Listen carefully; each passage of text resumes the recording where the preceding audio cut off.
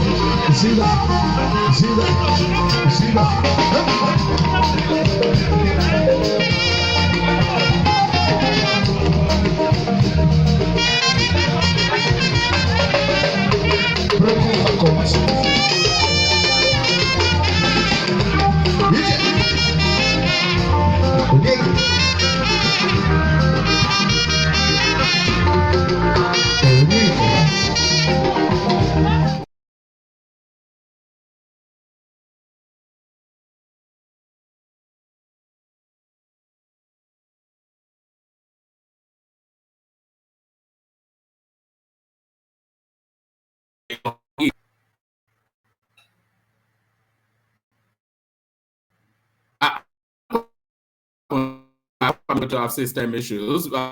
This certainly not the day. So on Sunday or Wednesday, so real opportunity to have a conversation with one of the leading voices in Nigerian politics.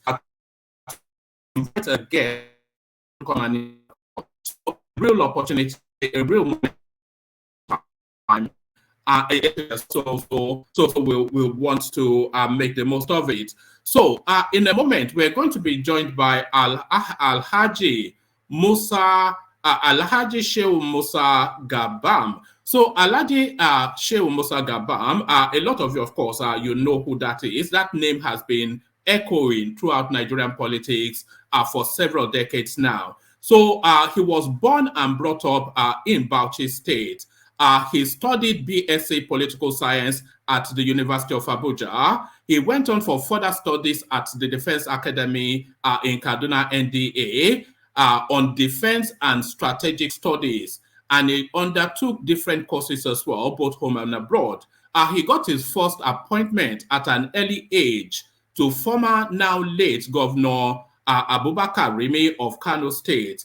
He was then a director all contacts and mobilization for his presidential campaign, that is Abubakar Rimi's presidential campaign in 1999. Alhaji Gabam was the former chief of staff to Bauchi state government during Governor Issa Ugada's administration, and he served as director of campaign organization to the governor during that period in time. So Alhaji Gabam has also served that he has also oversighted several presidential campaigns for some of the most notable names within the Nigerian space. So his association with the SDP is long and deep. The SDP, of course, the Social Democratic Party, one of the longest, most respected political parties within the Nigerian space. You recall that was the party that Abiola straddled into victory, we would say. But then that victory, of course, was cut short. So that was the party that Abiola straddled into victory, but that victory was cut short. So that's the party, of course, that Olufalaye, Professor Tunde Adeniro, notable names are Prince Adewale Adebayo, the countless notable senior names within the Nigerian space. That is their party of choice. That is their political leaning. And Alhaji Shehu Musa Gabam, he as chairman oversights that party. So is the chairman of probably one of the most senior-most parties within the Nigerian space. Alhaji Gabam's political history has traversed all of the importance in Nigeria. There was a time that he was even being touted as a possible replacement for Abba Kyari as the chief of staff for the Buhari administration. So it's a man whose history cuts very deep within the Nigerian space. So he needs no introduction to you, but let's just get a little snippet of him speaking to matters politics at some events.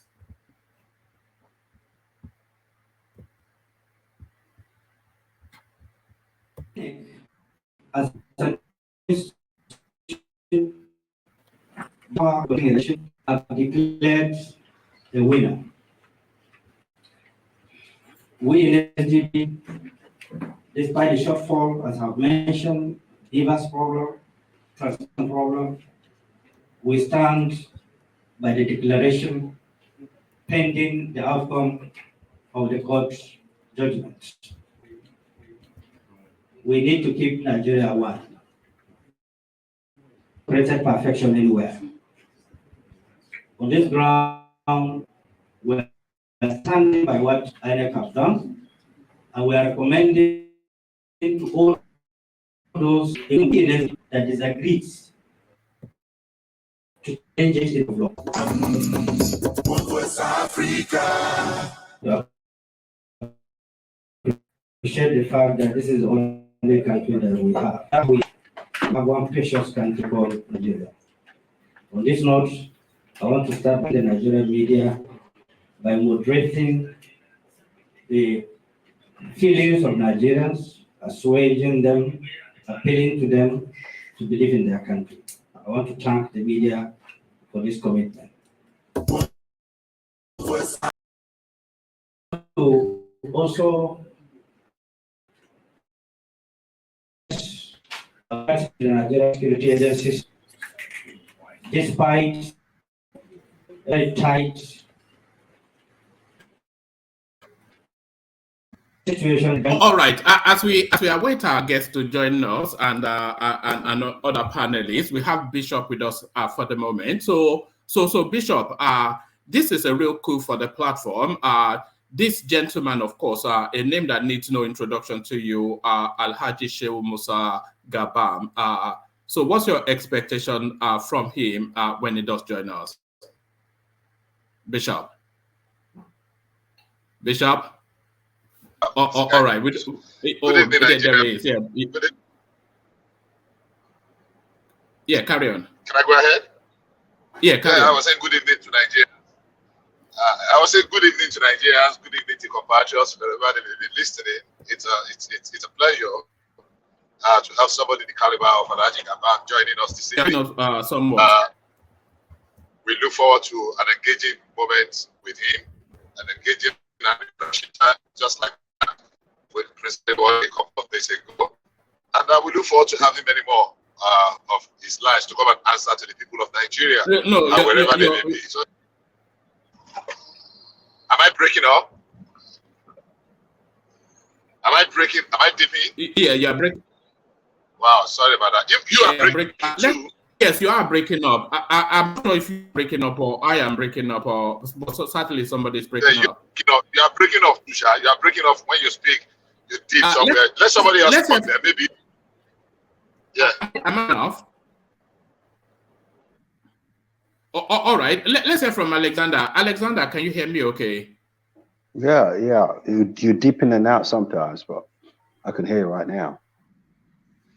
Yeah. All right, brilliant. So we're about to be joined by Alhaji Shehu Musa Gabam, who is the chairman of the Social Democratic Party, one of the foremost political parties within the Nigerian space. Yeah, like you said, that's a real big coup for you guys on the people. Yeah, can you hear me? Yeah, can you hear me? Carry on. Yeah. Okay. Yeah, that's a big. Yes, we can carry on. Yeah. Okay, that's a big coup for the platform. So I'll be watching from the background and just to find out what he has to say and the way his party is going to move forward as against the 2027 elections. So, but I'm going to be at the background watching. I'm not going to come on asking questions. Essentially, came on to be a placeholder so that before other people come on board. That's what I did essentially.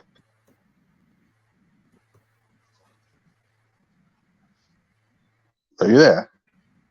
All right, brilliant. All right, brilliant. So yeah, I am here. Are you struggling to hear me? There's a slight delay of there's about 5-10 second delay. All right. Hold the fort. Let me reboot. Whilst we wait for our guests to join us, hold the fort. Let me reboot. Okay.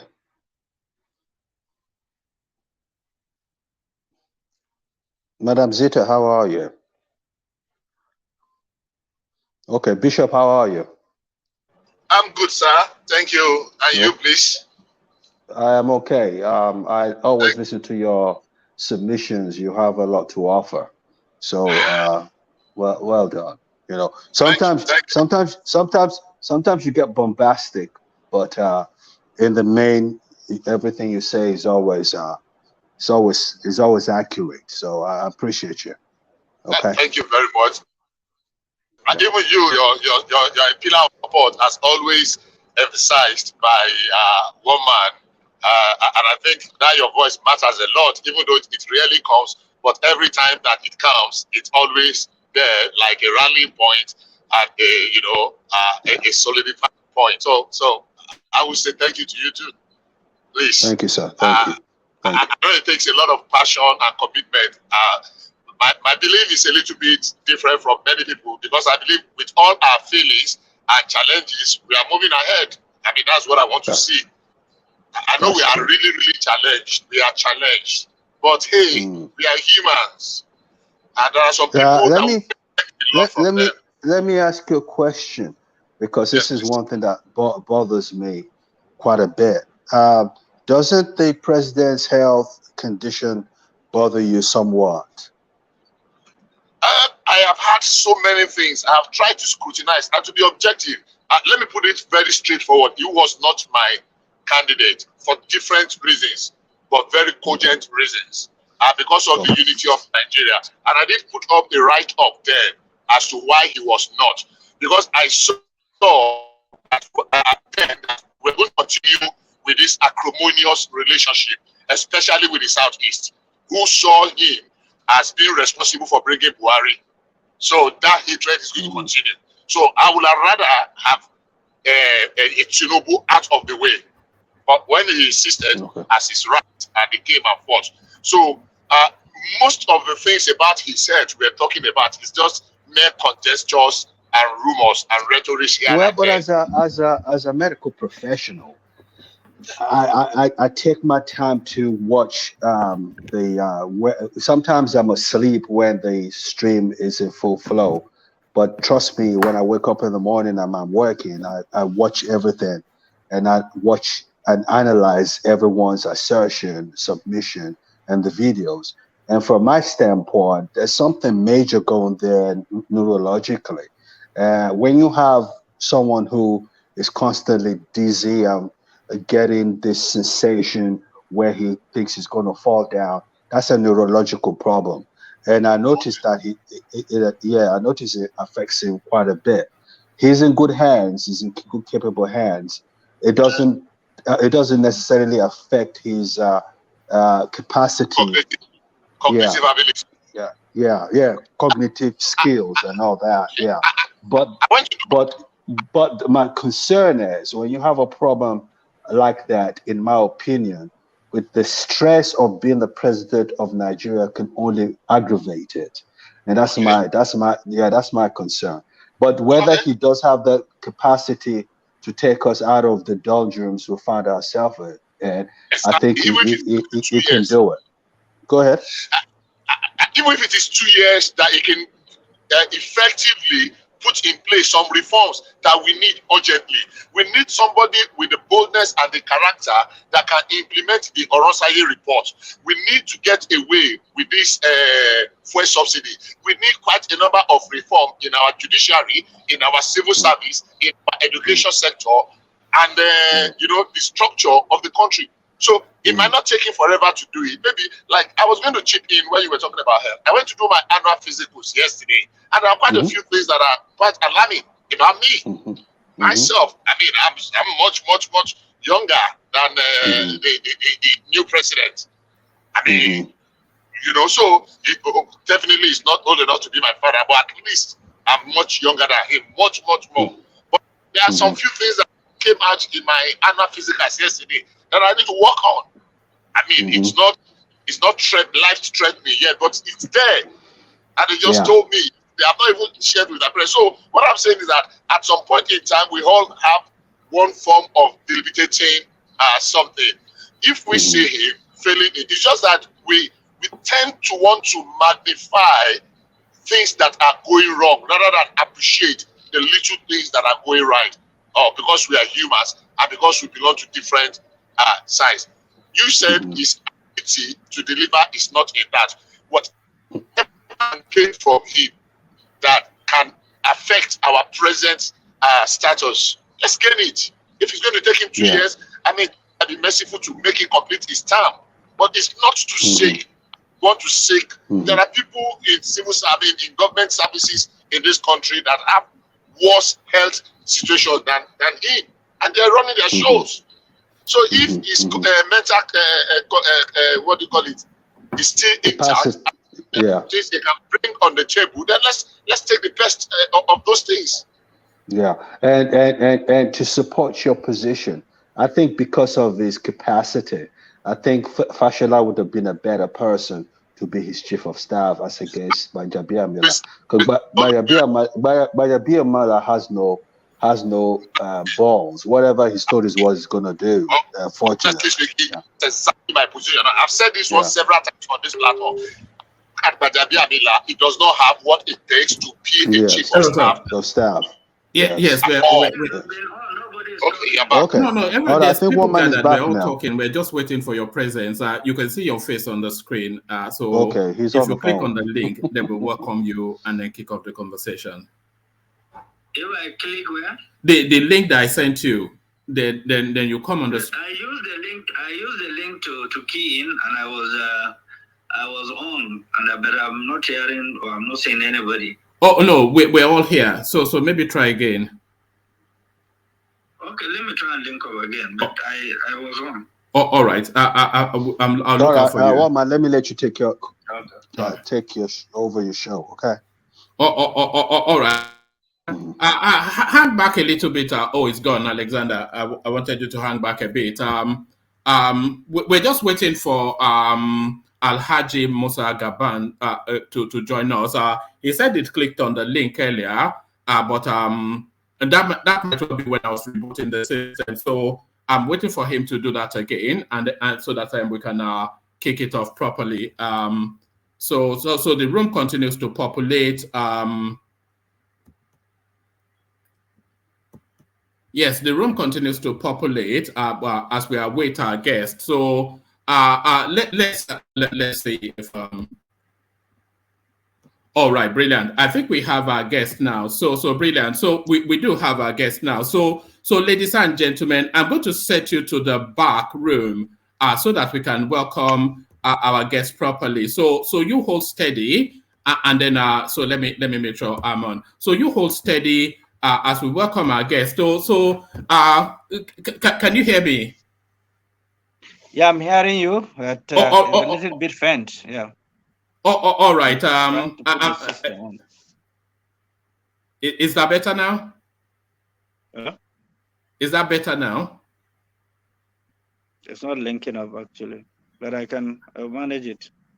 Right, I can hear you okay. So I'm being as loud as I can. So good to have you. I did the introduction earlier. I'm not quite sure if you heard the introduction that I did, but I spoke then about your history all the way from Bauchi, your studies at Abuja University, and then you went on to NDA, and then from there to international courses, and then your service to the country. So just really to build the background. But before we start off anything, is really first condolences to you, the sad loss of your great friend, Raymond Dokpesi. So maybe you want to speak a little bit about that and have us understand what Nigeria has lost with the passing of Raymond Dokpesi, who I know you have a close personal relationship with. Thank you very much. It's my honor and privilege to be with you. And let me start by condoling the entire Nigerians for the loss of a great man, a very patriotic Nigerian, committed, that have impacted positively on millions of Nigerians that I know from the very first day, he opened his radio stations, TV stations.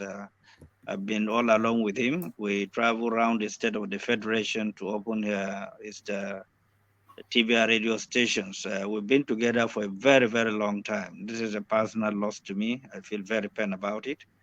When I lost my dad, he was among the first people to visit me at home. So our relationship is beyond politics. It has outgrown politics. It's become a family, very close relationship with him. So it's quite sad that the nation have lost one of its patriots who believe in Nigeria.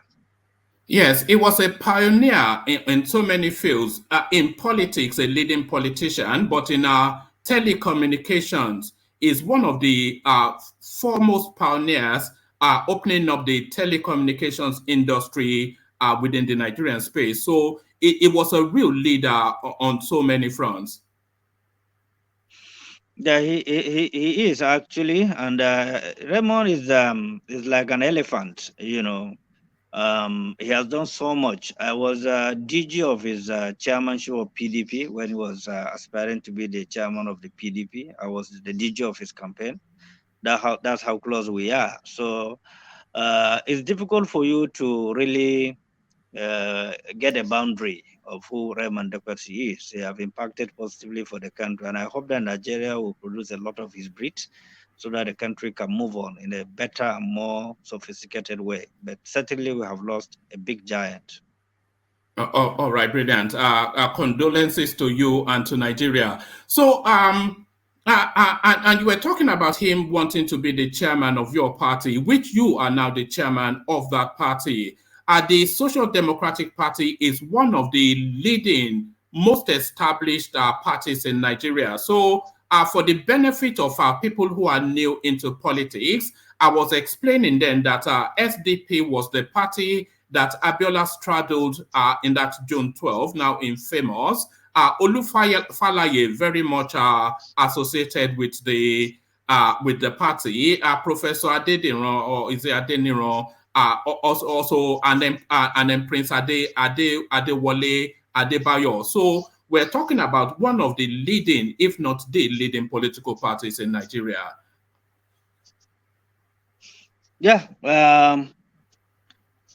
I've been part of SDP right from Abiola's time. We were the young activists that supported that struggle. I was in Lagos when the June 12 crisis was on. It's something that I witnessed live. It's kind of a carnage that nobody should wish to see.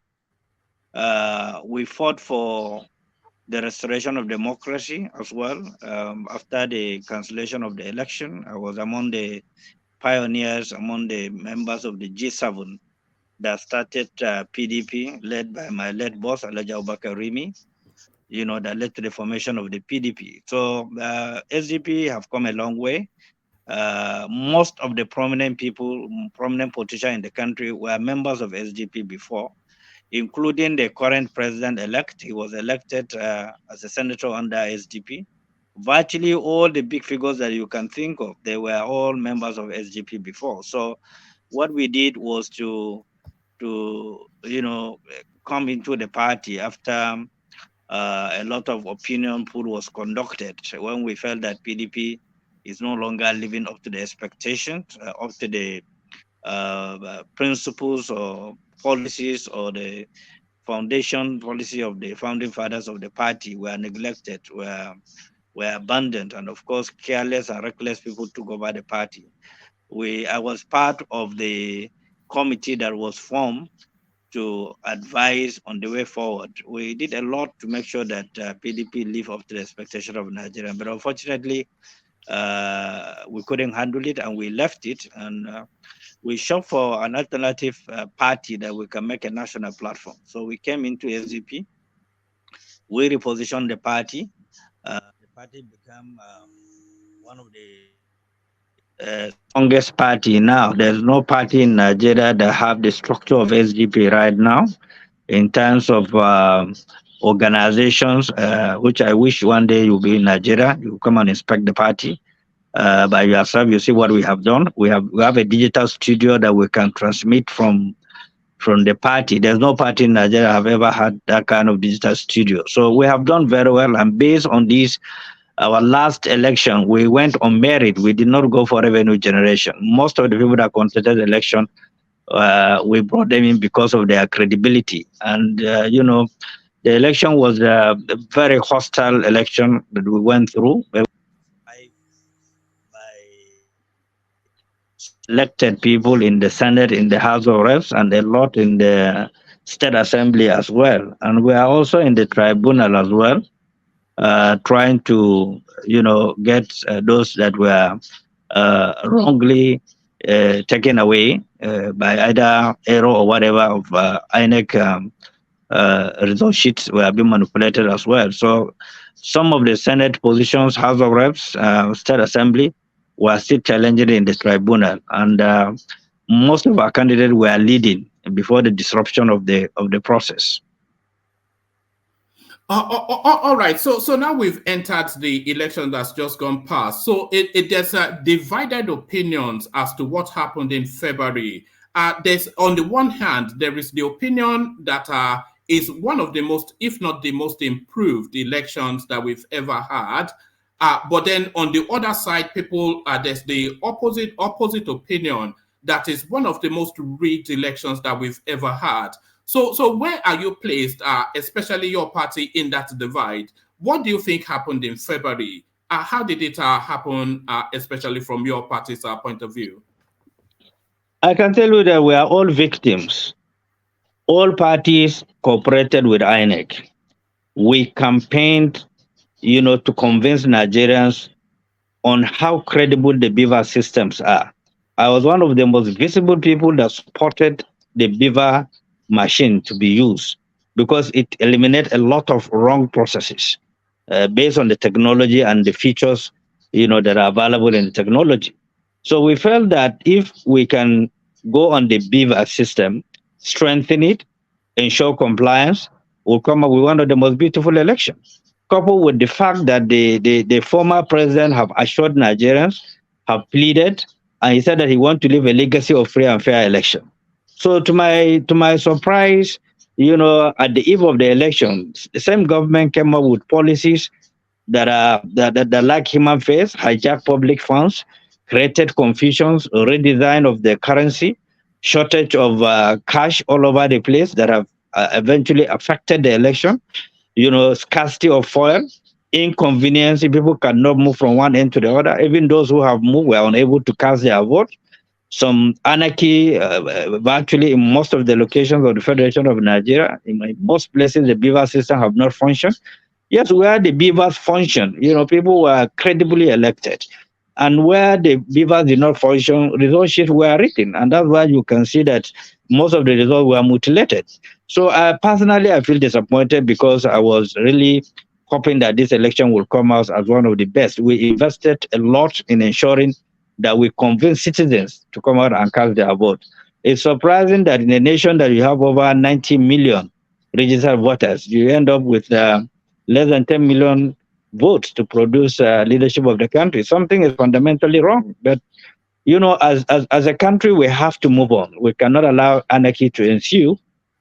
The institution that was established by law to conduct election and declare the result have declared the result. We appeal to everybody to go through the justice system and see how we can address the system. A nation is something that you keep on correcting the errors, deliberately or otherwise. It cannot remain the way it is. And once citizens agree to put their head together, all this art of rigging or barbarism related to election will be a history. It's just that Nigerians are one of the most difficult people to deal with in terms of compliance.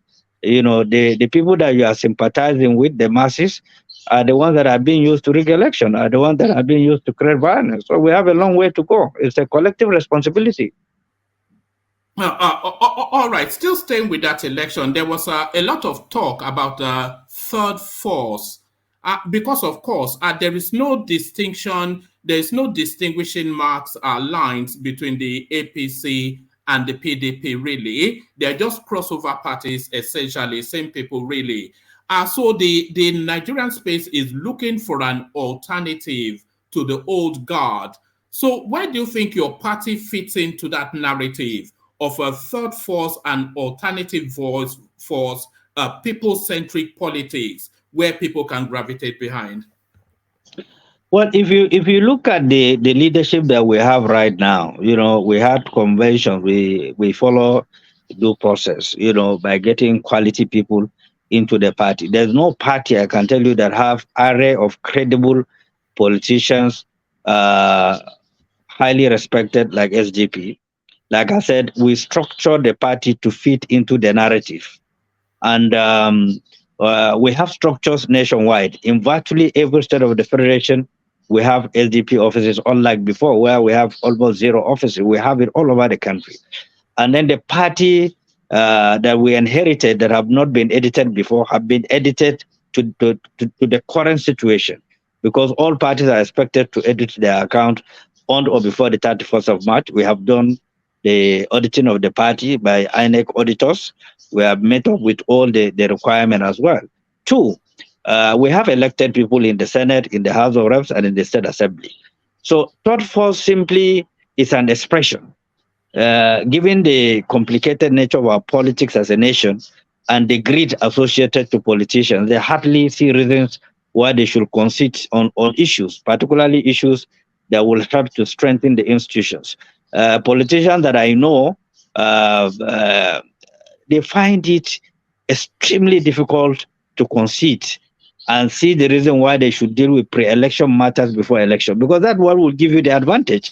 If you do not deal with the pre-election matters before election, you cannot handle it. At the point that you want to deal with it, you find out that it's extremely very complicated. People are fighting over issues, and parties that have money and have dominance will saturate the entire political parties, give them some money, divide them, and then they'll be fighting within themselves, and then you can't be able to concentrate. We tried to do it. We tried to organize it. SDP tried to lead a coalition of political parties so that we can come together as a force, but it didn't work out because the parties will give you a bill that you need to give them a lot of money to deal with a lot of things. And then if you don't have the resources to give them, they will move to somewhere else. That is the tragedy of the whole thing.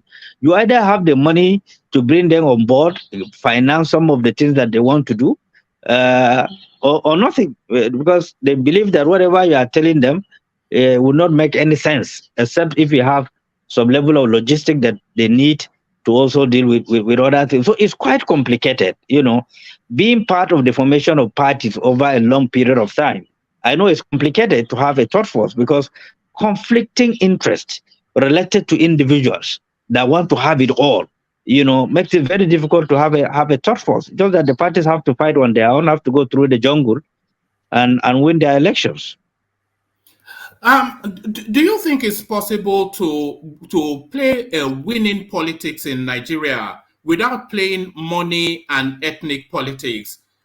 Can you play politics and win in Nigeria without playing the politics of ethnicity, religion, and money? Is it possible to play clean politics in Nigeria? It is very, very possible. And I can give you examples.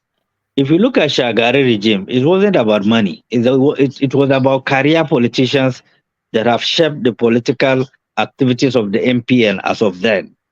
Now, of recent, in 1999, when we were forming PDP, it wasn't about money. There was no money then. People who quitted military regime and then came together with the idea of, diplomatically sending the military people back to barrack, restoration of democracy, were struggling, to get money even to finance basic logistic movement. And those that are contributing, as of them, contribute around 20, 50,000 because there was no money. So ideology and belief and that deep conviction that we need to restore democracy, we need to restructure the country, we need to bring a balance of behavior into the system. We need to see how we can make the federation operational as well. You cannot do it unless you have a career politician. Unfortunately, in the struggle to restore democracy, we lost the career politicians. People that have been in the military boys and what have you that have resources hijack the political structure, of the country. And then the career politicians were at the back seat. And they can do nothing because those who came with money monetize the process. And also, let me remind you, this vote buying started with the PDP and the APC when the APC came on board. It started in Ekiti State precisely. That was the first state where money were being used physically to buy votes. So those who buy votes and those who use money are people who have access to public funds because there's no money appropriated for political parties. There's no subvention. We survive on our own based on our individual contribution to run the party. There's no subvention anywhere. So those who have access to public funds are the ones that are creating the entire confusion. Politicians are responsible for most of the things that we are going through in the country today because there's absence of commitment, there's absence of nationalism, there's absence of building a viral nation where everybody can have a sense of belonging. Nigeria is one of the richest countries on earth. I've been to a lot of countries in the world. This is one of the best countries that is so endowed that can accommodate everybody. But the tragedy of Nigeria is lack of leadership and lack of will to create deterrence. All right. I think we're all agreed. Nigeria is a conundrum, isn't it? It has an abundance of resources, especially the people, some of the cleverest people on the planet, Nigerians, and yet we find ourselves where we find ourselves. It's a real mystery. But Alhaji, let me take you to this space. How do you think the Obi phenomenon impacted on your voter base? Because that Obi space, it took a lot from traditional voting patterns, but how do you think it impacted on your voting patterns, on your base? Yeah, certainly it had impacted on all the political parties, not just the FGP. The thinking of the Obi movement and then some of the backers of the Obi movement, like the former President Obasanjo and so on and so forth, and then an attempt to mobilize the youth, to come on board, have done a lot of distortions on the political equation of the country. But we know that it's a long way to go, knowing the history of the country, peculiarities, and so on and so forth. is one of the a party that we had an interface thinking of possibly of working together before, but it couldn't work out, because of the factors I've narrated before. But I think clearly a revolution is ensuing. People are coming out of their sickness. People are understanding that a religious factor will not all go well for this country. Regional factor will not all go well for this country. Ethnic factor will not all go well for this country, because Nigeria have what it takes to make the country great. Those who campaign along the lines of ethnic and religious issues, will soon understand that it's not the best that can happen to the country. This is a country that is so vast and have surplus of some of the best you can think of in every state of the federation. Nigerians are some of the best in the world. They excel anywhere they are. So the critical marks is for us to talk to ourselves and tell ourselves the bitter truth with the factor of Peter Obi and then the emerging SDP that is coming on board with the elected members. What can we do to synergize? What can we do to change the narrative and come together as a major force, that can change this primitive way of doing things? Again, it depends on the mindset of both the key players on both sides, to believe that we need to fashion in a new system that will give Nigerians hope, because so many things have went wrong and so many things are going wrong. So the thinking behavior needs to shift from individualism to collectivism. I think this is the only way we can solve it. But certainly, in terms of affecting the vote of all the parties, it has affected the entire parties. Every party struggled to survive during the election. All the parties, especially the party that have some substance, the leading party, the APC, the PDP, the Labour Party itself, the SGP, the YPP that have one senator, the NMPP that have 2 senators and members and some House of Reps as well. So you can see that it's about 6-7 parties that have made some major impact. Now, if we are to shift our thinking towards a prosperous way of uniting the political space, it is possible you can displace those big parties that are creating problems for the country. So yes, I think you're essentially talking about a coalition of other parties outside of the main two, and that is a narrative that a lot of people have been talking about. That for us to have an opportunity to shift these people, we have to have a convergence of a coalition of the willing, as you are just describing now. Do you think the Obi phenomenon has to be removed from that narrative? Because nested within that phenomenon, you have the NSAS group, you have the disgruntled youth, you have the disenfranchised who coalesced under that narrative. So do you think those sort of pockets of disquiet, do you think they have to be through narrative wind away from that Obi phenomenon, which has run its course now because the election has come and gone? Do you think you have to find a language to bring them under another umbrella where you can then overarch a more palatable narrative? Do you get what I mean? Yes, I do. It's possible because I've led a revolution before.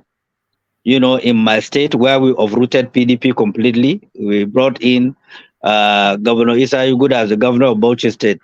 I was one of those who led that revolution. It is very possible. If you look at the NSAS factor, if you look at the poverty index right now that is creating crisis and violence and insecurity all over the country, they are all interrelated. If you look at the level of unemployment, it's extremely very high. The poverty level is so visible, is so touchable, and with this current situation that happened in the last 2 days, removal of first subsidy, virtually everything have jumped to almost 300%. Now, if you are not careful, and if you don't have the language that it takes to bring these young people together, you are likely to face an anarchy. Because people that have no food to eat, have no job, have nothing, you must develop a content that will bring them or will accommodate that large chunk of the society. We have SEM in our party. We have part of NSAS with us that have worked with us, that are members of our party. All different youth groups are working with us. The students' unions are working with us. We have all the videos, evidence, they visited us. We have a lot of discussions with them. And right now, we are engaging a lot of them, including the NGOs. We have a department of NGOs headed by one of the very strong NGO personality. So we have diversified the process. We have opened the process more. We are now trying to strengthen our diaspora, relationship and interface. We understand where the problems are, but again, all these things require a lot of logistics to deal with. In virtually everything that you are going to do, you need to mobilize people that will do it. But we will continue to do our very best. Given our generation, me and you, we have no reason to fail. We have seen developed society, we have seen infrastructure, and it's the reason why you are contributing from where you are right now, to give your own very strong support base, to see that our society is well behaved, well organized, rule of law prevail, and so on and so forth. So I believe we have no reason to fail. If we can work together, we can reason together, we can fashion out a process that will give all Nigerians a sense of belonging. I have no doubt in my mind, after the whatever the outcome of the cases in the court, I believe the next election will be a different election entirely. There's a shift between the last election and this election, and there will be a major shift in the next coming election, because what we are likely to face will be a more difficult process to handle than the last election. Right. You were talking about recalibrating the party, which you necessarily must. But are you, in all of this strategizing that you're doing, are you strategizing social media into your strategies for the future? Because, of course, we saw how that impacted on this now cycle. So do you have a social media strategy by way of expanding your philosophy, your ideology, and your plans for the Nigerian state and the Nigerian people? So do you have a social media strategy, and do you think it is necessary as part of your armament in politics? Absolutely. It's absolutely very necessary. It's very key. Our social media department is very strong. We have very agile, very active social media department.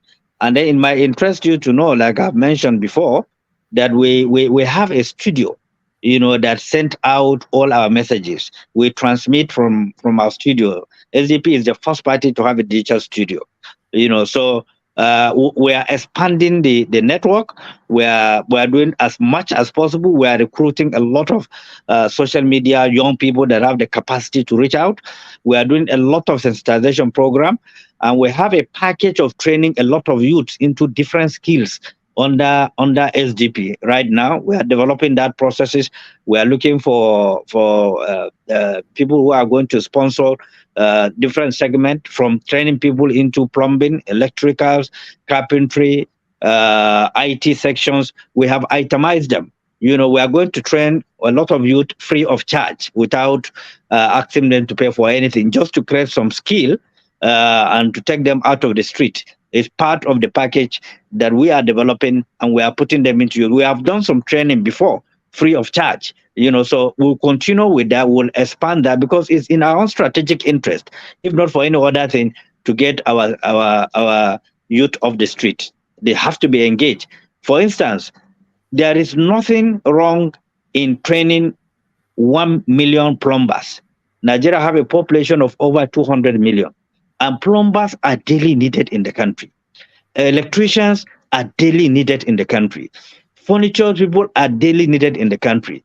Carpenters are needed daily in the country. So, and then fashion designers, you can train over 2 million fashion designers. Every day people sew clothes. It's just that some of the leaders lost the vision of taking some of these people off the street, create job, creativity, and so on and so forth. There's nothing wrong for parties or government to train fashion designers, buy machine, tailoring machine, or whatever type of designing machine, and give them. there's nothing to lose than taking the public funds, through security votes. So these are very important aspects of reducing the level of unemployment in the country and keep the country busy so that you can reduce the level of insecurity that is ravaging the country right now.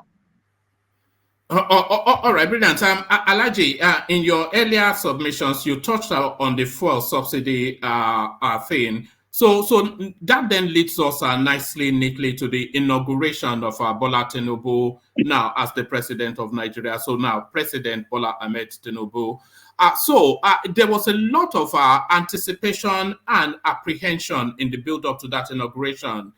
The space was so heightened up that we all had the expectation that there would be some sort of skirmish or incident on that occasion. But thankfully, it went well. So two things happened on that day. Tinubu signed the documents to become Nigeria's president, and then he gave his inaugural speech, which has now spiraled the country into some sort of a chaos. So can you talk us through your experience of that inauguration, what your anticipation was, and what happened on that day, and then go to then Tinubu's inaugural speech, especially now telling us that our fuel subsidy is gone, and with that, those 3-5 words, the fuel at the pumps went up by 300%. So your experience of that day and Tinubu's speech.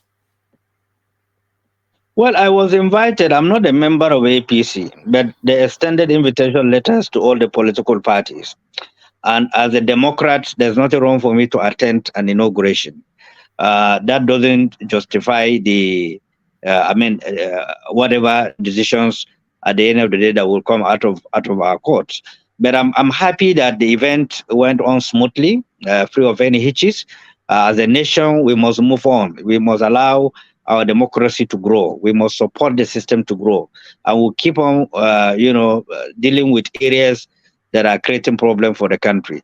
The speech of the president really was quite encapsulating. They are quite strong. I do hope and I pray that they will implement it.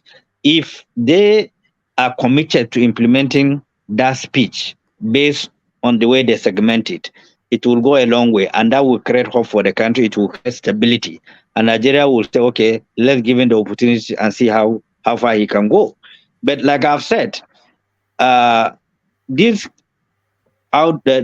former government handed over a very precarious, government to Bola Ahmed Tinubu. He need more than a miracle to keep the government going.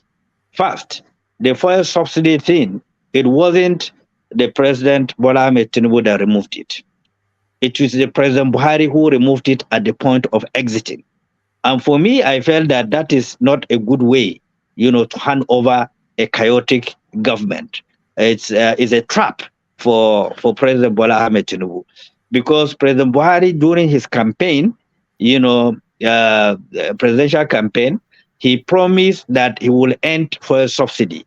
He called fuel subsidy a fraud, but throughout the 8 years, he couldn't remove the fuel subsidy.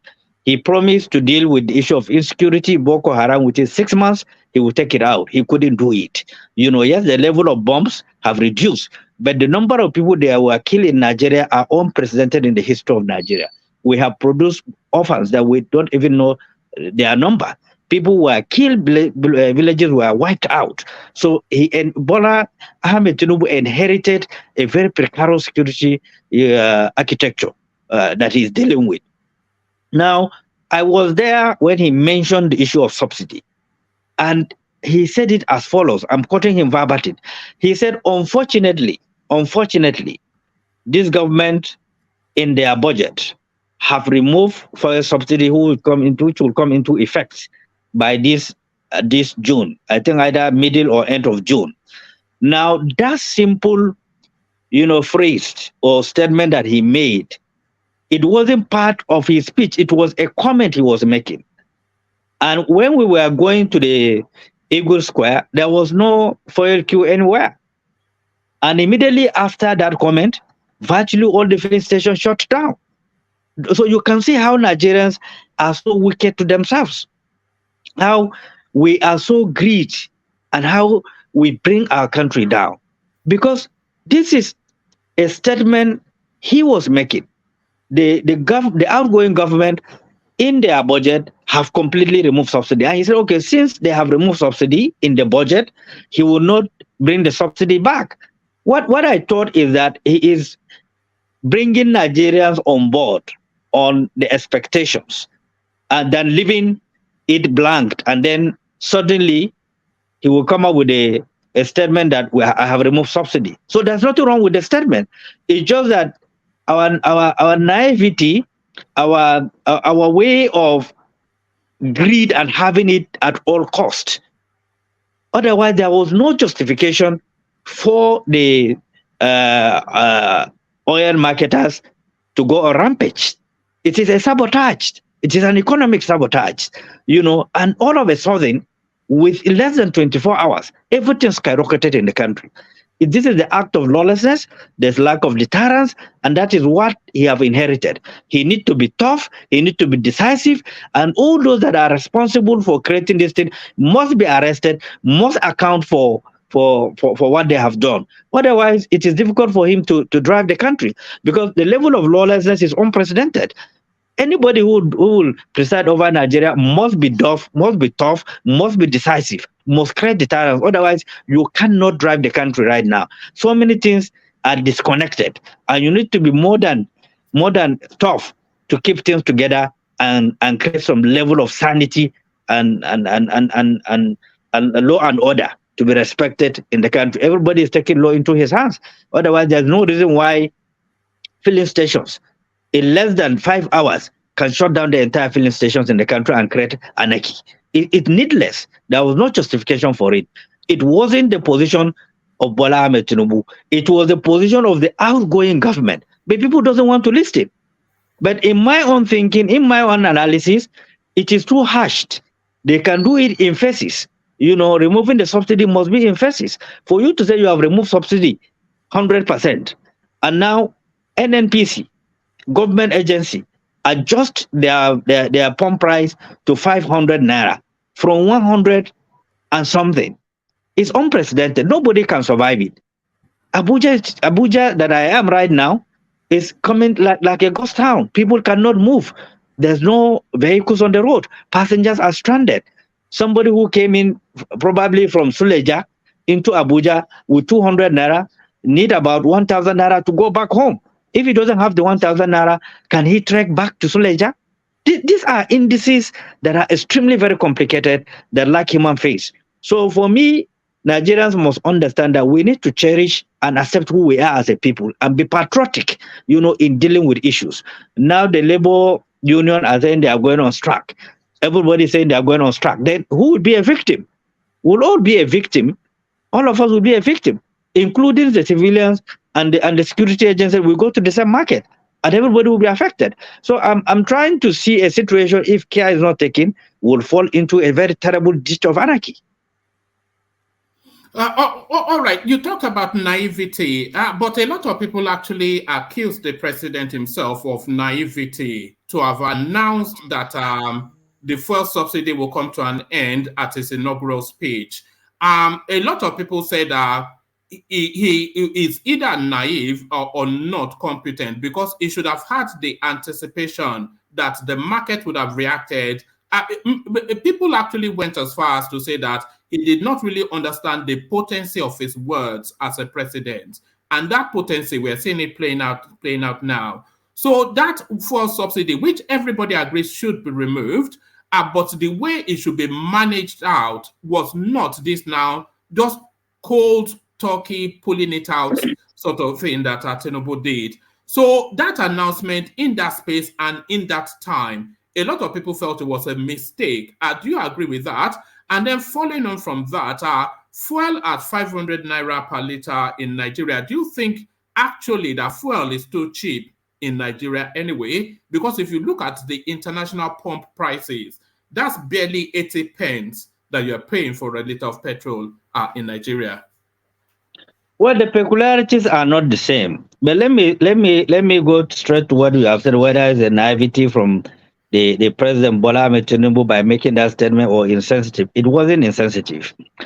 Any serious leader must start from reality. The reality that is facing Nigeria more than ever before is the removal of the subsidy. Everybody has spoken about the subsidy. Subsidy government have spoken about it, but they lack the courage to remove it. And then for me, I cannot really define what the subsidy is all about. You know, right now, the oil tankers or oil importers say that the government is owing them trillions. Trillions. Now, even if you remove the fuel subsidy, the government have to struggle to pay almost trillion naira that they are owing the oil marketers. So either way, you have to confront the situation. And the man was innocent in what he have said. There's no way somebody who just took an out of office would love to create problem for himself. It is practically impossible. Two, I don't want to believe he's incompetent. He have demonstrated capacity when he was the governor. I was in Lagos when he was the governor of Lagos State. I know what he have done. I know the transformation he has brought on board. And anybody who knows him knows that he's not a daft. He knows what he wants. He knows how to go about it. He's a very strategic person. But then if you are trapped in a situation, you have to find a way out of it. So those who think the timing was bad, they shouldn't blame him. They should blame the outgoing government who put it in the budget and took it out. And then if he leaves it covered the way the government left it covered, who will be at the bronze? At the end of the day, he will be the same person to be at the bronze. And then if he announces it at the time that he is settling in the villa, that the first decision he's taking is to remove subsidy. And in any case, he wasn't the one who removed the subsidy. He only announced part of the budget that had been passed and subsidy had been removed. That was the only crime he committed. If actually, it is not a crime. For me, it's a demonstration of transparency from his own angle, more so that he just took an out of office and he needed to let Nigerians that this is what we should expect, that a tough times is ahead of us. Thirdly, whether the fuel now at the pump price of 500 is high or not, you have to look at the peculiarities of the country. You know, our economic level, you know, the economy is on its knees. The purchasing power of Nigerians is extremely very low. If you go around this country, I have visited every state of the federation. You can see poverty raging virtually everywhere. There's no state that you can exclude. You said they are not having massive scale of poverty. It has affected virtually everywhere because the economy was down on its knees. The racketeering and profiteering of the central bank, the interest rate, you know, it is difficult for anybody to comprehend that we'll come to this level. What is the exchange rate today? Almost 760. So it's something that any serious government or incoming government must face this reality and must deal with it. So since our purchasing power is extremely very low, you know, what do? You have to have a human face. The policy must have a human face. You must find a way to deal with it gradually than just bombing virtually everybody. And then you create an anarchy or a situation that you cannot control. All right. Finally, one final question from me. Then I'll start to let people in to interact with you. How do you see the future, especially under this administration? And of course, there are still matters in court. So how do you see that going? And if that doesn't lead anywhere, then how do you see the future under this administration? What period of time are you going to allow them before you start to form judgment? Well, my thinking is that the judicial system needs to be reformed. And the judges must know also that they are Nigerians, they are human beings. And they must know that whatever judgment they come up with, it will be subject to public opinion. Facts available to them, they should deal with it without fear or favor. We need to keep this country in peace. We need to keep this country united. Where there's a gross violation of the electoral process, where there's evidence of manipulation, my appeal to the justice system is they should act accordingly. Where evidence is overwhelmed, they should cancel that elections at the state level, at the senatorial level, at the constituency level. You know, they need to act to restore some level of sanity in the system. So this is my expectation of the judicial system. They should be firm, they should be decisive, they should be God-fearing, and they should know that the country belongs to all of us. There is no reason to take side, and there's no justification of taking side. Whoever that won the election, based on facts available to them, they should present it as such. For me, I won't be part of anything that will suggest anarchy, instability, because I have no place to go. Nigeria is the only country that we have, and we must all keep faith and keep it together, and then develop the infrastructure, open the economy. We are running virtually a virgin economy. Given our endowment, the Land Use Act and other things need to be amended so that the country the state can deal with their own costs, with their own expenditures, pay their bills, pay certain percentage to the federal. So you have to tinker with some of the provisions of the constitution, to open the economy. We are still dealing with a virgin economy. All right. One very last question from me. How are you positioned on this 25% in Abuja narrative? Because, of course, that's part of the petition. But if 25% is required just exclusively in Abuja, then that will make the residents of Abuja super Nigerians who are more Nigerians than the rest of us. But how are you positioned on this 25% requirement in Abuja? Well, first, I'm not a lawyer, but as a politician, I know and I'm aware during President Obasanjo government, there was a Supreme Court judgment as per the status of FCT, Abuja. I don't see that 25% at all based on that judgment. But lawyers have a way of changing the narratives of things that suit them or suit their interest. But then since the case is before the court, competent court of our land, I wouldn't want to delve into it. Let the courts that dealt with it before go through it, come up with a position. But I know there were Supreme Court judgments on the FCT before in respect of 25%. FCT is like a state based on that judgment. It's like a state on its own. So, and that's why you see there was, you have only minister and so on and so forth. So I don't want to go into it as much as I wish, because the issues are before the court. And I don't want to suggest any opinion that is likely to affect what the outcome will look like. It's been challenged by competent lawyers, senior advocates, other category of lawyers. Everybody is brushing his head ups and down to come up with a strong argument on the 25% or otherwise, or if the Supreme Court will reverse the judgment they have done before or change the status of the FCT. It all depends on the outcome of the judgment. All right. We've got people joining us. So we've got Zita and Ajan Lekoko. So now, Alhaji, they are in various places of work and everything. So not all of them will be able to have their cameras on. So I'll come to Zita to put a position to you in a moment. But just, I said that was my last question, but this is my last question. In 2019, I've got so many questions, but so many people are waiting. I can't keep them waiting for so long. In 2019, you ran as the vice on the SDP ticket. I think Donald Duke took that ticket then. So do you still have ambitions tilting towards Aso Rock with you straddling a ticket by yourself? I'm a career politician. Every career politician, wish or prayer is to reach to his peak of his career. Of course, if it, by God wish, I will contest. If God give me, I will win. It's not my first time. I've coordinated presidential campaign 3 times. I was the Deputy Director General of Atiku campaign when Senator Ben Obi was the DG. I was the Director of Operations of Contact Mobilization nationwide, former President Babangida. I was also a Deputy Director General of Let Remy for President.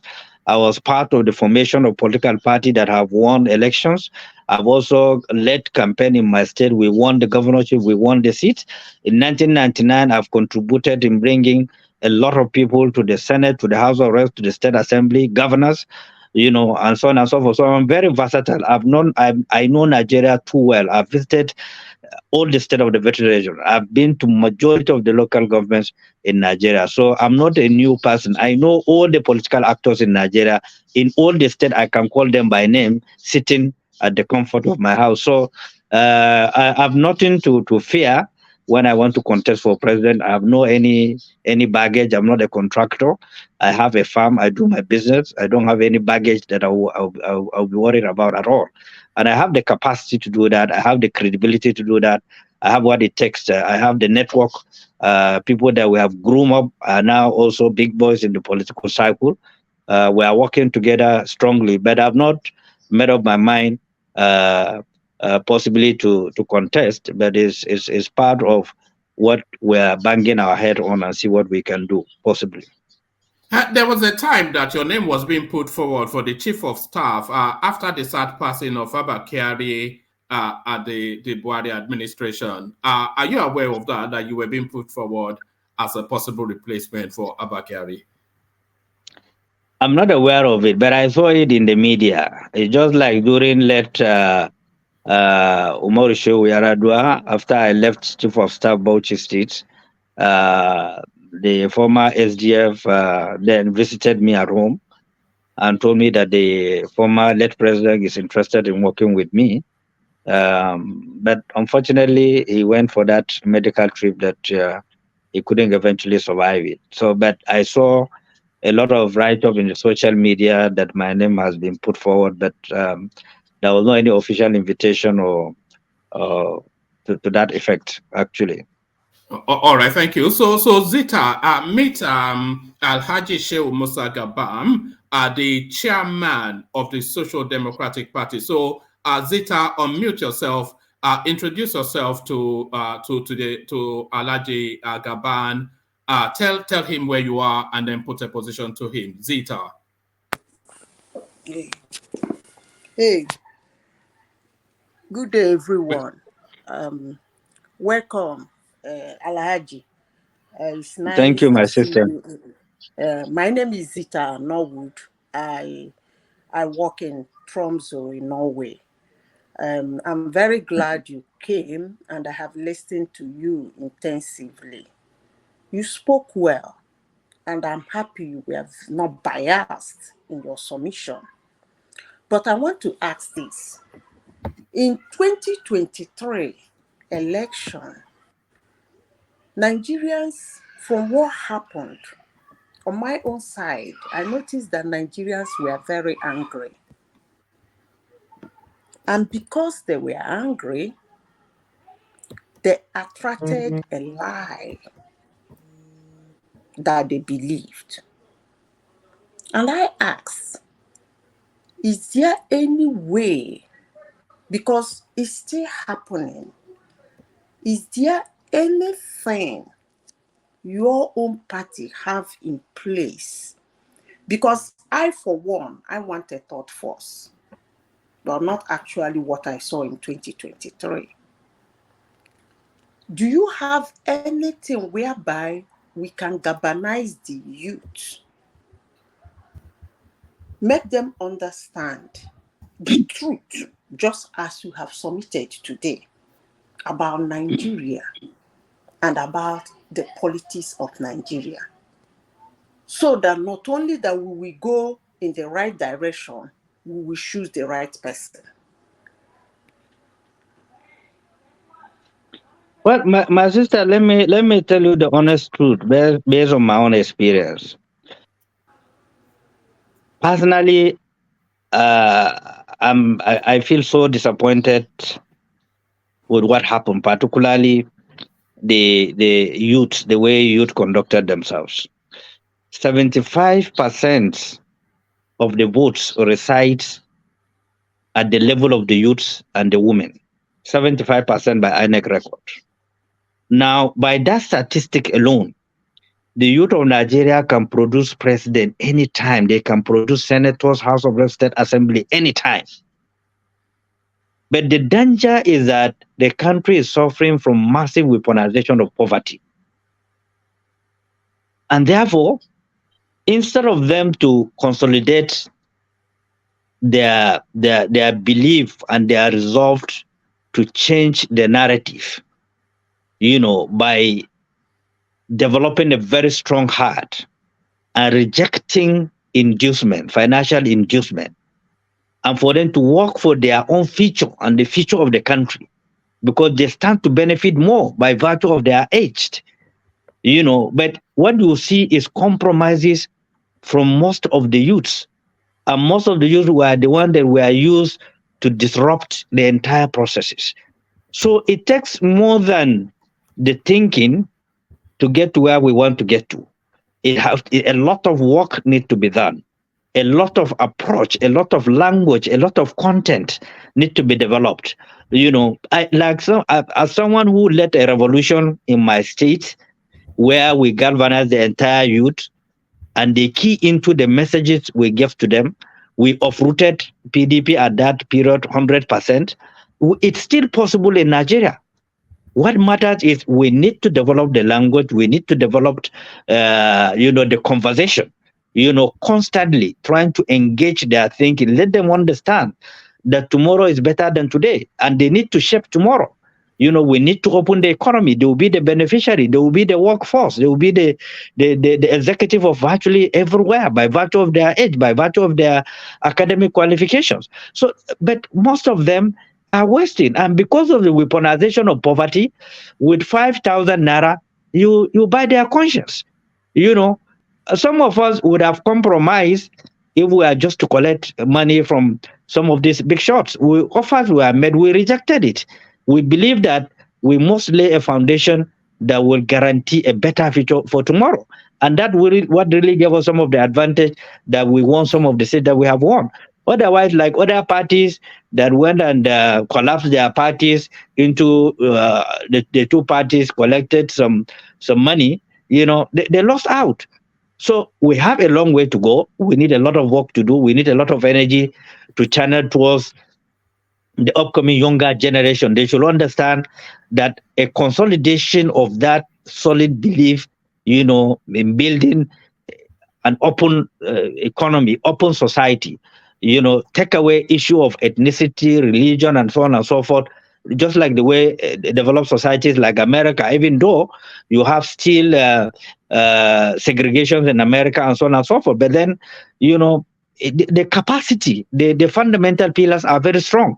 What we need to do is to develop the fundamental pillars as a people, so that our country pillars can be strong to absorb shocks and other vices, to move the country on. It's possible, it's doable, but we need to double the effort.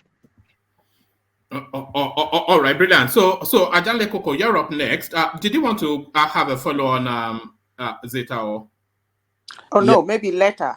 But thank you very much for your response. Yeah, stay there. Thank you. I want everybody to come in, and then when everybody has had to say, then we can open up the space. So Ajale Koko, you're up next. So Alhaji Shehu Gabam, the chairman, Social Democratic Party, he joins us to discuss all matters Nigeria. So introduce yourself, tell him where you are coming from, or calling in from, or where you are, and then I put a position to him. Ajale Koko. Yeah, thank you, Alhaji, for coming to have conversation with us. It's nice to meet you. Great pleasure. Yeah, I'm speaking from Tennessee, United States. I've listened to you. I listened to what you said on petroleum subsidy, and I'm not satisfied with the position you are putting up. You sound more like an APC man than SDP man. Yeah. You sound more like an APC man than SDP man, because your party position is your party support subsidy, and no, we did not. Okay, let me we have listened to your presidential candidate several times. Yes. He have not said anything against subsidy. He at all time opposes subsidy removal. What he emphasized all the time is to fight the corruption around the subsidy. And as a matter of fact, today or yesterday on China's news, he said the same thing, that subsidy is not the issue, and your party still stand to give Nigerian subsidy, because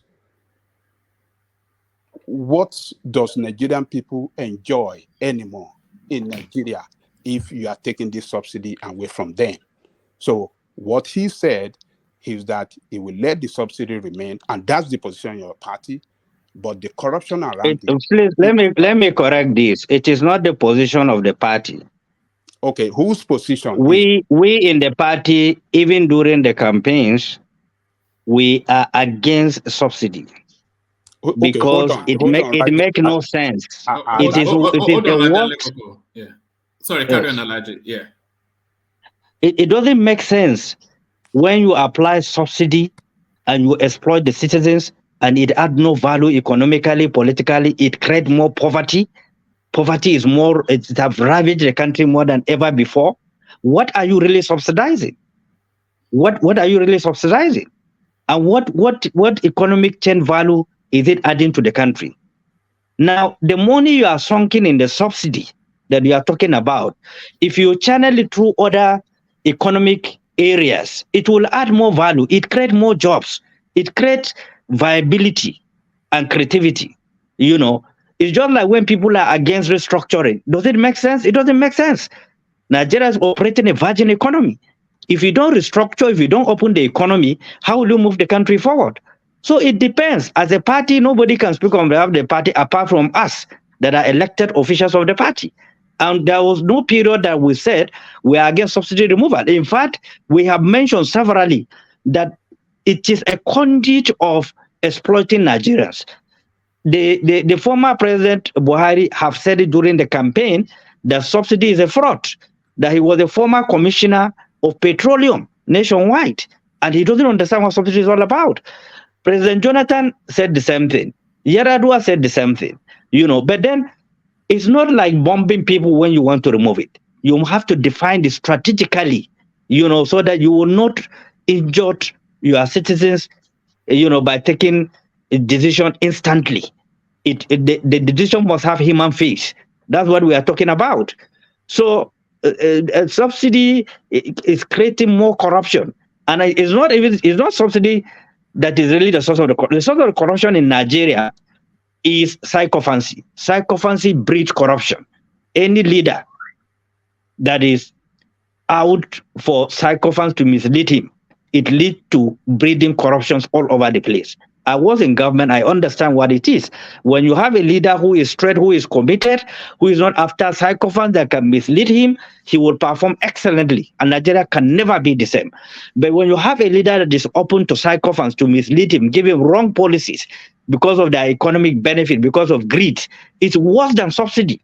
The looting that is going on in this country, can you say that subsidy is helping anybody?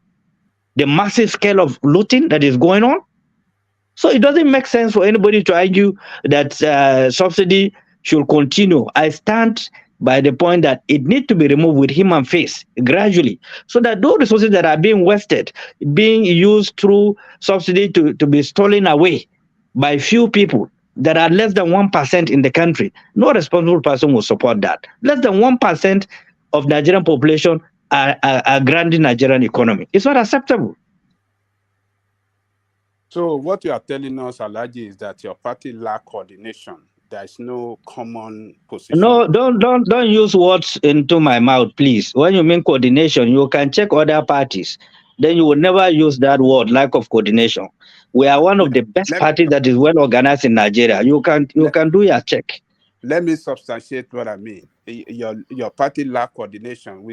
What we heard from your presidential candidate is different from what you are hearing from you. No, you are not getting it correct. The presidential candidate is not a spokesman of the party. Maybe you don't know party hierarchy and structures. He was a presidential candidate of the party. He's a member of the party right now. And there is no time the party articulated this position and said this is the position of the party. There was no time we took that position. He is expressing his opinion as a citizen. And that's the way it is. You, as the leader of the party, never came out to speak against his opinion when he was campaigning. And yesterday, no, he have never mentioned it in his campaign that he will return subsidy. He said it. And at which campaign did he mention it? He said what he said specifically is that subsidy will remain, but he will fight corruption around it. That is what he said.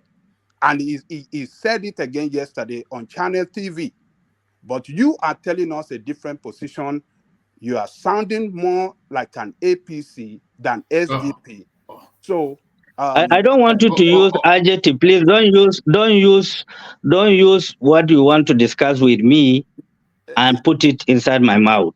I know what I have said, and I'm capable of expressing myself. Please, there is no time. The party have taken a position to suggest that we support subsidy. No government that I know have supported subsidy. It's just beyond them. They lack will to remove it. And any serious government that want to change the status quo, want to take away criminals that are using that conduit to siphon the resources of Nigeria, will not allow it to stay. Now, as a party, we have taken that position. We have said it clearly. We are open to a lot of things that will structure the economy of the country. And we are ready to do whatever it takes to support the system to function. Now, when you said I'm speaking as a member of APC, that is your own opinion. That is your own expression. It has nothing to do with me. If I want to join APC, I would have joined a long time ago. And I was invited severally. I was, being pushed, but I refused. There was no attempt that have not been made for me to join APC. I refused. There's nothing there to entice me to join APC. But anything that will create problem, I will not support it. I believe in Nigeria, and I will still believe in Nigeria. Policies that have no human face, I will never support it. So, and then people are free to express themselves. It's easy for people to talk. Talk is very cheap. But when it comes to defending the statistics, people will start wobbling. But what I'm telling you is that he has the right to express himself. Expressing himself is not the opinion of the party, because the party have not taken such position. Okay. All right, thank you. No, hold on. Thank you, Ajale Koko. So thank you, Ajale Koko. So Bishop, you're up next. Unmute yourself. Introduce yourself to Alhaji Shehu Musa Gabam. Tell him where you are joining us from and put a position to him. Bishop. Okay, thank you very much. Once again, good evening, Nigeria. Good evening, fellow compatriots. As Alhaji, I say welcome. As they used to say from our part of the country, Sono de Zua. Thank you, my brother. We're highly delighted to have you in our midst. We hope you enjoy the time you're having with us. Once again, thank you. I'm just too quick. Tell him where you're joining from. Okay, they call me Bishop. I'm calling from somewhere at the moment, somewhere in America. In the United States. Okay. I'm just traversing 2-3 boundaries now. I just crossed somewhere from Georgia to Tennessee. I've entered North Carolina, and so it's interesting. Yeah, just cruising. I'm actually in transit. I'm mobile. So thank you once again. I have a few just much as time can permit, but they are very succinct and very direct. I think you pretty said much, and I cannot but appreciate the patriotism, the undertone patriotism, and the realism in your presentation. And I've listened to a few of your interviews on the electronic media too, and I've been hearing the name for a while. At least I'm pretty familiar with that name, Alhaji Gabam. Now I'm going to ask very direct question. Maybe if time permits me, about 2 or 3 of them. No, Number one, I ask one, and then when we do the rounds again, then you can ask more. But ask one so that we can get as many people in. Yeah. one sentence question, please, if you don't mind. Okay. All right. Carry on. Number one, do you really think the election, the last election, produced a fair winner?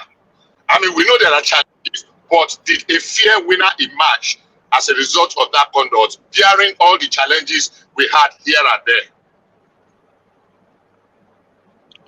Well, in my opening remark, I have said that we are disappointed too with the outcome of the election, which means fairly nobody can tell you he's satisfied with the outcome of the election.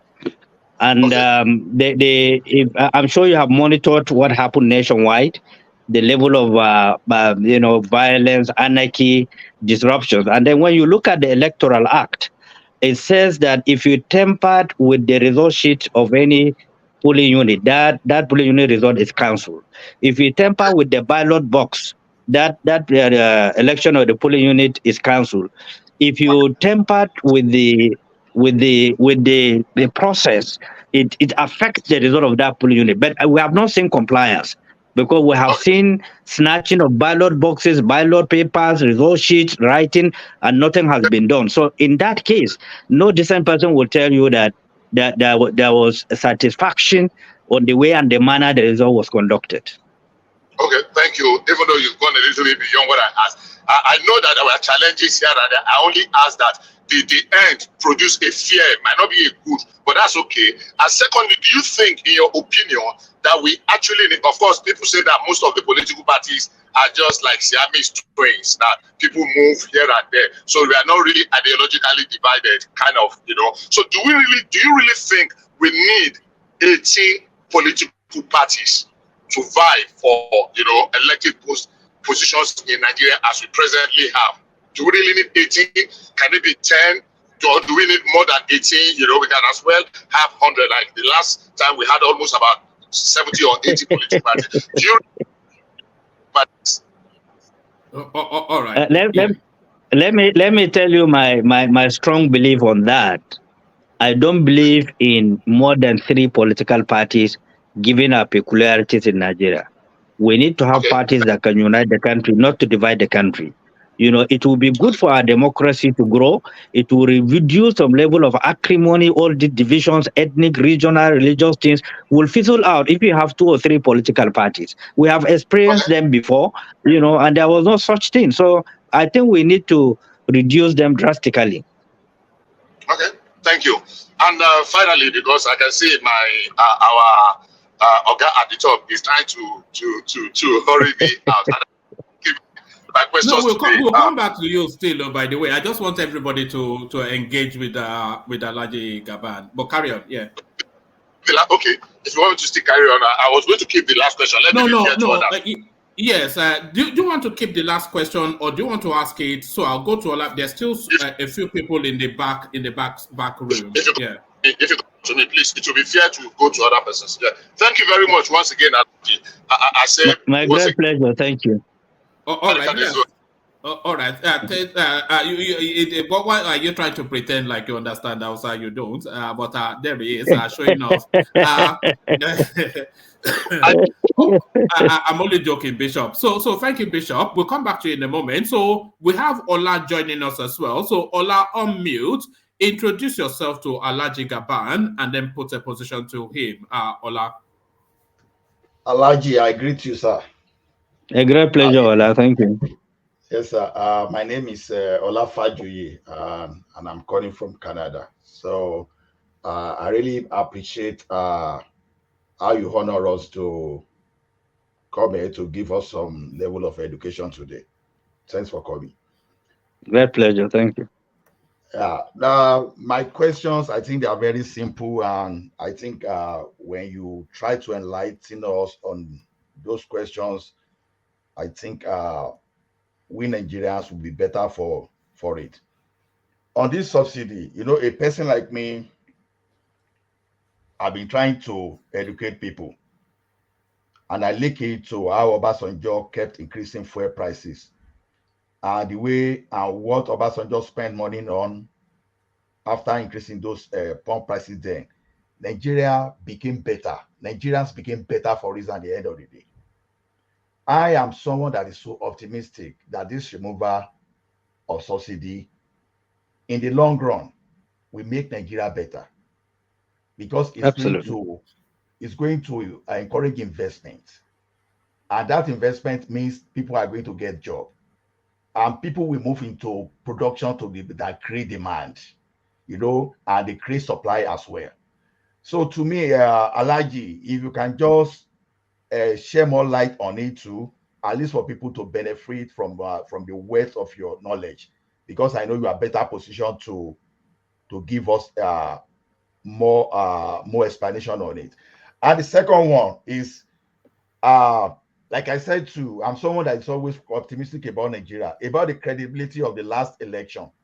I keep telling people, it's within my conviction that I believe that the last process we used has been the most credible since 1999 at least, if not since 1979, apart from June 12th. And the reason for saying it is this: you have these beavers that will eliminate double voting, all the fraudulent voting. At the same time, the result can easily be uploaded that everybody can see, so that every Nigerian that will not even have access to all this result before now, you can go to INET portal and just see this thing and get themselves engaged. Alaji, what do you think about this? Or am I wrong in being optimistic? Thank you, sir. No. First, you are right. All the 2 points you mentioned, you are very, very, very right. It's the same thing I was saying. If you look at all the administrations using subsidy, increasing pump price, all this and that, I think it was only late Umaru Yar'Adua, because of the fluctuation of the global oil listing. When it went up and so on, he reduced the pump price. It was the only one that was realistic based on the facts that was on ground. But other government, including the immediate past administration, they have increased fuel pump price. So if you are saying you are doing subsidy, why are you increasing the cost of oil? I thought the essence of subsidy is to reduce the cost on the citizens. For instance, if we are to buy oil at the cost of 100 naira per liter, now with the subsidy, you should be able to buy it at the cost of 50 naira. So that is not what is happening. You find out that time upon time, they always use this subsidy, to jump up the pump price. And at the same time, they will import very bad fuel that is rocking down people's vehicles, knocking engines. Very terrible thing, because it's a lawless system. Nobody is checking anything. NNPP or PPMC that is responsible for checking the quality of petroleum product are not doing so. So we end up being as a dumped country by very bad fuel that is very smelling. Some of the fuel we buy in some of the filling stations, you can't afford to stand there. Or if you buy it on your way going, your car stopped. It killed your, fuel pump and so on and so forth. So it has not been easy for the country, with the subsidy. You can do much, much better. That money you are subsidizing to develop other sectors, to diversify it, create more jobs, create more opportunities, open more front for the country. It runs into billions or trillions. Just the way they say government is owing them trillions of outstanding subsidy right now. So whether you remove it or not, you have to pay for those outstandings based on what is going on right now. Secondly, you mentioned about the election. All of us agreed that had it been, the features of the beaver system, the accreditation process. The law says if you've not been accredited, you cannot cast your votes. Now, if we are to take it further and interrogate the process and bring forensic expert, to determine whether there was a thumb printing or there was accreditation, that will give us a better understanding what really happened. Because we have seen in videos and other things, people were thumb printing in most of places across the country. Now, if there is thumb printing, means there was no accreditation.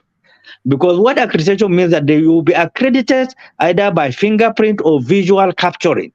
and that will be the exact number that will cast votes. Any number that that is above the number of people that have been accredited, the law says that that election in that polling unit stand cancelled. So we need to interrogate what really happened. Yes, I agreed to a large extent, sanity was restored. It's just like the INEC of today wasn't the INEC of yesterday, because the corruption that was in INEC was eliminated by this current INEC chairman. There's no physical contact with INEC now. If you are submitting your documents, you submit it online, you get acknowledgement online. Unlike before, when you submit document, you got missing, you have to go around looking for it, bribing before you got your documents back. So there's a lot of innovation in INEC, a lot of innovation. We need to encourage it. It needs to go on if we are to have a credible election that is acceptable by all. But it will remain a very bumpy situation, and that is why I'm appealing to the judicial system to interrogate the process, do a thorough investigation, forensic analysis of all the vote where there are a lot of disputes, so that will give us an idea what really happened, during the election. But we supported the Beavers, we supported INEC 100%. All the parties stood firmly to support the process. But at the end of the day, we saw a lot of things that we are not happy with. And to the other half of it was a two-part question, wasn't it, Ola? You were also speaking to the removal of the oil subsidy, and you were contending that it was going to spur growth and productivity. I've responded to that. I've said what he said is right, is correct, because a subsidy have injured our economy, have injured our country more than any other period in history. And you find out like it's a cartel. Subsidy is just a cartel. A group of people come together, determine, how much you pay for something that we ought to have produced locally. That subsidy you are putting, if you inject it in the production, fixing the refineries, the price of the petrol will be lower because you are not importing, you are producing it domestically. But the subsidy is because you are importing it and you are taking away extra costs on the citizens because they are importing it, because they are incapable of maintaining what you have. That's what it simply means. But even at that, you are paying higher based on our economic status as a nation, based on the weaponization of poverty. Those are the basic issues, reality on ground that I'm talking about. That's the point. But you are right. If you channel that into other economic sectors, we'll do much better. It will create more jobs. It will create more opportunity for Nigerians than to keep on sunking money into few group of people that are less than 1% siphoning the resources of the country. It doesn't make sense. All right, brilliant. Thank you. So World Peace, you're up next. Unmute yourself. Introduce yourself to Alhaji Gabam. Tell him where you're joining us from and put a position to him. World Peace. World Peace. All right. World Peace may not be ready for us at the moment. Ekene, are you there? Ekene? Yes, one man. All right. So just as I said to World Peace, introduce yourself to Alhaji Gabam. Tell him where you are joining us from and put a position to him. Yeah, one man. Good evening. Alhaji, good evening, sir. Thank you, my brother. You're welcome. Thank you. Yeah, I'm Ekene. I'm talking from Lagos, Nigeria, Ojo, precisely. Wow. So, I'm in the country with we are suffering the same situation together. So I want to thank you for your unbiased mind. You are a great mind. Listening to you, I see something great in you. Just few minutes listening to you. I love your stand. I love people that speak truth to power. So thank you for that. So I want to bring a situation that is befuddling the country. The country is just like you have put everything this night. The country, I don't even know how this administration will survive, but I still pray that they will survive because it's still our country, no matter what happens. So this all this administration that have just handed over, a lot of them are owing a lot of debt, including state. In fact, this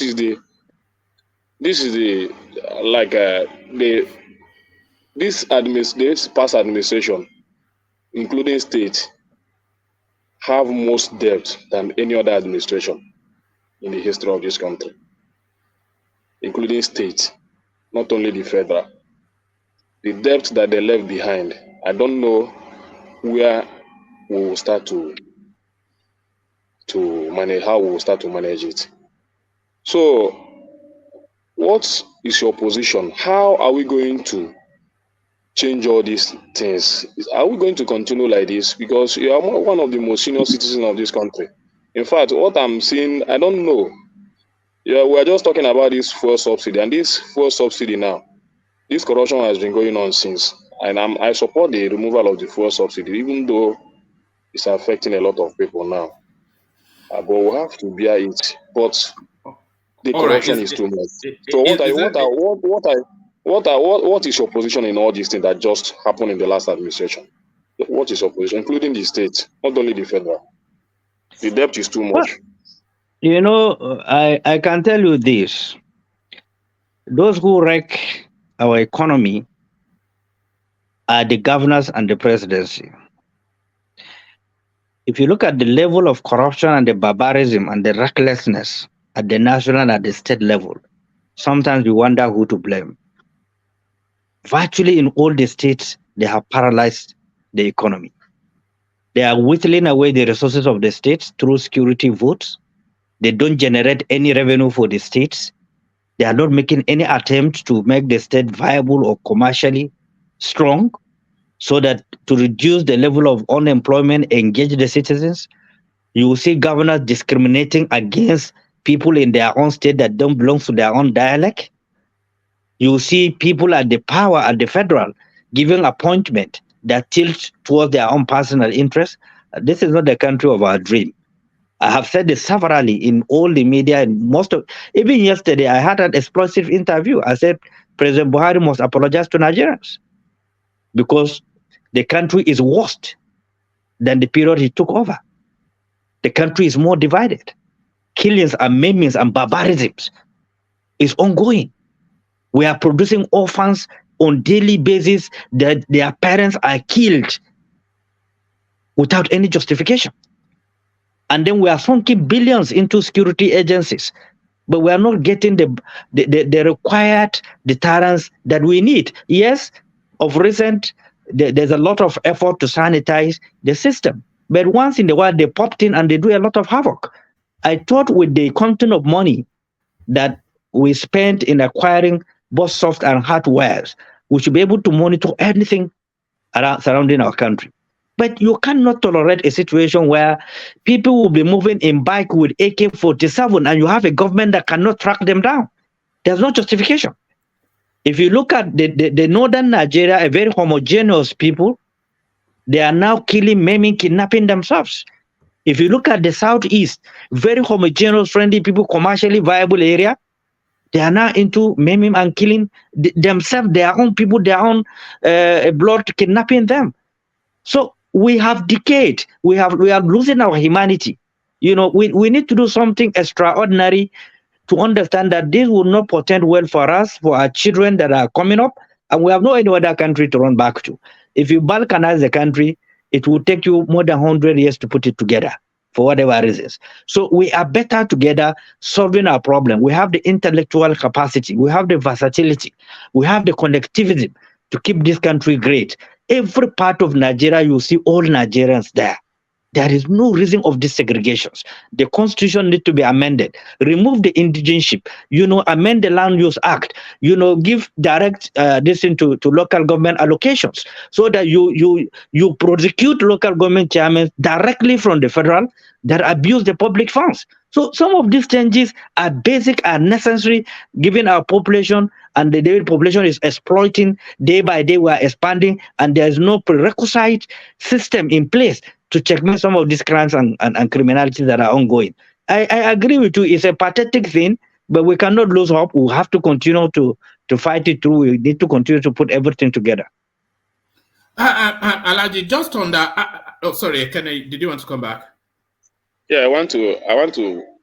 What of the cost? What of cutting the cost of government, because that's been my position. But no government is going to that direction. And even all these new administration, none of them is going towards that direction. Don't you think it's necessary? Not necessary is basic, is very important to cut the cost, because I know what it is. You know, for governors, even those who are very close to Abuja, they will charter a private jet to bring them to Abuja. Cost of chartering private jets, even from Kaduna here, from Nasarawa, from Niger, that are very close, in 2-3 hours or so you are in Abuja, runs into millions of naira. It doesn't make sense. It doesn't make sense. So if you cut off all those things, you'll find out you have excess that you can deal with some of the exigencies that need to be attended to. So, and then the level of convoy, now that the pump price have been adjusted, governors that move with 15, 20 vehicles, and the Land Cruisers now, if you have to fill your Land Cruiser, you have to spend about 35,000 naira.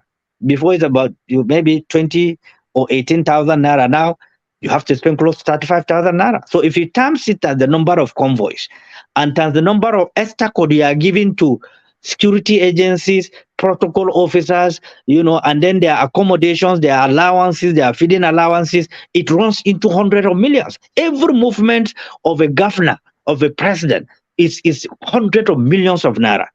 So you can quote all those things for efficiency, for decency and transparency. I agree with you.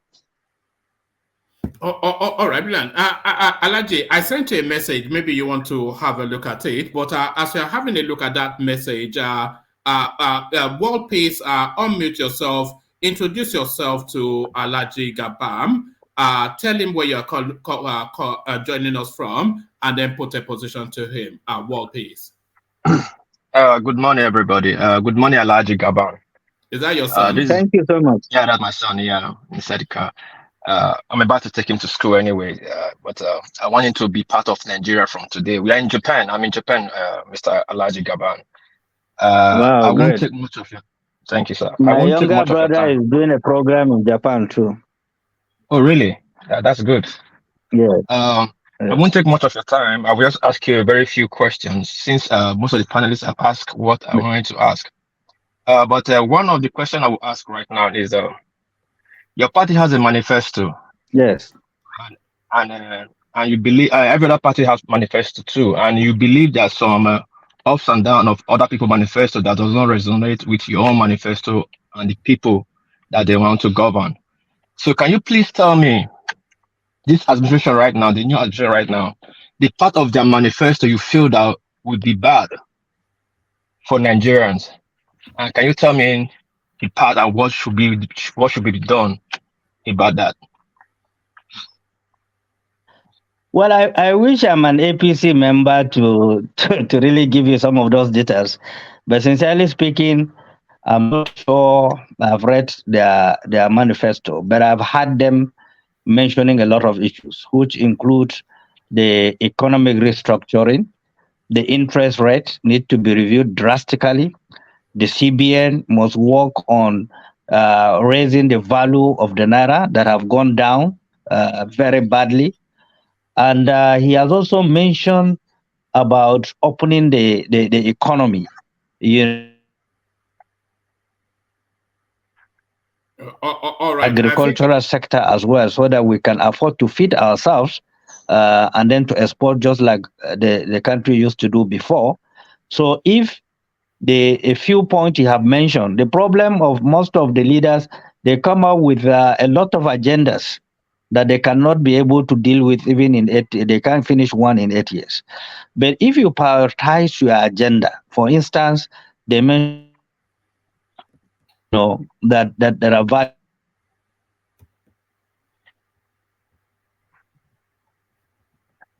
I think you're frozen. Alaji Gaban's battery is running down, so we may not have him for that much longer. I'm not sure if he's. I've plugged it to beef it up. Oh, all right. Carry on. You froze for a moment. Hello? Yeah, you froze for a moment, but we can hear you now. Carry on.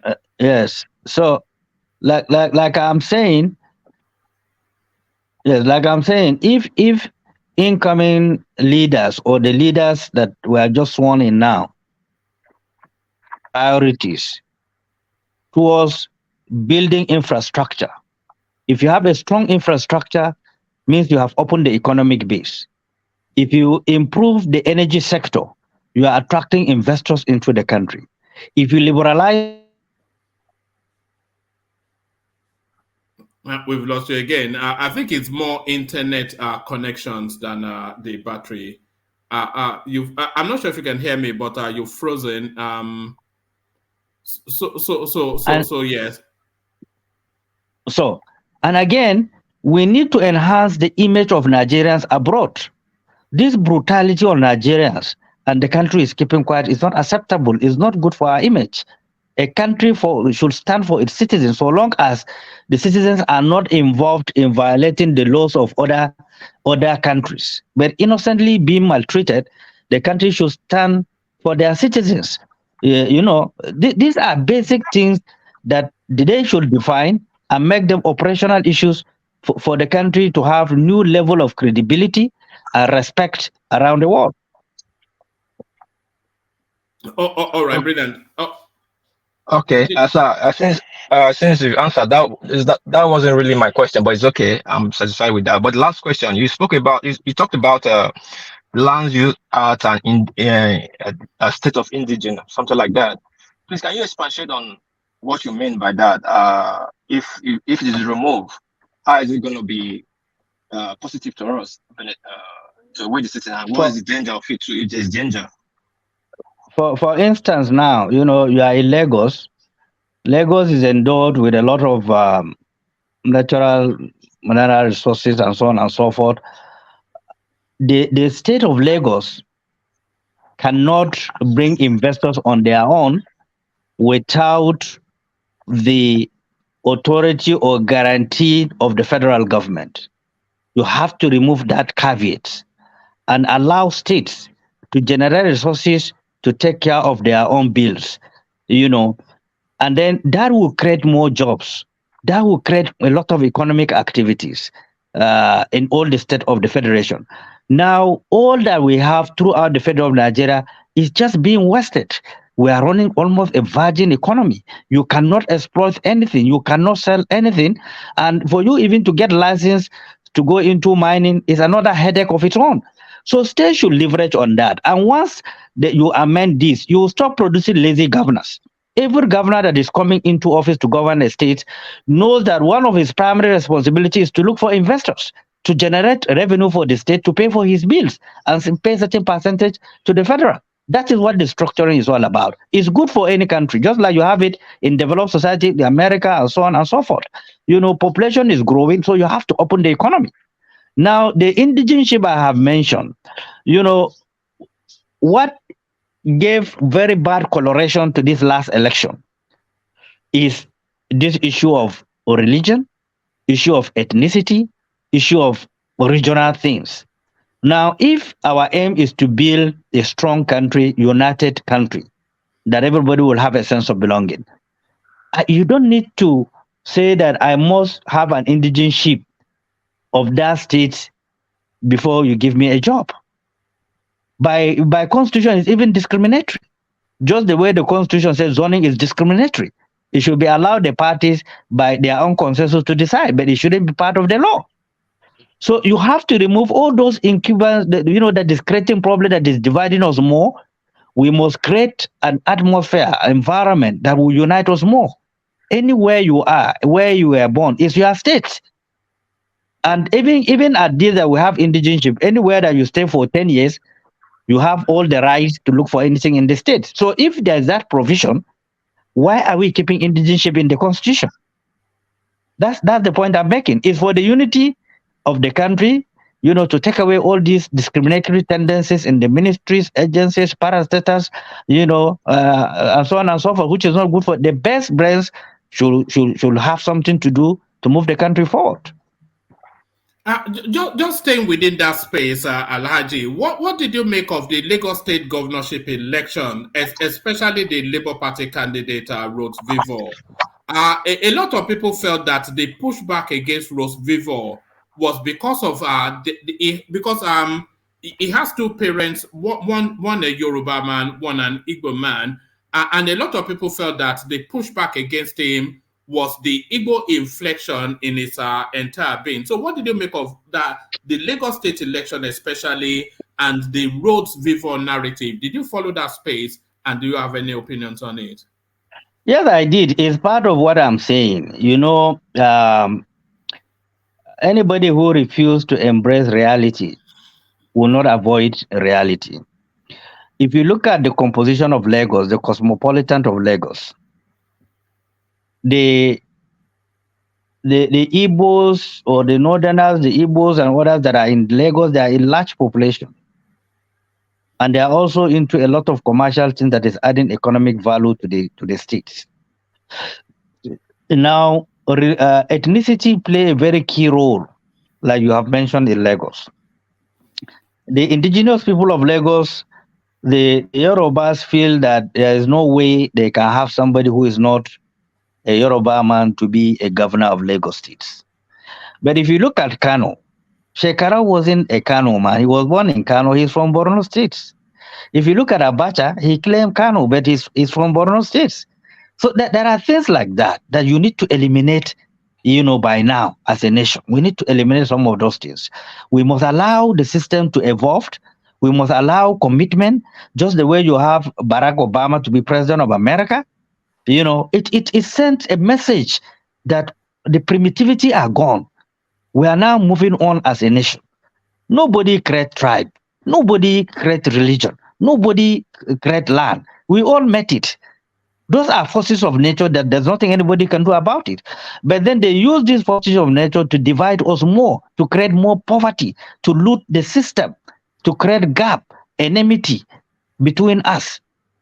These are things that any serious future leader must work very closely to eliminate it from the constitution, and then you must apply very strong sanction on those who violate it, just the way you have it in Uganda after what they have, Rwanda, after what they have experienced. So Nigeria must learn some of the bad lessons that created a setback for us as a nation. We need to move on. I am a Fulani man. I did not lobby to be a Fulani man.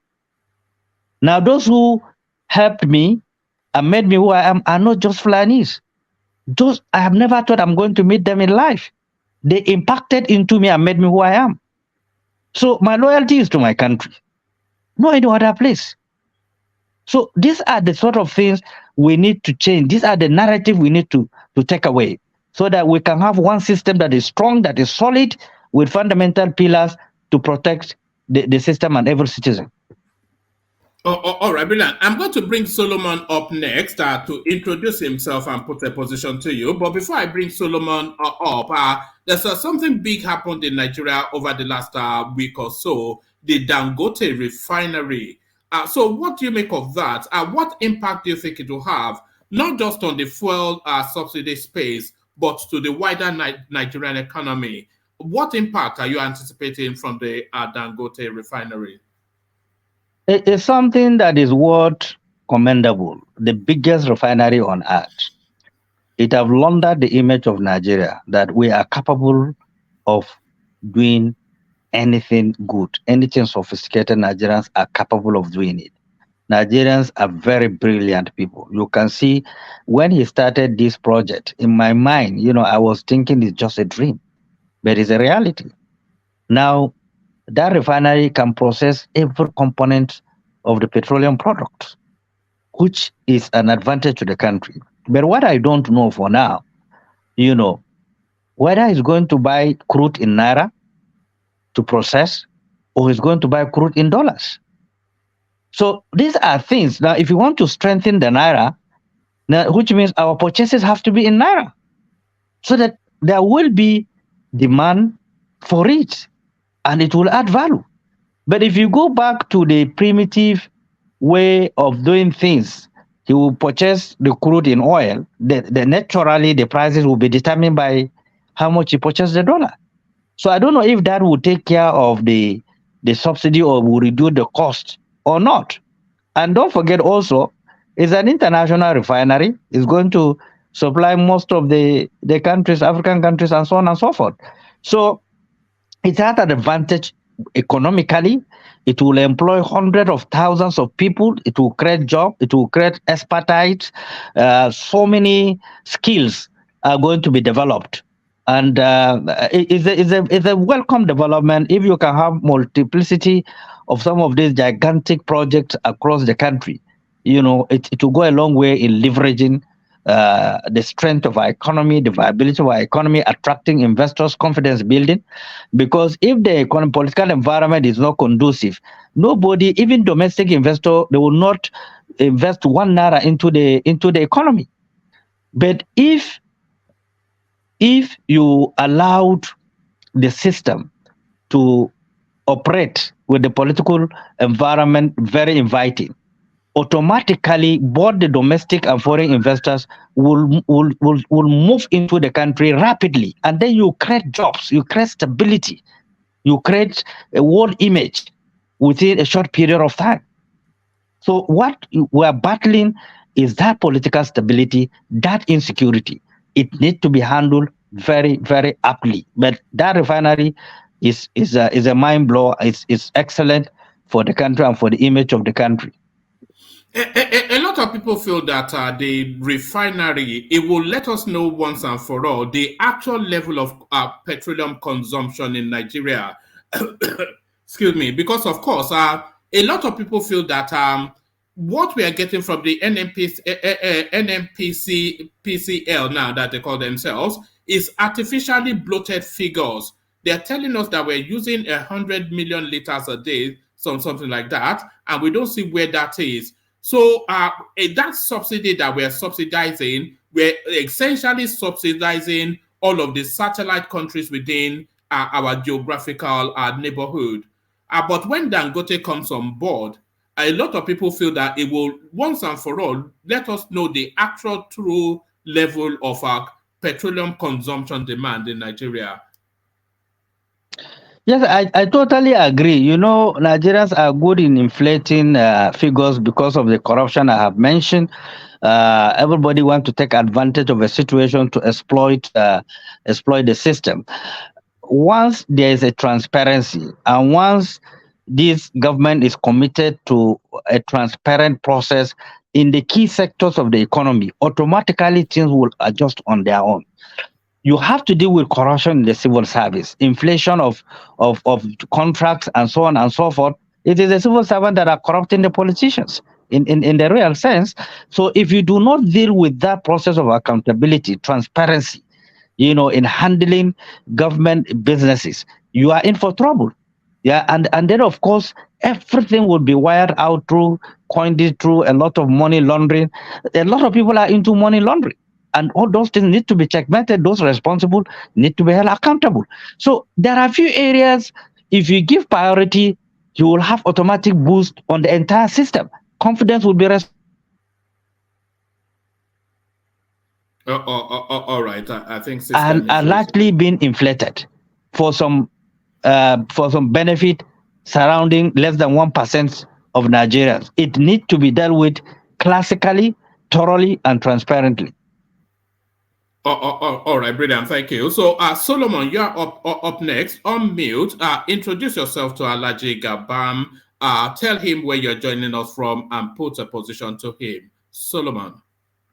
Yeah. Good morning, everybody. Good morning, Woman. Hello? Good morning, Alhaji. Yeah. I'm Good Solomon. morning. Yeah, I'm Solomon. I'm speaking from Abuja. I'm in Abuja. Yeah. So my question goes like this: like your party SDP, if I can, it's what I've checked and how I got to know about your party. I know your party from. Yeah, I know that your party started with late Shehu Musa Yadoa and MK Abiola ran with your party ticket, and I want to know how. Like, to my own understanding, I feel like your party has more roots in the southwest and in the north. So I want to know how deep is your party, or how far has your party gone in the southeast, even south, if possible. Well, you know, when we came into the party from the PDP, our aim is to restructure the party and make it a national platform. Don't forget that the parties were dissolved before after June 12 by when June 12 was annulled. So the party was re-registered by the great minds of Tifalai and Co. So it's like you are building a new party from the scratch. It wasn't the party that produced some of the best that are still at the helm of affairs politically in Nigeria. Like I've mentioned before, all some of the topmost politicians in the country are members of SGP before. Now, our coming back to the party is to restructure the party, make it viable a national platform. We succeeded in doing that somehow, but we have not gotten the vote that we have expected. But because of some imperfections and so on and so forth, but we make sure that the structure of the party is big, is large, is all over the country right now. And then there is no single state that we have not had somebody running for an election. So we fielded all positions from the president down to the state assembly nationwide. We fielded it up. During the last presidential election, we had 6 presidential candidates that contested the election, to which Donald Duke was the presidential candidate, at that time. So we attracted people into the party, because we rejiggle the system and make it more acceptable. And then we change certain policies. For instance, women only pay for expression of interest. The forms are free. The youth will slide their form to 50%. People with disability pay 0%. Even this last election, people with disability came and collected their form at zero cost. And then we are more than 35% compliance when it comes to gender sensitive. As I'm talking to you right now, in the NWC is the only party, SDP is the only party where you have 3 women members of NWC. 3. SDP is the only party. And we have a lot of very big, huge youth department that are doing marvelously well. And we have introduced a novel that is SDP ambassadors, that we bestowed on youth, students, and so on and so forth, so that they can carry the message everywhere. We have pamphlets with a lot of information, summary of our manifesto and our constitution that is going around. We have program of going to campus, having interface with students, polytechnics, colleges of education that are up to the age of casting their vote. So we are doing a lot. It's not easy to build a political party. It's financially heavily demanding, But if you know where we are coming from, without governors, without senators, without House of Reps, to where we are today, you give us a lot of credit. We have, from what we won before the declaration of INEC, we won about 8 senators. 2 were given certificate. The others are at the tribunal. We have won so many House of Representatives. We have won so many state assembly too as well. So we bounce back very strongly, given where we are coming from. So that's what we are doing. In the Southeast, we have the party structures throughout the Southeast. We have party structures there. We didn't win any election there. Where I was expecting to win the elections, I think it's Imo and 1 other states. But because of the elections and those who have won and the result were changed, they refused to go to tribunal. They're saying that it's financially very expensive even to go to tribunal. If you are filing any tribunal case, you have to deposit 1 million naira.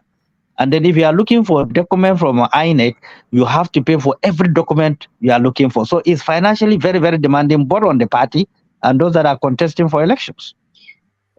Yeah.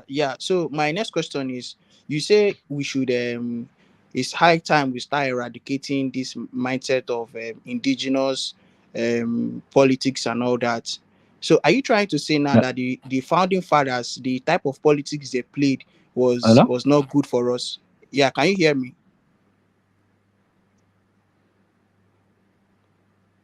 Yeah, I'm hearing you now.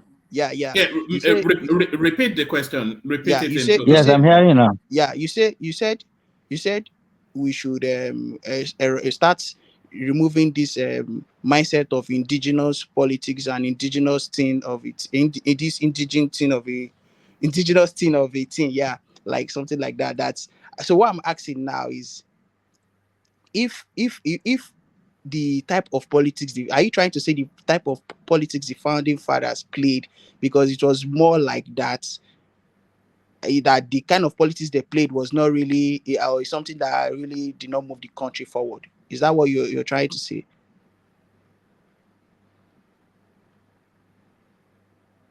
Even though I did not hear you clearly, but let me say this: if you look at, if you are making comparison to pre-independence and then to independence, if you look at the population of Nigeria before independence, the population is around 25-30 million people. If you look at the level of infrastructure, then it's extremely very low, very scarce. The universities are very few all over the country. So you look at the level of development from pre-independence, independence to where we are today. In every state, you have universities, polytechnics, colleges of educations, a lot of secondary schools, primary schools. So Nigeria is moving on, not at the speed that we want. That's number one. Number two, I mentioned the issue of indigenship because we have to be futuristic. We cannot remain as primitive in our thinking, and then we want development into our states, into our country. You know, if you don't open space for people to have a sense of belonging, they may not invest. And you may not have people that have what it takes to invest in the states. And states have to be viable. So if, for instance, those that have invested in other states that are not indigenous of those states, will you ask them to pack because they are not indigenous of the states? So the disadvantages are more than the advantages. Now, removing indigenship do not remove you or do not take away your tribe or your culture or your tradition. It doesn't take it away.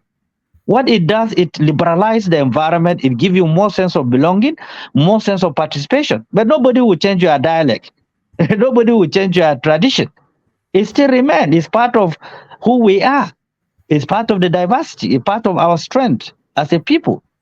But the encumbrances that are unnecessary, that are creating more divisions between us, you have to take it away. If you look at the history of the North and, for instance, the Southeast, a majority of the prominent Southeasterners were born in the North. You know, and that relationship has been on. The same thing Southwest. There's no northern state that you cannot find them historically for years. They've been there together. So why will I tell somebody that I've been there that he doesn't have equal privilege as somebody who happened by nature or by whatever born in the states? You know, if the governors in the state can discriminate against people that are not same dialect with them in the state, how do you justify that? This is a rational issue. Yeah, sorry, my last question. Sorry, one more, just my last question. The other day, your presidential candidate was with us here, and he took us back to history and talked about how he joined he joined SDP at the age of 20. Sorry, this question might be personal, but I if you don't answer, there's no problem. But I would just love you to answer. Like, I would like to know how old you were when you joined SDP or you joined politics. Before you answer, Alaji, before you answer, Alaji, Solomon is a young Nigerian who has is graduated, just doing his NYSC now, and is interested in politics. So I think that is what underpins that. But yes, to the question, Alaji. I just want to get his question right. I've not heard the question. I just want to have his question. Should I repeat it on your behalf, Solomon, or try again? I think it's the connection. Try again. Yeah. Yes, please. I said your presidential candidate was here with us the other day, and he told us how he joined politics and at what age he joined politics. He said he joined at the age of 20. So I'm putting the question to you, like, how old were you when you joined politics, and was SDP your first party? I was less than two.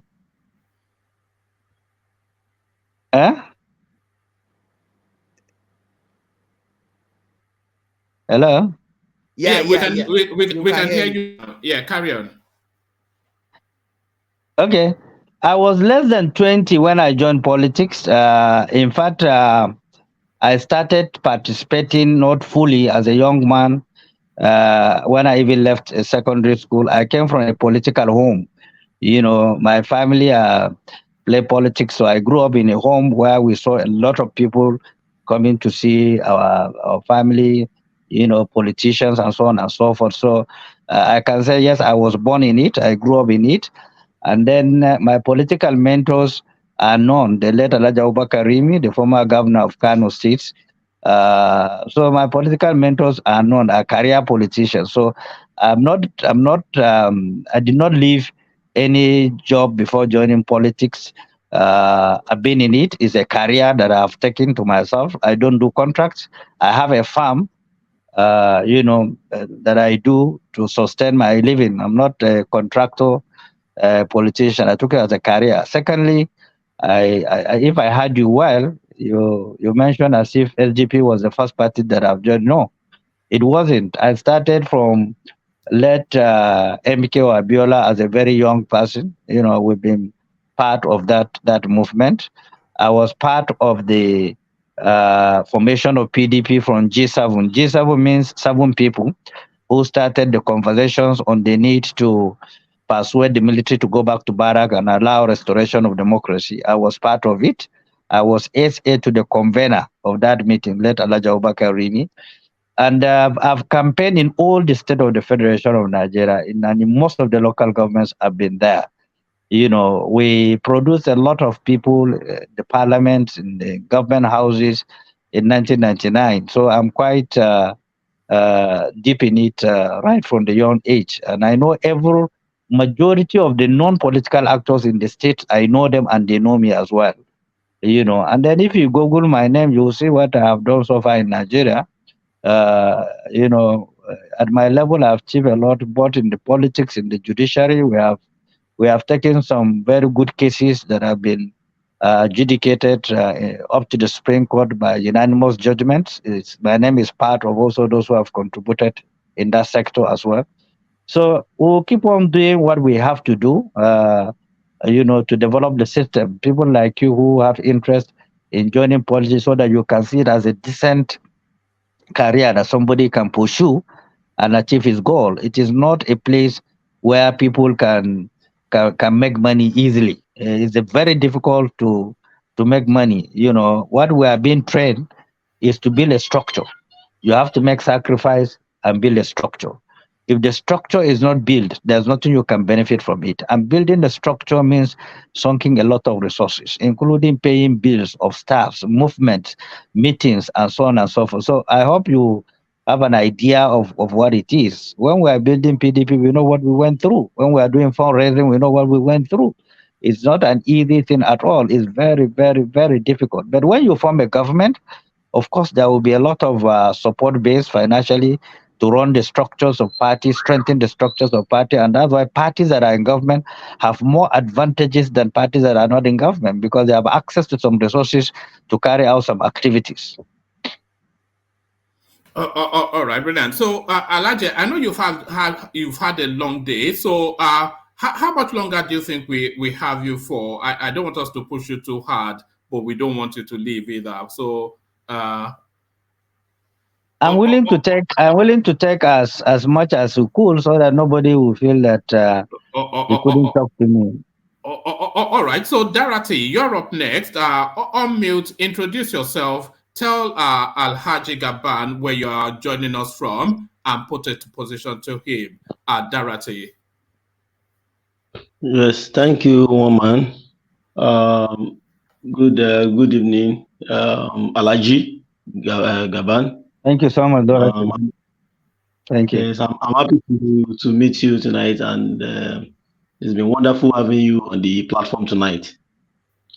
Yes, so I'm a great pleasure. I'm Darama, and I'm calling from I live in the Gambia. You know, so I have some 2 questions, for you. And one thing I must also say this, that I so much appreciate your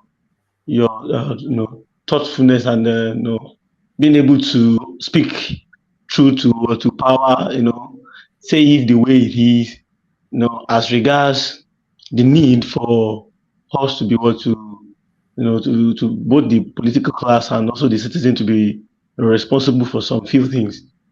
So I will let me just not waste your time. I want to just know what your party will have done differently in the area of social investment programs. Because I normally have issues with, let me give you a background, sir. During the time of PDP, the country we do not really have a well-structured social investment program, So, but I think after when this last outgoing administration, the last administration of Buhari came on board, I think they were able to do some few things. But people were still complaining that probably this thing did not trickle down as much as they want. They complained about some fictitious names, collecting so and so. So I don't know. And your party, I think you stand with the masses. So I want to know, what do you think your party, or what is in your manifesto as regards that? I mean, what are you going to do differently if you are assuming you had won that election, to make sure that the dividend of democracy goes down to the poor and the vulnerable, the most vulnerable people within the Nigerian space? All right, Dorothy. I think that may already be articulated in their manifesto, but I'm not sure if Alhaji Gabam was to. So Alhaji Gabam, yeah. Well, I think I can just give him a brief, and maybe perhaps if he will have access to our manifesto and our constitution, maybe, I don't know if you have heard the reason given by Chief Otero Peter Site why he joined SDP. He said he read the constitutions of all the parties. He read the manifestos of all the parties. He find SDP constitution and manifesto very unique, very distinctive, and very friendly to the citizens. We believe in the welfareism. We believe in the development and developing manpower of the citizens. We believe in creativity. We believe in social justice and fairness in the system, because that is the only way the country can move on. And therefore, creating a source of strength and or kind of skill acquisition and funding it is very, very fundamental for any government, not just a social democratic party.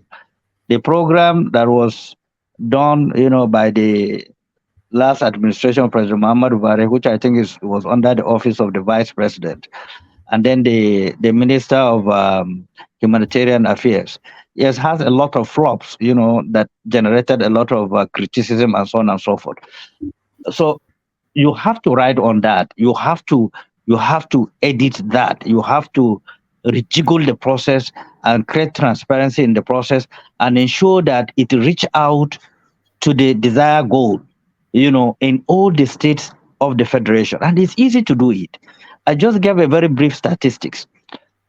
In every state of the federation, governors with the federal government can go into an agreement on skill development or acquisition programs, to which they will have a joint funding to train millions of people into different skills and give them a takeoff grant. It's part of what will immediately reduce the level of poverty and unemployment in the country. And you can export also that manpower. I was telling somebody that I feel ashamed that as a nation we are even importing design or embroidered fabrics from even Senegal, when Nigerians are the masters of it. Just giving you an instance. You have 200 million people. And then if you train even 3 million people into fashion industries, you design how they can function, what you can give them as a takeoff grant, how much is it? If you are buying a designing machine, how much is it? If you are buying a tailoring machine, how much is it? That you cannot give 300,000-400,000 people at what cost? These are social skill programs that are very easy to deal with. And then you will feel happy because you have developed skill. Those that are not are in different fields, you have to create that openness, economic openness for them, and then create jobs, social security, and so on and so forth. And then you have to reduce the lending cost, the interest rate, so that those who are creative, those who want to start their businesses, they can borrow at a very low cost, turn around their businesses, refund the money without losing anything. These are basic things that any serious government must give priority on, because our level of unemployment, the percentage is very high, and we cannot stand it. Very soon we can't move around. Those children who have gone to school, who have not joined, or who have not been trained, they'll start chasing us all over. We don't want to go through that. So we have to be more creative in dealing with some of these issues. All right. So Alaji, we are going to take a question from Prince Daddy, who joins us, and then a follow-on question from Ajanle Koko and Bishop, and then we'll invite your closing remarks.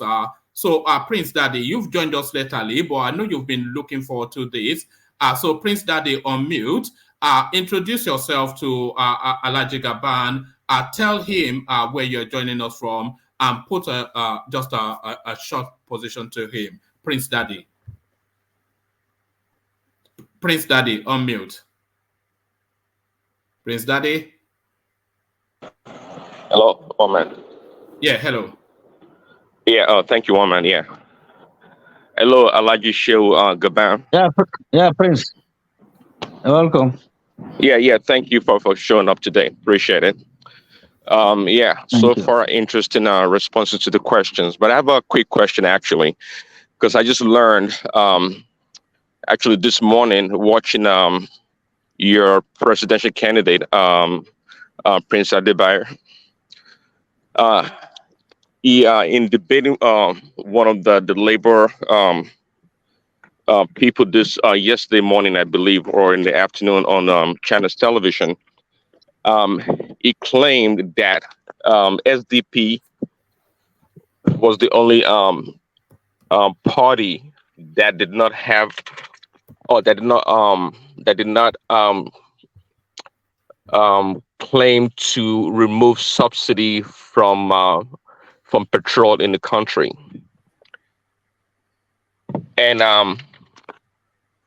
last time I was on the show, on the one-man show, I didn't think anyone had a chance to ask him that question, but would like to ask you that question directly. I mean, being the chairman of the party, what decisions led to your party not wanting to remove subsidy, whereas the other parties, APC, LP, and PDP, all decided to do so?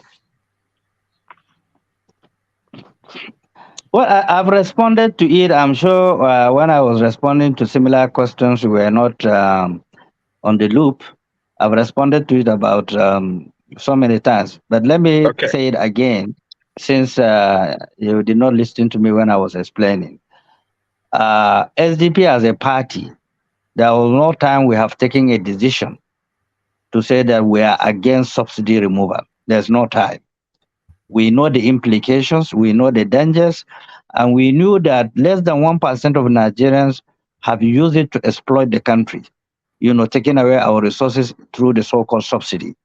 There is no justification, economically or technically, to support that it has any advantage or human face. It has no human face at all. Government after government, adjust pump price all the times, so if the subsidy is about removing the cost of importation and make it easy for citizens, why are they increasing the pump price? What is the justification for it? And for me, we felt that money, if it really exists, because even the outgoing government, when he was campaigning, President Muhammadu Buhari, part of his campaign, he said that subsidy is a fraud. He was a federal commissioner for petroleum. So there is nothing like subsidy. He says it's a fraud. And all leaders that are campaigning will tell you that it's a fraud. So it's just like when we had the National Assembly talking about padding. Budget have been padded. So there are a lot of terminology that are being used when citizens are going to be shortchanged. But for you to see it physically in terms of accountability, transparency, where are those money coming from? Where have they been applied in terms of subsidy? What impact had it had on the citizens and the economy? You cannot justify it. You cannot see it. So we have not taken any position that we are against subsidy removal. We support subsidy removal, but in phases, in order to reduce the pains of the citizens. Sir, I'm sorry to interject real quickly. My understanding from our Prince Adebayo was that he said he was not going to remove the subsidy, but try to curb or remove the corruption in the process. So he was against removing subsidy, actually. Again, I have explained that before because the two things are conflicting. It's not really subsidy that created corruption. Sycophancy created corruption in virtually everywhere. Sycophancy killed the entire system of governance. So that generates into what we are saying. If governors or leaders are not being misled, you won't find all these things that you are talking about.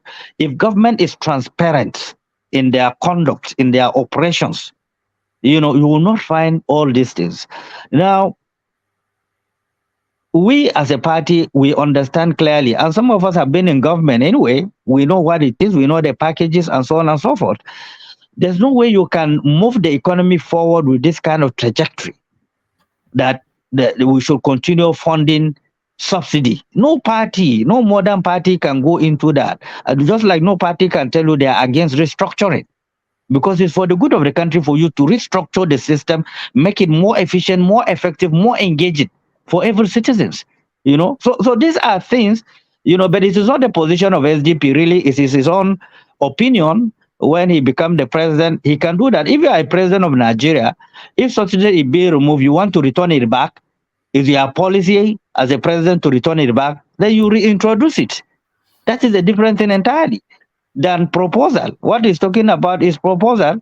Like President Bola TINUBU right now, he mentioned it that it is the budget of this outgoing government that removed the subsidy, not really him. And he will stand by that. So if he doesn't want, he will say, look, the outgoing government in their budget have removed subsidy, but I'm returning subsidy back. I hope you understand what I'm saying. It's an executive fair decision in conjunction with the legislative fair. So that's what it is, because the subsidy is being captured in the budget, which have to go to the National Assembly to be appropriated. So the executive must work with the National Assembly in removing it and then in bringing it back. It's not about one-man decision in government. If the executive want to remove subsidy and then the National Assembly refused, if the president sent the budget to the National Assembly, the National Assembly can decide to include subsidy. The president might decide not to sign the budget. So it's a two-way thing. It's not a one-way affair at all. It's a collective responsibility in taking tough decisions. Okay, thank you for the response. Appreciate it. And lastly, a brief question. Is SDP looking in the future to merge with other parties? Hello? Yeah. Go on, Prince. Yeah, sorry. My question was, is SDP in the near future looking to merge with other parties? And the reason I'm asking this question is because, just like the parties that came together, apart from Labor, are the parties that made headway in this election. It's kind of hard, just like like HABGA and YPP and PD and SDP for that matter also. Sorry, the network is fluctuating. Can you repeat your question? No, let me condense it. If you can hear me a bit clearer. Do you want me to condense it, Prince Daddy, or do you want to? No, yeah, sure. Go ahead, 1 minute. Thank you. Yes. What Prince Daddy was asking essentially is, are you looking to merge with other parties? Because the history that we have seen in Nigeria is that you have APC being a good example. We saw that Buhari tried severally until he formed alliances. That was when he was able to then get into power. So are you going to follow that template and form a merger to create a greater mass to tackle the people in power?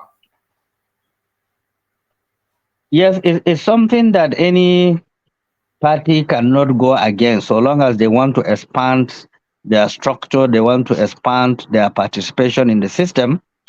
You have to get people that you can think alike, fashion out the best way to restructure the system, expand the political environment, accommodate more, bring more ideas, more fresh thinking into the whole thing, bring experts, economic field, social field, that can strengthen the party. I know when APC was merged, within 7 months, they were able to come together, muzzle all they have together, their resources, their intellectualism, their versatility, to outstage a party that has been in power for 16 years. So anything is possible. It depends on the organizational skills of few individuals that are in the party, because it's not a party that wins election or determine winning of the election.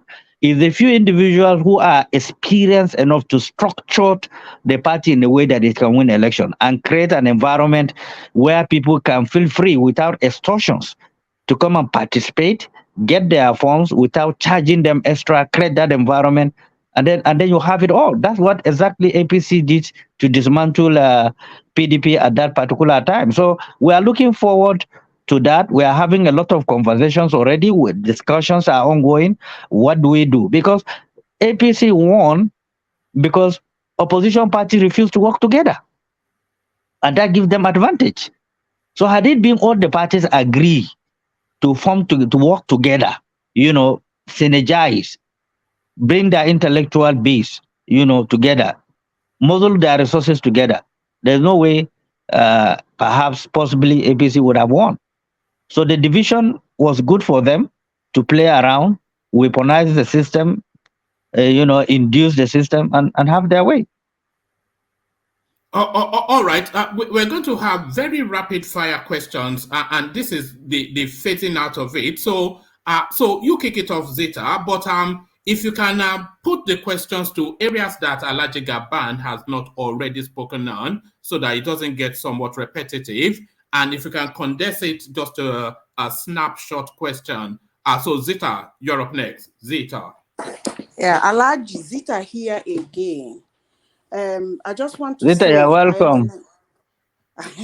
I am a Nigerian, and it's going to be very unfair to me to say that all the administrators that have ruled Nigeria has not done in one way or the other to alleviate poverty. Now, the question I'm asking is, do you think that is because there is no consequences on the part of the government on the citizens when they do poverty alleviation for their actions and inactions, in the case of loan, in the case of empowerment, agreement, sometimes they fault the agreement? Do you believe that is the reason why we are marking time? Because from 1960 to date, I know that every administrator that came has done something on that area to move Nigeria forward. Do you believe it's because there is no severe consequences, accountability on the part of the citizens? I'm not talking about on the part of the government. Do you believe that's why we are marking time? And do you think there should be severe consequences? You said it right. If the citizens don't know how to fight for their rights, or they are very lazy, or they are very emotional, or they are very sentimental in checkmating excesses of people in power, there's nothing that can happen. All developed societies, citizens wakes up and challenge, bad leadership. That greatly reduces possibility of taking away their resources away. In Nigeria, we always have very docile attitudes to things. we will see somebody who is looting the system, we'll give him chieftaincy title. There's no deterrence. Government doesn't create deterrence. A one man will steal billions. He will be taken to EFCC. He will be taken to court. He will end up being released. So that when you talk about deterrence, is the lack of had it been successive government have created deterrence, have used people as an example for being trusted and exploiting the systems. If you look at the level of looting that is going on in the system, the money that have been taken away out of the system, it is capable of transforming the life of millions. So it's a very terrible thing. Any country that lack deterrence will suffer a major stroke of instability, insecurity, poverty, growth, and so on and so forth. I have mentioned it before, and I have said it in the inaugural program and agenda setting for in government as a guest. I said that there's no way this coming government can perform miracle if they lack the will to create deterrence. If there's a lack of will, they will be like any other government. Because those who have racketeered our economy, if you just take one institution, the CBN, and you decide to probe what happened, the racketeering of our dollars and naira and what have you, it was unprecedented. It killed the whole economy. Against the law. There is no law that allows you to confiscate public funds. People were dragged. There is no consequences. Nobody has been punished so far. The Minister of Finance says she's not aware of the redesigning of the currency and so you can see what we went through, the trajectory, the suffering that we are going through as a result of very terrible decisions, and there's no consequences, there's no deterrence for it. So citizens themselves must understand that they are the major vehicle that can lead to transformation, that can stop recklessness and looting in the system. Those who are in government with the peripheria of security, they will always have some protection, but citizens can assemble and override them and make sure that the necessary things are being done to create an atmosphere where this looting and so on and so forth can stop once and for all. The revolution is ensuing. People are interrogating government right now, unlike before. The youth are questioning everything digitally. Digital information and technology are doing miracle.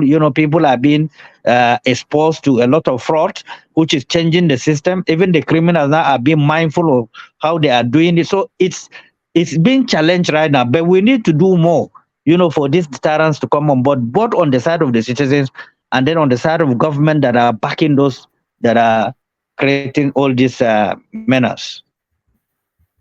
All right, brilliant. Thank you. So, Ajale Koko, you're up next. A rapid fire question for Alhaji Gabam as we start to phase out. So, Ajale Koko, you're up next. Ajale Koko. Alhaji, I'm back again.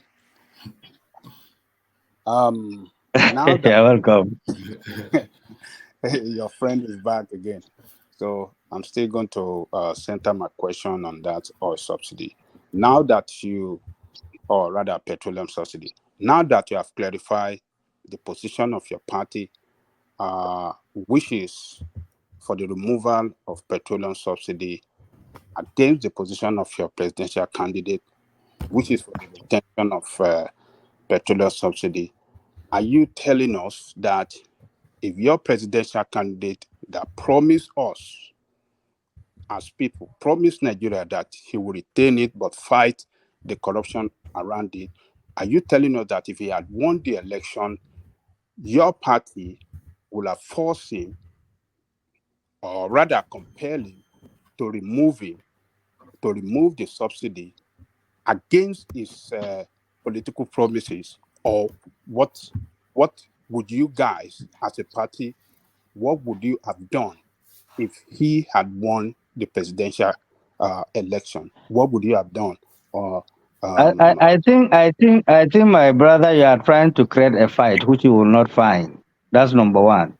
Number two, all parties have constitution, have manifestos. The manifestos entail what the party want to achieve. Maybe you need to have a copy of our manifesto so that you will understand what I'm saying. Now, parties modernizes their manifestos, amend their constitutions as the need arises. But in our documents, in what we want to achieve, there's nowhere we went against removal of fuel subsidy, like I have said. I am the chairman of the party. He joined the party. He ran as a candidate of the party, just like other people have contested. But the executive leadership of the party have the sole responsibility in defining the party. So he have to key into the party manifesto. He campaigns along the party manifesto. In all his campaigns, he mentioned the beautiful manifesto of SGP. He mentioned it. So there's no any controversy that we are trying to manufacture here. I'm only telling you the party have not addressed anyone, any press conference, and said we are against removal of fuel subsidy. There is none. So please don't overlabel this issue and try to suggest as if there's any controversy. There is none. Please, I'm just telling you, as a party, we haven't taken that decision. We haven't addressed press on that. There was no time that we did that. But that is within his own freedom of expression and analysis to suggest such things should be done. Nobody can take that away from him or from you that you are trying to suggest a different thing entirely. You are using your freedom to say what you are saying. So, but don't suggest as if there's any conflict at all. I'm telling you, as the chairman of the party position, the manifesto of the party is very clear. So anybody can give analysis, what he think is right, what he think is wrong. Like I've mentioned here, President Bola Tinubu can decide tomorrow, in conjunction with the National Assembly, to say, I'm going to restore subsidy.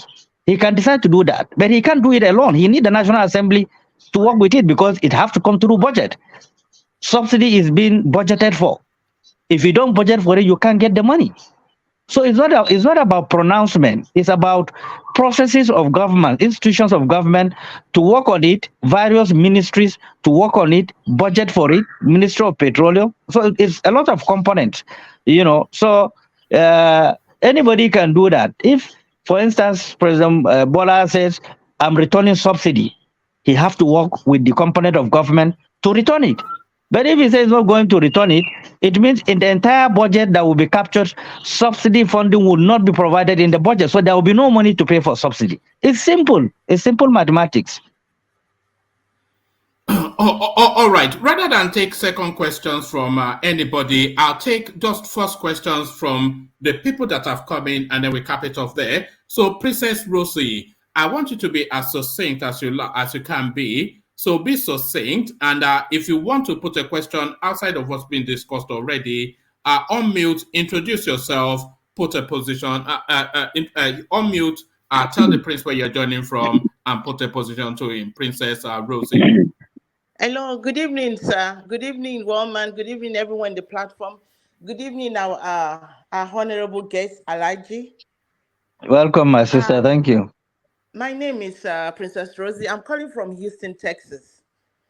And my question is mostly going to be in the healthcare center because I am in the healthcare area. If, like you are given the opportunity to become the president of Nigeria, what plans would you have for the poor healthcare system we have in the country? Well, it's disappointing that given the size of Nigeria, that we still have leaders that goes out on medical attention. Some of the best brains in the hospitals that attend to them are Nigerians. We have the manpower. We have the capacity to transform our healthcare sector. And then all you need to do is to expand the existing hospitals and make them referral hospitals, equip them with the state-of-the-art equipment that is needed, and then get some of the best consultants, drive them into the country, make sure that you have turned the country into also a medical tourist sector, that would further develop our tourism, our hospital sector greatly, effectively and efficiently. Our population is not a joke. So it will give us some level of credibility compared to what we are going through. Virtually, even local government chairmen travel out for medical attention. But because there's lack of discipline in the medical sector in Nigeria, people that are not professionals in the field, engage in practices that end up killing people, and that sends fears into a lot of people to say that, look, let me go out and see consultants who are specialists, than for me to domesticate myself and get killed by people who are not committed to their job. Largely, some of the hospitals are commercially oriented. They are not surrounded by their profession in ensuring that they have developed the system to a level of trust and reliability. So as a nation, I feel ashamed that our healthcare sector is very, very, very weak. And I do hope and I do pray, the transformation will be rapid. We engage some of the best brains we have, Nigerians around the world, get them back. Nigeria can afford to pay their bills. We can afford to pay it comfortably. Once you expand, you open the economy, we can afford to pay our medical personnel efficiently and effectively. I've been around some of the countries. I've seen how their hospitals are being run. There's no any magic there. We can do much, much better locally here. So I stand for the best in terms of medical tourism, equipping our medical in all the zones, build some of the best referral hospitals. You will get people from African countries trooping into Nigeria for medical attention. There's no two ways about it. It will also grow the economy. Additionally, it will create more jobs. So I believe in, making sure that what is a lifeline. If you don't have a well-equipped medical facility anywhere, you are endangering the citizens, you are endangering yourself. So if not for anything, for the good of the citizens, for the health of the citizens, we need to put the best medical centers all over the country. All right, thank you. Thank you so much, sir. Thank you. All right, thank you, Princess. So two more, Alhaji, and then you can give us your closing remarks. So Kulata, on mute. Tell Alhaji where you're joining from. Put a condensed question to Alhaji, and then Fatah, you get the last word. Kulata, on mute. So Alhaji Shehu Musa Gabam, the chairman, Social Democratic Party. Kulata. Hello, Alhaji. Nice to have you on the One Man show. You need to speak up a bit. Oh, can you hear me? I'm using my headset, so I don't know if you guys can you hear me? Yeah. Okay, carry on. All right, thanks for joining the show. I have a very simple question, really. In the late 80s and early 90s, we knew SDP. That was the main party, besides NRC then, led by Shehu Musa Yaradua. And same thing in 1999.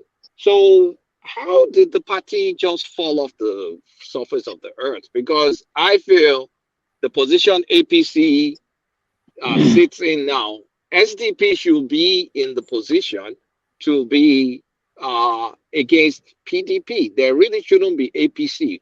Why did SDP fail? Okay, let me give you a simple analogy. SDP and NRC were registered under the military government of President Ibrahim Babangida. Let Shehu Musa Yaradua contested presidency under SDP. Later on, they were banned from contesting. And the policy then was let the young people come into the political space. So later, let MKO Abiola contested under SDP, Bashir Tofa from Kano under NRC. It was a two-party system then. And then nobody was talking about religion or anything, because you must belong to one party or the other. That helps to unite the country. After the annulment of the June 12th, which was presumed to have been won by MK or Abiola, the parties were banned completely. So in 1999, and then all of us left because the parties were banned. There's no any political party anymore. So in 1999, when the politicians were regrouping and trying to convince the military to go back to barrack, parties started coming up and registering with INEC. And of course, then, under the wisdom of Chief Olufalaye, he re-registered SDP again, bearing the same logo, the same slogan, progress, the same horse, white horse, cruising, Nigerian map. Everything was retained as before. So now PDP came on board. We are part of those who registered PDP. I didn't join SDP then.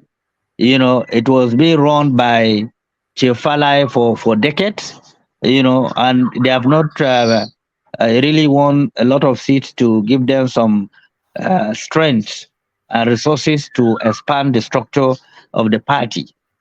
So it was when we had issues with PDP, we decided to look for a platform that we can turn it into a national platform that all of us key into SDP and rejiggle it and make it a national platform right now, to which we are winning some elections.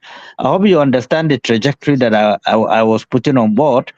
So SDP was off the course for years because they were banned. Both SDP and NRC were banned. But nobody registered NRC back into the fold. Only SDP was registered back into the fold. So what we are doing now is like rebuilding a new structure. Again, I have said here, all those that are holding big positions today in Nigeria were members of SDP then under Yaradua, MKO Abiola, under the government of President Babangida. I hope you understand. All right, brilliant. So this is the last the last person, Alhaji Fatai. So introduce yourself. Make the question as condensed as you possibly can, because we've now had Alhaji here for a good 3 hours, and I think it's time to start to wrap it up. So Fatai, unmute. Introduce yourself to Alhaji. Condense the question, and then we start to wrap it up. Hello, Alaji. Great pleasure, my brother. And nice to meet you.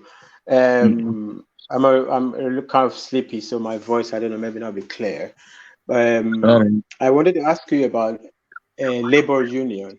If your party has any affiliation with the labor union, because I understand, I'm not sure how serious it is that they want to go and protest the inaugural speech of President TINUBU. Labor union or Labor Party? No, Labor Union, not the party, the Labor Union. Okay. I think there is a protest that will be organized because I have to say thank you very much, right? We have said two things that really have been very impressed. Like you said, like when they want to dabaru everything, they start to use terminology. So the subsidy is a terminology. It's not really a subsidy, really. So and then you also emphasize that the fact that the budget, so it's every fiscal year they put it in the budget. So if you want to put it in the next budget, you put it. So every subsidy dies with the every year's budget. Then the next budget you can put it. So thank you for those clarifications. So, but the reason I asked that question is that I don't know if the labor union, they want to go and protest the people holding the petrol, right? Who are dehumanizing Nigerians, or they want to go and protest the president, right? Who is taking a bold step and made a bold statement. So that's why I wanted to know if your party is affiliated to because your position seems opposite. But thank you very much for everything you said today. Very impressive. Thank you. Thank you. Thank you. Yeah. First and foremost, I think it's very okay for people to protest on something that they are not comfortable with under a very peaceful atmosphere. Like I have said, uh, the comments made by the President Bola Ahmed Tinubu is as a result of something that was budgeted out. The subsidy was budgeted out in the budget. So he mentioned that. Two, the way he mentioned it, some people are not comfortable with it. Some people are expecting him not to mention it on the day of inauguration.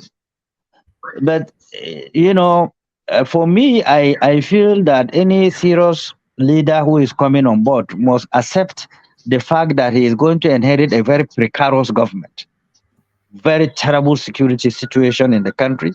The economy is very bad. We are deep in recession. Purchasing power is very low. You have to deal with very weak security agencies. You need to equip the Nigerian police, retrain them, and deal with a lot of domestic issues.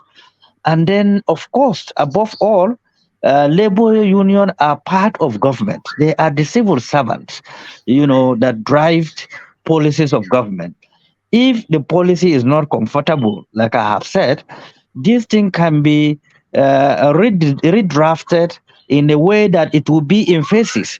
Because obviously, I can tell you, the pens are so physical. You see it on the street in the faces of the people. Somebody came to my office this afternoon. He said he boarded a taxi from where he's coming from to my office.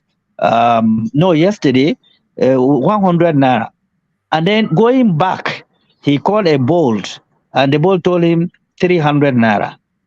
That is the dramatic change that took place as a result of that. So, but it's quite painful, no two ways about it, coupled with the fact that, the country is going through a lot of challenges. We are no longer feeding ourselves comfortably as a result of insecurity, farmlands being taken away, foodstuff being taken away. So if the government will go on with the policy, it should have some level of human face, which means that you will do it periodically. You can decide to say, okay, in 6 months, we'll remove social percentages if there is any subsidy. Really, I don't believe there's subsidy. Anyway, I believe it's a cartel. So, but if it exists, and if the people will feel the difference, because from 100 and something to 500, pump price is heavy, really, by every standard, domestically here, given our economic situation in the country. So, but if they feel that they have to face the tough situation and deal with it once and for all, which means the citizens also have to understand that, one, it is not his decision. The decision was by the former government that ought to have removed it years back. And they campaigned about it, they will remove it. They couldn't remove it up to the end of their tenure. So they shifted the crisis to the incoming government, which they have to face it also squarely. It's not fair as far as I'm concerned. It's not a right way of doing things. You are taking over government with a lot of crisis, a lot of instability, a lot of threat, a lot of crisis brewing, a lot of political issues in the courts that are capable of drilling the system, and which everybody will suffer for it. So we said, look at it. If you have to communicate to the citizens, during the military regime, there's what we call MAMSA, introduced by military government. There's no reason government cannot come up with a policy of communication to its citizens. How much does it take to have a system in place? MAMSA is still in place. It is now National Orientation Agency. Why don't you put it into full-scale operation? Make sure you carry citizens along every decision you are going to take. At least they will feel soft in their heart that they've been consulted as citizens that have stake in the country, that own the resources of the country. You can't just take a decision, you just envelope people and decide their fate without hearing from them. I don't believe in that kind of policy. And that keep people together. The ability to communicate with them, listen to them, hear them, keep the country together. If I could remember, there's no difficult decision military regime have taken of Babangida without consulting people. Even people are going to disagree, but they will tell them we are going to take this decision. That is the way a democratic elected government should function, much more sophisticated than even military regime. So people need to be carried along. People need to be talked to. People need to be softened because it's not easy. People are going through hell to survive. All right, brilliant. So, thank you. So thank you. So I want to thank you, Alhaji Shehu Musa Gamban, for joining us. A good 3 hours you've spent with us now. So we want to thank you very much. We're going to let you carry on with your day, but only on the promise that you will join us again. But before you do leave us, before you do leave us, a few parting words, from you. So, closing remarks. Alhaji Shehu Musa Gamban, the chairman, Social Democratic Party. A few words from you. First, let me express my deepest gratitude to you for extending this invitation to me. I find it very exciting. I feel very honored. You know, the conversation are quite resourceful, are quite thorough, are quite committed to who we are as Nigerians. It equally convinced me more that we will do more together to change our situation here at home. Like I have mentioned, you know, God made me a Fulani man not by choice. And those who made me who I am are not just the Fulani, it's a collection of all Nigerians and non-Nigerians. So my loyalty is to my country because Nigeria need to be viable, need to be stable, need to be attractive to every citizen of Nigeria. Every Nigerian must believe that I have a sense of belonging. That atmosphere would not fall from heaven. We have to create it ourselves. We have to believe in ourselves. We have to believe in our potentials. As a nation, Nigerians are great all over the world. They excel all over the world. I feel bad if I travel outside Nigeria and see Nigerians overworking hours, you know, just to keep life going and then sending money home, you know, to help their families. You know, we are running a virgin economy. Let's work together. Let's believe that we can build a model called Nigeria. So I appreciate every contribution. I take it with deep sense of appreciation. I want to thank you for your platform, for the great job you are doing, for yourself, for the country, and for everybody that have contributed today. Keep it on. And I want to assure you that anytime you want me to be around, let me know. I'll program myself to be here. We'll continue this conversation. All right, brilliant. Thank you very much. So that's the SDP candidate, as you know, Alhaji Shehu Gabam. So thank you, and thank you very much for doing this. So we'll let you carry on with your day because I know you've had a full day. So I know you've had a full day. So it was a real effort for you to join us for this session. So thank you, Alhaji. And we look forward to you joining us again. But when you do join us again, we're going to hold you there for longer hours. So we don't want to push it today. But when you and we're going to be a bit more pushy next time, because we have tough questions. But we're just welcoming you with this session. So thank you for joining us. I'll be ready for them anytime. All right, brilliant. So thank you. So thank you. Thank you. So that was Alhaji Gabam, the chairman, Social Democratic Party. So there was. So let's start to audit then. How was that session? What was the interaction like? Zita, so that was the chairman of the party. How did he come across? Did he answer the questions? Did we push him hard enough? Zita. Yeah, he's a brilliant chap, I must say. He's intelligent.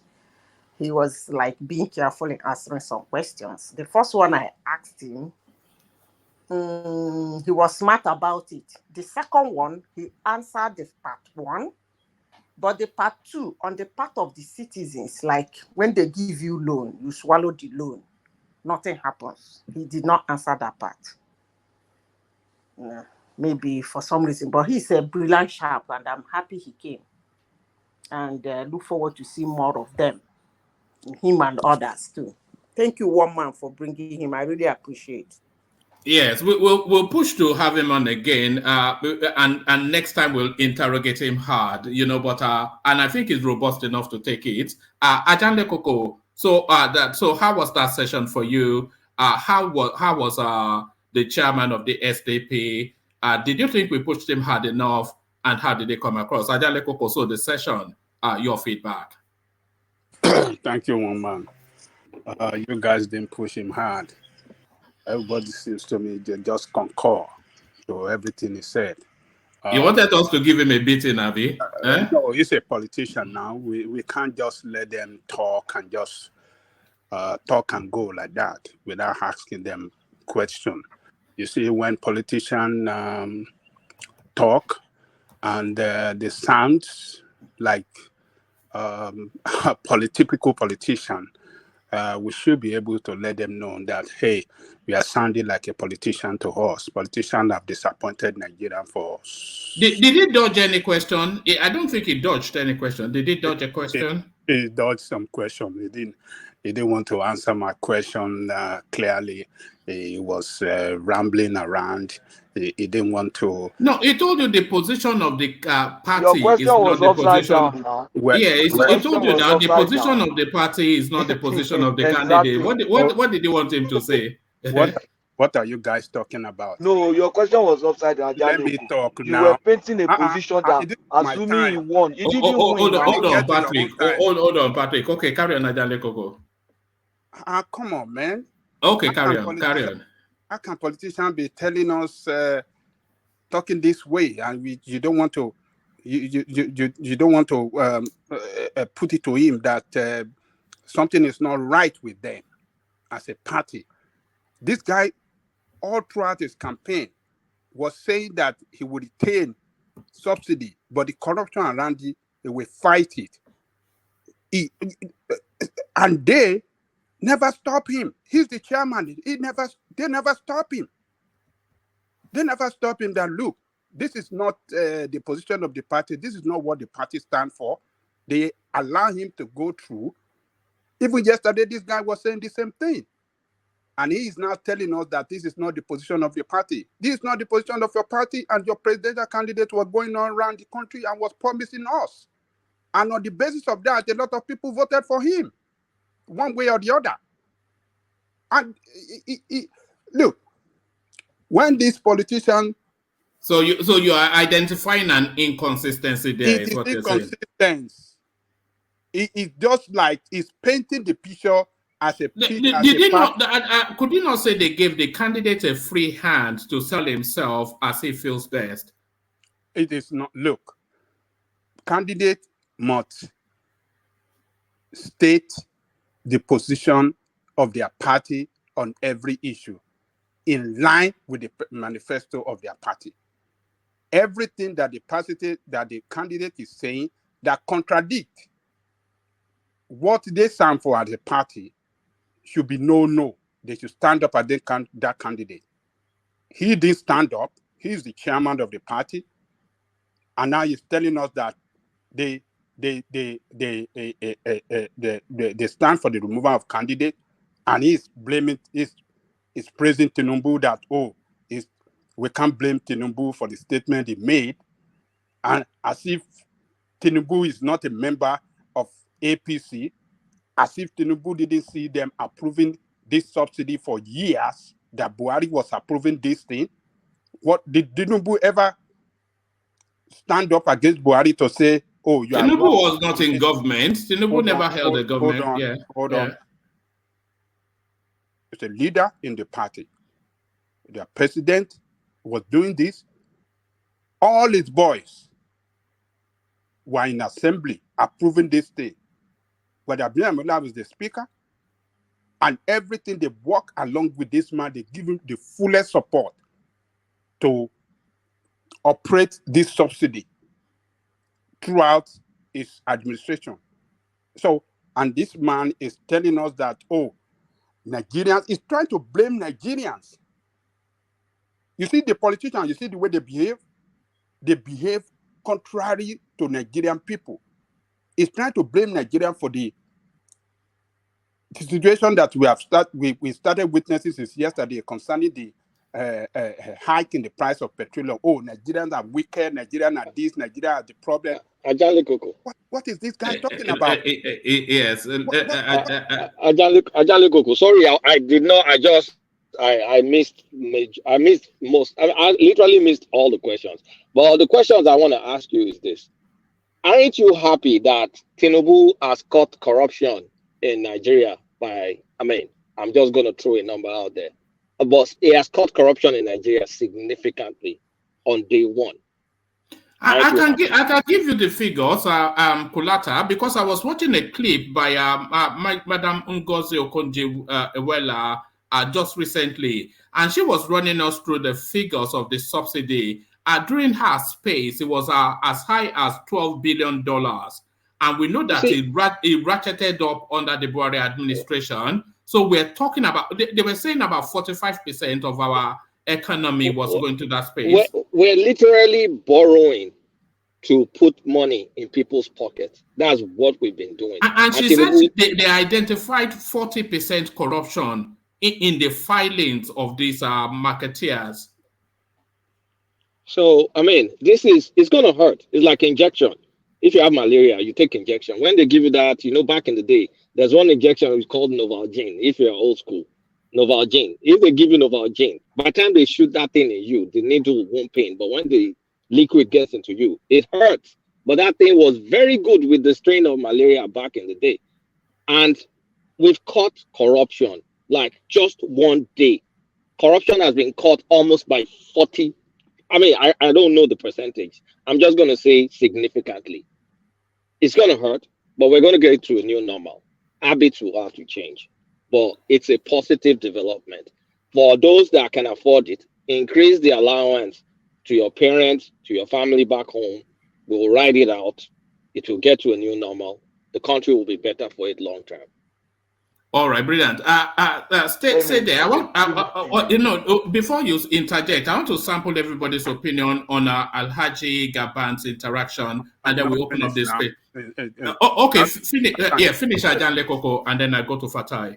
What is Kulata saying? That it fights corruption? No, I don't want a back and forth. So just give us a summary, and then we do the back. Carry on. Which corruption from day one? He's a lazy leader that is not ready to fight corruption. That is not it. Don't put pains on the people to fight corruption. The people did not cause this corruption. It is your people that are closer to him, people that is sponsored, people that are his people in the party that perpetrated this corruption. Why must we, the people, suffer it? I mean, that is. The problem is not the subsidy, it's the corruption around it by member of APC in government. So now taking this subsidy out to put pains on Nigeria is a lazy way to say they are fighting corruption. It's the people. Why must Nigerian people suffer all the time? Because you say you want to go and look at diesel. The same thing they were telling us before they remove subsidy on diesel and kerosene. It was $80. Now it's $800. Look, has that helped the productivity in the country? Do you think that industries in Nigeria that use diesel, do you think they are going to do you think they are running in an easy business environment? It is hard. They are operating at a very harsh business environment with diesel for $800. I mean, 800 naira per liter. It killed business. It killed productivity. It put people in poverty because industry cannot hire. They are operating at a lower, not at their optimal level. So when the politicians come like this and come and talk nice and bamboozle you people, and you just cow and you just let them go. Yeah, they feel the strength that they talk nice and they are praising them. You should let me talk. So no, hold on, Patrick. He did good to come and talk to us, but on this subsidy issue and the position of their party, and which is contrary to the position that their candidate projected to us, it just showed that party is just a mirage. It's a party that does not have a coordinated agenda for Nigerian people. It just do your own, make it do my own. Let's lie to the people. Let's see how we can lie our way to power the same way that APC and PDP have done. It's just the same thing that their party represent. Next time that SDP, their presidential candidate comes here, we shall put this to him to know whether the chairman is saying the truth or not. I tried to check their manifesto online. I couldn't find it. I would have checked it to see if what is saying is actually the truth. But because the face of their party for the past 7 months or 8 months before the presidential election was the presidential candidate of their party, and this man was telling us, "I'm going to retain this thing, subsidy, and fight the corruption around it for the interest of Nigerian people." So let me leave it there, one man. Yes, we'll still come round, by the way, to expand on that thought, and we will try very hard to bring Alhaji Gabam back at some point in the future, because I think necessarily they must engage with these sort of conversations, especially around the social media space. But on Fatai, you came in latterly about the chairman of the SDP. He graced us with his presence. I thought he did excellently well. But what were your thoughts from the bit you got? What's your feedback, Fatai? Wọ́n ní má gba ìyàwó rẹ̀, ohun tí ó dá ohun tí ó dá lórúkọ méjì bàbá mi. What is not good is not good. What is bad is bad. Doesn't have two names. There's no subsidy is bad. There's no two-way name to call it, right? Babajali Koko, I said to you the last time that the biggest mistake Shehu made was to say he's not going to remove subsidy. That is the end of his political career. That paints him. He has done such a great work to unveil what President Jonathan, the probe they did into subsidy, that was being hidden, to bring it to the open. You did all this work, but because the big parties are saying they are going to remove subsidy, and you think the way to differentiate yourself is to say you're not going to remove it, just to say, I'm not like them. That means you are painting yourself as a petty person. You can't say you're not going to remove subsidy. This is the #1 problem of Nigerian economy for generations. Maybe even beyond the economy. To say #1 problem of Nigeria. This is the #1 problem. And the Prince said, I have to go and see that channels. I think somebody said it was in channels. The interview, whether it's an interview on channels, that he's saying that he's going to remove corruption around subsidy. Subsidy is the corruption. So that you are going to remove corruption around corruption, I don't even know what that means. I have no idea. It's like saying I'm going to remove the water around the Mirage. There's no water there. You are going to remove corruption around the subsidy. The subsidy is the corruption. How are you going to remove corruption around Egungun Gogon? Don't pay any corruption. The masquerade that they call corruption is that subsidy. So you now say you will remove corruption around that masquerade. The masquerade is the corruption now. It's even the one that even corrupt every other people that wake up and become corrupt. What does that mean? What is the hard question to ask him? Okay, maybe on other topics also, maybe when next time it comes around, maybe a lot of issues will have come on board. But at this point in time, my head cannot think of another thing. Since that speech and the whole thing that went on, I've never seen a country that is so sadistic to dehumanize its own people for generations like that. The dehumanization. If another country did this to us, we should declare war against them. We should declare war. It's a disgrace. And some people, they want to, so Labour Congress, they want to go and make a protest because the president did something, said something fantastic, something that he should get a prize for. Actually, I was very concerned one man that even until today, you were still going on about TINUBU's speech. Now, TINUBU's speech.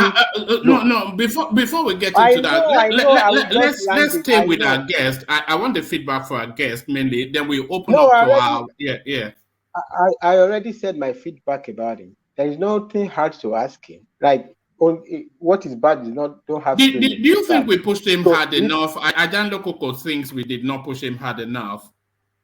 But Babajanle Koko tried to push him hard by asking him to call bad good.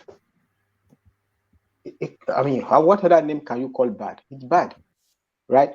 Like I said, maybe other topics come on board. Me, I have no other question. That is the only question I have, right? It doesn't even matter what else they do in that country. If subsidy becomes something that will never raise its head again, halfway the country will be on autopilot. All right, hold your thought on that subsidy for a moment. I'm going to play you a clip in a moment from Madam Ngozi, who was speaking from the World Bank to this matter. So I'll play you that clip because it's quite illuminating what she has to say. So I'll play you that clip. But before I play you that clip, I want to make sure everybody gets the chance to feedback on the Alhaji Gabam interaction. So hold your thought. I want you, when I play that clip, I want you to be the first to run a commentary on it. But before we get to the clip, let's hear from Prince Daddy. So Prince Daddy, you had Alhaji Gabam join us.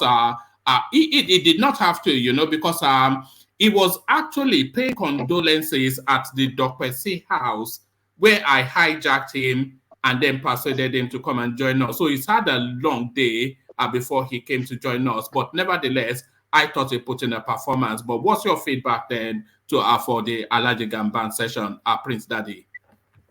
Yeah, thanks, one man. Yeah, I think I missed some earlier parts of the conversation. But just to continue somewhat on the issue about the subsidy, I was maybe a little bit taken aback based on his response to the subsidy question, because just like I said earlier to him, that I was watching Prince Adewale on Channels Television was shown actually, and somebody from Labour or PEMCO, whatever they call the person or the organization, debating, and he said it was the SDP was the only party that had it in its manifesto not to remove subsidy. So, and what Alhaji Shehu was talking, response was that that's not accurate. I think that's what we're saying. So there's a conflicting message there in regards to SDP and its presidential candidate and the subsidy. So that's quite interesting. So so that was I don't think that the response was clear enough. I think perhaps it was suggesting that the presidential candidate has the authority to continue if he or she chooses to do so. But in listening to Prince, of course, we all agree that the Prince is smart. The Prince said also that the removal of subsidy is actually constitutional in many ways. And he not wanting to remove it appears to be going against the Constitution, just like Shehu Akimbale put it to him. So when it comes to the issue about the subsidy, SDP, and its candidate, it's kind of convoluted, I would say. So, yeah.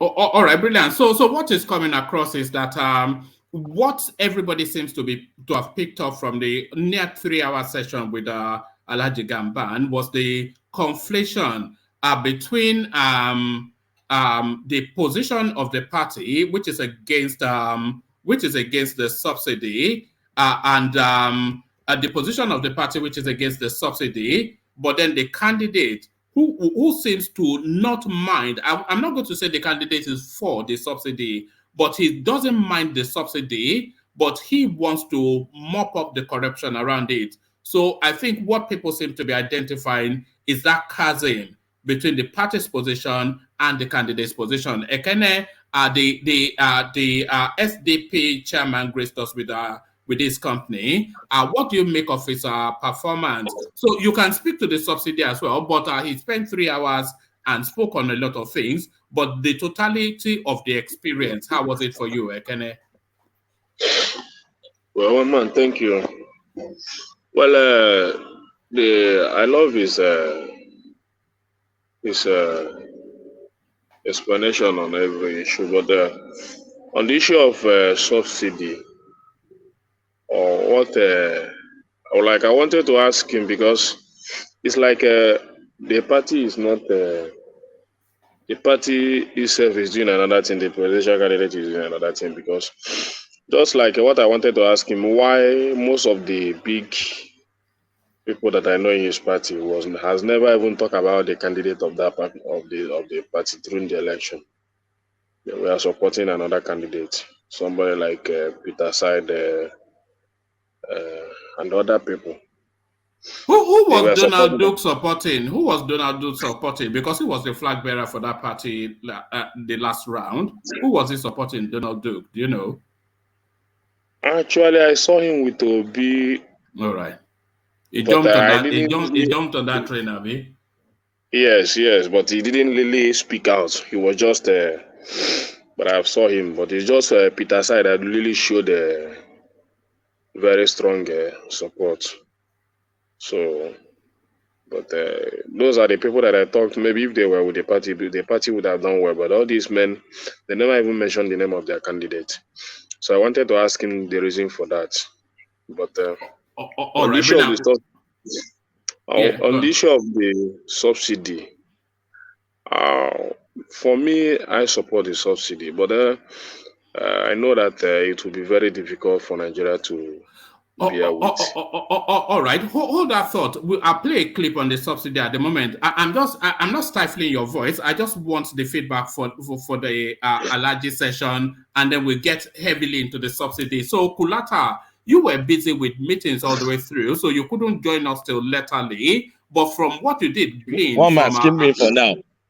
Skip me for now. Yeah. All right. Let's come to you, Patrick. Then, Patrick, you joined us latterly, but you caught bits of it. Just the feedback then to Alhaji Gabam, and you didn't even get to answer a question. But I could see that it was somewhat starting to get tired, and I didn't want to over-labor it somewhat. But we will try very hard to get him back. But from what you got from the conversation, how was his performance? And people, I don't think he dodged questions. You know, not giving the answers you want to hear is not dodging a question. So he has a different view. That's just what came across. But how did you digest all of that, Patrick? Yeah, I joined late, but I think he answered the question. And I don't see a tough question you want to ask someone who belongs to a party that is not the ruling party. Does not have capacity to take governmental decisions. Speak up a bit. I don't know a hard question that you want to ask somebody who is not a member of the ruling party or who does not hold a government position. So this show is not asking him hard question. I don't know how. I also want to believe that Adeleko already has that prejudice that, once a politician come, ask them hard questions. They are not serious.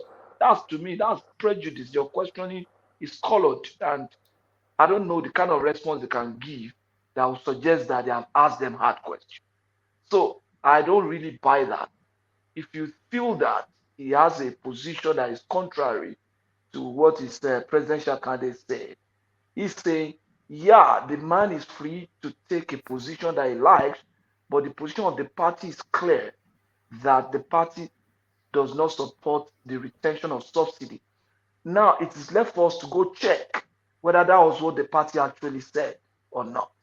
So to me, he's answered the questions, and there are no tough questions to ask. I don't know what I mean by tough questions. Questions are meant to clarify issues that we don't understand. That's the reason why you ask questions, to clarify what you don't understand, or to throw light on issues, not to give them something that will make them look stupid or look like they are incompetent. No, that's not the reason why we ask questions.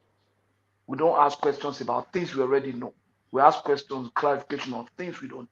So to me, you already have a prejudice, and that's what makes you reach that conclusion. To me, he's done well. I will look forward to having him back, and hopefully I'll be more available to at least ask him a question. Oh, all Thank right, you, brilliant. yeah. Brilliant. I somewhat concur with what you just said. So, Akim, you're up next.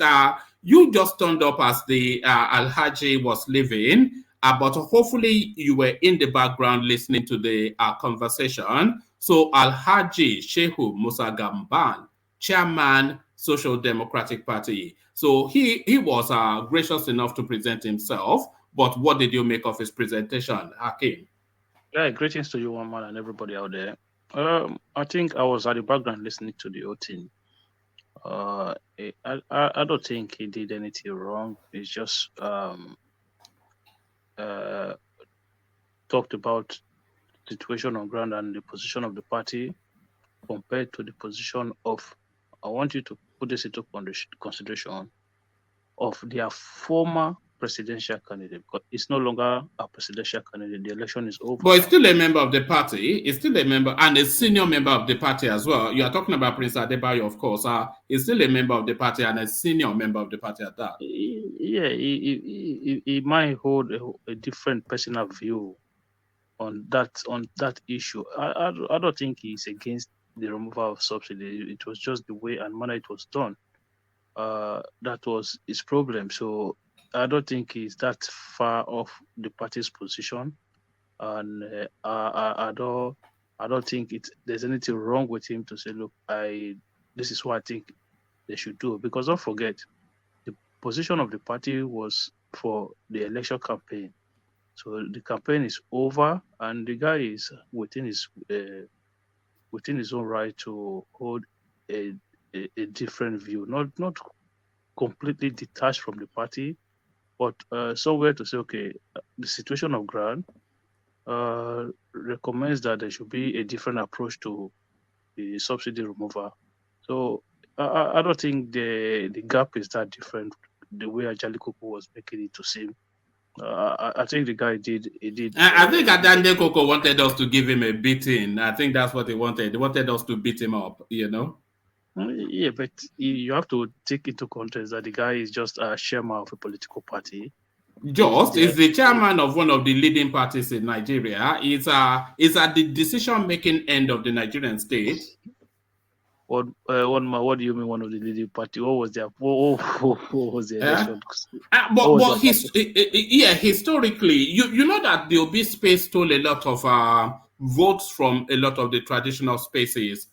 So the results of this election is not a true and accurate reflection of our voting patterns, because we just had a moment in time with this Obi wave, which will not repeat, I'm sure. But that was Abiola's party now, Olufalaye's party.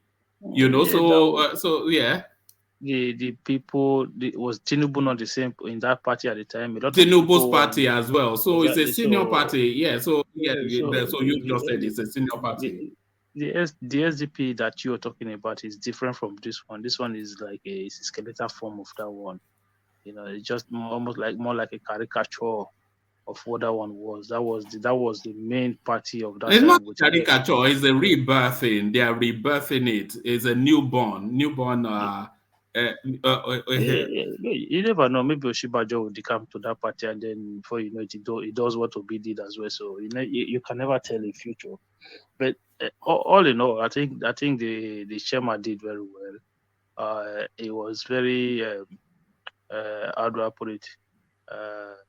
It come across as a very gentleman and somebody who understands the pain of the average Nigerian. SDP is can you say it's a left to center party or just a left side? No, I think it will be a left or center party. It's a social democrat, so it's not like a socialist party. So it's a left or center party. So I don't think the difference between the chairman's position and President Adewale's position is that big.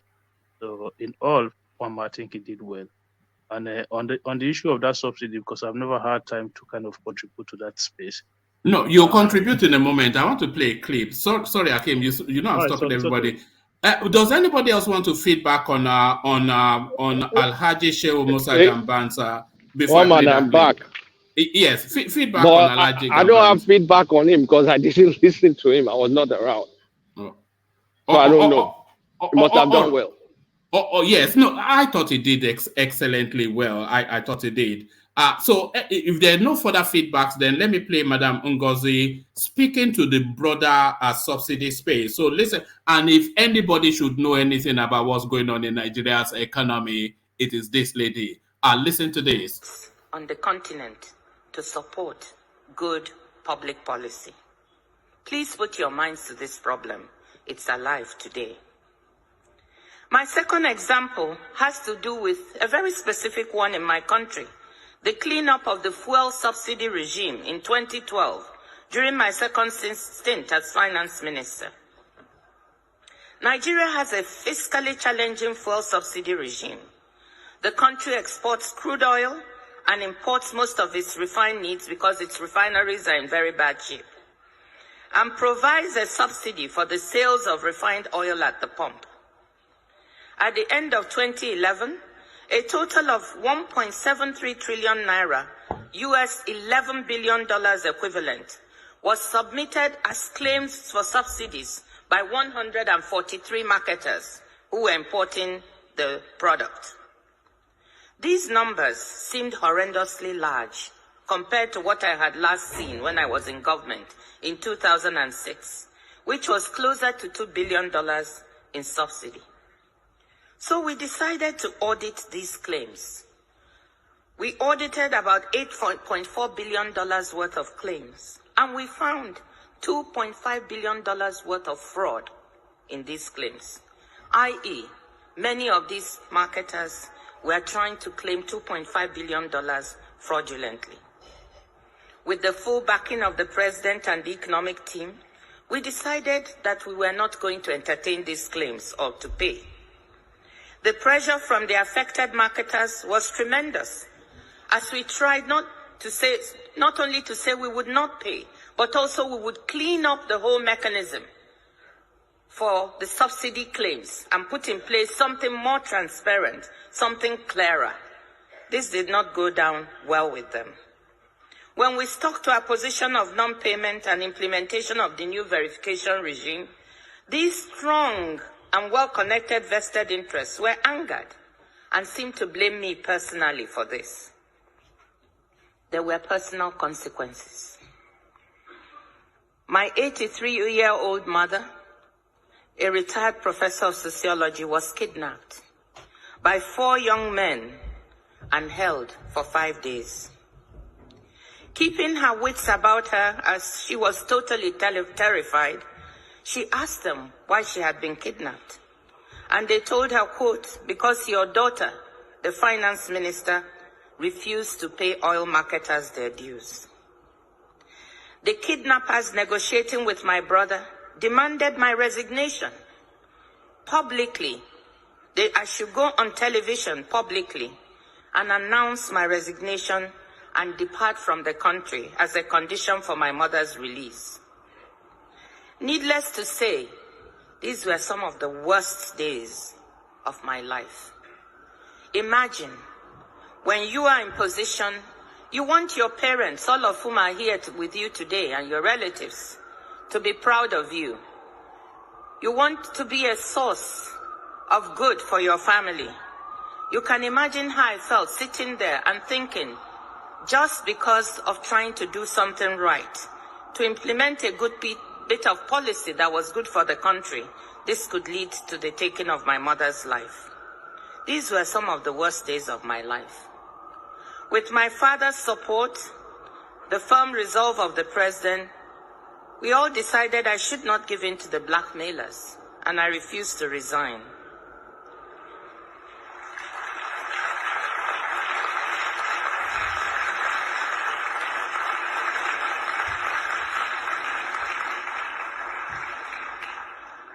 Following a manhunt, I'm sorry, I still feel emotional when I talk about it. And this story is not really publicly known, so this is probably the first time I'm giving the full details. Following a manhunt for my mother by police and security agencies, she was able to make a dramatic escape after 5 days in captivity, where she had only been given water and half of a sausage roll. So here was a well-justified cleanup and reform of a policy, but implemented in a dangerous reform environment where the losers in the reform, well-entrenched vested interests, decided to fight back to derail implementation. The decision not to resign was a very difficult and risky one. As it turned out, it worked. But there are days I ask myself, on my down days, what if it hadn't? What if they had gone ahead and murdered my mother, as she overheard them planning to do, with one of their handlers on the phone? Could I have justified trading off firmness on policy and standing up to blackmailers, implementing a good piece of public policy for my mother's life? What decision would you have made? Faculty, what decision would you have made?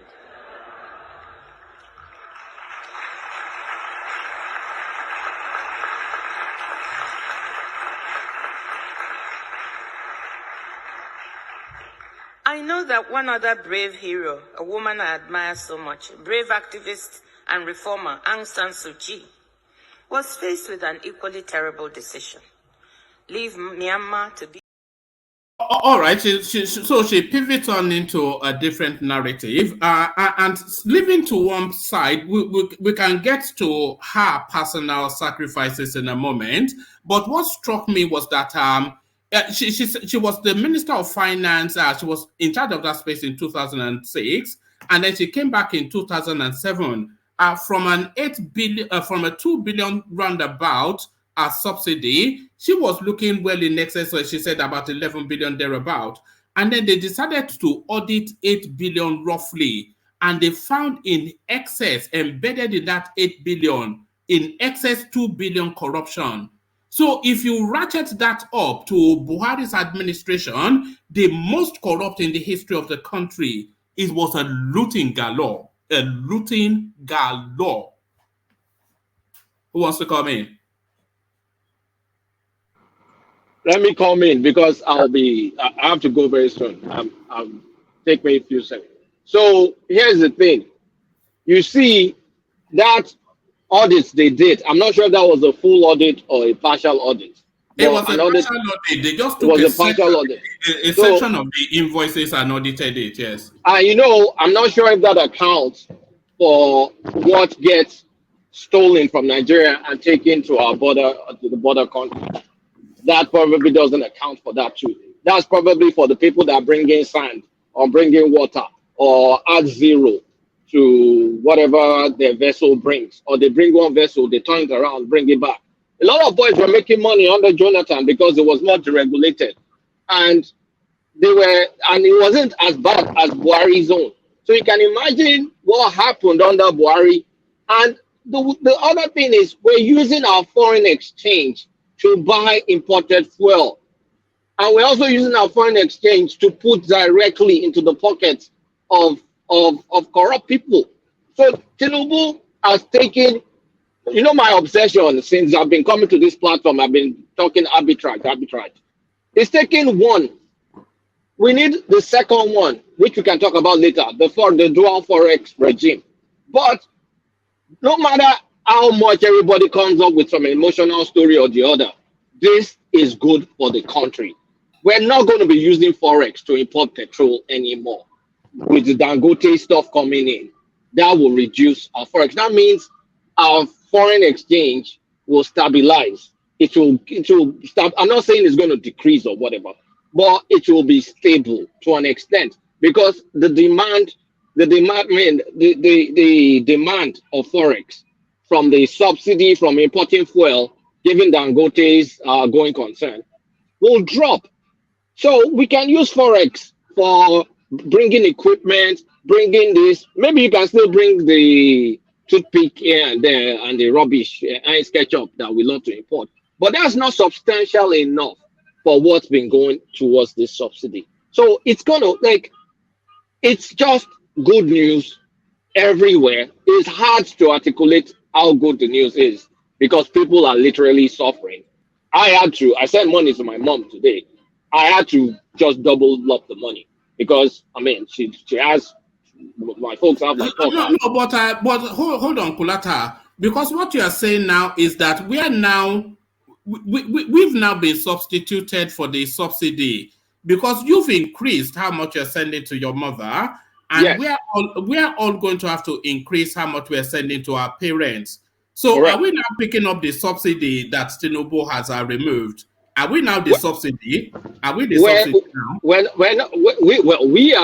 We're subsidizing our parents like it should be, because we don't want an economy run by free stuff here, free stuff there. We want an economy run by productivity, and you that have excess amount to give, subsidize the people you need to subsidize, give the people you need to give.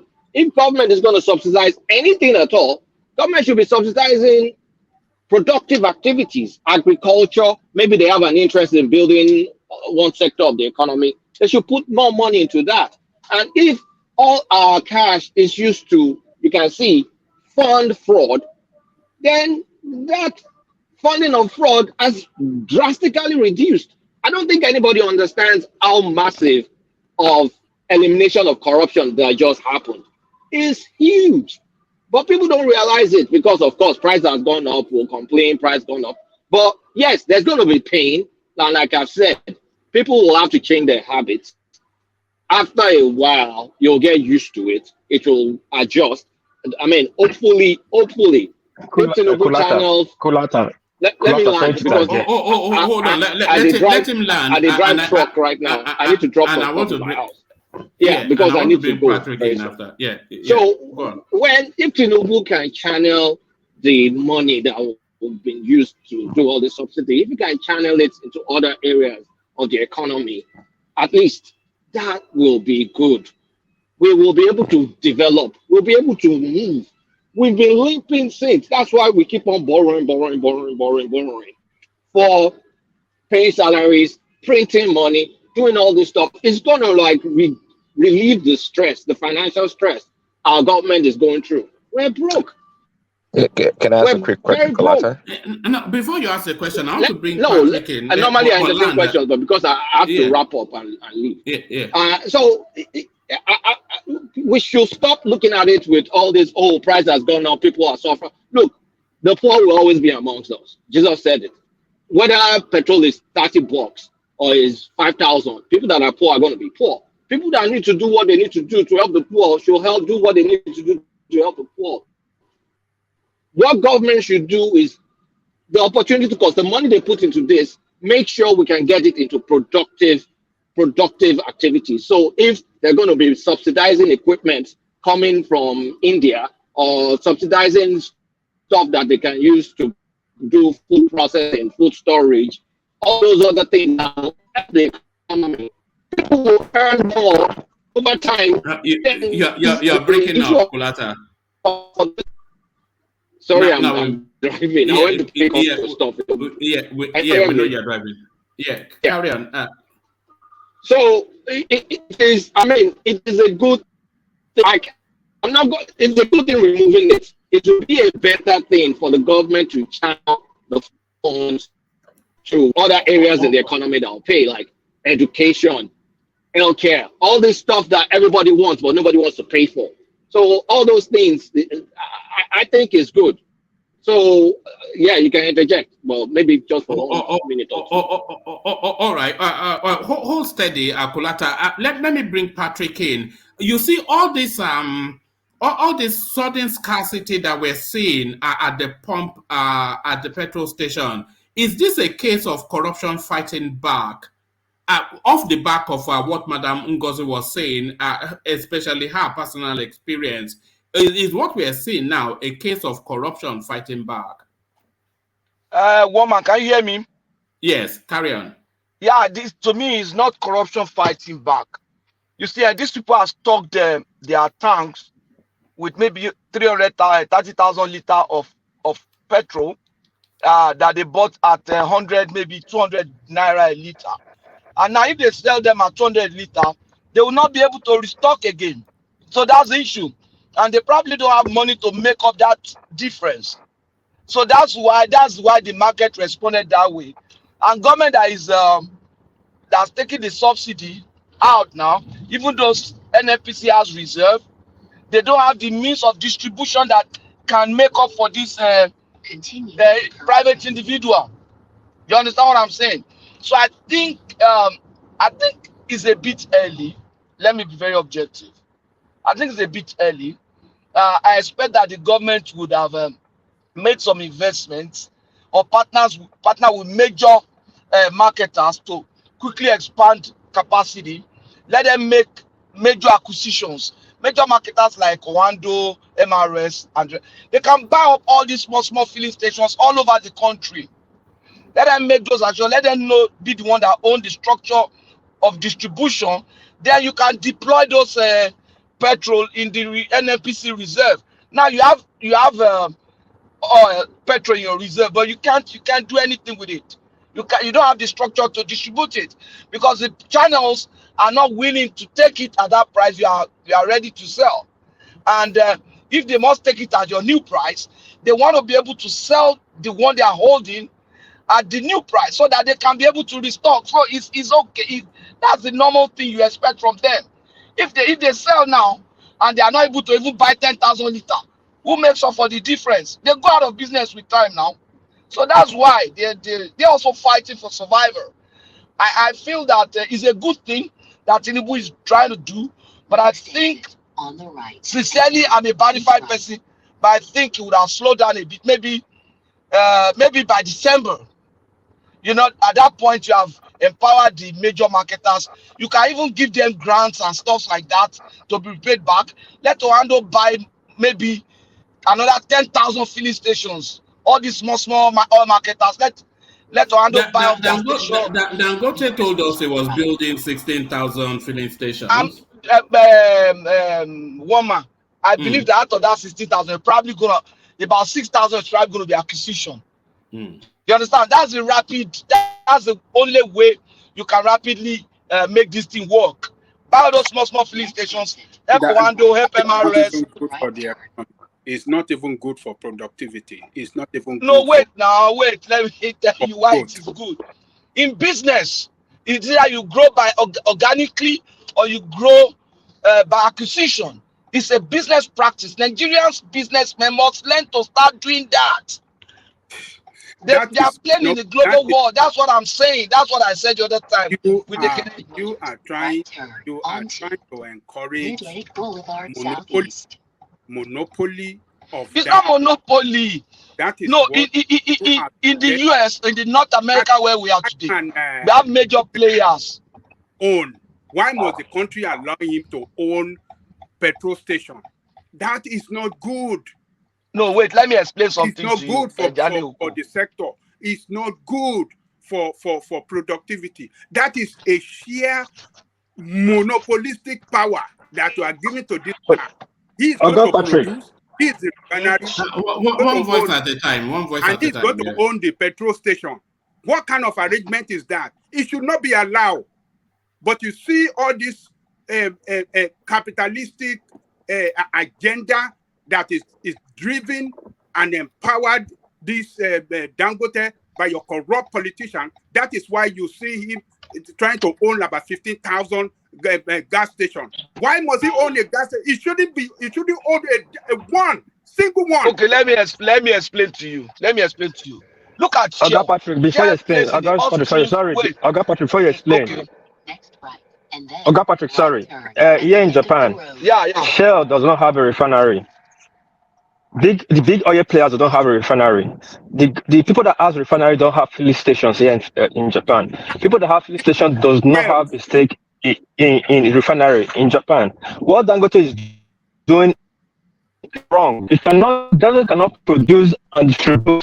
That is a monopoly. What it's doing is to make.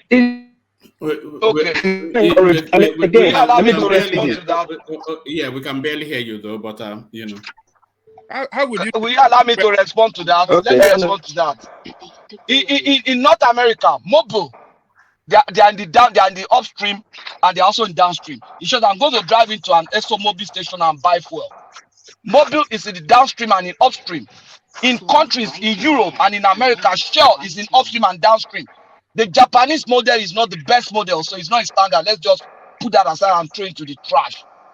The fact that something is done in a particular country in another way does not mean that that's how it's going to be applied everywhere. You understand what I'm saying? Which of those countries that you are citing now subsidize petrol for their citizens? I mean, an ESO station, they have mobile, they have upstream presence and downstream presence. Shell, Total, all of them, they are in the upstream. Don't you have Total filling stations?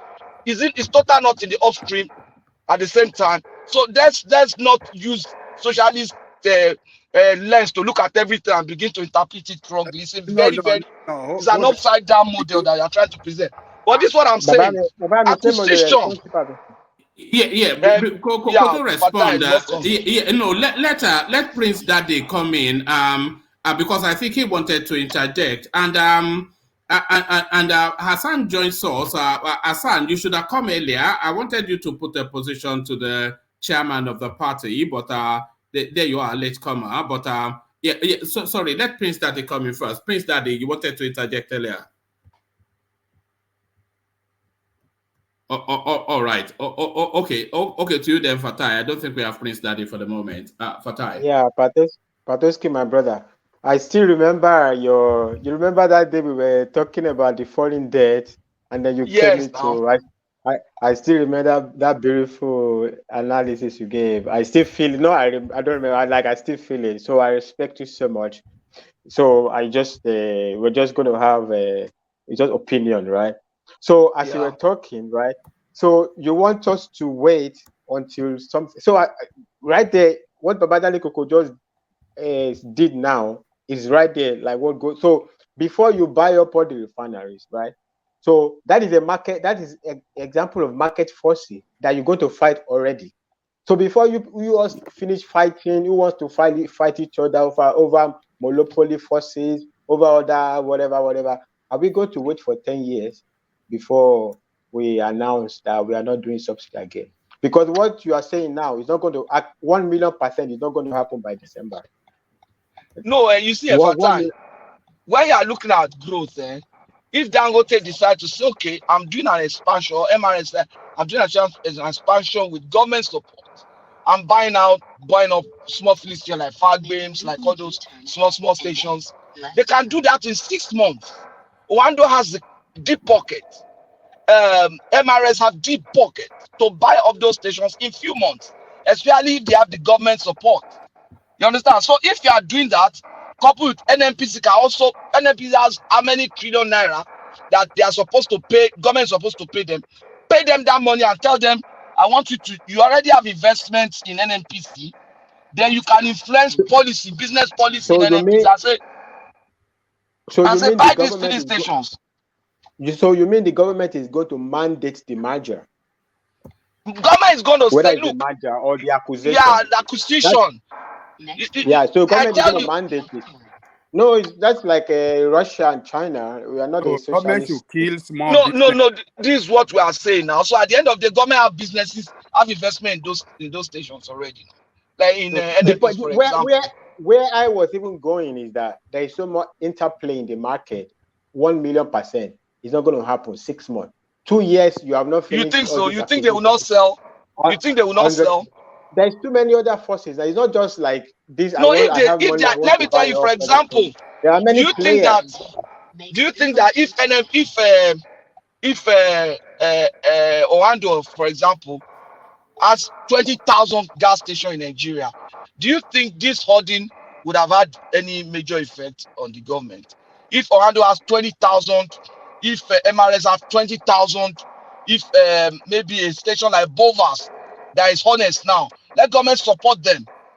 Have another 20,000. You're looking at almost 60,000. Do you think that this hoarding would have had effect on them? You are talking of big. But my brother, so small businesses should be killed for big operations. But my brother, you see, operate. no, that's not how it works. My brother, okay. So small businesses, that man that owned one gas station in Peru. This how it happens. So that man that owned one small at Peru, they should buy him over, and then his business should end up there. You see, you are thinking like this because you are a civil. You are not. Oh, come on, man! That is what you are suggesting now. This is what I'm thinking. If government did not say buy, if the major players Dangote now decide to say, okay, I want to start buying small businesses or acquisition, and the owner sell, what's the big deal that they sell now? And then all right. Let's bring Hassan into the conversation. So Hassan, are you there, Hassan? Hello. Good evening, everyone. Good evening, Hassan. We can hear sleep in your voice. How are you? I'm fine. I actually just woke up right now, and I just joined the discussion. I know you people are talking around fuel subsidy and things like that, but can you bring me up to speed with the topic you guys are talking about right now so that I can say my own piece? Well, you've actually missed quite a chunk of it. We had the chairman of the SDP, Alhaji Shehu Musa Gabam.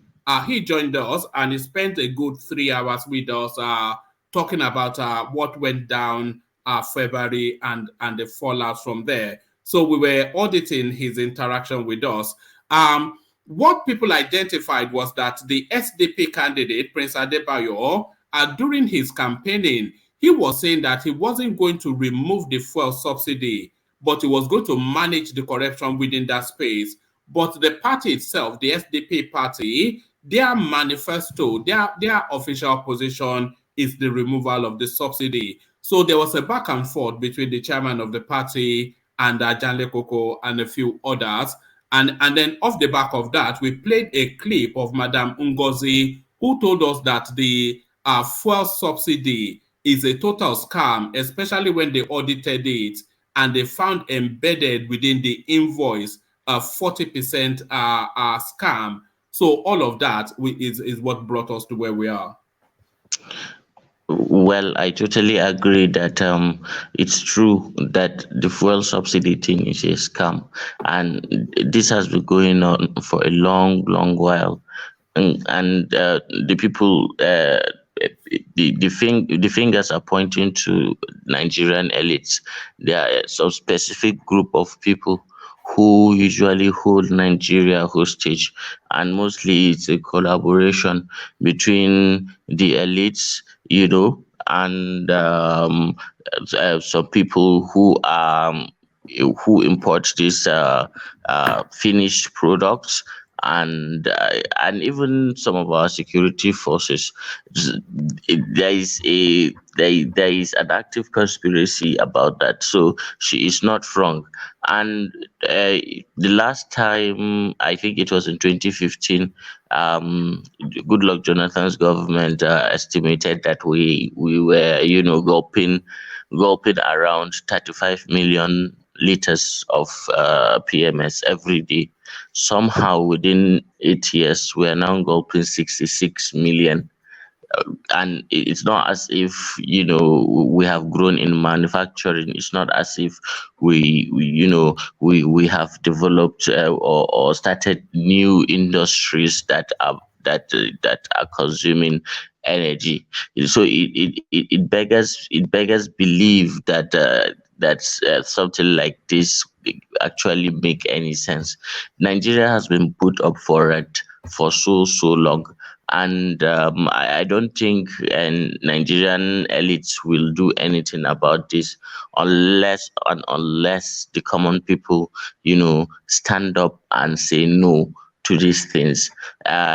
In principle, I agree that the fuel subsidy should be removed, but I do not like a style of leadership that is too crude, that only looks at cold, hard logic and does not empathize, does not sympathize, or I don't like a leader who does not know how a poor person feels, I get that sense from most of our leaders. For example, you would say maybe Goodluck Jonathan is he is the odd one amongst them, but the remaining from Buhari to TINUBU to Obasanjo, all of them have lived privileged lives. So they are somewhat disconnected between, they're disconnected from the reality of having to buy, your daily needs, your fuel, your energy needs. They're disconnected with how hard it is for ordinary Nigerians to be able to do, because it is callous. It is callous to unilaterally then say that you remove subsidy, and the next day fuel prices are selling for 600 naira per liter. Now the buck must stop on the table of Tinubu, because he made that pronouncement. Whether he made it in anticipation of a policy that he wants to implement, or he meant it that from that point onwards, that is what he's going to be pursuing. But when leaders talk, there are consequences, and the consequences might be economical, it can be political, it can be social. On this fuel subsidy thing, I don't think the new administration has handled it well. You have to employ a strategy. You have to phase out, the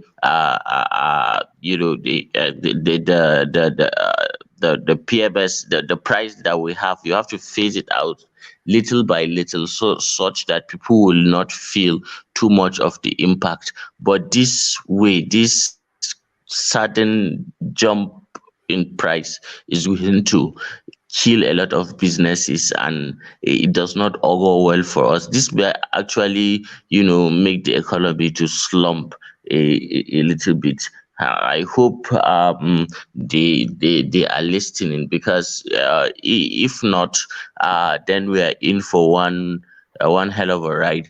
I don't know whether you guys notice it, but our leaders, they are elites. And they've lived privileged lives. So all these things that me and you and the other people are talking about, fuel is expensive, food is expensive. They have there is this experience gap. They cannot relate to that, because never in their life had they had to worry about things like that. So they take it for granted. And if you complain, they will just say all these poor people with all this wahala, or with all this their wahala. So it is an elitist society. A lot of us come here, we argue about say there is a middle class, and things like that. But in reality, or we talk about religion, or we talk about tribe, but the reality of the Nigerian struggle is a class struggle. It is a struggle between, the those people who control our means of production, and the ordinary people who are consumers.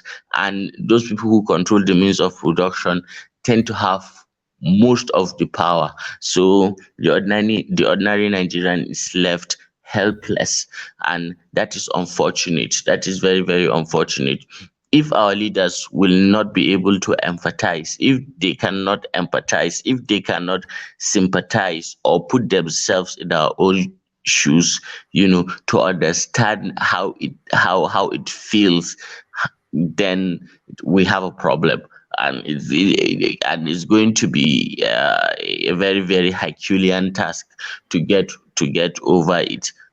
I don't think it's going to be easy, because you see, this cold-blooded, hard decisions based on logic. We're just numbers to them, aren't we? Really, we're not human beings. We're just numbers to them. Yes. So all these things, that they just look at us as numbers, as as just cattle to be milked, and that is all for them. They do not regard us. And what will pain you is that these people, they go to Europe for their medical checkups, they go to Europe for vacationing, they go to the United States to do businesses, and when they go there, they do whatever they want to do there. They do it, enjoying the space, living their life, spending our money there, but they are not one tiny bit patriotic to try to replicate this at home. They always like to see their people being subservient, doing them dobale, or going down to their knees and saying Ranke de Jagaban or Sebaba, please help us, and then they give Nigerians pittance. There was one politician that actually said Nigerians are like birds, that when you throw grains at them, they all scatter and go after the grains. Let me tell you this one, Hassan. And by the way, are you still in Abuja or are you back in Maiduguri now? I'm in Kaduna right now. Oh, all right. Let me tell you this one. You may not know this guy. It was because for reasons of age. There's a guy called Umaru Diko, who was a senior functionary, I think, during the Shagari era, and they were complaining about poverty in Nigeria, and his response was that he has not yet seen a Nigerian picking food out of those bins. So that was his response. And that do you remember Ajan Lekoko? Yeah. Yes, that's the Umaru Diko that Buhari had.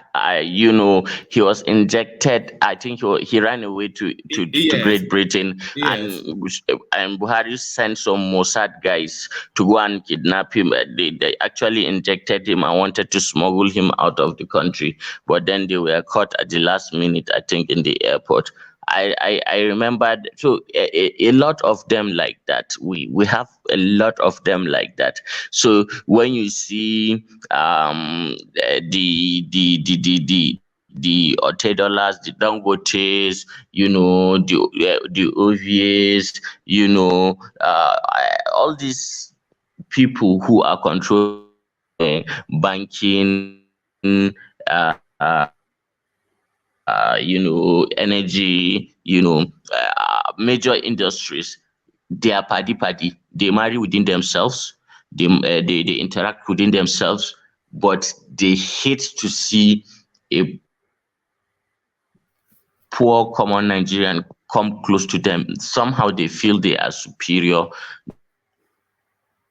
If we continue like this, there is no hope for the common man, because who will speak for him anyway? If you say you're going to speak, if you write an article, the next thing you see, they may come to your newspaper. Is that not a global thing where rich people, I mean, the wealthiest Americans, they don't allow poor people to come near them?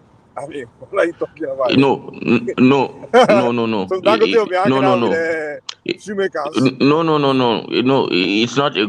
It's not a global thing. There are elites everywhere in the world. There are elites in every country in the world. But ours are cold-blooded, unsympathetic. Well, in what sense? How is a rich businessman cold-blooded? I mean, well, rich people don't, but how our own rich? So it's a sin that somebody became a businessman, became wealthy, became successful. I mean, why you blaming that man for your problem? I mean, he worked for his own success. So how is that your problem? How is it your problem? And because he doesn't hang out with you. Wait, let me finish. All right, finish. Let me finish. Let me finish. Hold on, Hassan, hold on. You finish in a moment. So when you finish, I would recommend, when you have time, go and watch back the session with Alhaji Gabam. It was quite illuminating. And he has also sent in a clip for us to play into this conversation. So you finish, and then I'll play the clip sent in by Alhaji Gabam, and then we carry on. Back to you, Hassan. Okay. Most of and these elites that I'm talking about are people who have benefited from, the largesse of the Nigerian state.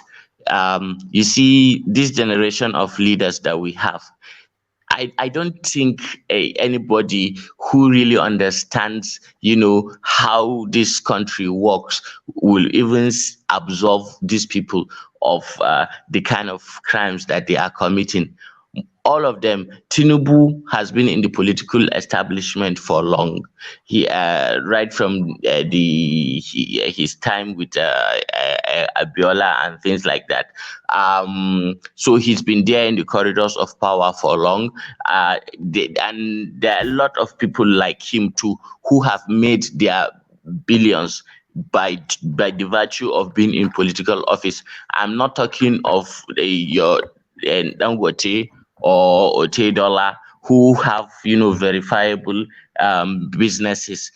These ones that are just profiting off government because they are always after political office, and what they are after that political office to do is to enhance and to put themselves in better positions, to have access to the country, to the country's purse. So these people deserve the condemnation that they get. It's not about whether I'm not happy that they are rich or not.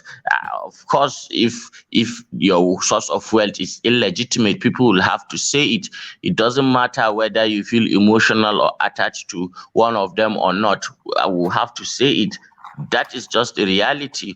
And the problem we have in Nigeria is the same people that we are suffering with. They are the same ones that will be defending these people that are putting them in bondage and are borrowing up their future or their destinies, the destinies of their children and their grandchildren, and it is the same common Nigerians that will go against you when you talk about these things. So our whole situation is just messed up. We are just numbers to them, and that is just the reality. One man, as you said. Let me just leave it at that. All right, brilliant, Hassan. So I want to play this clip that Alhaji Gabam has sent to add into the conversation. So I'll play this clip, and then after this clip, I want I wanted Kulata to pick it up from there, but maybe Prince Daddy or he is back here. So Kulata, you can pick it up from this clip that Alhaji Gabam sent in to add to the conversation. Watch this. Economy.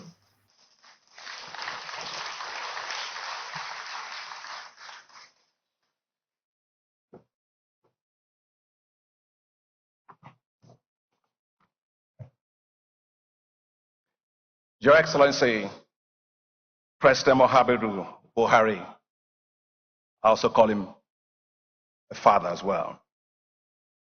Your Excellency, the President-elect, Bola Ahmed TINUBU, Your Excellency, the Vice President-elect, my dear brother, Excellency Shetima, Your Excellency, President Uhuru Kenyatta, he and I have known each other forever. Former President of the Republic of Kenya, the Secretary of the Government of the Federation, my dear brother, Boss Mustafa, and thank you for all you did to get me here. I finished the annual meetings of the African Development Bank, Mr. President, yesterday at about midnight, and I had to get on the flight to be here this morning. That's why I came in late here. Thank you very much, Secretary. Excellencies, Governors, Your Eminence, Your Royal Highnesses, distinguished ladies and gentlemen, friends of Nigeria, beloved Nigerians. I wish to start by thanking you, Mr. President, for inviting me to the ceremonies for the swearing in of the incoming President, His Excellency Bola Ahmed TINUBU. I would like to congratulate you, Mr. President, for this achievement of the 7th democratic transition of our beloved country. I would like to congratulate the incoming President and also the incoming Vice President. I wish to thank the Secretary of the Government of the Federation, Boss Mustafa, the Chairman and members of the Presidential Transition Council for inviting me to speak at this inauguration lecture for the incoming President of Nigeria. It is such a great honor to share my views and perspectives after the wonderful speech that has been given by my very dear friend and brother, His Excellency President Uhuru Kenyatta, as our nation gets ready to have a passing of the baton between His Excellency President Muhammadu Buhari and the incoming President, His Excellency Asiwaju Ahmed Bola TINUBU. It is your turn.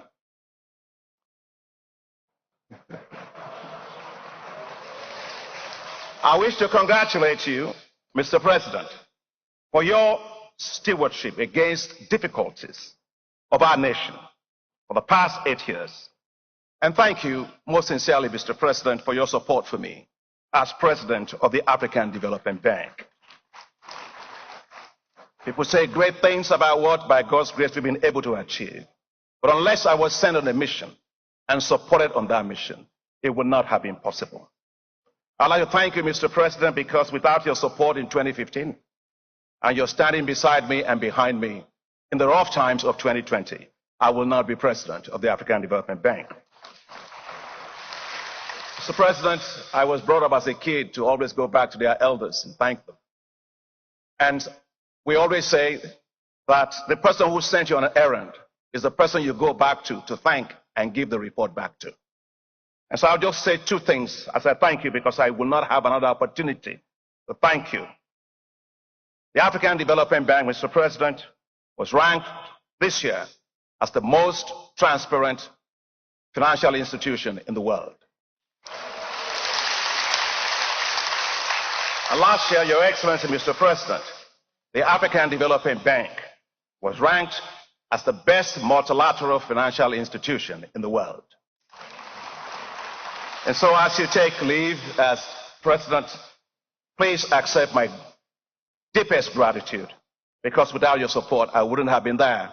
And I want to thank you so much that you can take pride in these achievements as you go. And my dear brother, Bishop Kuka, was talking about Nigerian. I am proudly Nigerian. I will live as a Nigerian. I'll die as a Nigerian. And I'll ask God for permission on Resurrection Day, if I might just hold a green, white, green flag in my hand, and that would be great.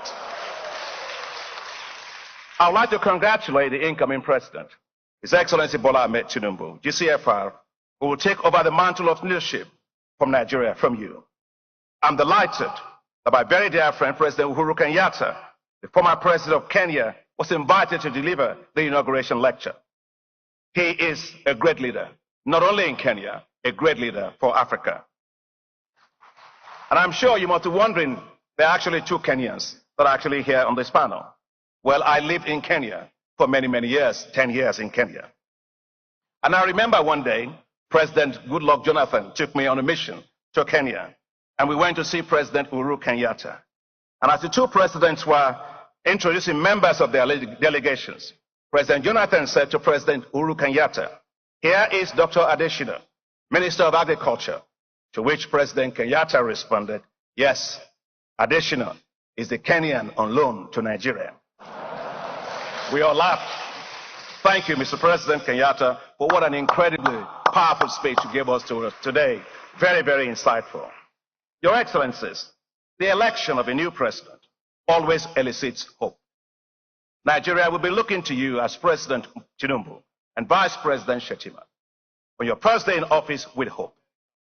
Hope that you will assure security, peace, and stability. Hope that you will heal and unite a fractious nation. Hope that you will rise above party lines and forge a compelling force to move the nation forward with inclusiveness, fairness, equity, and justice. Hope that you will dramatically improve the economy, which is what I'm going to talk about today.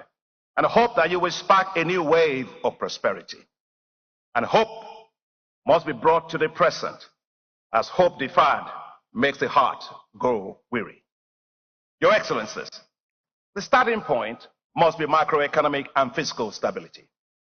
Unless the economy is revived and the fiscal challenges addressed boldly, the resources to develop will not be there. No bird can fly if its wings are tied. Nigeria currently faces huge fiscal deficits, estimated at 6% of the GDP. This has been due to several challenges, including low receipts to dwindling revenues from export of crude oil, vandalism of pipelines, and illegal bunkering of crude oil.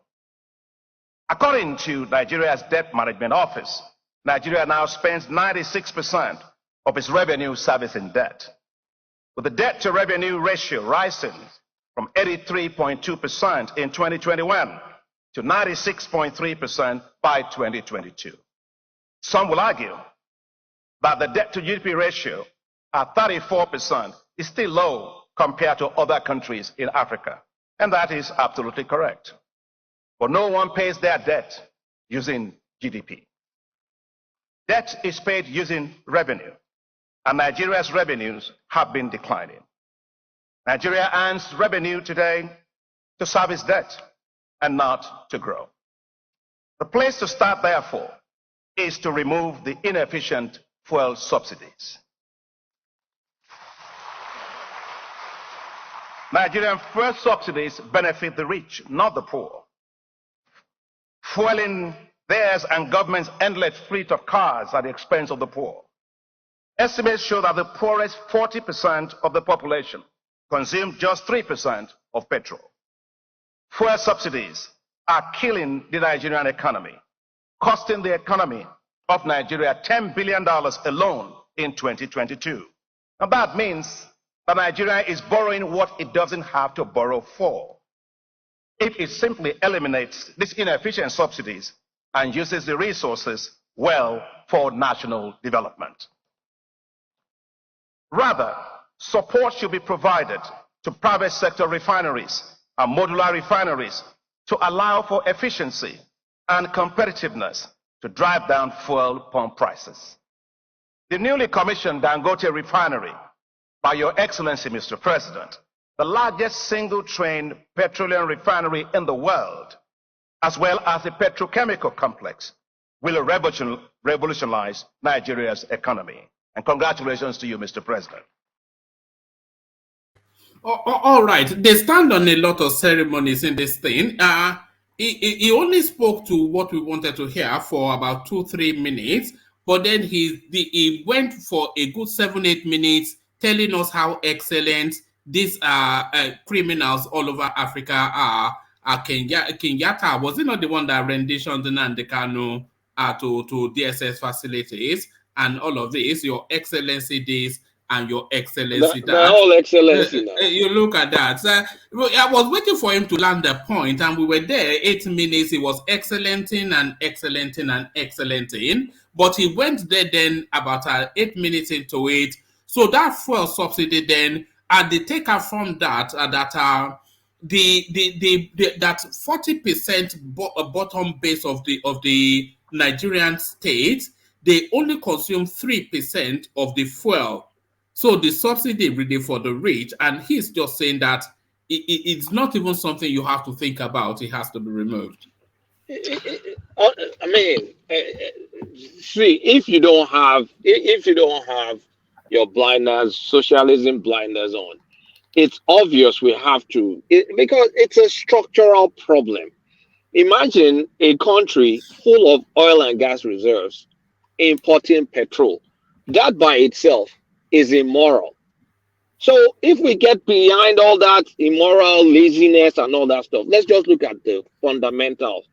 We're spending dollar to import something we can produce. How? Not just that. It's not bad enough that we're spending dollars. We are borrowing dollars to import what we can produce. It doesn't stop at that. We're borrowing dollars to import what we can produce to enrich some people fraudulently. And it doesn't even stop there again. And all the dollar we don't have that we're borrowing prevents us from investing in the economy so we can generate more revenues. Because we have to borrow more, our revenues is stagnant, is actually decreasing because, I mean, the receipts we get from exporting crude is down. So we keep borrowing to fund this corruption, and then the debt to revenue will get worse. So it's a black hole. It's a black hole, but it's a political landmine because That is supposed to be the so-called benefit that Nigerians enjoy. But it's not the benefit when you're killing yourself. There's no, I mean, honestly speaking, there was no way we could have continued with this subsidy. We would have just been borrowing, borrowing, and borrowing, and borrowing. And then Nigerians, the simple Nigerians will be saying, oh, government debt is growing. Oh, this, but we have to enjoy subsidy. Is it that I mean, that's an oxymoron. Like government debt, we have to enjoy. We can't afford it. Simple. And with the subsidy going, there's no incentives for refineries to be built because people that are enjoying making money out of the subsidy will always sabotage refineries from getting built. At some point in time in Nigeria, the people that they gave refining license, they also gave them license to import petrol. What sort of like moral hazard is that? Like, I give you 2 licenses. I can just bring in import petrol and make money. And you also think I'll now put money, go and borrow money and be investing in a risky refining business. Like when I also have the license to import petrol. And we did that for decades. The same guys. So they never built refineries. So you can call Dangote whatever manner of names you want to call him. That's fine. That guy has shifted us from borrowing dollars to import what we have, from now producing what we have and earning dollars. Flipped it. Yes, price of petrol has gone up. $500. It will go, if crude goes down, it will fluctuate 400. Whatever the price is, it will go up and down, go up and down. It's now like normal. But look at countries like Ghana. They don't have subsidies. Our economic profile on the average is roughly the same. We're both earning like $2,000 or something per head. I think we're slightly lower than them. The other countries in Africa, are they dead? They're not dead. They're surviving. Actually, they're even doing better than Nigeria.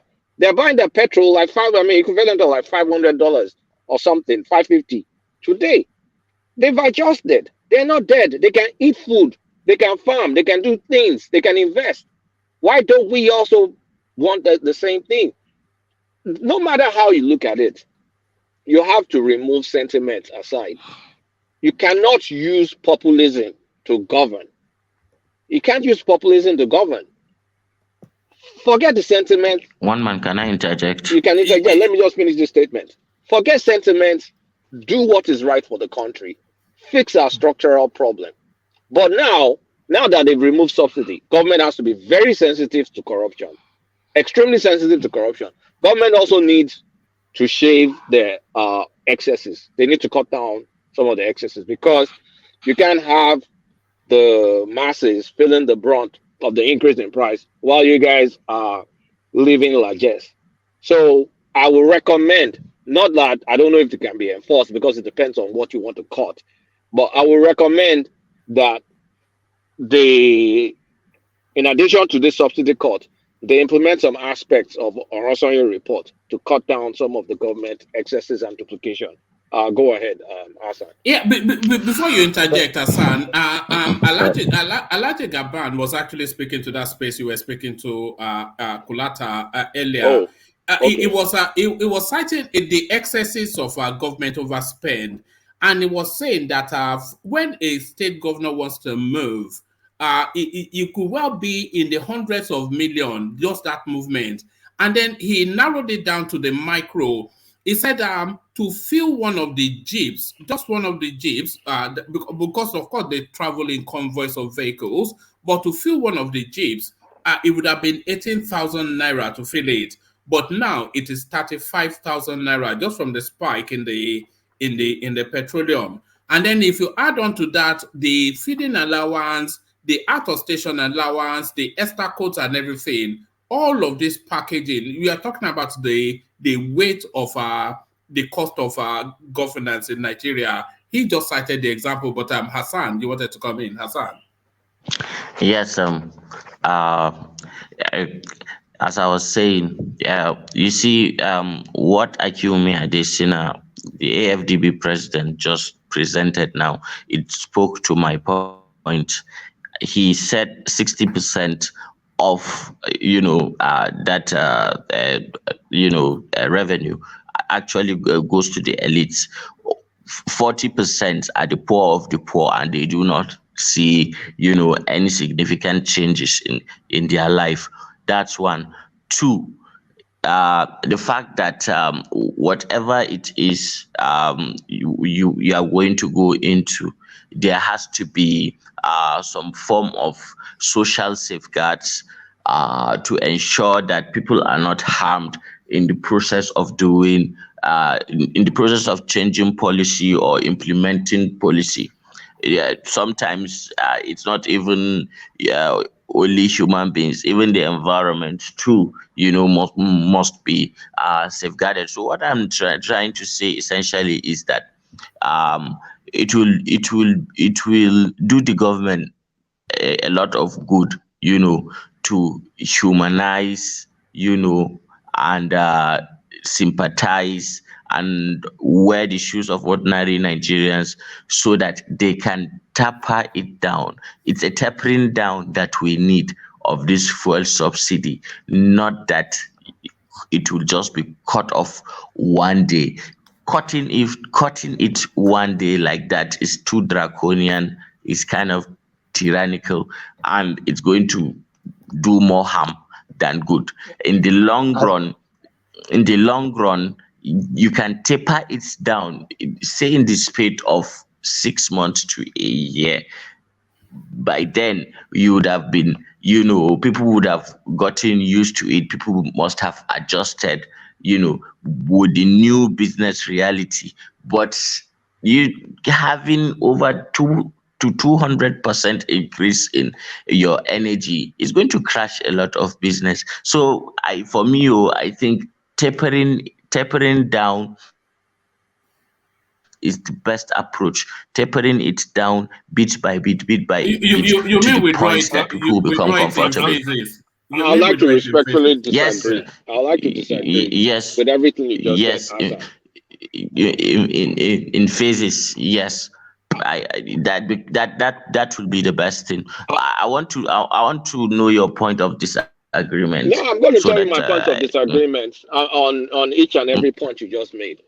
So first of all, doing it in phases, I believe as long as you're still providing subsidy, you're still subsidizing, you're still using money we don't have to fund people that are stealing our money. We still have to borrow because we simply can't afford any subsidy. So tapering it down or whatever. And also, you are buying more time for the opposition to galvanize against you. These are powerful forces we're talking about. Powerful forces.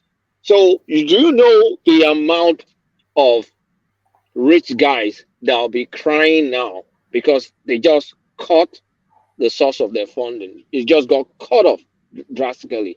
And these are powerful interest groups. So if you're saying you're tapering it, I mean, what did Jonathan do? What did Buhari do in his first term? Wasn't it tapering? At that point in time, oil prices were so low that the landing cost of it was low. So there was really nothing to subsidize essentially. So they changed the name. What did they call it again? They called it something recovery. It's still the same BS. And when crude oil went high and the prices became, they could no longer do that under recovery or whatever they called it. Then they officially now have to fess up and say, yes, we're still subsidizing. Do you guys remember all that shenanigans that they were still denying that they weren't subsidizing? But when the prices rose so fast, they had to acknowledge that they were still providing something. So all this phasing out stuff like tapering this, tapering that, let's forget all that nonsense, because it just allows the opposition to get stronger and they'll keep on attacking you. We're just kicking the can down the road. Now, number two, let me finish. Number two, we're used to buying petrol at $500 or even higher, especially in the period of scarcity or artificial scarcity. And we're so used to it that it's even double jeopardy at the time those things are happening, because then the goods is scarce and we still pay a premium So we are getting hit twice. So the 500 naira, the prevailing rate right now, is not new to us. It's not new. We've been buying it 500, even though the official price is 150. When there's scarcity or when there's whatever shenanigans those marketers do, we buy it at expensive rates. So it's not new. So when it's 500 and it's always available, then people are used to buying it at expensive prices. There are some areas in Nigeria that have never, ever been able to buy it at that 160 or whatever. Never. If you go to the southeast, it's almost double the price all the time, 24/7, all the time. So to them, okay, some additional, but at least it's going to be available. So let's not talk about the price. We've always bought it at expensive rates. Even as far back as when I was in Nigeria, back then, I know we bought it like, at that time, that was in the 90s. We bought petrol, something close to 100 and something naira or something like that people were screaming. And that was then. So let's not talk about, oh, it's 500. We bought it expensive. We bought it 600 before. And then it will be black market. So that's not an issue. Then the last thing I want to push back against, giving people free money. Has it ever worked where you start sharing money? Let's not waste money. What really works is productivity.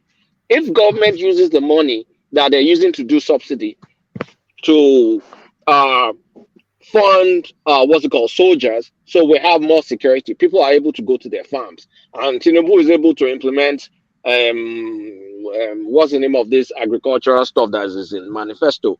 So if they're commodity boards and all this stuff, if they're able to use our money to do that, get people back to the farms, get people to work, fix electricity, that is the kind of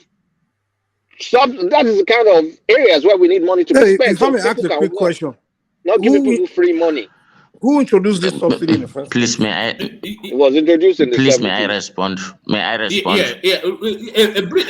Please let me respond. A brief response, and then let's bring other voices into the conversation. You see, as far as capitalism is concerned, nobody can put a price tag on how you sell your your product. Nobody can put a price tag on it. That is capitalism. If you want to buy, you buy. So this 500 naira that you said we are already buying for, how sure are you that it will remain at 500 naira? It's not going to remain at that. Wait. Let me finish. Please, let me finish. There is every possibility that this petrol PMS may even reach up to 8,000 naira or more. Mm-hmm. Let me finish. So what you are suggesting, with all the things you've said earlier, is like throwing away the baby with water all along. And the bad water. No, I'm not saying throw away the baby and the bad water. That's the implication of your position. No, that's the implication of your position. It's opportunity cost. No, you borrow to fund corruption and inefficiency, or you borrow to develop the country and build productivity. We will adjust our behaviors. You are not looking at the human side of all this. As far as competition, yes. Go ahead. Competition will take care of the price. That's what, listen, no one's just going to jack up price, and there will be competition. It's not like you say monopolize space. You understand? So there will be competition. The subsidies gotta go, man. That stuff's gotta go. Price will go up and down. Yeah, it's going to go up and down. The free package, there will be competition. As long as there's competition in that place, trust me, they will take care of it. You might even go down safe. All the way, depends on how they operate on the other sectors and stuff, But to me, I think what government should have subsidized should have been agriculture, to be honest, because I believe during the time in the First Republic, that era where we used to have Royal Cuckoo and all those, we used to have Gramno Pyramid. I believe agriculture was subsidized during that time. It's like the government was ready to buy from the farmer and export and things like that. So that subsidizing agriculture alone, that's automatic job creation, because Most Nigerians are not productive. They don't know how to manufacture anything. It doesn't take rocket science to go to the farm and go and grow food and and sell to the government. So Can I come in? what if don't use let Mike land. Let Mike land. Let Mike land. Yeah, carry on, Mike. Millions of people they are jobless. It won't say it's not rocket science to say, come, if I go to the farm, go and grow things, hey, government, is ready to purchase what I grow, so that's something they should have subsidized, agriculture. That's just my point, Sha. In America, agriculture is subsidized, so farming in America is one of the easiest thing to go into. You it's automatically job creation for yourself, So to me, I just think whoever started that subsidy was very foolish, to be honest. All right. Yeah, can I interject real quick? Yeah. Comment, Prince Daddy, and then after Fatai, only because we've not heard Prince Daddy's voice for a while. So Prince Daddy, come in. Okay, yeah, briefly, I'm kind of in a little bit noisy place right here. Yeah, I think Mike's concluded by saying that the people that established the subsidy are stupid. Well, so that's the issue in Nigeria. Just like you guys are smart, you got to keep in mind also that those people on the other side are smart also. Every inefficiency, every waste in the system in Nigeria is deliberate, from power to subsidy. So don't think those people are stupid.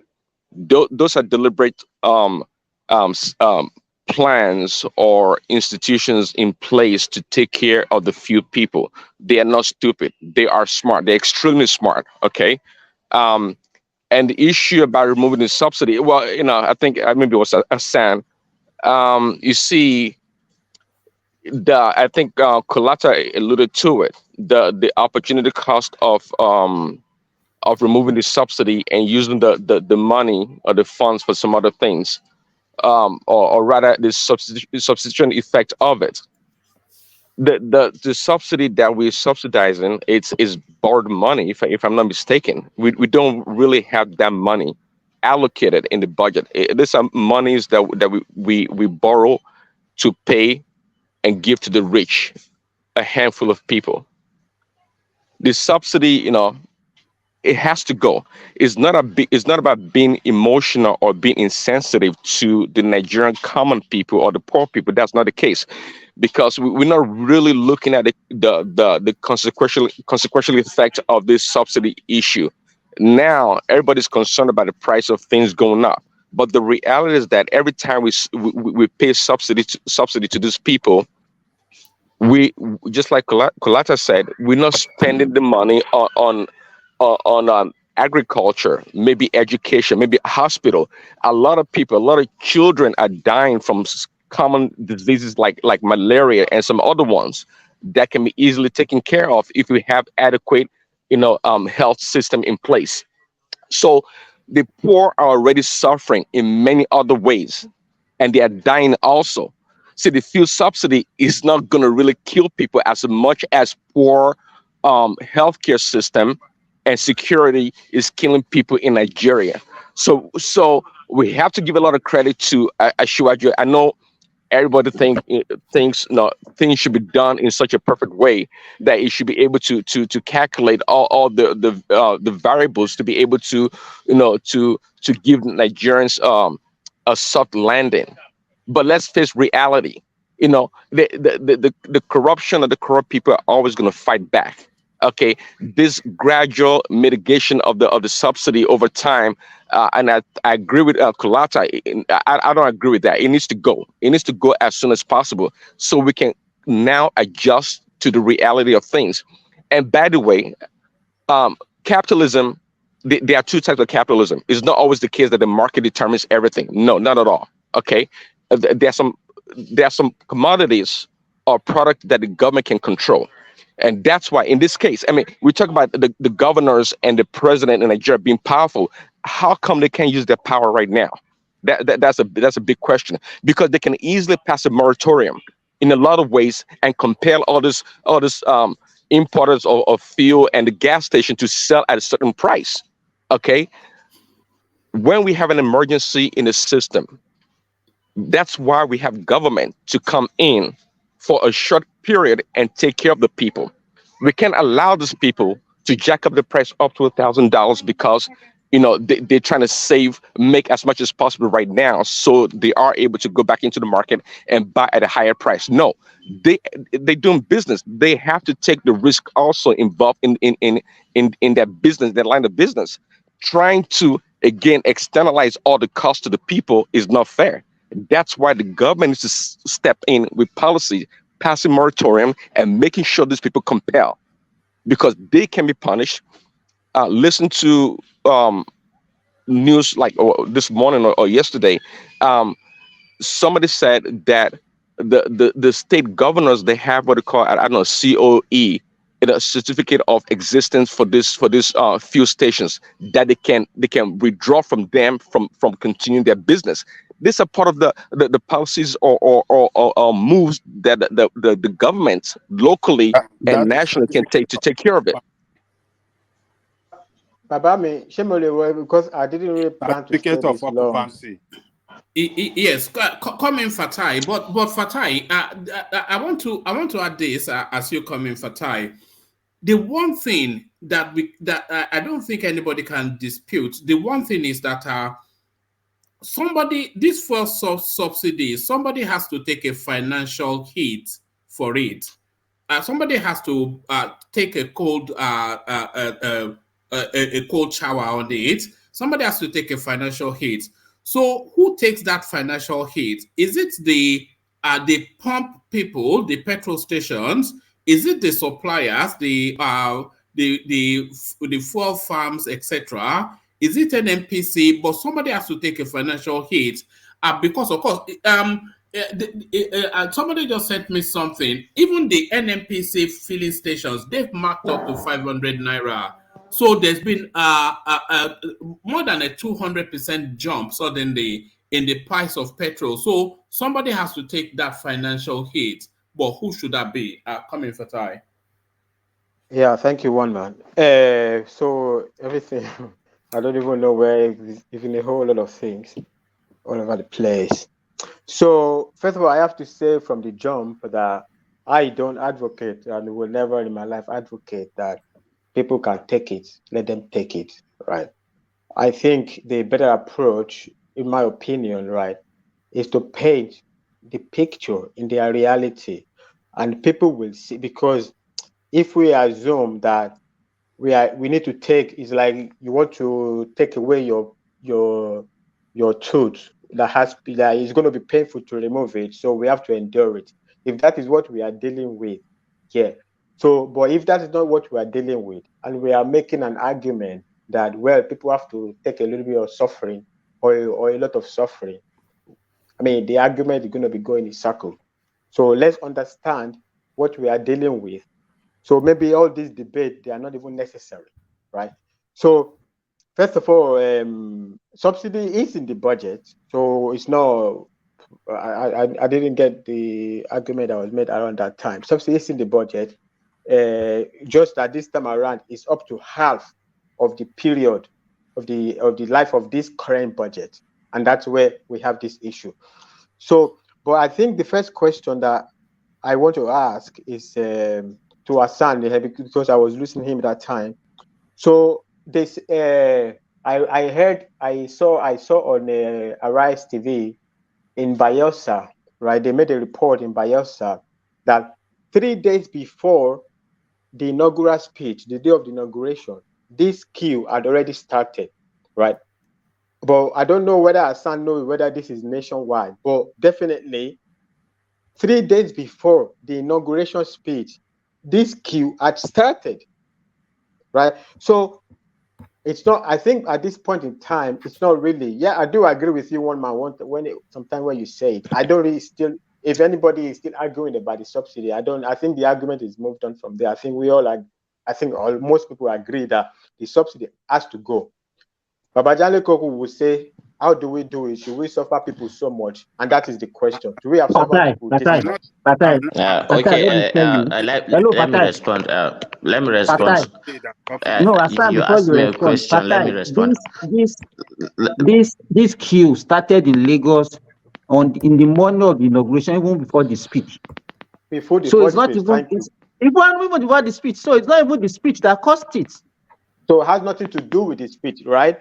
So an event A was going to happen anyway. So an event B happened. I wish Saki Father was here. He would tell me the name of the fallacy of the logical fallacy. What are you guys trying to spin now? Something No, but has not happened. What is the defense for this? Your man Babajayoko, listen to Arise TV. Listen, Arise TV cover it, and then they said it. That what's the name of that lady? I've forgotten that this lady on Arise. She said that the queue started in Lagos on Monday morning. Don't you think that was in anticipation of the speech? Don't you think it was in anticipation? No, let me tell you, whatever way we painted it, it can still be linked to the speech. I am pacified, but let me I'm here. Let me tell you, Patotsky, even the anti-TINUBU, this guy, Rufai, he said it that even this thing, this speech, this subsidy thing is not even in TINUBU's speech. He said it. It was just a statement that he had it. When you look at the speech, it was not even there originally. So it's not in anticipation. So he made a reckless statement that essentially it's not a reckless. It's not a reckless statement. It depends on the way anybody view it. It's not a reckless statement. It should be unfair enough to call it a reckless statement. But he made a reckless statement. He's trying to show off that he's a tough guy, and then look at what he has caused the country. He doesn't. He didn't cause the country anything. He didn't cause the country anything. Let me respond. Who was the person that asked me the question right now? No, I asked you, but I'm just waiting. Okay, yeah. So I put my camera to show. I'm just waiting. Okay, I see. How much do you have to earn for you to be above the poverty line today? I don't get it. I didn't get the question, brother. Can you ask me again? Yes. How much do you have to earn for you to be above the poverty line today, daily anyway? I don't understand where the question is going.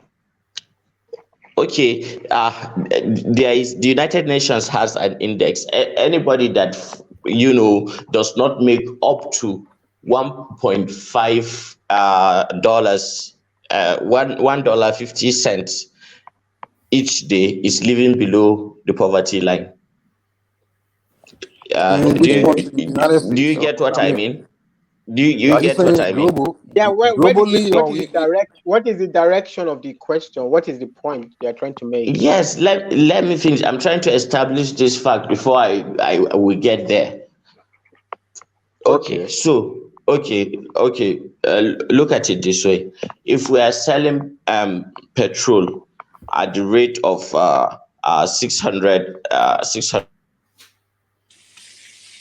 naira, it may probably even go beyond that very soon if this is not curtailed. So people will be buying a liter of petrol, close to $2. And there are implications because in Nigeria we use petrol for practically everything. You are just being emotional. What do you mean by $2? What do you mean by people will be buying fuel for $2? What do you mean by that? You are just exaggerating to put Let me finish. One at a time. Let me finish now. I'm telling you about the real life implications. Food is going to be expensive. Do you think all those cars that transport foodstuff from one part of the country to another, they run on water? They run on fuel. And that will no businessman will load up a truck with goods and then transport it to another part of the country and then sell it at a cheaper rate. It's going to increase the cost of living for the ordinary person. So people are going to become poorer. Everything that in the market when you go is going to skyrocket. I understand what you're saying. There's going to be inflation. I don't disagree with you. I don't disagree with your principle. Actually, inflation doesn't make you poorer. Then why do you want? If your price goes down, you make more money. Wait. The person living in Nigeria telling you what they are experiencing already. You guys living all over the world, outside Nigeria, you don't want to listen to him. That doesn't justify. You are blackmailing us. You are blackmailing us. One at a time. It's not blackmail. It's blackmail. It's blackmail. It's blackmail. It's not blackmail. It's losing touch with reality. You guys have lost touch with reality. Everybody hold. Let Hassan land and then come in. Hassan, carry on. Okay, so you see, there are real life consequences for all this. Everything is going to skyrocket. Everything is going, the prices will become high, inflation will become high, people who need medicines, everything is going to be so damn expensive. And mind you, minimum wage has remained as it is for long now. I think the last time they increased the minimum wage was like 9 years ago, something like that. And people are not making more money. Yet, every day, if you go to the market, what you buy.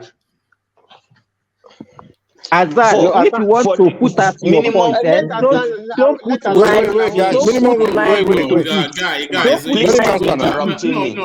Stop interrupting me, please. Stop interrupting me. Let me finish first. Hold on, Hassan. When we have three, four voices, then we are not really hearing anyone. So, Hassan, land it quickly.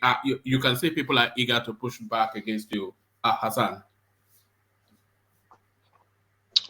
Okay, so you see, so people, will suffer for all these things because of the inflation. People will not be able to do their normal things. For example, if you earn, say, 30,000 naira.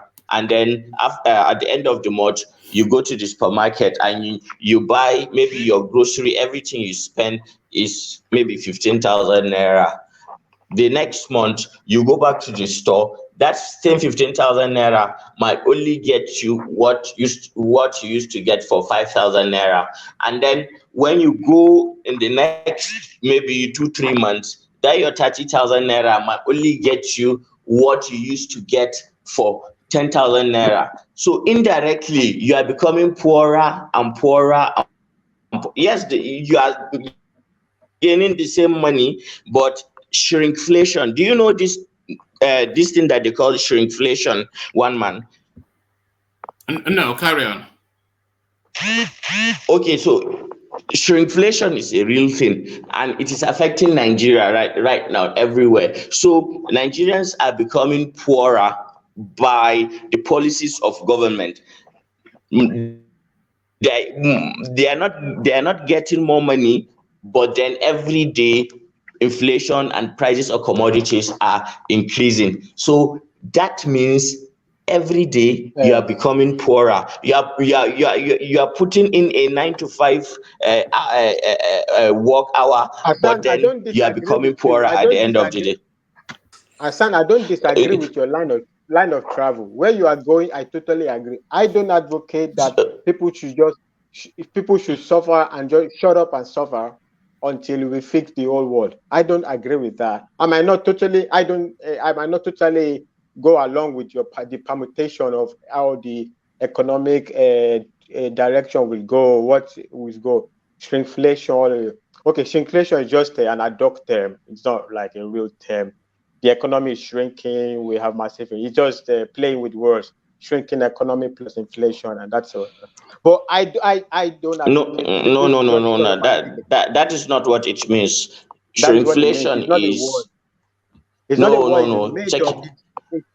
No. Shrinkflation. Okay. Shrinkflation is. Let me wrap up my stuff. I have to sleep. Shrinkflation is. I have to go also now. Some people are just talking longer than everybody else, and we can make our point. One man is giving too many opportunity to talk. All right. Shrinkflation. Yeah, wrap it up, Hassan, and then we. Yeah. Okay, shrinkflation is putting a lesser amount of commodity inside a package, but maintaining the same package. So the package will be big, but what is inside will be small. So you get the illusion that you are buying the same quantity. Meanwhile, it is not the same quantity. It has been reduced.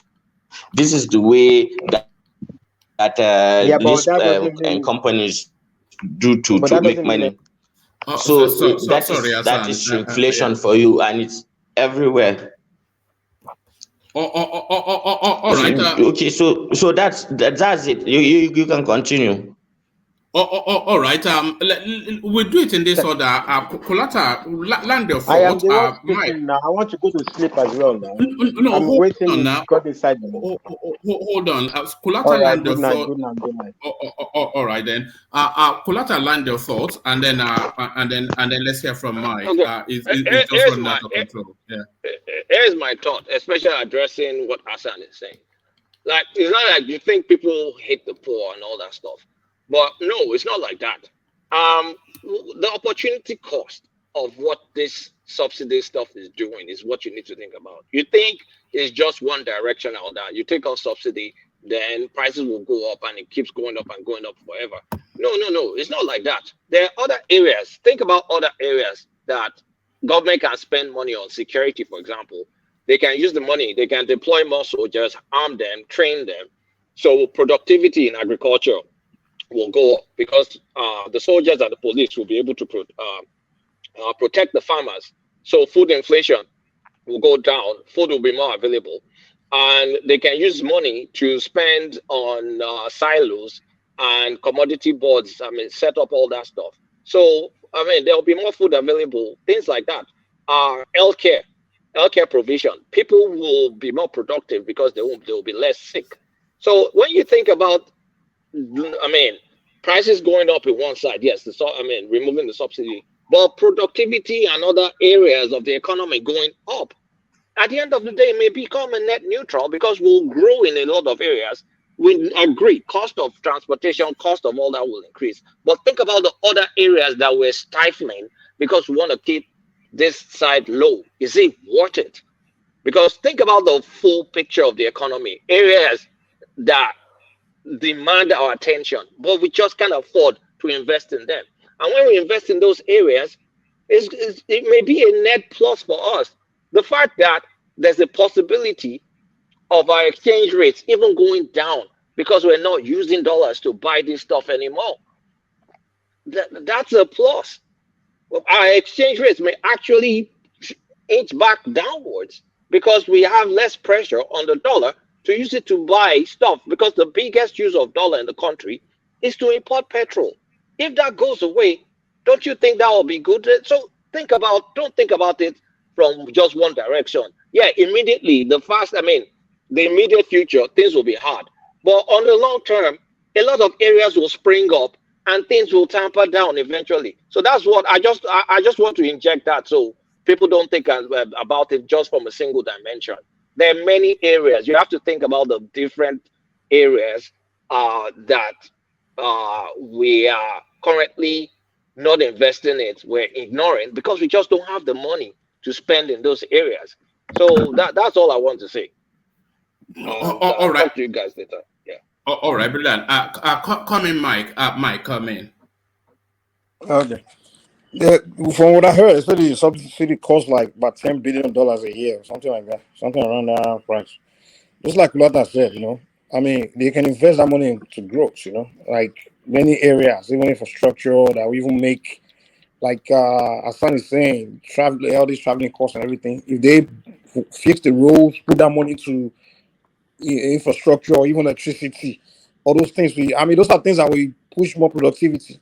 Investing in productivity is more important to me than investing in welfare. All these filibuster welfare culture that we have. You just gotta go, man. Come on, subsidizing oil? Are you kidding me? We're not productive, man. Like we should invest in more productivity. Like I said, if you subsidize something like agriculture, you're investing in productivity, because now people can actually go do something, get on a farm, grow food, grow things we consume. You know, so to me, I mean, that's what I would say. Like, I mean, honestly, that subsidy I always found it to be ridiculous. Like, when people talk about inflation, it's not always wrong. Inflation also means increase in revenue for people. It also means increase in income. You know, when you're talking about minimum wage, all these things, it's only civil servants. What percentage of Nigerians are actually civil servants? I mean, the rest, most people are business people anyway. They are traders, they sell. If price goes up, your price go up too. You make more money too. You can't reach out. So inflation sometimes, just hyperinflation is just the problem. But if you're saying inflation automatically means people get poorer. No, it means people get richer actually. So if price goes down, I increase my price too. I mean, if you work for somebody that's paying you, you demand increase in income. I mean, if your boss is paying you say 30,000 and prices go up, that means your boss, whatever is trading, he also increases price. That means you as a worker can also demand increase in salary.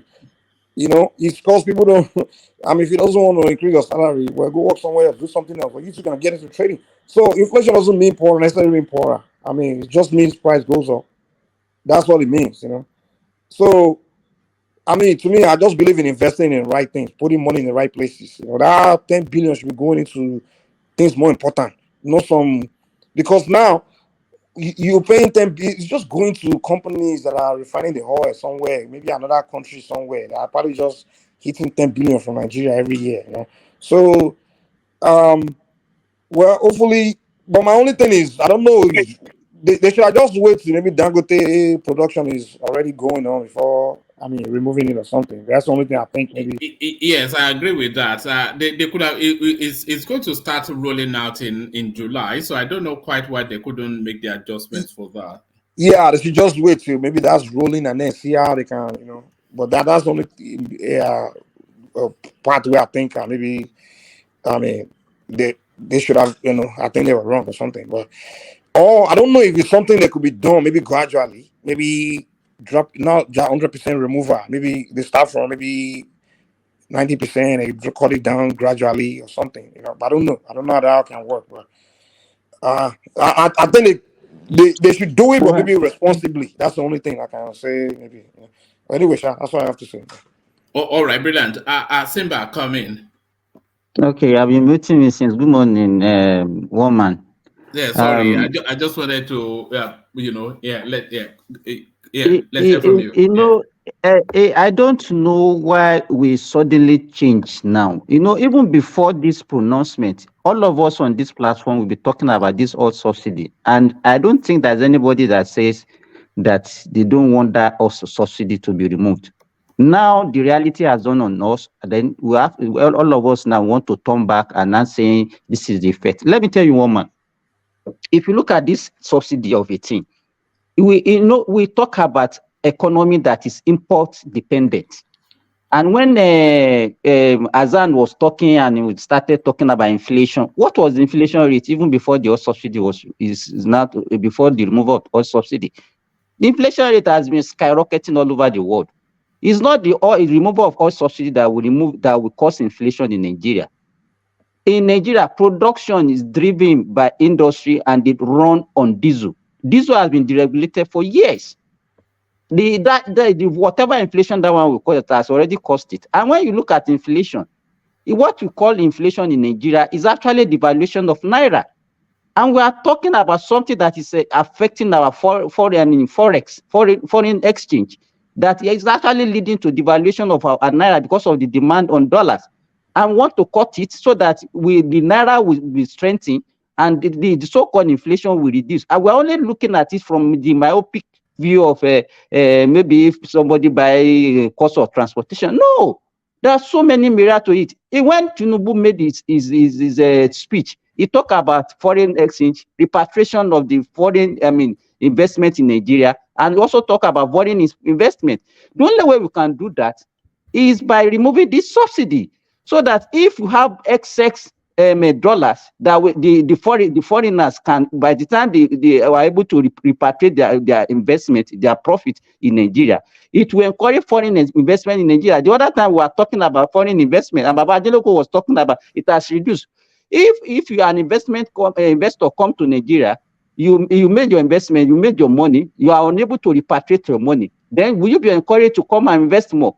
Those are the way we have to look at it. There is a myriad of opportunity, a myriad of advantage if we remove this oil subsidy that we are going to get, and it's not going to increase any price.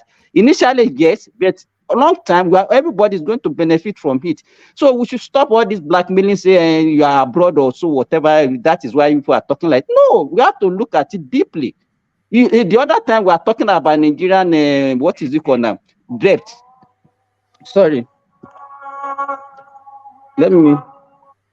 We are talking about foreign debt. Is that the call to prayer? Are you not going to pray? No, it's not even the call for prayer. I suppose it's already around the 5:30 a.m. here. So we have already prayed. So what I'm saying now, we are talking. No, I'm in Saudi Arabia, so that's why the thing is. I'm a Muslim. Yes, I'm a Muslim.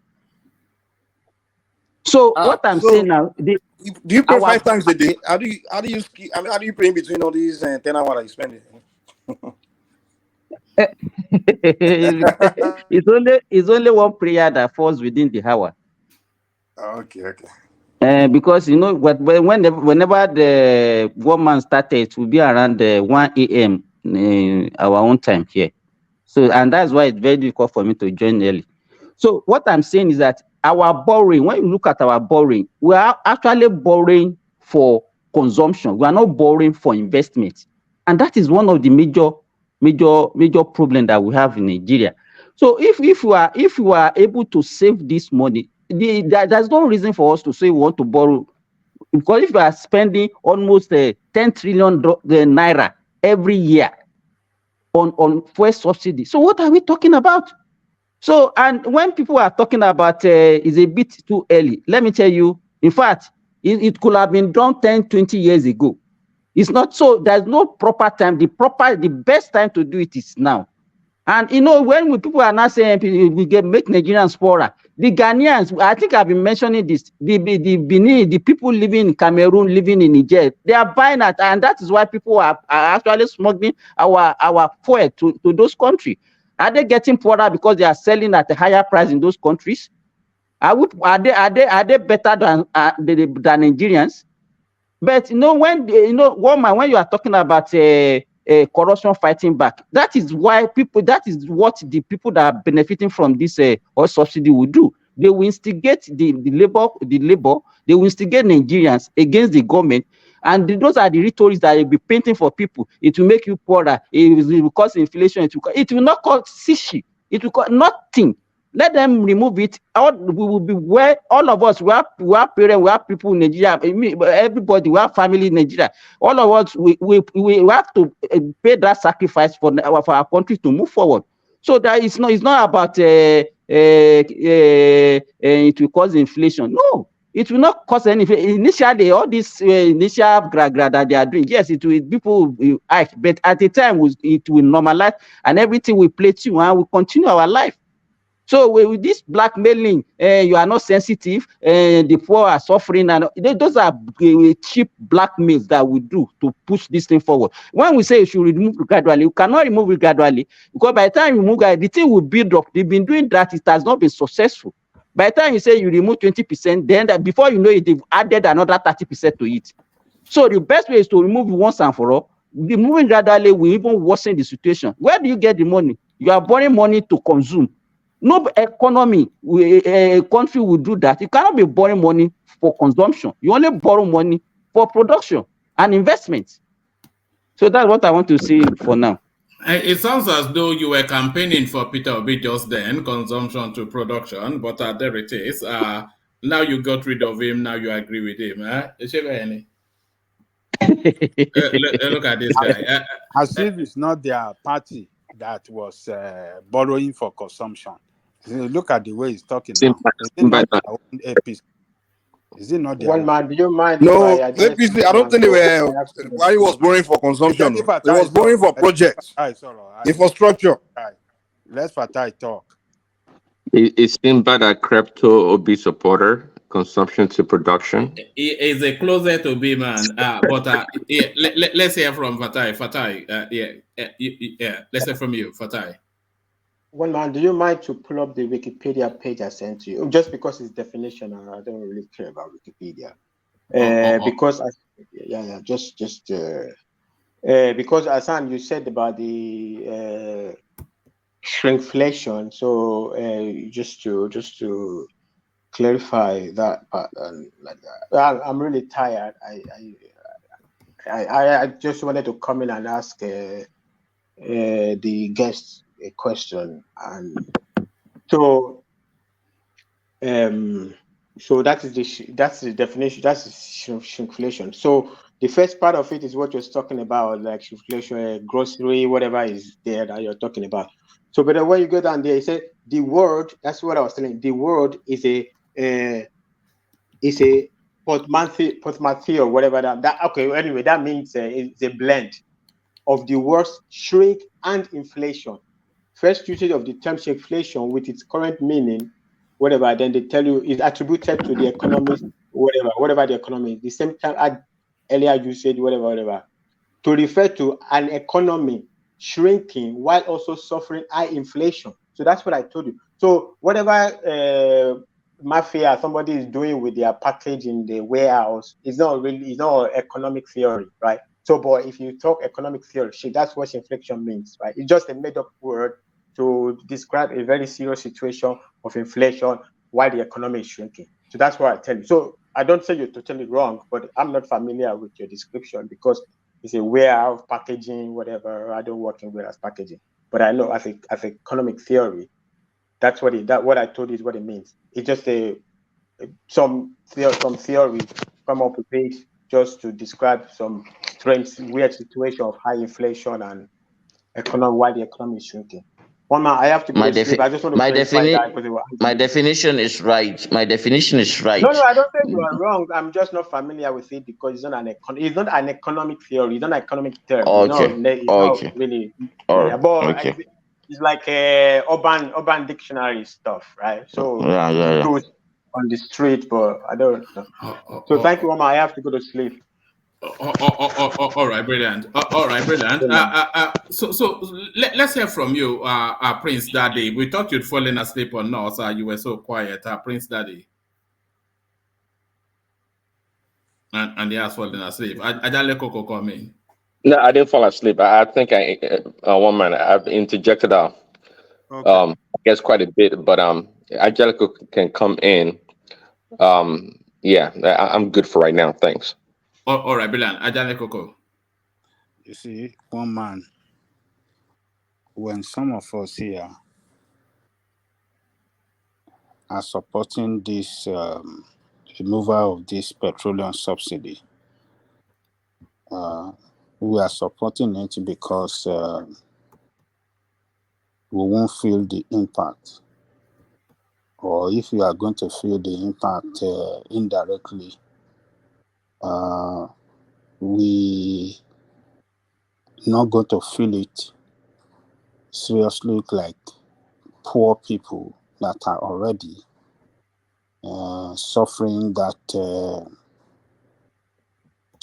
multidimensional poverty. We are going to feel it like them. None of us going to feel it like them. So we can support whatever we want to support. Remove this, remove that. We are supporting this because we don't look at the past. The removal of subsidy on some product in the past and look at those products now. Have we really saved so much? Have we really removed what we remove and the promise back as savings that they will get from removal? that saving, has it really been spent for the betterment of Nigerian people? That is the question. Are Nigerian people better off since they remove those subsidies from the diesel and from the kerosene? Nigerians, they worse off after the removal. Poor people cannot buy kerosene again. Kerosene is beyond the reach of poor people in Nigeria. Diesel is not, it's beyond the reach of manufacturers. Small scale manufacturers, they're suffering. And then we are supporting that, okay, this last one should be removed. This one that drives everything, every means of production depend on this petrol. You said it should be removed again. Go and look at the price. You're going to be buying it at $2,000. I mean, 2,000 naira if that is not taken. It's just a matter of time. We're going to see a lot of people that be going down. You see, can I interject real quick? You see, the problem we Africans is we don't have this productivity mindset. For example, if those marketers, those businessmen decide, okay, I'm going to jack the price up for 2,000%, whatever, that's opportunity for another person to go into that same business and sell it for lower price and kick him out of business. You understand? Competition. Not when it's monopoly. Right? What do you mean? What's monopoly? Where is competition in petroleum diesel? You see one man, Dangote, that have built the refinery and as well want to have petrol station around the country. Does that sound like a competition to you? It's going to that market. It's going to monopolize that market, and it's going to be very, very rich. State. He will dictate. What we are talking about right now, we're talking about the suppliers, right? If they decided that they want to, because government takes out subsidy, they don't get any cheap money, easy money like that. Oh, they're just going to jack up price. It's an opportunity for someone else to get into the same business and compete and drop the price. Mike, real quick. Okay. Well, in a natural economic sense, it makes sense for competitors or new entrants to come in and take the market share. But what you're talking about here is monopolize. Even OPEC. It's not what is monopolized? Listen, even monopolizing it. It's monopolized because nobody else want to compete. That's why. Go into it and compete. Those few guys that are you're importing, like you know their names now. I think Ethno-religious is part of them. Those guys, many people should have gotten into the same business and compete. It should be a competition. It shouldn't be just few guys doing things in Africa. That's the problem. For example, even Dangote is doing cement. Everybody's looking jealous. Why don't you other people get into cement too? Compete. You know? Instead of crying, going to this business, do business, start too. Get into competition. Know the politics behind all of this. That is why you are talking like this. You think it's just exactly. We give too much excuses in Africa, man. You think level playing field is created for? Have you tried? The thing is, you haven't gone into it. You're already giving excuses why someone cannot go into it. Let's go into the business first before we say, give reason why it's not going to work. Let's go and compete first. Let's people go there, put your feet in there, and then you can come back and testify that this is what happened to me. It's like when you say all politicians are corrupt. So once they become politicians, they become part of the group. Okay, so what you're talking about it's real. It's what we really want. But it's not as easy as you say. Just like there's nothing like that's easy. And I always say when I'm having conversation with people, they always tell me it's not easy. All right, just one microsecond. So Thomas here to take over. So I'll hand over to Thomas as the conversation carries on. Thank you, everyone. Thank you, Prince Daddy, for the super chat. So the conversation goes on under the military regime of Thomas.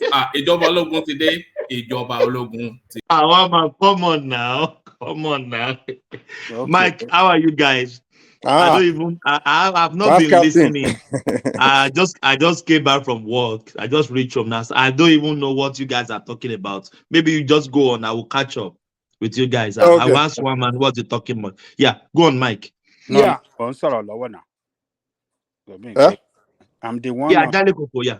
Okay, right. Yeah. So the removal of this petroleum subsidy, it will create a lot of problem, serious economic hardship on the poor people.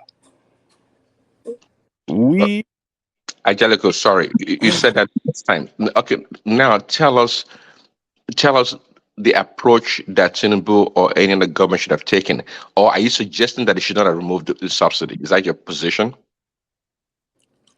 Subsidy, there's nothing wrong in subsidy. That is my own position.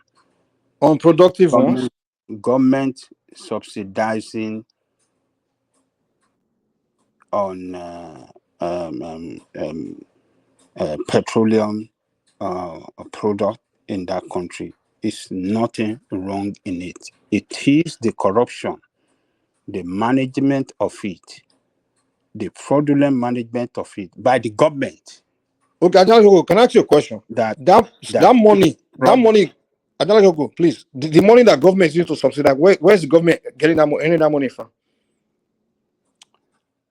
Look, what I'm saying is that it is not a problem to subsidize for the common good and the betterment of Nigerian people. But when government itself manage that subsidy program with corrupt practices, that is the problem. It is not the subsidy. So the government must look at that corruption, particularly what is responsible, because everybody knows that there's corruption in that. So $10 billion a year. What you are telling us now is, if the corruption can be condoned, we should continue paying the subsidy. That is not $10 billion a year. What I'm saying, you should hold your government accountable. If you have a government that are not responsible, that are lazy, and that are corrupt. No, Angelico, see, to what Mike was saying. In government, hold on, let me land this. In America, there's subsidy for agricultural produce for agriculture in America. But guess what? Obamacare, the Obamacare that people enjoy in this country, is a subsidy. Hold on. I'm glad you mentioned these things. Go ahead, finish. There's a subsidy for healthcare. It's a subsidy for healthcare in the United States. And now the question is, before you continue, sorry. Where's the government earning the money they are using to pay for it? They are taxing people. But the Nigerian government, the subsidy money is not that they are taxing people to pay for it. They are using money they earn by selling crude out. They all earn money. They're using it to subsidize people. It doesn't happen in any advanced country. America, everything is subsidized, even education. They do something called the property tax. They take it from the people. Anything they want to promote, any social welfare program or social program, they have to put money in. They go and tax the people to use that money to subsidize this. They just don't give you something for free. American government don't give it. They don't. But in Nigeria, the government is just giving free. The people are not paying anything. People are not they are not the one paying for the stuff. People free. What is government? Tell me what government is giving. The subsidy is free money now. It's not like they are taxing Nigerians to pay for it. It's not a tax. It's not like they're collecting property tax somewhere to pay for the subsidy. It's just free money. The money in the country hand. They use it to pay for subsidy. It doesn't make sense. It's like we sell crude oil and then we use that money to buy refined oil. It doesn't make sense. Look, that's why we are poor. Nigeria have refineries that are not working. Who do you want to blame? Do you want to blame Nigerian people? That's a whole different argument. We can all agree with you that the corruption part, yes, Hold on. I'll let you continue. Sorry, but it sounds like you like everywhere. So, what would compel the investors or the government to refurbish their their refineries and do what Mike is talking about to be more competitive if they can always get subsidy? What are you talking about? If you don't remove subsidy, why would there be creativity and imagination in that field, in that industry. As long as the subsidy there, why should they work hard and invest and take the risk when they can just collect the money? What are you talking about? Answer this question. Are you a socialist, by the way? Are you a socialist? What is subsidy got to do with investors? What are you talking about? Okay. I can. Well, it's called incentive. You live in United States. Are you telling me that you don't get subsidy on healthcare?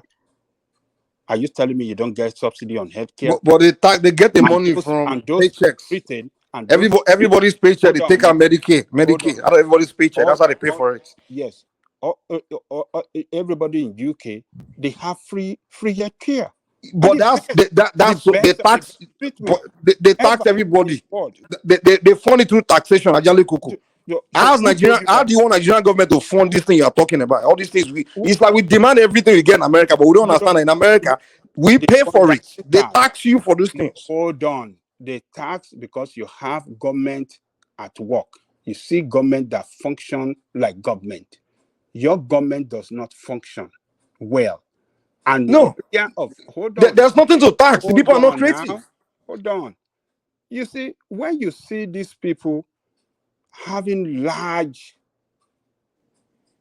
entourage, large staff, large people around them, and they squander your money for their own good and not for your own good, you don't want to complain. You don't want to tackle them. You don't want to ask this question. But that's a different argument now. That's the corruption argument you're arguing. Here we are talking about basic. Yes, it is corruption. But you can't. Well, that's just to justify reason why we have to keep subsidy going now. There is waste in every government, even in the United States and United Kingdom. There's waste by the government on bureaucracy. We know that. It's not unique to Nigeria. It is corruption that doesn't make that subsidy it's global well for the people. It's not about working. This argument is not about whether something is working or not working. What we're saying is the money, the $10 billion, it's not working. Mike, sorry, is Thomas there? Thomas, if you have government that can generate revenue where can make your economic work where to generate a lot of revenue, that 10 billion you are talking about is nothing. Do you know that? I don't pay Thomas, who is calling me?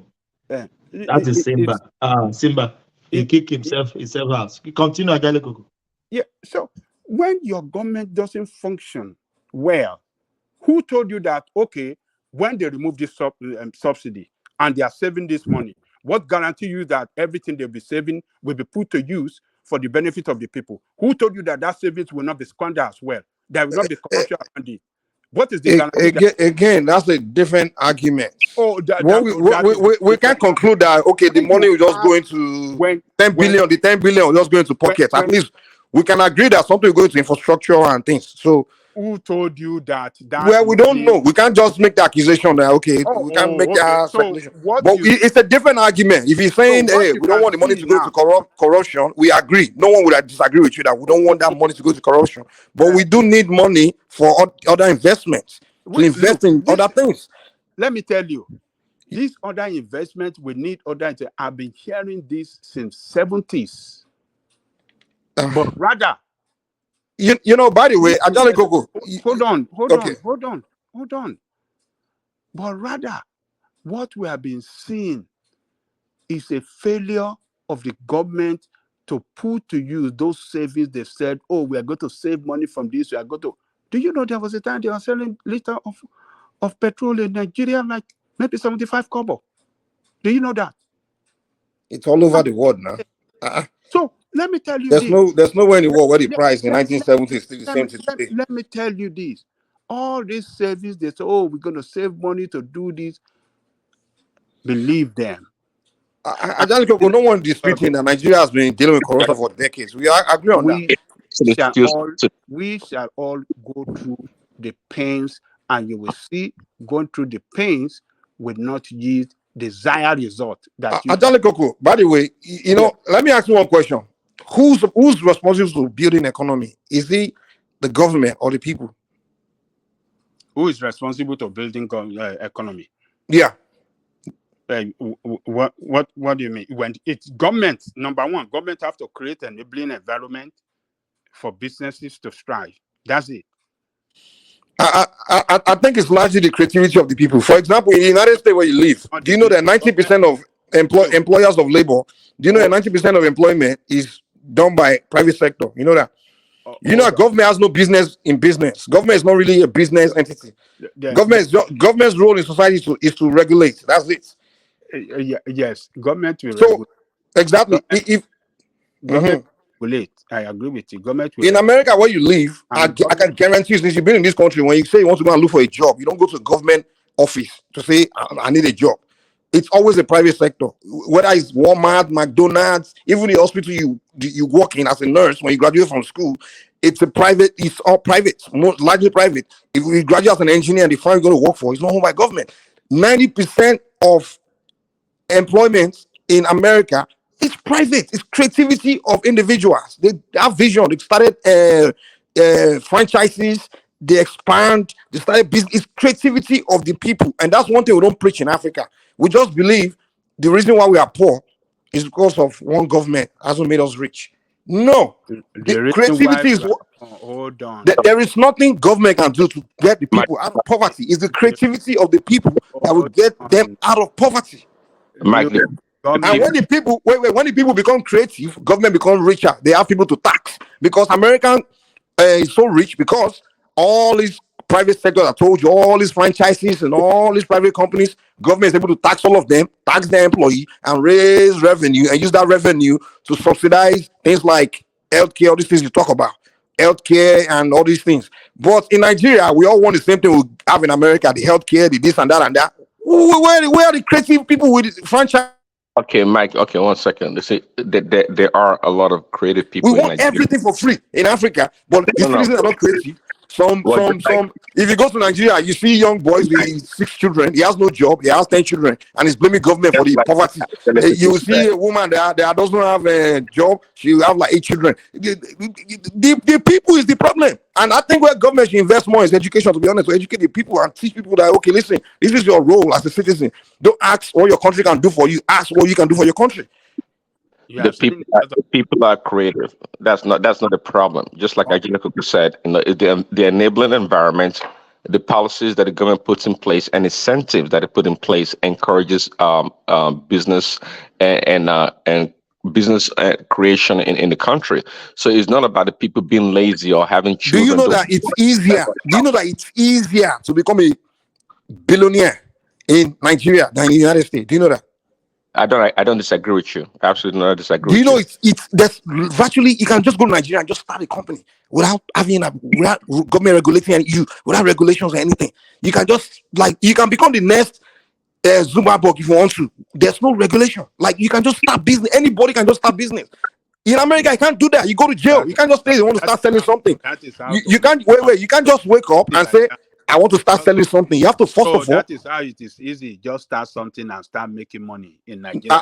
That's not what I'm saying. I'm not saying life is not. It's possible. People always use that word easy. There's nothing easy in life, and I hate when people say, "So you want it to be easy before you can do it, before it has to be." No, Mike. So are you saying it's easier to start a business in Nigeria than America? Is that what you're saying?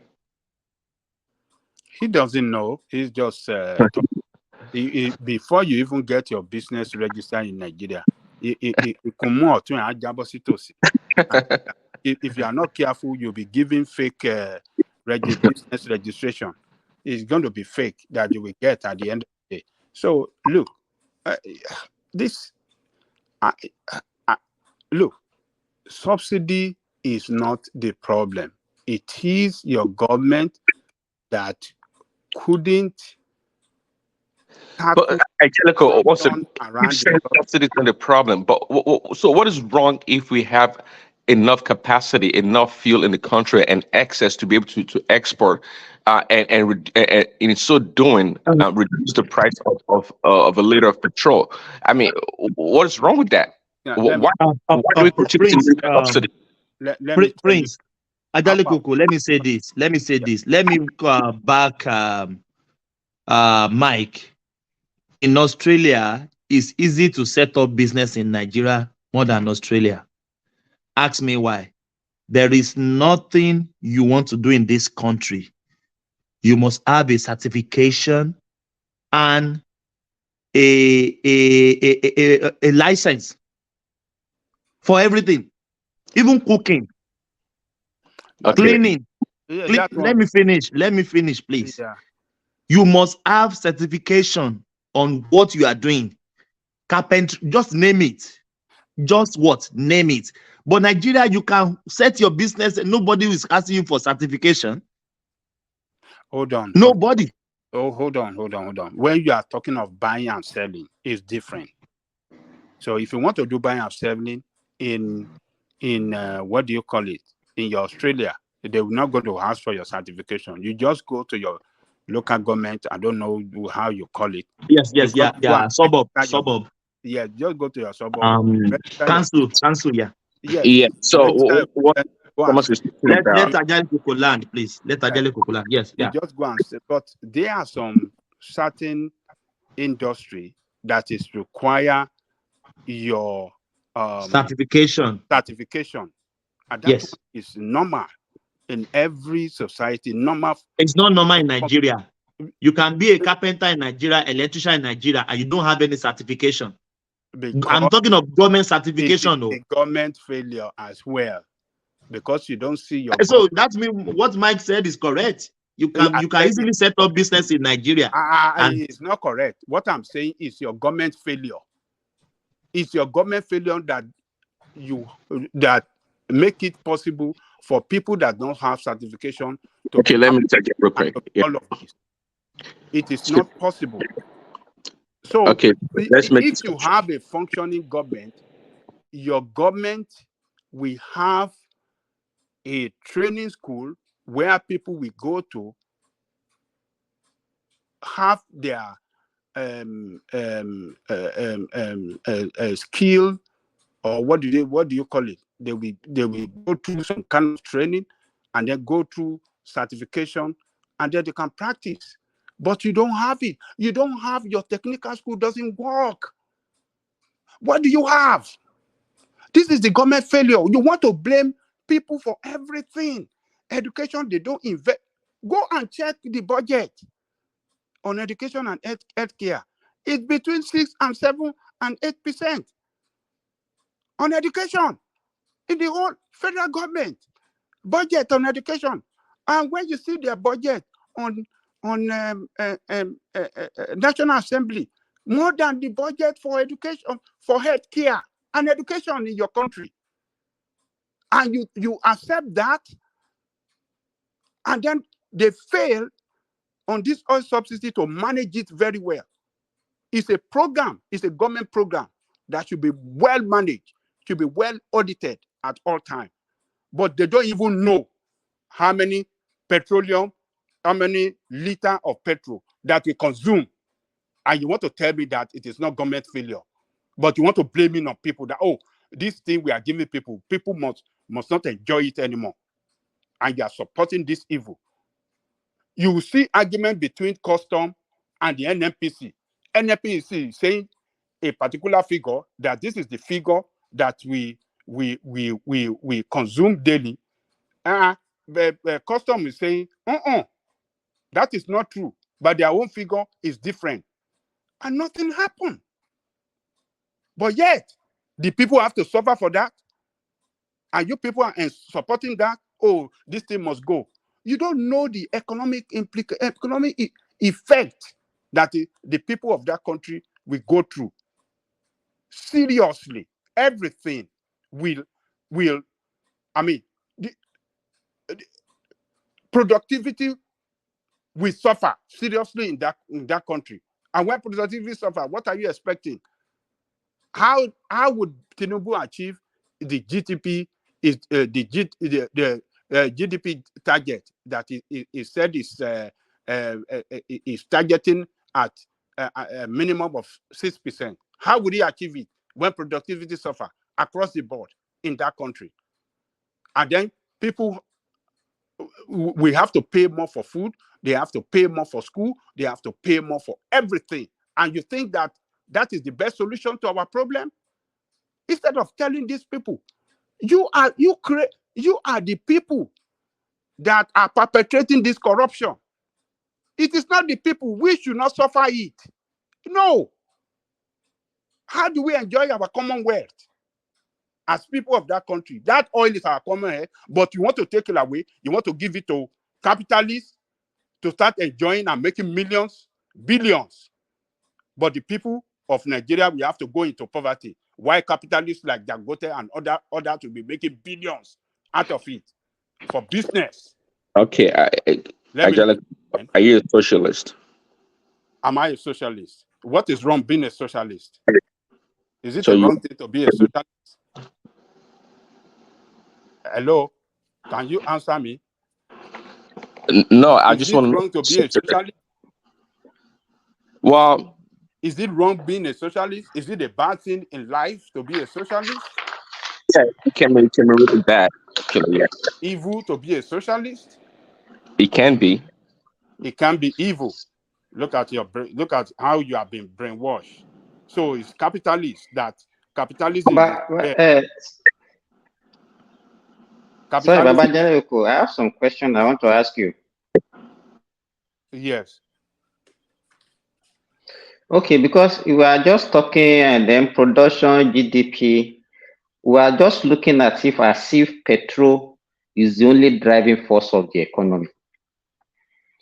When you look at factors of production, how much does petrol contribute to factor of production? Then, because I will take you by your own word,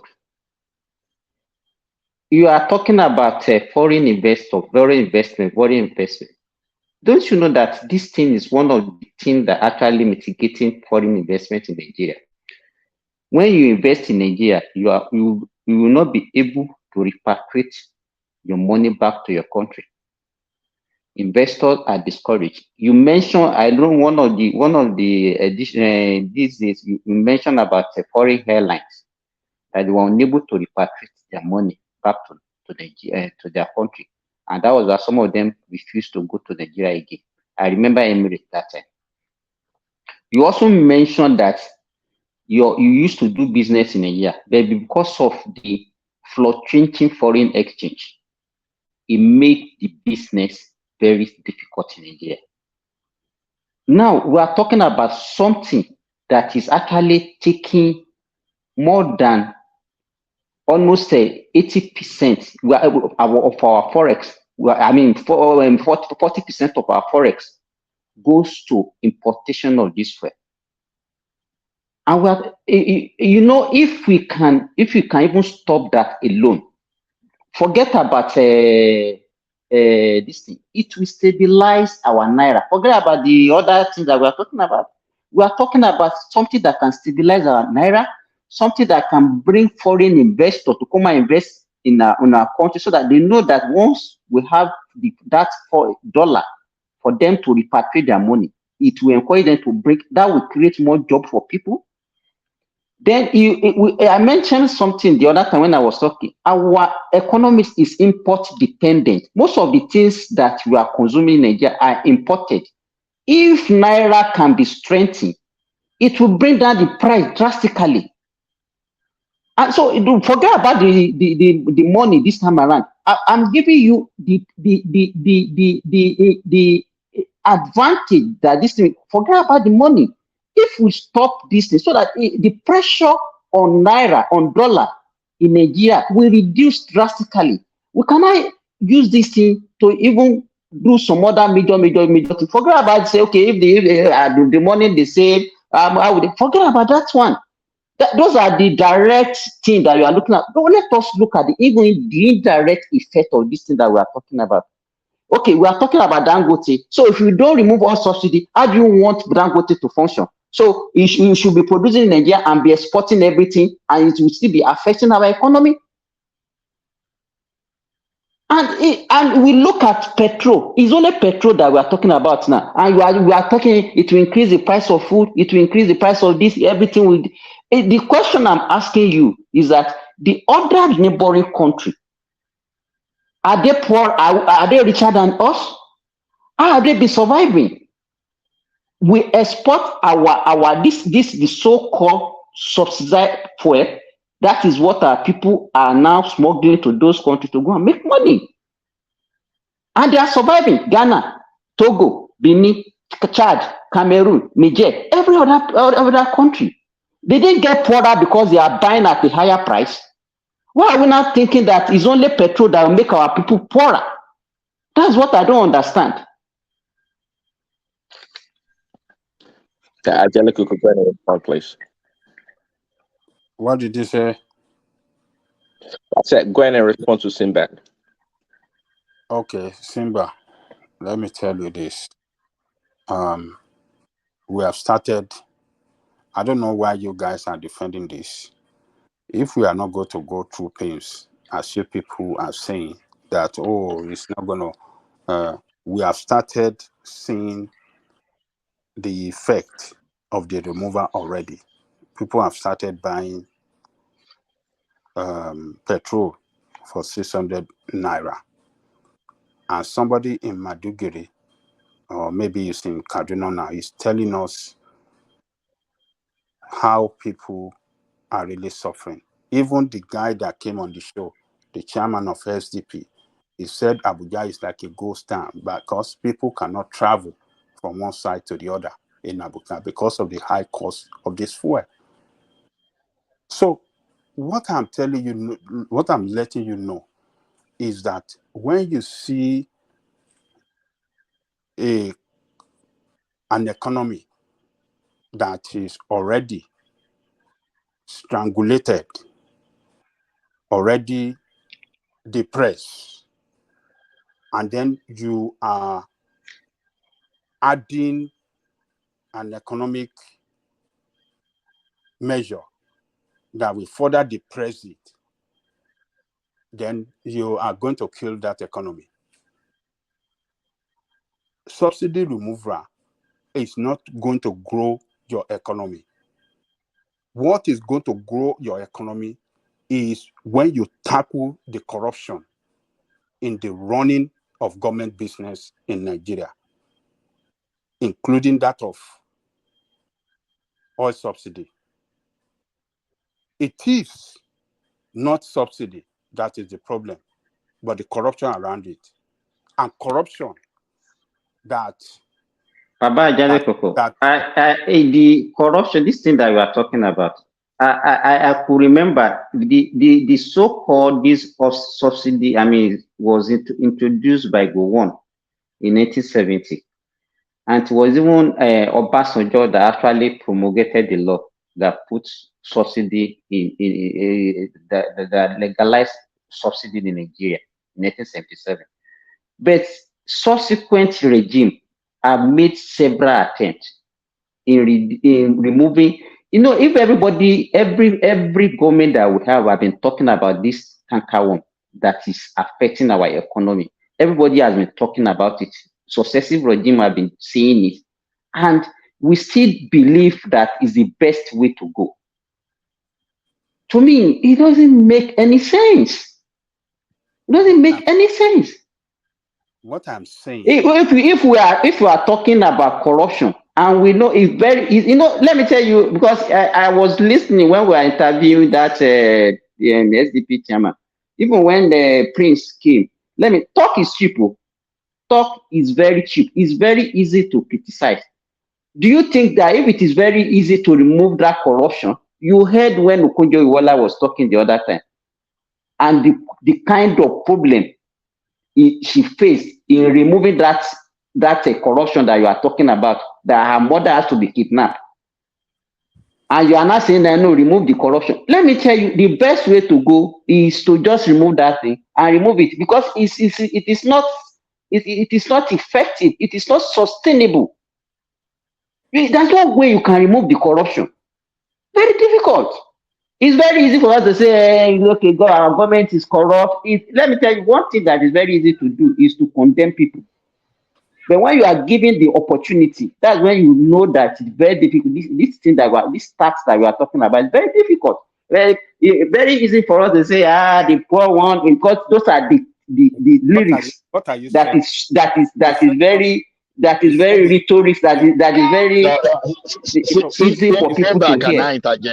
You said it's difficult. Simba can you have government, you elected people to go and solve problems the problem in the country should not be difficult for them to solve, because they promise we are going to make life better for you.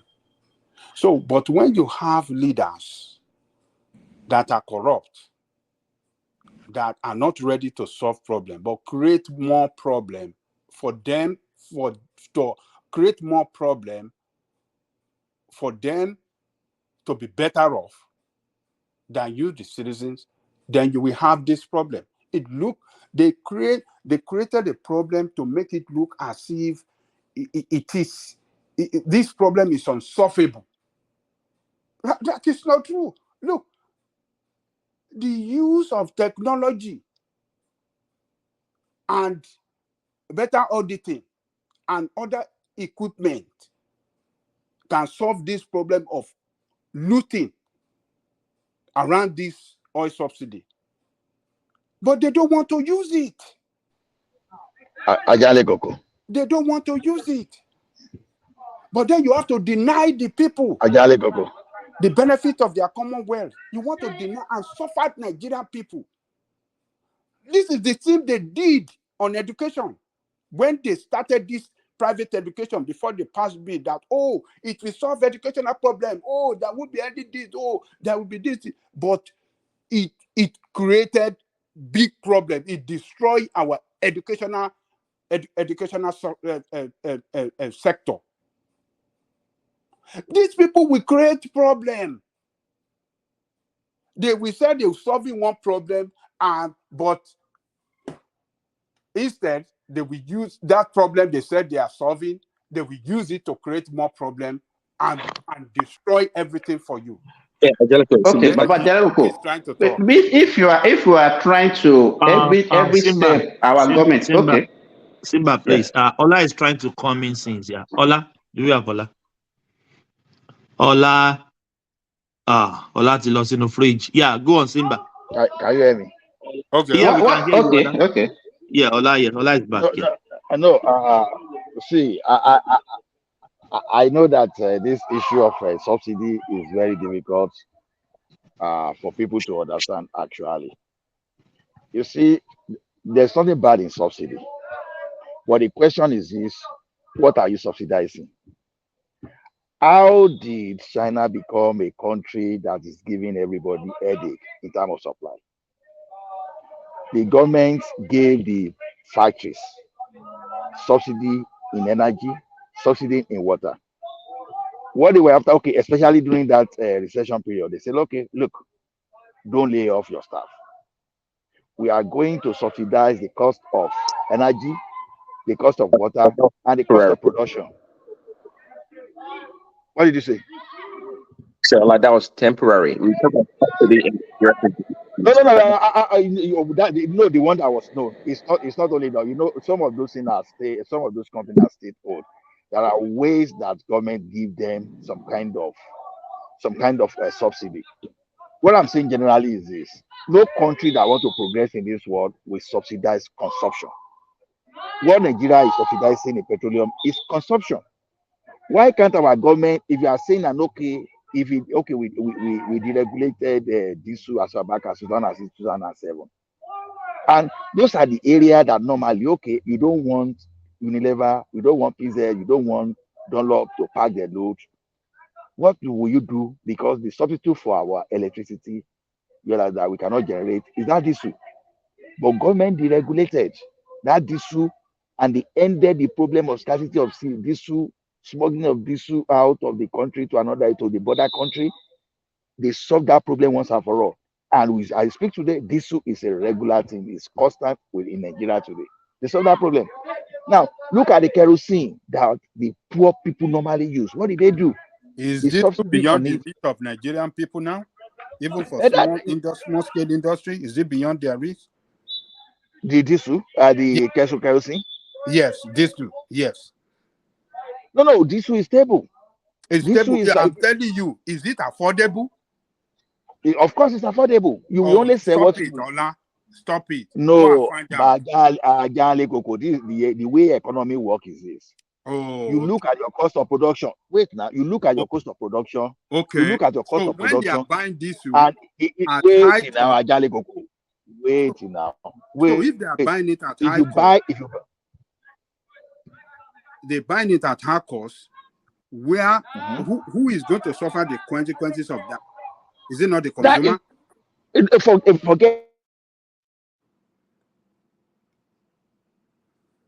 Olada. Forget about that. We see affordability of that community. You can never, because that's the mistake we'll be making. Okay, we were in Nigeria when Obasanjo increased petrol price. This is sorry, oh, consumer will not be able to buy this. I will not be able to buy that. Did Nigeria get poorer after that time? No, Nigeria actually got richer. Because what happened after Obasanjo increased the price then was to increase worker salary, and all those people that are providing services, they increase the price of their services. Now, the mistake we are making here is this: if you used to buy egg, let's say 1 egg for 50 naira, oh, you think when that egg goes to 200 naira, that it has no. You see, you may not be able to buy 1 egg for 50 naira, and the person that could not buy egg for 1 egg for 50 naira, when productivity increase, you can even buy 5 eggs, even if it's sold at 200 naira. That is the way it works. See, look at during that time, for example, lecturers, they started buying cars. The thing that was not happening before. So what will productivity do? I've given this example. People might not know that NITE was heavily subsidized when we're trying to use this national thing. Everybody was saying, no, in British telecommunication is working. No, the fact that it was working in the UK and good that they did it, some people were not putting the money in their pocket. Very good. But in the Nigeria situation, they were pumping the money into NITE and we could not see the results. Even the rich self could hardly afford that. But Ola, you can't say because diesel and kerosene is available, that doesn't mean it's affordable. No, see, let me tell you, I told you something that $8.50 per liter diesel, Ola. $8.50 per liter. Wait, some states they pay 1,000 in the east. It's not affordable. Wait, it's not affordable as the banks the bank in Nigeria, have they closed down? Have MTN, have they closed down? Wait now. Industry in Nigeria, do you know how much was it? Do you know how much was the price of diesel last year? Do you remember what the price? No. Hold on. I'm asking you, do you know how much was the price? It was 300 or 350. It's now 850. So what is that going to?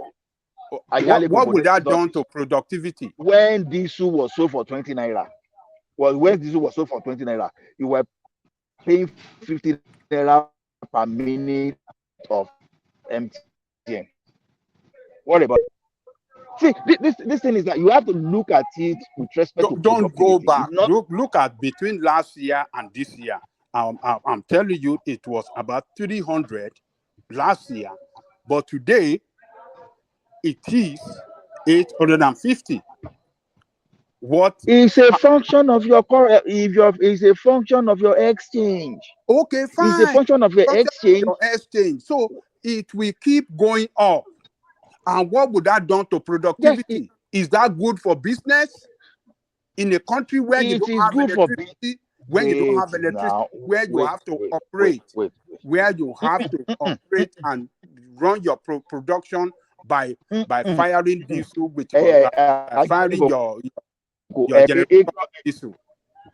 No, economics don't work that way. Look, one of the first things government can do sometimes, let me give an example. If you want productivity in a sector, government can create what they call a price floor. You raise the price floor for investors to come in. When you raise the price floor for investors to come in, people will see, oh, there's money in this place. They want to make money. They will now put physical infrastructure in place. The word is physical infrastructure. Now, when they put physical infrastructure in place, people say this thing is expensive. No, government is not looking at people is expensive. Government is looking at how to employ people that are jobless. When people that are jobless are employed, then you are able to tax people for you. The taxes you are getting from people, you use that to create some kind of social infrastructure and social benefits. That's what we're saying. Now, if you remove subsidy from petroleum, okay, look at it this way. If the cost of crude oil in the international market goes up, then the amount that government is going to pay on subsidy will go up. What is happening eventually is this: you send our petroleum outside to go and refine. Now, what we are supposed to use to produce fertilizer is missing. It's not coming back. What are supposed to use to surface your road is not coming back.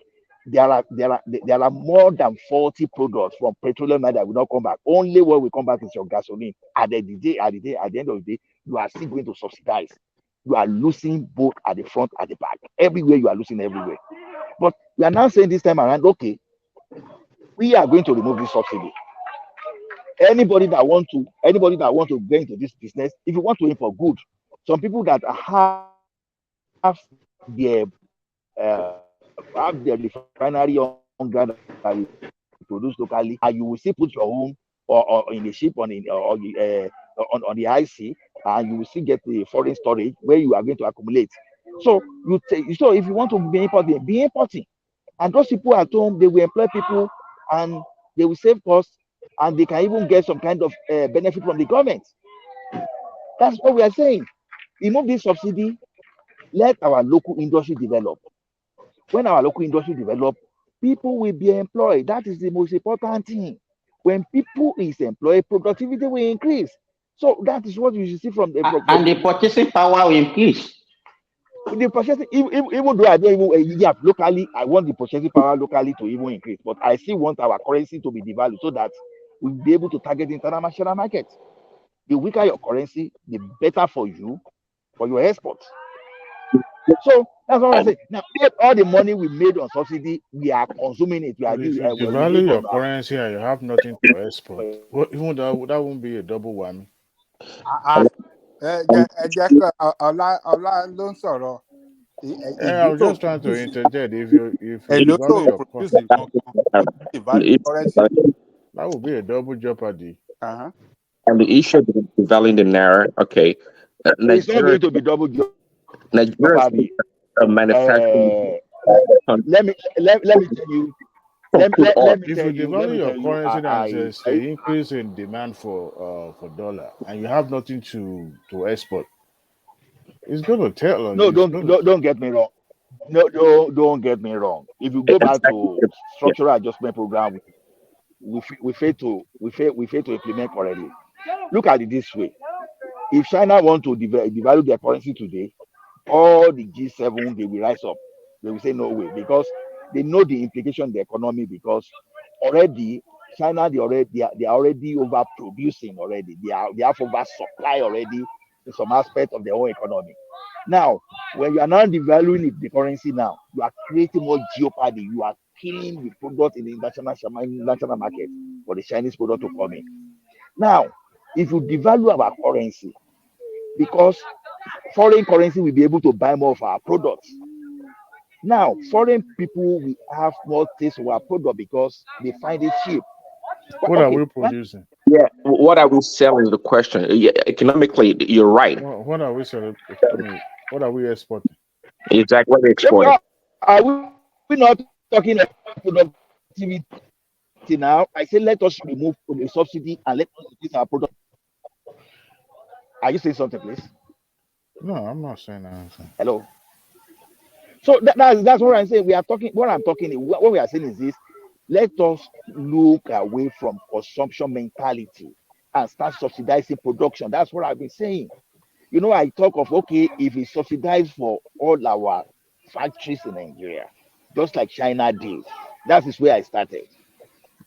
You understand? If you look at farmers, okay, you say farmers, oh, okay, I'm going to raise the price floor of your products, and at the same time I'm going to mop up the excess.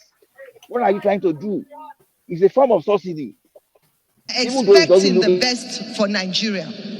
Nigeria's wealth is the common wealth of all. It belongs to everyone.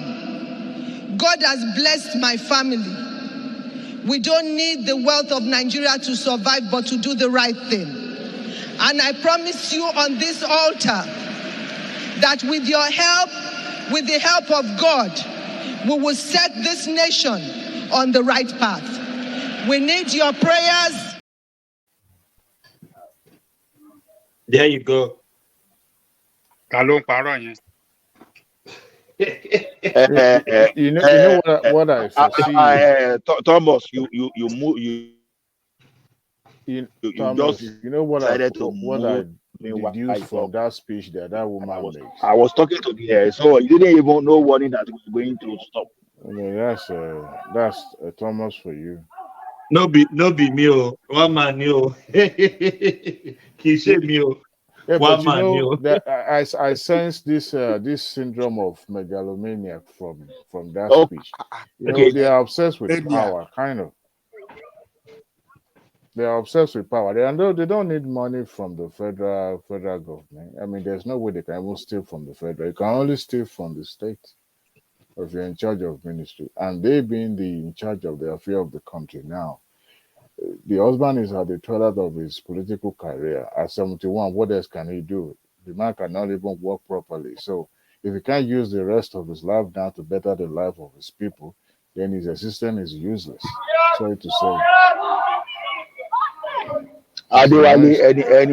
Anybody can steal from the government. It depends on the way they steal. I mean, you steal for your. I think the family members will steal. So you will steal. She has they've stolen now for her to when the husband passed, she'll be able to have something to fall back on. Stealing from the government is not when you deep hand into the treasury. It's easy to steal from the state than in the federal. That's what I'm trying to say. So Thomas has succeeded in changing our discussion now. Let's go back to the subsidy. I think Nigerians are a very impatient set of people, and they don't sense to see from their nose or where they are and see from horizon. Continuously having this subsidy, especially in this downstream sector, is not good for our economy. Everybody knows that. What is the point? Look at America. The price you buy petroleum from this gas station it's different from where you buy it in the next street. You should have a competition. Now, at the same time, the marketers decided to go with what the president said and decided to jack up the price.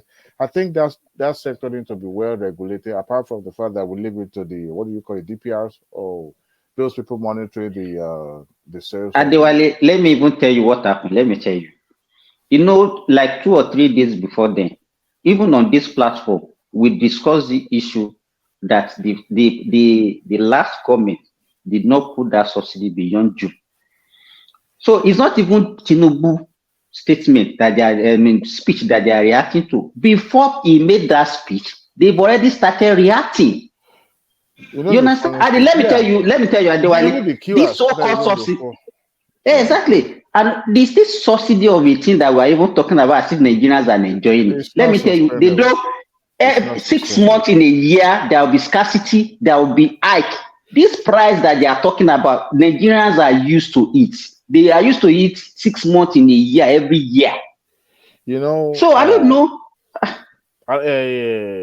Want government to continue to subsidize? For how long can government continue to maintain that? It's not sustainable.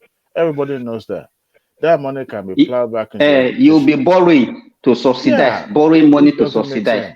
It's a shame. If you can spend what you have, but you don't have. So why will you be borrowing money? And all of us will be here shouting, our debt has increased 77 trillion. We know we exaggerate. So how do we want to reduce this? I spoke with my brother yesterday. So we continue borrowing to finance subsidy. There's another refinery being under construction in the is it Calabar? In the east. No, Akwa Ibom. Is it Akwa Ibom? Yeah, Boa, yes. He confirmed it to me yesterday. I was like, that is another about 200 to 300,000 barrel per day. Good. So I foresee that one will take effect maybe in the next 10 years. It's 2024. Oh, really? So it's just nearest. Oh, wow. I didn't know it's going to be that close. But the point is that means this, what do you call this marketer that have turned themselves to the main god in Nigeria now because they believe they needed to be worshipped all the time. They will have nothing again. By the time this to finally take off, then that means they will have no choice than to, listen to the people, because I see there's no reason. People kept saying the market reacting. It's just in fact, let me even give you this one. Yesterday, I was discussing with one of my friend in Australia. He has a filling station in Warri, Delta State, and the guy was telling him that Dangote has already bought that filling station from him. So it's not. And some people are talking about monopoly. There's nothing like monopoly. Now we have major. And you think that is good for business? No, it's good. It's good for him. It's good for him. Why did you sell it to Dangote? To monopolize the market. It's not monopoly, Baba. Let me tell you, we have so many major players. Simba, why did your friend sell it to Dangote? Because he was not. It pays him better because he actually not even sold. It was a lease. Your friend is not serious. He's not serious. He's not serious. He's not futuristic. That's the way you look at it. That is the way you look at it. This guy is getting money every year from this. It's a lease. He didn't sold it completely. It's a lease, and they are giving him. Simba. The thing is even this. Ajanle Koko, you know this thing very well. Walmart is an example of what people before they were trying to call monopoly. That you concentrate the market doesn't mean you're a monopoly. You are monopolizing. The problem is this: before you can say someone is monopolizing, who are those people that want to get into that market that they are not able to get to that market? Our government is not even giving single give now people now. Before Dangote managed to use Jonathan in 2020 because it was part of the economic team, right? Now what they did that time is this: prior to that time, some people have licenses to import. Someone is watching soccer in the background. You say? I keep using. Maybe no, I'm where they are playing soccer. Maybe that's what you are hearing. Oh, okay. My earpiece picked everything, so that's why I was kind of like. Okay. Go ahead. So the thing is this: people were importing cement with a landing cost of around 200, 300 naira, and they will repackage it for you for like $3,000, $4,000. You know the implication of that, and create job for about 5 people. The job that may be about 1,000 people supposed to be doing. Warehouse, those people that you are even taking job away from them. So now, let's look at it. Okay, that's what I want to say. Now, how many people are importing this way? And look at the thousands, hundreds of thousands of people that Dangote will employ. And look at the ripple effect that one will have on the economy. Exactly. It's like when some people are criticizing our private university, for example.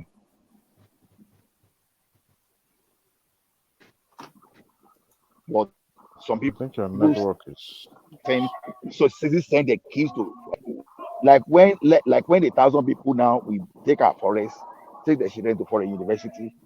But a private university in Nigeria will set up there. They will start crying, they will start shouting, this is that. We are not even looking at the impact. So that's what we're saying. The Dangote we are saying is a monopoly. Managed to talk to Jonathan that was ready to close the border again, the importation of cement. And they managed to do that before that. They now give them one that, okay, if you are not going to abide by this law, you submit your license, and they retrieve the license. So we now have Bua, we now have Lafarge, Apoli. Okay, how does Dangote monopolize cement in the entire Africa? At least if it's monopolizing in Nigeria, how come it's monopolizing in South Africa? It's monopolizing somewhere in Africa. So the kind of narrative we give sometimes is over. Okay, how come that there are not many people manufacturing ties in Nigeria today? Because it seems as all the business that Dangote does is the only business in Nigeria. How come that we don't have many people manufacturing manufacturing glass in Nigeria? How come we don't have people manufacturing hide and skin in Nigeria? How come we don't have people manufacturing shoes in large quantity in Nigeria? But if Dangote move into the shoe industry tomorrow, oh, they will say it's manipulating. How come we don't have factories that set up that we manufacturing computer in Nigeria, even if just to bring computers to Nigeria and manufacture? Now, since they've set up why are you talking like this? You are talking as if Dangote is like me and you, or like any other. Dangote is the richest man, the man that can knock on any door. You think that others can have that same opportunity like him? You think they can have access to credit like, Baba Ajale Koko, the boy that we are talking about, how did he get his own? The Lafarge that we are talking about, how did they get their own? I was told the owner is actually from Kano as well. Yes. Where you have these billionaires in Nigeria that are, I think we need to change our mentality towards these people. Believe me. Friends to politicians that have everything within their reach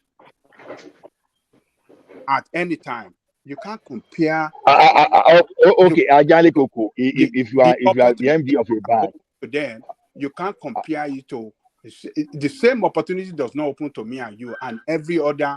Okay, but there's a condition for the license given to this guy. If you don't meet up with that condition, then you won't be able to get your license. Exactly. So there's no monopoly here. They took it away from them. Okay, Ajale Koko, let me ask you a question. Now, since the automobile industry bill was passed in Nigeria, that at least is doing for us. He did strategic alliance with a particular company. Is it Tata or one company in India like that? So they brought some part of vehicle to Nigeria to assemble. So I think it's going to buy Peugeot. When he starts manufacturing Peugeot or doing something again within the assembly business, they will say Dangote is monopolizing. Whereas innocent vehicle is there. And as you know, innocent vehicle is there till tomorrow now. What Nigerians are doing is just to put that man down that it's not manufacturing, it's assembly, as if assembly is not manufacturing. So the thing is this: how come the Costalis of this world and Elisa Day of this world that have been in that industry, how come they are not looking at opening assembly plants and going to that? And tomorrow now, if they close door against importation of those vehicles now, some people will be shouting they are monopolizing. The automobile industry bill says they want to be manufacturing vehicles in Nigeria, but some people still want to be importing. So tomorrow, if someone take advantage, they will say it's monopolizing. It's because they don't want to take the risk, Ola. They don't want to take the risk. They are just looking for easy money. Sometimes you don't consider political favor. There are a lot of things are not done normal in Nigeria. Good night, everybody. It's not done normal in Nigeria. Some are political connected and they can get things done, and a lot of things can be waived for them to pass through, and others will not get it done. And for reason of monopoly, some will even use their political connection to deny other people that want to go into the similar business with them. So look, we shouldn't be champion. Dangote does this. Why can't others do this? Who told you that others don't want to do that? You think they are given the same opportunity? Okay, sorry, Kola. Ajale Oko, do you know Dangote is a publicly quoted company? It's not it's just that Dangote is a major shareholder there. That company is a PLC.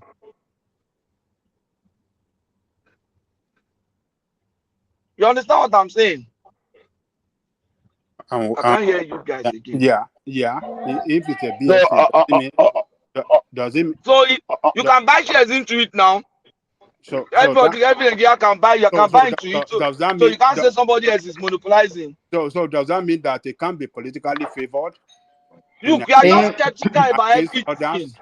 You are just skeptical about everything. If you become the president of Nigeria, there's no way you can rule. Oh, I'm telling you, I won't even vote for you. You are just skeptical about everything. You don't have faith. You don't have faith in positive things, capacity. You don't have faith you don't have faith in the capacity of other people to produce results. Only you cannot rule now. That's fascist. That's fascism. You don't have faith in the capacity of other people to produce results. Wait, Oga Patrick. Ajale Koko, do you know person? With due respect to Ajale Koko. Ajale Koko, do you know where the person they call Jimo Ibrahim? Yeah, he knows Omamo. Ajale Koko, do you know the person they call Jimo Ibrahim? Omamo, will you like to give Jimo Ibrahim your facility? That one. Ola, don't even mention. The last never. Ola, I will never do that.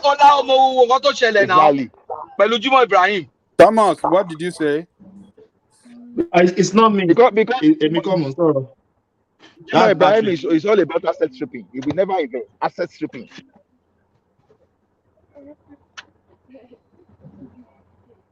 I can't hear you guys again. What's going on? Who is breaking? Who is talking now? It's just breaking. No. We can hear. I can hear. We can hear you, Patrick. You are clear. What I'm saying is that Ola was asking if you could give something to Jimo Ibrahim. I know Ola is saying that. That's why I was calling Ola attention that you know Jimo Ibrahim.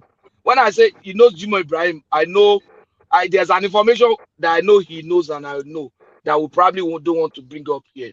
You understand? So everybody knows that he's a debtor. He's a debtor. He's a criminal. So nobody will give him his loan. Dangote have proven himself, and that's a quoted company. But as Nigerians, we need to learn to believe in others. We are very good. We are forthright. Mind you, we are forthright and very focused. But there's thousands, millions of Nigerians who are better than us. All of us that are talking here now, speaking grammar, thinking that we articulate.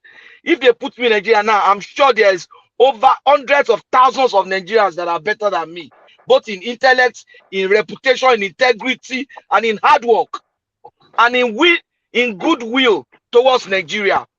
Far better than me. I don't know about you. Maybe there are very few for your own case. But in my own case, I know there are hundreds of thousands of Nigerians who are more intelligent than me, who have better goodwill, who love Nigeria more than me, who are committed and who are hardworking than me. So why would you be so skeptical about everything? That's not how to really live long ago.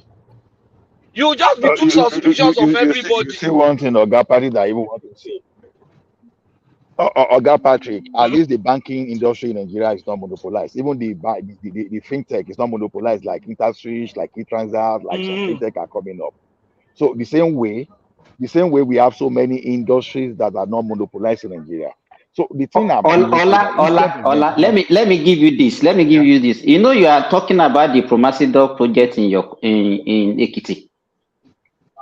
Ekiti, yeah. Now, 3 days or 4 days ago, there was another one that is set up in Kaduna Hala Farm, where they have all these dairy things that they said they want each cow. They say to be producing about 30 to 40 liters of milk every day.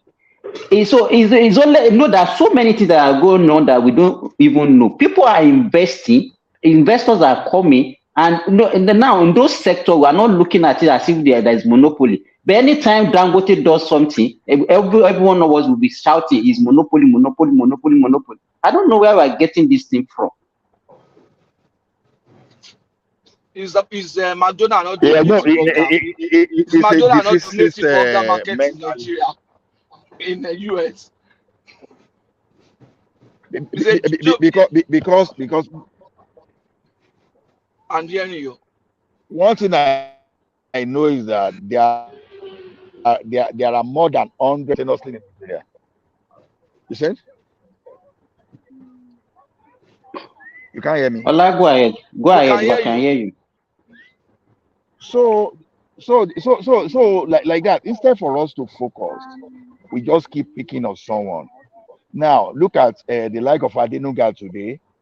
Look at the owner of all those One and our banking industry today. See the way they are doing us proud. But the thing is, the type of business that Dangote is doing, the barrier, the entry, the entry barrier is so high. That's just the point. And for you to say you want And it's involving in a to very go to the risky bank and get business, risky businesses, facility is too risky, much very risky businesses. earn the trust of those banks. You and Anna can exactly. So look, we've had a situation now. Maybe Oga Patrick will remember this guy that was challenging the DSTV that went to get the premiership right that time and he started doing nothing with that money. So that project. Do you think it was? I think if I remember very well, it was about 2 billion naira.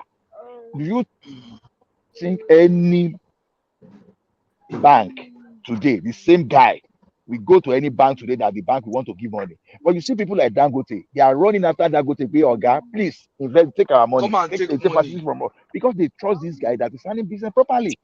So like you see someone that is sweeping assets. You can't give money because you know that this one will just buy asset and strip. I will not even pay you your Let me money. tell You won't you, give that person Ola, money. let me So even tell you if something Dangote now. had built Let me tell himself, you something that you don't know. See that Dangote, before it became like that, there was a time, Dangote, his trucks, he used to do trucking and all this stuff too. He would chase checks to the banks to make sure that his checks go in personally. Those times, I remember when I was with a bank, Dangote was doing business, was one of our biggest customers. He is so committed to it. He even brought his mom to our MD to say, mommy, help me thank this woman. Their banks are supporting me. He's just like an ordinary guy that just built his business over time. So the day MD was telling her, do you know I had a visitor yesterday? I said, who? He said, Alhaji brought his mom to my house to just thank us. You people are doing now. She was now telling us. The MD was telling us that you people are doing a great job.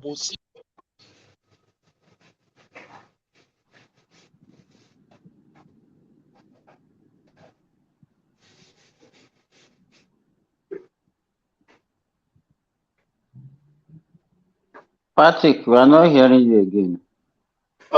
Patrick, what's it? Obedient network in the end. Maybe he's using phone. He's using phone like me, because when I use my phone, it's not that. Yeah, yes, I did. I was using my phone. I came to pick my daughter. Okay, continue. Yeah, Ola, you make a statement. I know. Obviously. What's wrong with everybody's network today? You're breaking. Yeah, Ola. So you are breaking, Ola. We can't hear you. So the subsidy we are talking about, Ola, we can't hear you. We just want to make we can't hear you. Ola, you are breaking heavily. We can't hear you. We can't hear you. Yeah. Okay, maybe I will get when I get. No, I can hear Ola now. Maybe you two you have problem. Ola, we can hear you very well. You can hear Ola. Okay. Can you hear me? Yes. Yeah, we can I can hear you too. Yeah. So go on. So why it looks like we are overflogging this thing is that if you don't talk about this thing now, who knows? Some people that don't want. Although I know that subsidy is a legal matter now. It's not even the ordinary policy matter again. So if anybody bring policy now, the person is doing illegal thing. So we have to, as much as possible, to let people understand why this subsidy must go. I keep telling people that this sense of benefit that Ajanle Koko and others are saying that people are benefiting, it is false benefit. It is like people eating their future, and you think you are okay. It's just like someone that is supposed to be making 10,000 that you give like 100 that you give like 50 naira that is celebrating though that I'm benefiting. No, because this subsidy, if you take it up and you have investment, maybe the energy industry in Nigeria is even worth over 500,000. That people is even bigger than the telecommunication. What will happen there? Someone that thinks that he will not get job can just get job overnight, and we leave that level of poverty that we are talking about. Ola, I want to push back on. You make a comment earlier on. You make a comment earlier on when Ajale was arguing with you. I want to push back a bit about diesel in Nigeria, the cost and what is causing the telecommunication. You were talking about the telecommunication earlier on. People are complaining that the telecommunication, we know they are ripping us off, but you can't blame them. I used to install generator in the what they call it, all these masts they always put in Nigeria. They are not running on electric. They are running 24 hours on diesel. 2 generator, one with 12 hours, the other we interchange 24 hours. That is how it runs. You can't be running on diesel 850 naira per liter, and you think the tariff of the customer will be low. You can't compare people using electric. Thomas, what is the tariff in Nigeria now? What is the tariff? I think it depends on the plan you are using. The last time I went to Nigeria, almost 40 naira per minute. It's not true. It's not true. It's not true. It's not true. In fact, the one I'm still using now is 11 naira per minute. Per minute. Maybe it's been longer I left Nigeria, so they are just charging. Not be cheaper than what we are paying here. But Patrick, why we always compare here to Nigeria? So that's what I'm saying. Nigeria, we can't compare. Nigeria is cheaper. Nigeria is cheaper. Look at it. I'll give you an example. You can't compare economy of US. Patrick, you can't compare economy of US to Nigeria. No, Thomas. If you want to attract investors in that area. Let me give you an example now. Why are you comparing US to Nigeria? Let me give you the reason. Let me give you the reason why I said this. You see, for example, I'm talking about electricity and stuff like that. I know some people, average household here. I know some minimum, like average, low, middle household, like here, they use like maybe 25% of their income, monthly take home, to pay utility. They pay like 600, 500 to pay utility. If Nigerians, they use 25% of their monthly take home to pay utility, Buhari would have died. He wouldn't have finished that government before he dies. That's the point. Whereas if you use the same amount, proportion of your income to pay, the same utility company that is providing electricity here will come there to go and provide the same electricity. They won't come because why would I go there when I'm making that kind of investment and you expect me to Patrick, may I answer? May I even answer the Thomas Jari? You say the cost of that thing is high. The banks that are using the fiber optic from all these organizations, are they complaining? Do you know the impact to them? The like of Brother Shaggy and those people that are making skits, using data to make skits online that they use to make money, are they complaining? So that's what I'm telling you now. Just look at the situation now where it's assumed that we still have Nitel and we are subsidizing for Nitel. Because people don't know. There will not be Brashagi now. There will not be Brashagi. There will not be Mr. Macaroni. There will not be. Doing for Nitel, exactly. The subsidy we gave NEPA at that time, people didn't know that we were able to subsidize in NEPA. There will not be all those POS. There will not be all those ATMs. Ola, you are on point. Exactly. Are you see what we are talking about? Look at the growth. When we stop subsidizing, telecom alone with implicitly and explicitly generated over 500,000 jobs. Now, 500,000 jobs, you have people now that be able to patronize. You are being economical. What are you talking? You are talking about millions of jobs. No.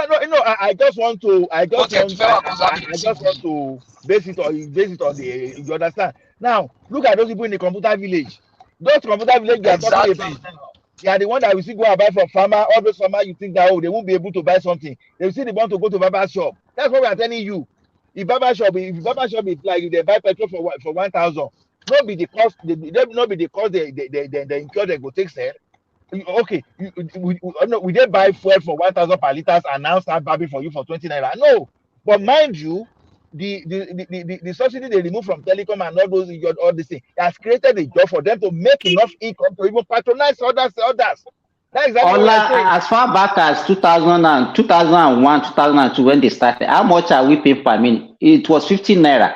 50 naira. Now look at the cost. Look at the cost. Even with inflation and everything, look at the cost now. It was per minute. If you list 1 second. How much did you buy SIM card that time? 10,000, 20,000. Exactly. And that's like that is the impact of removing subsidy.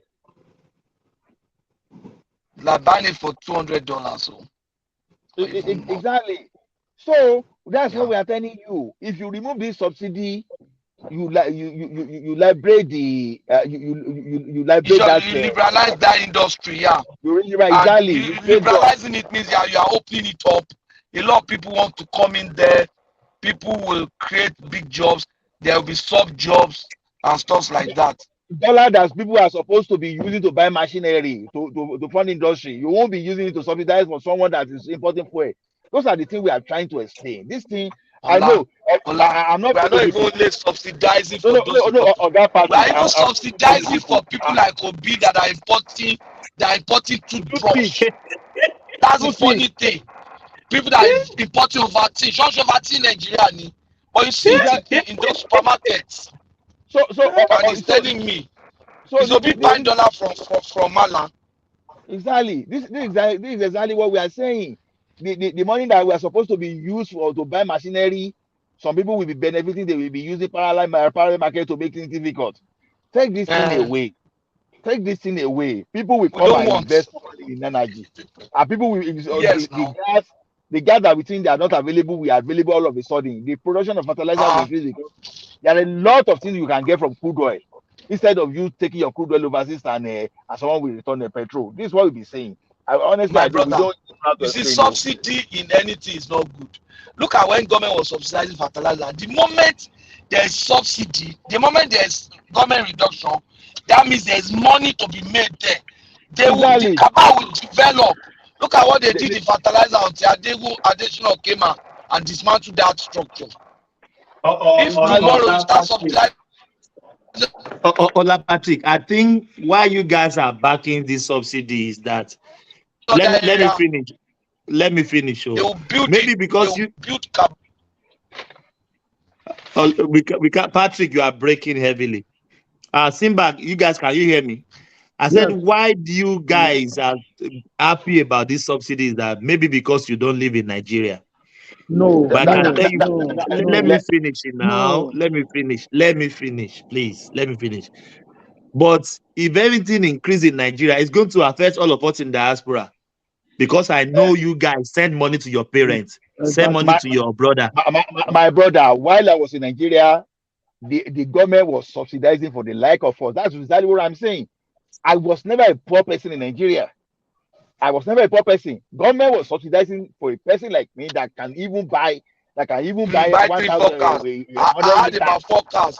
Government was subsidizing. Government was subsidizing for me. Not subsidizing for people in Gbadebo Rhodes. People needing me that really need this thing. That's what we're saying. People like us are the thing. If I'm in Nigeria, how will it affect me? The banker will still work. The telecommunication worker will still work. Even when the thing becomes difficult for them, their company will still increase their salary. What are we talking about? Ola, let me even ask you. Ola, how much was petrol here in our state, in our province, as at 2 years ago? You know, petrol has doubled now. I'm buying for $1.48 now. We had bought 90 cents before. We are all producing province. And we are still buying. We are importing petrol. People just think that Nigeria is so messed up. I don't know. This country we have on the average, we are getting there.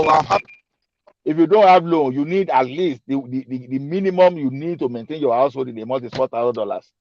And to get that $4,000 is not a joke. If you don't have loan, it is so. The moment you have loan, it's the moment you have loan. By the time you remove all those papa and remove credit card and other stuff, money don't finish. You'll be looking up. But you guys, how much are you guys buying fuel? Ola, how much are you guys buying fuel? You'll be just where? Patrick, your audio is bad. In Canada, how much are you guys buying fuel? Oh no, me, I'm not in Canada. Me, I'm in Maryland. No, I'm talking to Ola. Ola, how much are you buying fuel? I think that is not with us here. Simba, how much are you buying fuel in Saudi Arabia? If I convert it to Naira, it will be around 500 Naira a liter. That is very cheap. I pay $2.50 here. One I'm talking about 1 liter. Liter, it's yes, not a gallon. No. And you are no liter. We sell in liters. How much do you? 1 liter is 500 Naira. Convert to Nigerian money. Yeah, mine is almost 1,300. Can you hear me now? You are breaking. You are breaking heavily. We can barely hear you. Too bad. No, Allah, Thomas, I can hear you. You are clear. Yes, yeah. I said my own is 1,300 per liter when we convert it to Nigerian money. Allah, so we are still the country. No, let me tell you, the country that surrounded Nigeria, there's no country that they are paying less than 800 Naira per liter in their convert country. To Nigerian money. Yes, convert to Nigeria. All those Benin, Cameroon, Niger, and all those places, and that is why smuggling is encouraged. Greetings to everybody on the platform. Greetings to the great host. Aremo Obalola, Alpha now. General Thomas. What's going on, man?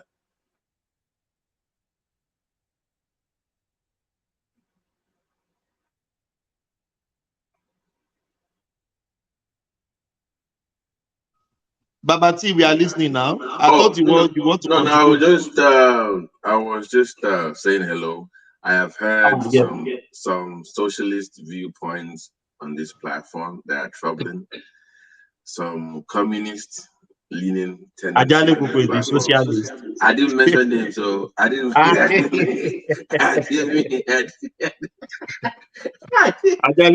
Socialist. You know, Thomas on I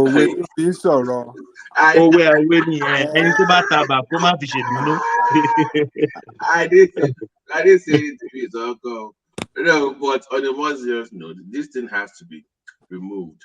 But this is my concern. This war that TINUBU has now put himself into, I mean, he has robbed himself of one thing that he's supposed to enjoy.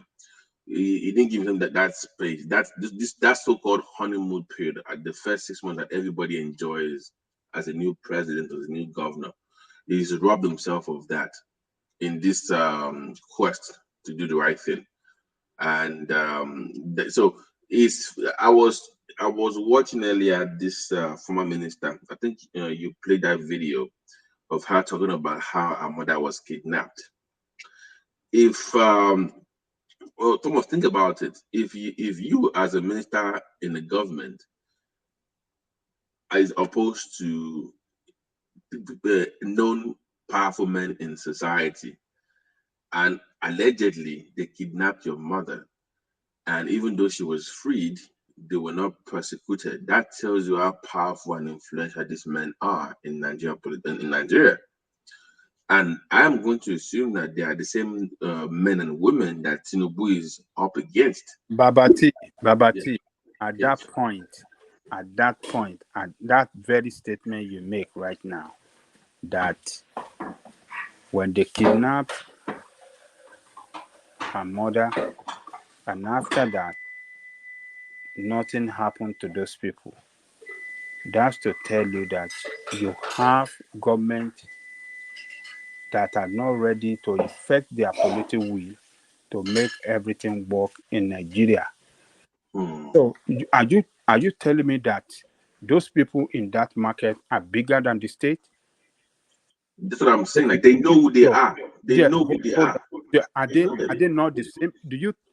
Are you telling me that it's not even the politicians that are there, right, running that state?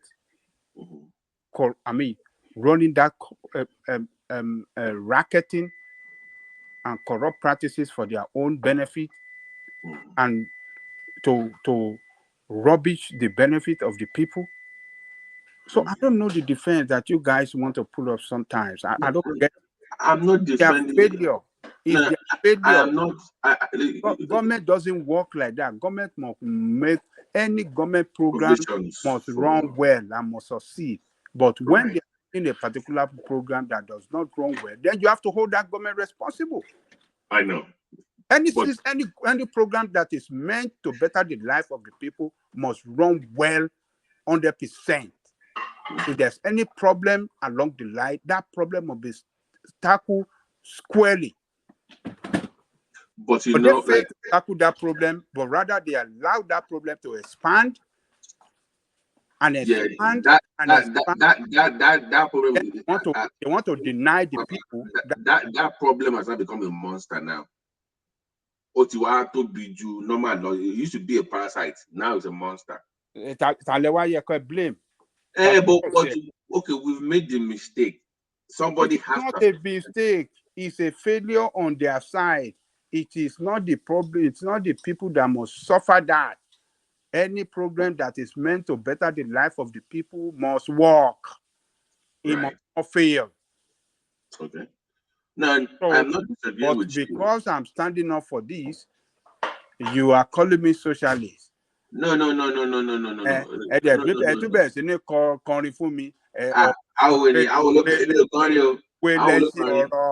ọ̀rọ̀ lẹ́sìn òwe.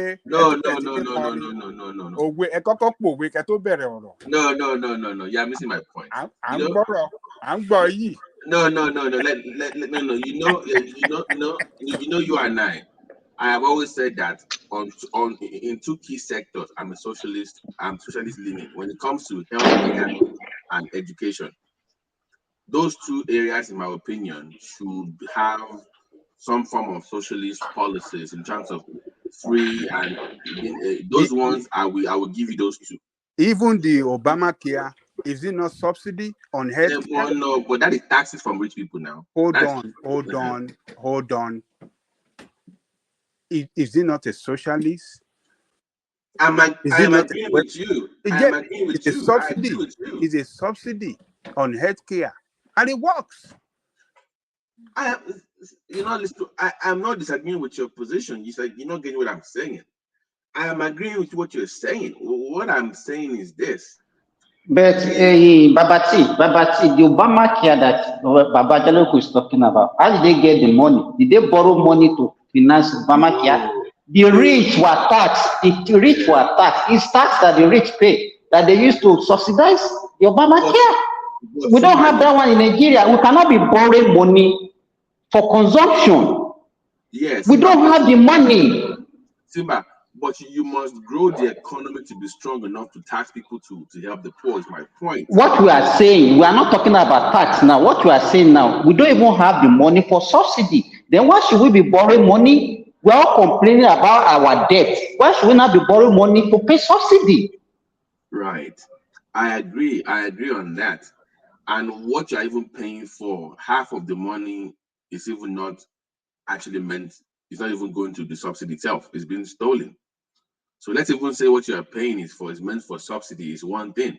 But half of what you're even paying for is just literally just highway robbery. So I would say that the system is fighting back.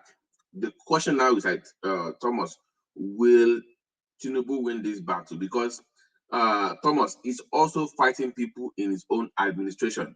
This cabals that is fighting in this oil sector, they are part of this government. Though. They are part of APC. They are part of PDP. They are in the judiciary. They are in the Senate. They are in the state level. They are everywhere. If Dino can be making 20 billion naira, I can. Babati, I think the scenario now is different.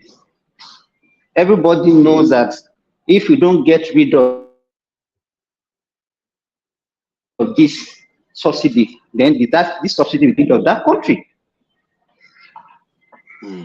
Yeah, I know, but I just think maybe they felt like maybe you should just ease the people into it, but there's no way to ease it. You must just maybe he should not have announced it, but he only has a month left for whatever they had in the budget to expire, anyways. So we just have to get rid of it. You have no choice. This information, even if he doesn't say it, this information is in the public space. Whether he sees it or not, they will react to it. There's no way. They are sensitive. Those marketers are very sensitive to this kind of thing. But if you look at the indexes for the stock market that I am interested in, the stock market is happy. They are responding very well to what it's doing. So yes, now about 5.23% rise. Do you know that when Buhari came in, we had over $4.6 billion in investment? When he left, we were averaging about $430 million. That is a plummet of almost 10 times.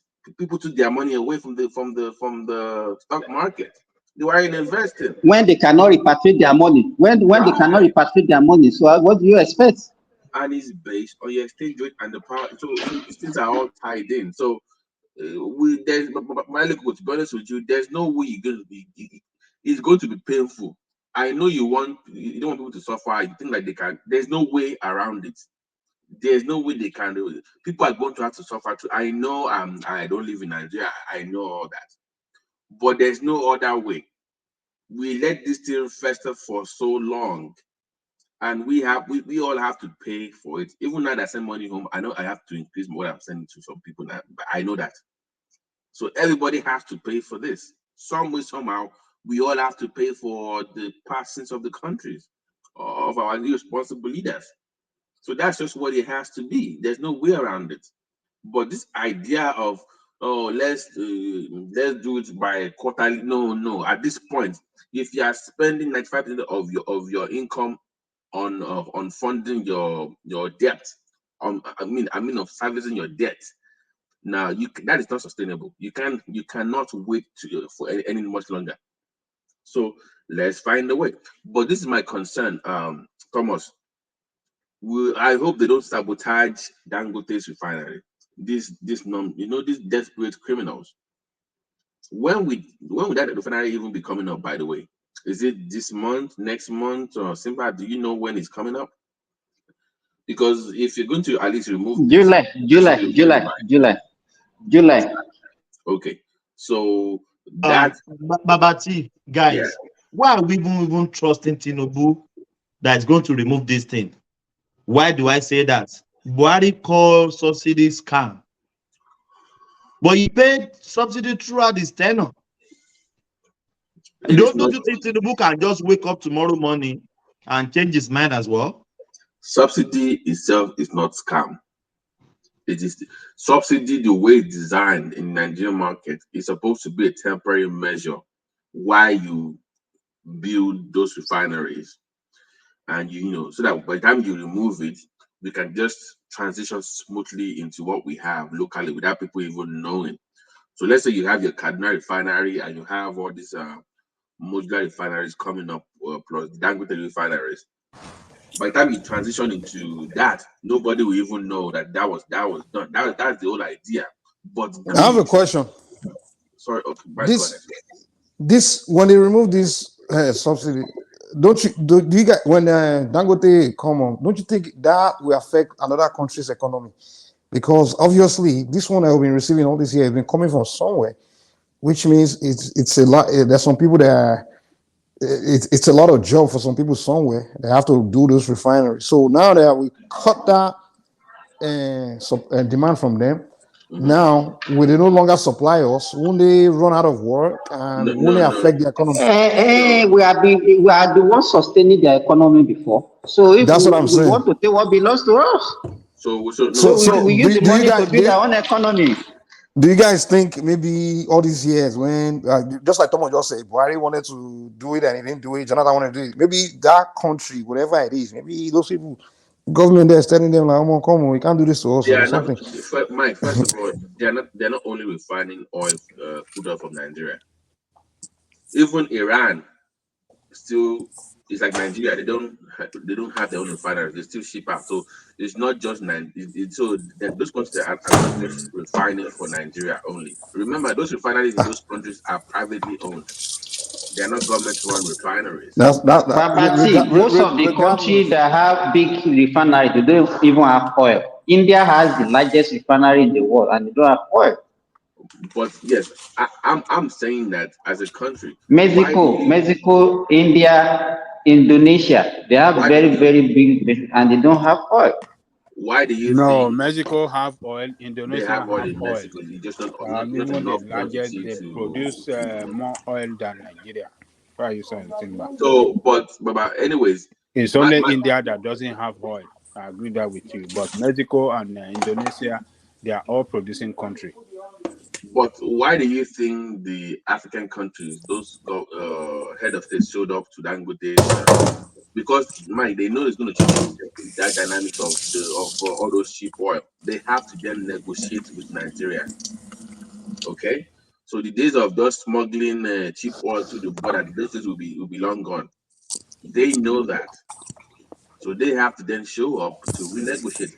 I cannot say that in your country you're going to suffer that. Why my own people suffer?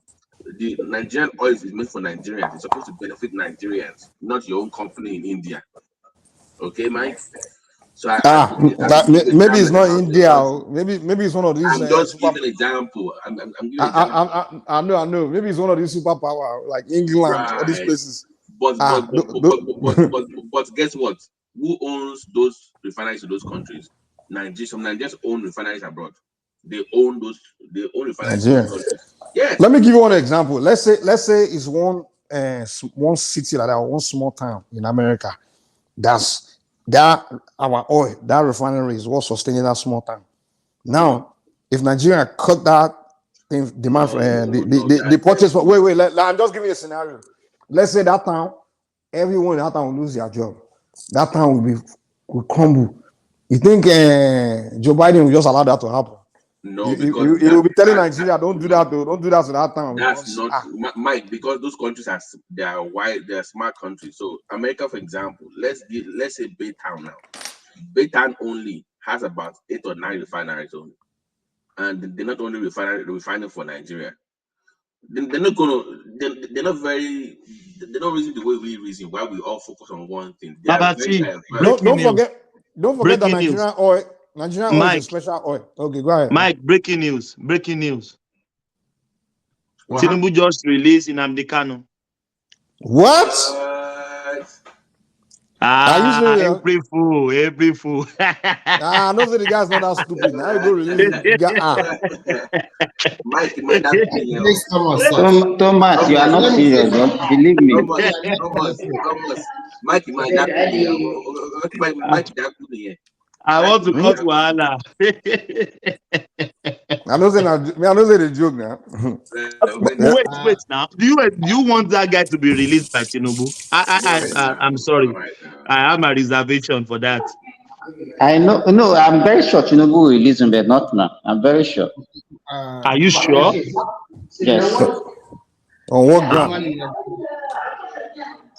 On what ground? Say political pardon, or it will talk to the court to release him, or what are they going to do? Thomas, can I say something? Yes. Hello, Remy. How are you, my brother? Yeah. Good morning, everyone. I think if Inauguration is going to be released, it's going to be released on condition, because let's say the truth. No matter what happened, he is the architect of all the killings or whatever in the eastern part of the country. I'm not saying he is directly, but indirectly involved one way or the other. So if he's going to be released, and he has jumped bail before, so if he's going to be released, it has to be on conditions. And when you look at the his court case, he has been adjourned by 6 months. No matter what happened, that means his case is going to be revisited in the next 6 months. Nothing can change. TINUBU cannot change that hand because he has to face his case in the court first. So in the next 6 months, we can now start talking about what will happen to him or not. But I would like him to release him to down detention conditionally, and everything should be made public. Raymond, do you know the thing I'm looking forward to? Let's even say that we reach that 6 months mark, right? And Nnamdi Kanu is released. The dynamics between the Nnamdi Kanu faction and the Obi faction will be very interesting in that southeast space. Of course, you know what? Let's call it spade. The IPOB faction that have been shouting online propaganda is IPOB on Obi case is IPOB faction. And when Nnamdi Kanu is released, everything will just go back to their basics again. That is obvious. So what do you think happens then? What do you think happens? Because it's pretty much Peter Obi versus Nnamdi Kanu in that space. Yeah, Nnamdi Kanu is going to be the winner. Nothing less. Just forget about that one. Because they were supposed to be, they think Obi will win the presidency, and now that he has lost, so they will just go back to their IPOB leader again. Remy, I mean people that are retooling for Obi to run again in the next 4 years. That will during my analysis, I've always said this is the best chance for Obi is going to be very difficult for him even to find a platform to run in the next 4 years. He has to build a party by himself. If he cannot build it, then it's over. And I don't think he can have that relevance in the next 4 years that he has now. He cannot have that kind of relevance again. Do you think in the next 4 years the northern people will vote for another southern against TINUBU? Whereas they know they have only 4 years to wait. They will be the one campaigning for TINUBU in the next 4 years to make sure. So nobody is stupid. So that's how it works. I think he will go back to PDP, and PDP. Atiku will not want to get in his way. He will run on that PDP, but he won't win in the north. No, never. Do you think there are not strong people from the southeast in the PDP? Like who? So many of them, like all of them, they are so many of them that they won't allow Obi to. They are more electable. They are more electable than Obi. Are you kidding me? No, you don't understand the dynamics that play out in this particular situation. Obi was just lucky because there are so many things against APC. So any third force that have come together and they use propaganda, so they just pick him. If the part of the if Obi didn't run, Atiku will be president by now. Easily, because all other Southeast votes were going to Atiku straight up. There's no debate about that one. Yes, but it's not so easy as what you thought. Also, so you can now imagine if Atiku had won, so the North will rule for 16 years. Yes, the Southeastern would rather have that than have a Yoruba. It's not. In fact, I'm telling you, it's even more. Mike,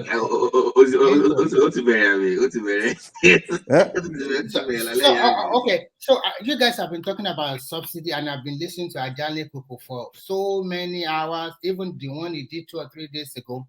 Like I said before, Nigerians want good things, but they don't want to sacrifice for it. Now we are. Ajani is a welfare officer now. So they said Nigeria, if my memory serves me right, I don't know whether it says 60 million liters or blah, blah, blah, blah, per month of petrol. How many population is Nigeria? 60 million. In a month, right? Thank you. How much is the gasoline consumed in China or America that are even triple the size of the population of Nigeria? In a household in Nigeria, how many people, I'm talking about middle class and lower middle class people, how many cars do they have in a family? How often do they fuel their vehicle? How come we are consuming 60 million? I know this subsidy is a scam from day one. Everybody knows the truth. But nobody have the lever to remove it because they are afraid of backlash from labor. Or so, to be frank, I give it to TINUBU, not because I'm a supporter of him. If you really want to make a change, you have to be courageous enough to make that bold move. They know what they are doing. actually, the reaction is because a lot of these marketers, they are very greedy. How can you increase your fuel price from 180 naira to jump to 600 plus? Now, NNPC have come out with the price template. And I compare the price template with what is going on in Europe. It's normally the same international price now. Remy, what is it? What is the price they pull out? No, for example, in Lagos, you are going to be buying it at 500 naira per liter. That is after removal of subsidy. Can I ask a question? I have a question about that topic. Is there a law against price gouging for oil, for petrol?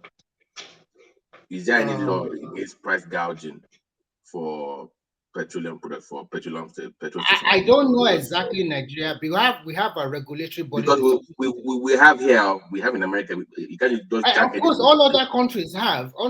Nigeria should also have. But because this regulatory body are not doing their work very well, that is why we always see this kind of situation. For example, how can you just wake up in one day and then increase your pump price from on your current supply that you bought low, not because you just went back and bought it. Yes, that's exactly what I'm trying to Why would you go from 1 to 600?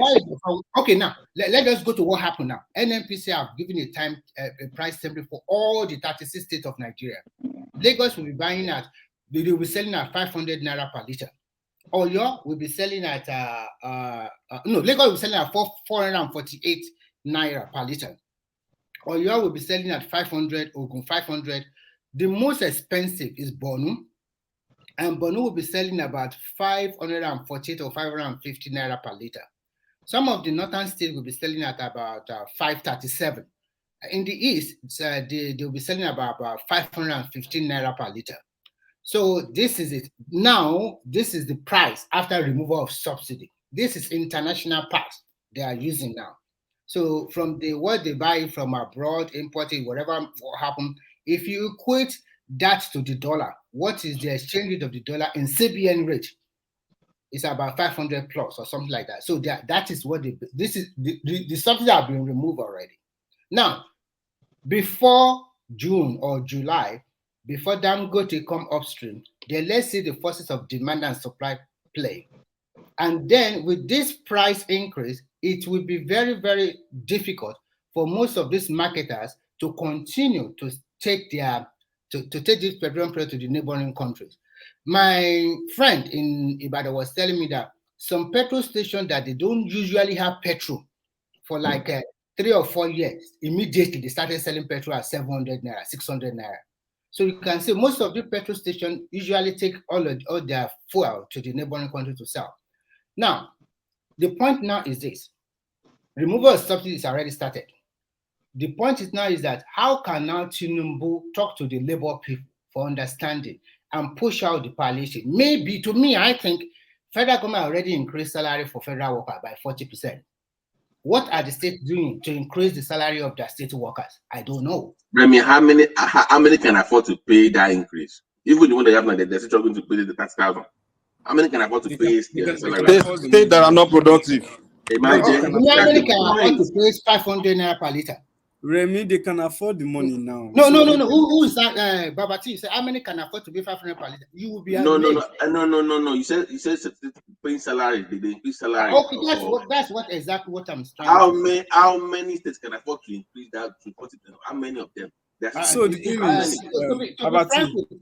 to be frank with you, I think most of these states, it's not that if you're stating, okay, I can only increase by 5 or 10%. It's okay. You don't need to join Lagos, who can increase by 50%. You have to look at your port. I said earlier. What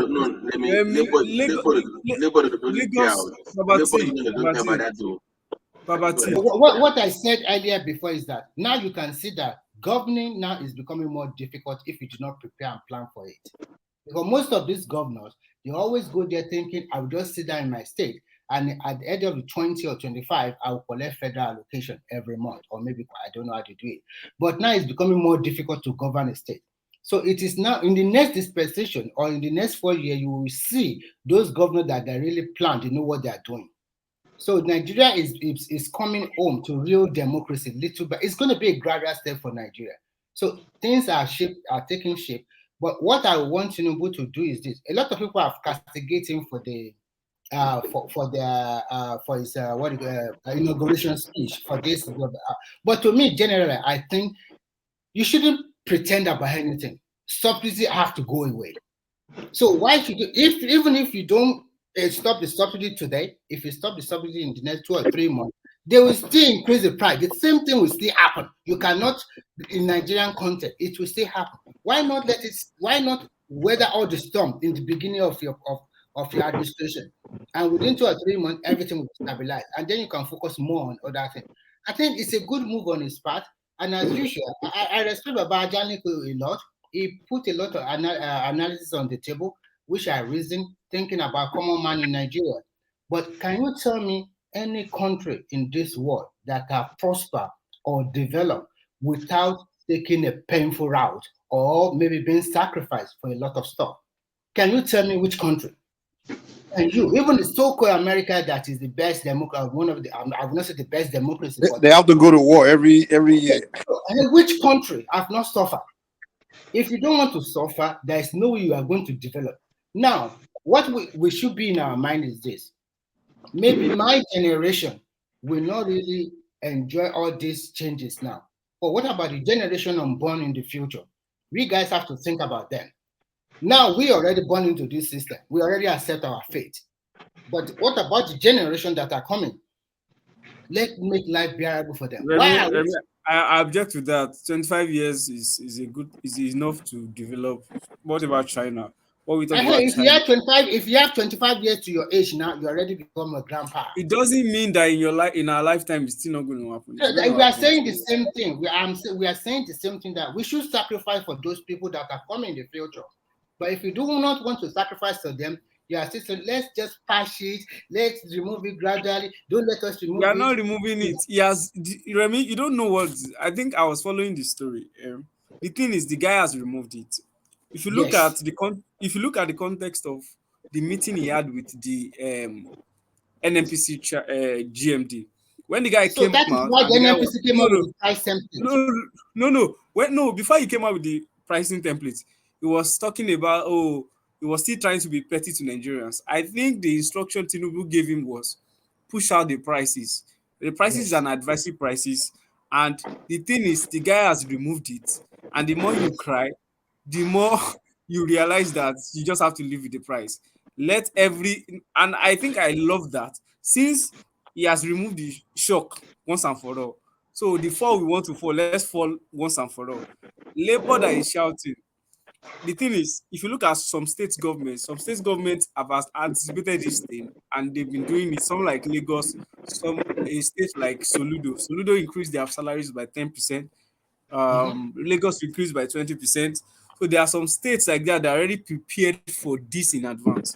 Lagos is the most prepared state, because they've introduced a lot of mass transit systems. They are building, their railway is already almost finishing. So to cushion the effect of that rise in the PMS stuff. So I think now what TINUBU is trying to do is, I understand that Labour Party and obedient people, they are trying to put a political coloration on this thing. But the more you try to put a political coloration on it, the more everybody's seeing the need that this thing needs to go. And what it means is now anybody after 1, 2, 3 years, when they release the multidimensional poverty statistics, any state that is poor again, everybody will know that it's not the federal government, it's not your problem. It's the state government that is the problem. In addition to what you have been saying, for me, generally, I think when Dangote starts releasing his petroleum product to the market, I think the first time, because by that time we are not going to be paying a lot of import duty. I think at the end of the day, Dangote's import, as much as I would love to believe that, I think everything the government is doing now is this aspect of the is before you move on, please, and this is to Remy and AY. As Peter Obi addressed the crisis in Labour Party in public? No, I think they solved it. No. I mean, he addressed the problem. Has he ever addressed? I don't know. I'm just asking. No, he didn't address the problem, but they've solved the problem because the court already declared Abure the chairman, substantive chairman. But there's still problem. The problem is still there. That is for now. No, that is for so now. the thing is, their problem is in-house. They should do their in-house cleaning. The thing is, I think the media has also gotten an instruction that they need to move the media attention from all this in-house cleaning of parties. What are you talking about? We already have a new sheriff in town. We have a new president. Nobody is exactly talking about election again. Even in the court case of yesterday or the day before yesterday, they were laughing. They were laughing in the court case. So a lot of their they were just laughing anymore. So let's just forget about that one for now. Let's face what is happening to Nigeria because election is gone and it's over. It's in court. Let them continue to do whatever they want in court. I don't care less about them because at the end of the day, I don't see anything that is going to happen there. You as a petitioner, your witnesses are not coming to court. They say you should provide witness. Exactly. You are declaring your witnesses are saying they are sick. You are not serious. You are not serious. But Remy, why Peter Obi is that Peter Obi is acting that he's not Labour Party member. It's just like a from day one. He's going back. The thing is, he's going back to PDP. Let's be honest. The guy. That's what I was telling them earlier. The guy's already moving in that back. Go back to PDP too. PDP will not present it. Go and write it down. No, these guys have always been swinging parties, man. I've seen people go to PDP. Let me tell you something. PDP again. Possible PDP strategy. PDP is likely going to say they want to bank on Peter Obi's goodwill to the next 4 years. That Peter Obi should run on PDP. That he will likely win. And I can tell you that if Peter Obi runs on PDP next cycle, they will still lose. They will still lose because PDP has not done their own in-house cleaning, and because they need to have pets. If you notice the way PDP has been currying governors, they've been currying people like Alex Oti. At least they were the one that flooded his inauguration. Why? Arise TV is alive now. They don't invite Peter Obi to come and address this crisis in Labour Party. You should have listened to one of their business analysts. That guy, Rhodes guy. I love that guy. The guy with the that guy is well versed. He's a very. Actually, I went to your vision. The guy. We got to get on the screen together. The thing is, Atiku. But you know the guy went to your village. I didn't know that. Well, yeah, he went to University of Houston. Yeah. Yeah. So the thing is, that is we can know. Probably that guy major in economics or business or Remy.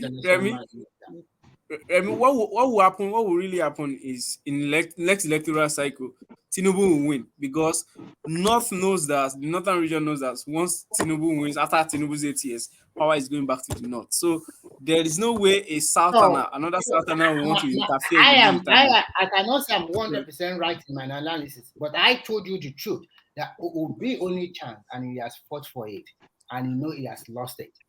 What the bane of problem in Labour Party now is the huge amount of money in one of their bank accounts, about $18 million. They source all this money from wherever, whatever. So, what is this talk of Obi going to the party, the PDP? Who is bringing that up? Even if you go back to that, they are not going to present Babati is going back to PDP. There is already an alliance. But look at all their gubernatorial candidates. You will see that there is an alliance between PDP guys and Labour Party guys. Look at it everywhere. Their programs, their inaugurations is a mix of PDP and Labour Party. What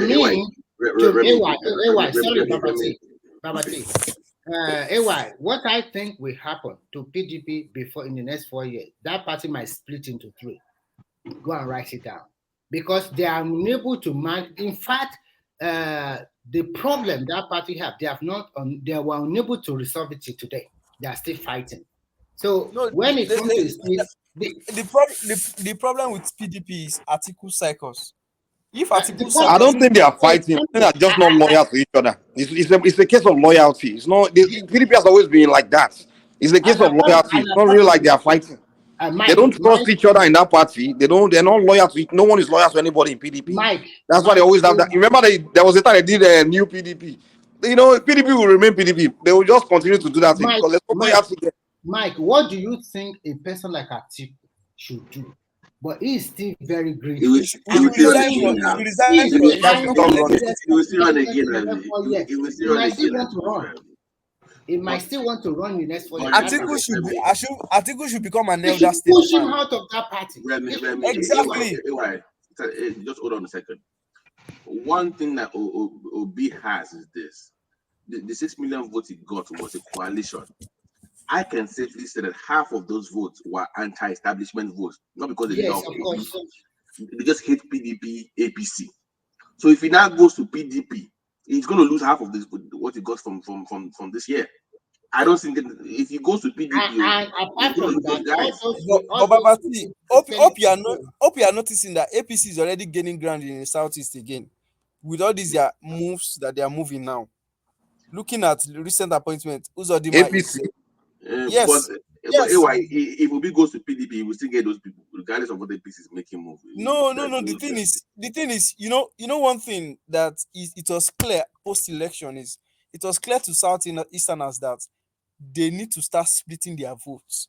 That's the orientation that they got post-election because they don't need to be putting all their eggs in one basket. What you guys are not factoring in is that in the next 4 years, if TINUBU was able to perform a little bit above average, because it's a Nigerian politician, if he was able to perform above average, then most of the southwestern states, southwest, they will vote for him massively. Yes, I agree. Remy. Listen first, Thomas. In the South, they are if Akpabio at the end of the day will become the Senate president, there is a blank vote coming from South too. And in the Northwest and Northeast, they will also continue to vote for them, because they know that in the next 4 years, if he wins the second time, the power is shifting back to the North. So when you roll the dice, if Atiku is not letting PDP go away, they still want to contest in the next 4 years, because I can see his body language. Because I was thinking that this is the right time for him to say, "Hey, I resign. It's enough." But for him to still be justing like this, it's not really justing for money. He's still thinking in the next 4 years can come back and still become Nigerian president at the age of 80 something. I don't know. So if it's this way, that party will break into more than 3 or 4. And when Remy, let me make this comment. For now, I still count Peter Obi as a man of integrity. Let me finish now. That he called himself. He said he called himself a man of integrity. If Peter Obi go back to PDP, that is the day I will know that man is the yam head. Or he has something in his brain. Where can he go? I don't think this is a man that cannot go. Is this the first time you have switched party? PDP. He can go back. Peter Obi cannot afford to go back to PDP. What can he do? He will not go back, my brothers. Who's the PDP that will stop him? It's not about stopping. He's a man of integrity now. Why would you go back to the same PDP? Thomas, let me be honest with you. They want him back in that PDP right now. He's the new boy. He's the new kid on the block right now. He's the new golden boy. He's their he has to go now. prove himself. And he will go back to PDP with all this. But Thomas, it's not like he left there in the fight. It's not like he didn't fight when he left. Now it's not like Mike. You see people like Dele Mohamedou, all these guys, all these PDP boys already calling his favor, going to him to have a conversation. All these their guys in Southeast. The guy will be back in PDP. There's no money in Labour Party. He'll be back. But if Daniel he does Bwala that, within 6 months will be back in APC. Mike, if he does that, he's going to lose the anti-establishment votes. They are gone. What do you mean? Like the obedience? No. I'm saying in that movement, you have the obedient that are there for Obi, that are from South Team. But you also have people that voted for Obi, not because they like Obi, but do you know? But do you know that there's a that vote those ones vote is just our turn vote. This election was our turn. It wasn't because of the Labour Party or anything. No. I'm saying that within that obedience space, some people are like anti-establishment that don't like PDP or APC. They hate those parties. How many people? Their votes. Maybe the Yoruba people there now. Well, not the Southeasterners, man. Babati. But the thing is, if you look at it, PDP is trying to get themselves together, but for the North, they are still trying to get themselves together, then trying to curry back Southeast. Their calculations are actually going wrong. But the way I see Obi is going to go back to PDP. Obi can easily tell his guys that, okay, they are reforming PDP. They want new guys. They will restructure their congresses. All these guys that are Atiku's faces. If Atiku allows Obi to run, knowing that Obi will lose, Atiku can say, oh, he will allow Obi to run, knowing that he will lose, so that Obi's guys will be the face of the. I think that's listen, hold on, John. You are missing the point. There's also the wiki faction. You have other powerful blocks in the PDP, not just. Do you know the recent court judgment that they want to cut Wike to size in that PDP? They've already yesterday's court judgment says they can punish, they can suspend or expel Wike out of the party. That's the court judgment. We are saying the same thing. If they like, they expel Wike. If they expel Wike, if Wike still have an handle on Rivers State governor, they are not getting Rivers money. That's for sure. So when you break everything down, but that depends on if that guy has also been romancing Atiku's faction a little. No, it's not romancing Atiku's faction. The guy is still, for now, it will still be loyal to Wike. I don't know in the next 6 months or 1 year anything can happen. But for now, he still trust because it's. But you know that guy can be the one that will create the signal, not necessarily Wike any longer. We are saying the same thing. At least marketing is still there as the governor. It's also a power block there. So what I'm trying to tell you is that there are some people in the Southeastern party, at least there, they will not prefer Obi to run in that party. That is why he left, because they know those people, they don't want him, because he has got enough catastrophe for them already. A lot of them lost their senatorial election, or those ones that want to be from government. But do you know something? I mean, what if Atiku gives Obi the platform to run? This is not what you don't understand. Listen. Listen to my analysis. In 2027, if Atiku says, Obi come back to the party and run, Obi loses. Atiku, knowing that if Obi loses, there is a justification for when power goes back to the North, he can rightfully contest. And at what age? Are you kidding me? At 90 years old. Never say never. Never say never. Yeah, I'm already thinking this guy's already done, sir. After this one. In fact, he's not done. No. He's gathering his forces because he wants to challenge 2027. That is what I also think. And I want to challenge at almost 82 years old, okay? That is what he's you know his close friend, Dokpesi. When Dokpesi just passed away just now, I think we started to wake up like, I don't know who do. Are you guys saying that in the next 4 years we're going to have this three main TINUBU, Atiku, and Obi all over again in the next 4 years? No. It's not going to happen. No, I don't think so. I don't think so. I think everybody is trying to put a young face to their party now. Everybody is trying to. I think like APC, I think Adamu will go. Like PDP, I think there'll be a coalition. There'll be some kind of coalition between all these small parties. No. The way people will form. No. I mean the next for this, not after it yet. This next 4 years. 2027, Abi. These guys, the Shore and all these guys, they will form a coalition. SDP, all those guys, they will get together and try to form. I don't think so again, because everybody knows that you can run and win. I think the focus will start being.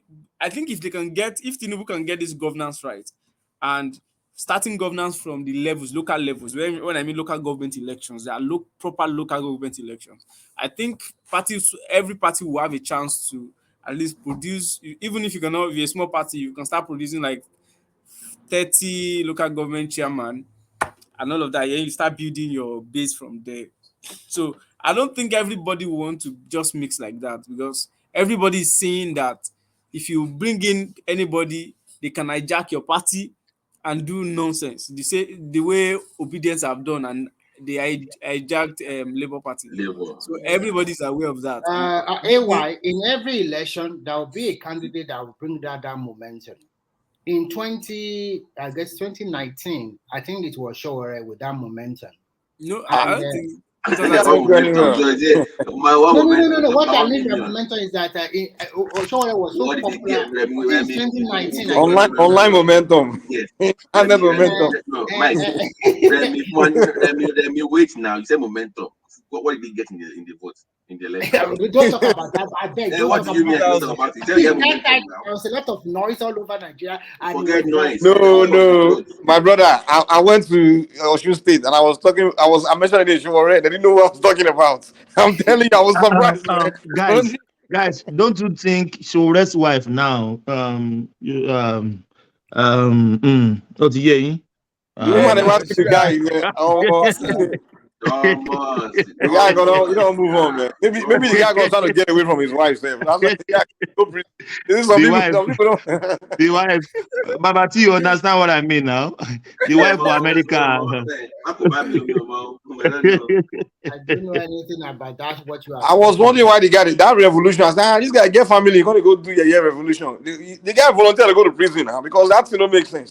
You know, so they go arrest you that day. Why did you go and do that? What was that stuff about? It didn't even make sense at all. He has no followers. Nobody's following him now. What is he doing? The pain of Shehu is that Shehu thinks that. I felt bad for him one time. Yeah, you guys, you know why Shehu the vex will be. When I don't say the guy that obedient movement, Shehu was trying to capture the southeastern votes. Right. That's why the guy was always going to court with Nnamdi Kanu, doing all that, pandering with them. The guy, the guy didn't see Obi coming. No, he didn't see Obi coming. When Obi came and smashed that southeastern vote from him, the guy was upset. That's why the guy don't like Obi. But the thing is, Shehu at every point, he doesn't have followership based on executive experience. He doesn't have executive experience. This is not about executive experience. He does not know how to play Nigerian politics at all. You thought that you can just come and I live in America all my life with that kind of revolutions in Nigeria. You have to do like what the Romans do. Let me tell you something in Nigeria. If you want to be a politician in Nigeria, first you must have a deep pocket. People will not just follow you by word of mouth in Nigeria. This your people that say it's no dispensation, not lie. It spent a lot of money. Nigerian people, but the spending. Wait, Remy, but your spending does not start months to elections. Your spending will have to start years to when you intend to declare your interest. Now, ask your question. How many charitable organizations are Shehu went to and give them something? How many people also know him from his hometown? Where's he going to get money from? Are there not money donating from all over the world? How can you not spend the money to help poor cause? How many things like now, waste your money. Say those people go vote for you. Remy, like now, they just won elections. That the money in Labour Party that is resident in Labour Party now. If Labour Party has foresight, I think they ought to start investing in things where they have interest in, not necessarily national elections. That is why they were fighting. Obi and his people, they want to take that money away because they cannot lose the election and also lose their money. So they thought this money belonged to them. Why the other people in the party? I have a question for you. Sorry, the Shehu Party, African National Congress, from presidency to councillor, did they win any seats? I'm sorry, I don't think they have none. Zero from top to bottom, zero. None. Sorry. Okay. They didn't get nothing. Okay. So what I'm trying to say is that you, as a politician, where is your base? They don't know you in your hometown. They don't know you in your immediate vicinity. Where are you from? Today you said you are from Kwara State. Does people in Kwara State know your hometown? Do they know? That's from Ondo now. It's from Ondo State. What have you done in the community where you come from? Nothing.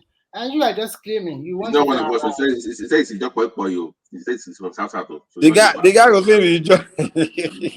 No. So really, there was a time it was said, people said it's from one place in Kwara State, maybe Osi or those. No, Ekiti. They came from Ekiti. Especially came from Ekiti originally, but they went down to that. I thought you say he went from Oyo to that place. So that... No, originally they came from Ekiti originally down to that area. So it's half Yoruba, half Ijo area. Ijo boy. No. No matter what, the people still continue to say is from OC side. The man is confused. That's the point. He's confused. One day you're Yoruba, next day you're South African. Who are you? We don't know. And when you look at Nigerian politics, for you, we all know it's a Yoruba boy. I'm not yelling sure. For you to become a president, claim now, or embrace it now. He's trying to connect with our Eastern and South. Yoruba politicians are usually not very accepted within the Southeast and South, especially Southeast. So that's why he's trying to make himself look like he's no Yoruba like that. So that way they can accept him and vote for him. That's why he talks like that. To Alpha. Mike, Alpha. So Alpha now. The guy now they wonder when the guy they go and say this guy will move. There's nothing that time when they go come win they can do. I said this guy, you can do all that all you want. South Eastern will never vote for you. Forget that thing, man. They won't vote for you, man. I don't think he even have up to 20,000 votes this election. 15. The guy just go prison for nothing, man. Does he have up to 50,000? No, yes, 15,000. Only 15,000. In 19, I would have preferred that. I would have preferred that. That's the problem some of them have. You want to take a big cake without going through the process of having the small cakes. You did not even contest for as small as local government chairman. If you had contested for local government chairman in Lagos, as far back some years back, possibly you'll have won. We'll have seen what you have. How many votes did Shore finally got this election? 15,000. Thomas, 15,000. Look back. 15,000. The guy has one way to go. 15,000. When your mate will be there with 6 million. Why is he retrogressing? He's retrogressing, not progressing. Thomas, please. You know what? If you want to become Nigerian president, you can see clearly that people want to see your performance. What have you done in the past? Exactly. If you have not done it, and if you have not owed like a senatorial, even senatorial is nothing. You should be a governor. At least a governor or a minister. So one of those things you must be one. People will know this is your like Amechi can be proud that I built Ibadan to Lagos train. Let me. And the case now is 2027. It will be more difficult to win elections. It's more difficult. But you guys are not seeing. You guys are not seeing what I'm saying. See, listen. You see, Shore may be planning doing this for a long term because think about it. The other politicians that we're all looking at putting him next to them, we are seeing him as this short guy, this small guy. All those guys are like 20 years older than him. So when we say 10 years, 15 years from now, those guys will all be done with politics. So anybody that will be anybody.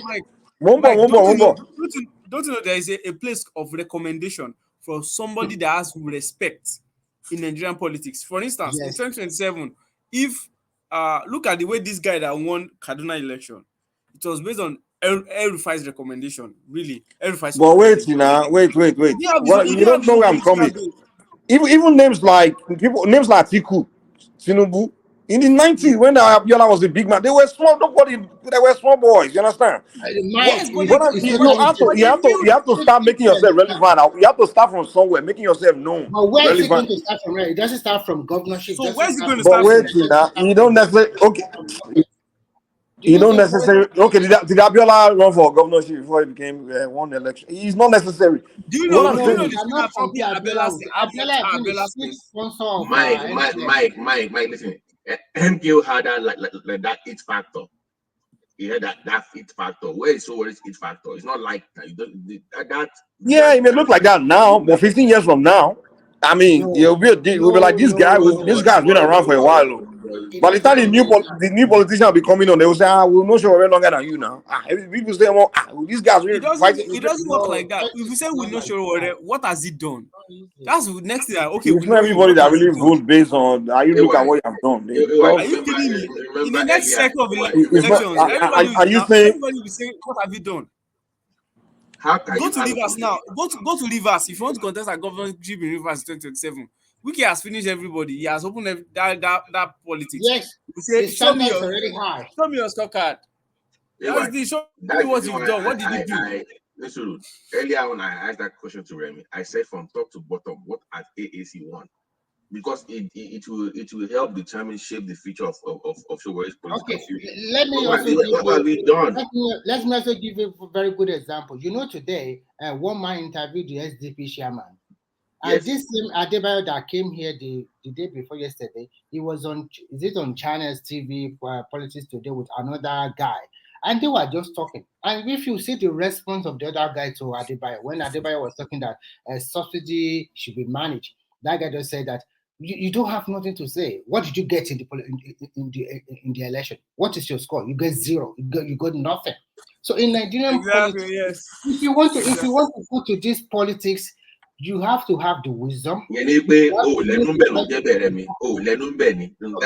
guy, I'll be honest with you guys. Okay, are you guys telling me if PDP pick Shore as a candidate of that party, you won't perform? How can is they the party of the platform? Is the platform the platform? Mike, what you were saying, you do not get it.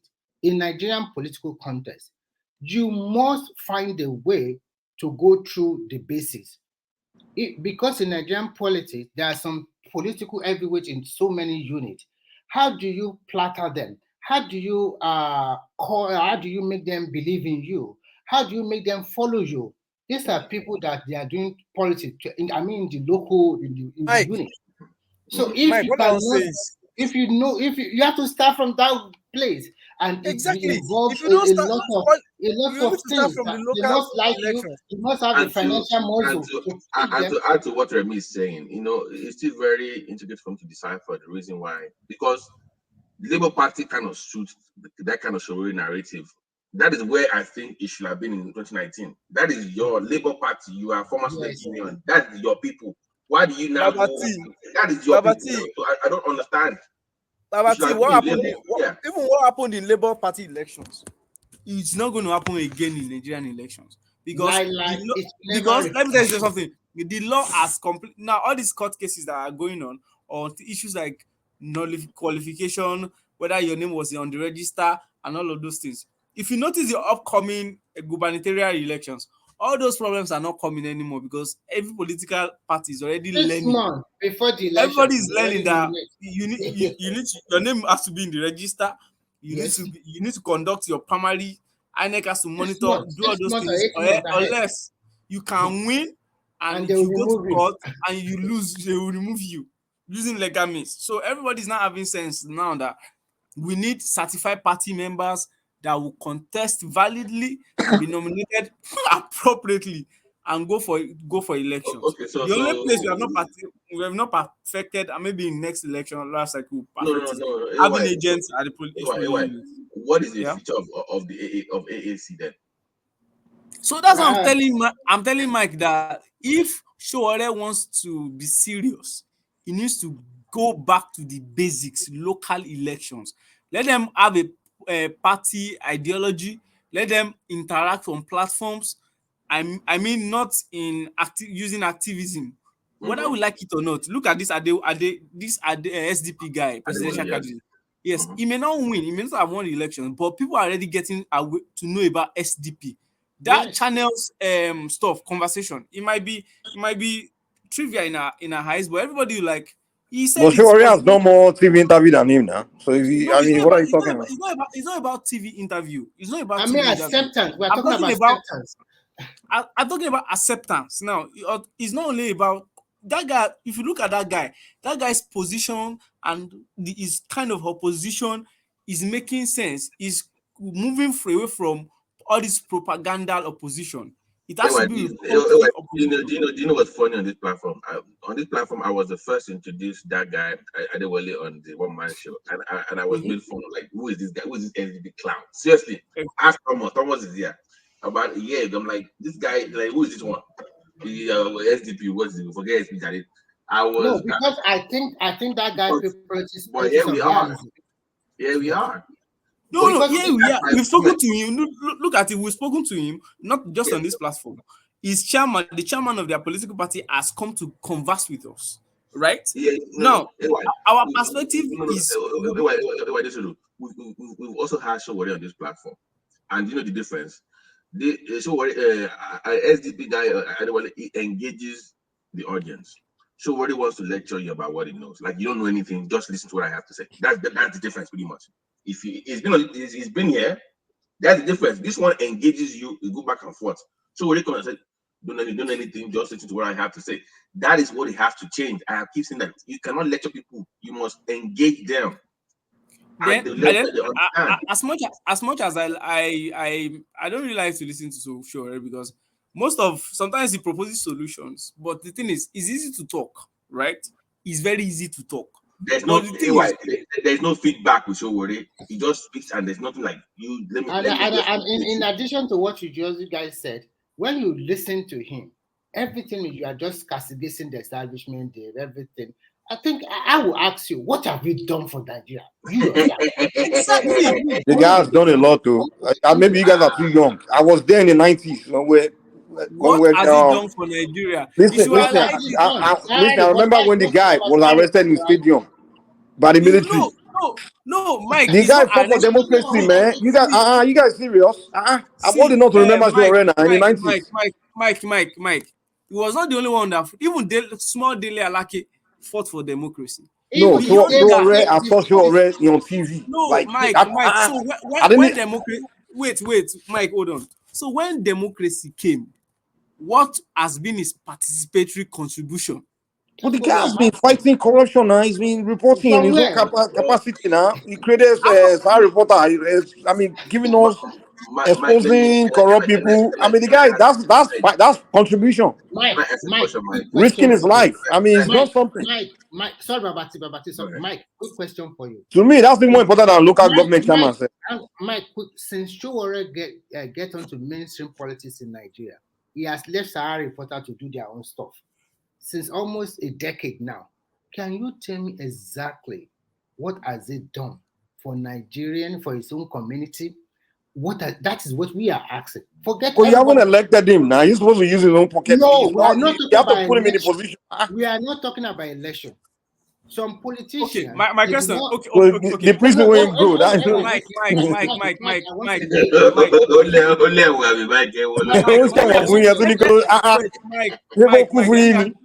Mike, let me ask you a question. In 1999, when which party did he join? At least was he a main politician as at then? 1999. No. When democracy came, did he join a party? No. 1990. 1999. We were even expecting soldiers to come back in. Nobody. If you remember, according to him, actually, they offered him like a powerful person. He turned down to go abroad. That's why he came to America. And that's where he lost his chances now. His relevance. That's where he lost his relevance. To be honest, my friend, listen, to be honest. Let me tell you guys about 1999. When democracy came in 1999, everybody was expecting the same thing that happened in 1979. Happen again. Like military overthrow the civilian and we do another coup. We're all expecting coup. That's why most of the people that fought for the democracy, they didn't go into politics. And that was a big mistake. They all regret later. We didn't know we didn't know the democracy was going to pass the test of time because everybody was expecting another coup to happen. Mike, sorry to interject, please. You know that 1999, I think Showore was in America. He formed the Sahara Reporter. That everybody loved him. If he had used that Sahara Reporter to contest for gubernatorial election in his own state that time and become a governor, it's possible for him to become a governor that time. No, Raymond, let me give you Mike. Wait, do you know that Showore was once in OPC, right? In OPC, he was one at OPC, so this guy, those powerful circles is been among them as like some kind of youth leader in that space. So if like you actually said, they offered it to even commissioner and they offered it to him, but he chose to stay back and turn to this another thing that he chose. I said, so listen, you should have come into the system and work your way in the system. You build your resume, then when you get the power, you can do whatever you want. But this fighting from abroad and abusing people all the time online is what really did him in. So that's where he messed up. That's where he messed up. Today, when you read Sahara Reporter, what is the impression people have now? They say it's a lie. It's all lies now. But when he was there, anything dropped there, Babati. Dele Muhammadu was someone like that too with Ovation magazine, right? No, they are different. Dele Muhammadu is just acting for his mouth. No. Babati, I'm not talking about in terms of integrity now. I'm talking about in terms of them starting and evolving into mainstream politics, right? So you know about Dele Muhammadu, even let's say as bad as it is, I don't like his reputation. If the guy had also played his own politics right, he has a good reputation with PDP. Do you think Lele Muhammadu would not have gotten something like a political position, let's say in as bad in Osun State? He would have. So, and he will be able to contribute his own changes. Let's assume that Dele Muhammadu is a little bit younger. I mean, let's say he's like Showore in his 50s. And let's say with this guy that entered now, a dancing governor, and he was offered the position, and he performed very well. He has built his revenue little by little. He can move. But now, Showore does not have that relationship anymore. Do you know he's more smarter? There's nobody that can offer him out of all of them. Out of all of them, anymore. The only one that stay in Nigeria and do boy to all these big politicians is Dino Melaye. And today you see what is happening to him. He stayed back. Yes. Okay. And I know he may not win, but he's a gubernatorial candidate as of today. He has opportunity. I can bet you want to know why. He has been a rep. Remy, let's get me shocking. Babati, let me say this. Yeah. Dele Momodu, what they call it, newspaper career as dead. He's already gone. He just used article to come back to lamb-line. That is what I think, because he unveiled another Ovation edition some days ago. All of them are well paid. Even Daniel Buhala just got a new four-wheel roller like this. I forgot one new type 2022 model. That's Buhala. You got paid two articles now. Do you know where I think Showore would have been if he stayed back? I would have seen him in like a House of Rep member. Yes, not even rep. He can be a senator now. That AD, go on, in that early AD party, Showore was they actually. Do you know that TINUBU and the rest, they beg him to go for like a rep. They beg him now to come to us. He said, no, I want to be president. Take your time, take it easy, go for this. So I said, no. I want to do this. Because like Mike said, they value this contribution to the struggle. They value this contribution to the struggle. This same TINUBU that become your president today, he was the one carrying Abiola back during that time in the 90s. He was carrying Abiola back. I can see the picture or the photos. He was behind him carrying the bag. Just like Obama also carries some people's bag. Just like Dino Melaye, you follow Saraki, all of them carrying all their bag all around. Follow the TINUBU carrying all their bag all around. Today he has been a rep. He has been a senator. Now he's going for government. Whether he win or loses, that is where the policy. What I feel myself is that I think some political parties should actually fold. They should just fold up and maybe move. You don't understand. You know, if you form a party in Nigeria, you also get some kind of money from Nigerian government. You can see that 2019 election, there were more than 70 senatorial and presidential candidates. Because once you form a party, the government also gives you money. So that's what just form party. So who is the chairman of AAC? I don't even know that. So is everything? You are the candidate. You are asking what the company. No, the problem he has is that in 2019 there was a lot of money, just like what is happening to the Labour Party. There was a lot of money coming into AAC from abroad. And I think at the end of the day, he cheated some of them. They fought about it, but unfortunately, he was able to win in the court. So all those money or whatever goes to him. So this time dispensation, all those people that they were chairman of the party or party executive, they left and they went away. So go out. So you can see from 50,000 votes in 2019 and 4 years later to 15,000 votes. You just check it. How do you come from 50,000 from 50 to 15,000 and then you still want to be relevant? You are not starting from senatorial. The same Adebayo. You know something? Basics like party secretariat.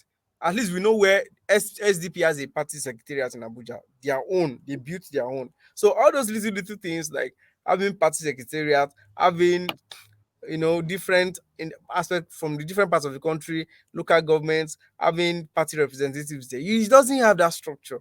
And apart from that, if you want to win election in Nigeria, the northern part of the country must also accept you. If they do not accept you, how can you become? AAC only meets every 4 years for election, and when the election is done, they go away. And then look at it. We are all Nigerians. When they go for that peace meeting, look at the way we're just talking to most of the other people. Who are you, for God's sake? Actually, as a Yoruba man, if you say you are a Yoruba man, I'm not talking about politics, I'm talking about morality. you are supposed to respect the elders. The guy is something about some. You just talk to people anyhow. You just think you just love them. You are just like you think you are just a king. Who are you, for God's sake? So that's why I asked the question. Remember what happened personally, I still feel that the major political parties in that country as of today is APC and PDP. Any other political party, you are just playing because, like Labour, they are lightweight. Even Labour gone. The only reason we get normal because it's ethnic group joined behind it, and then everybody feel like it's the turn of the Southeast. That's the only reason.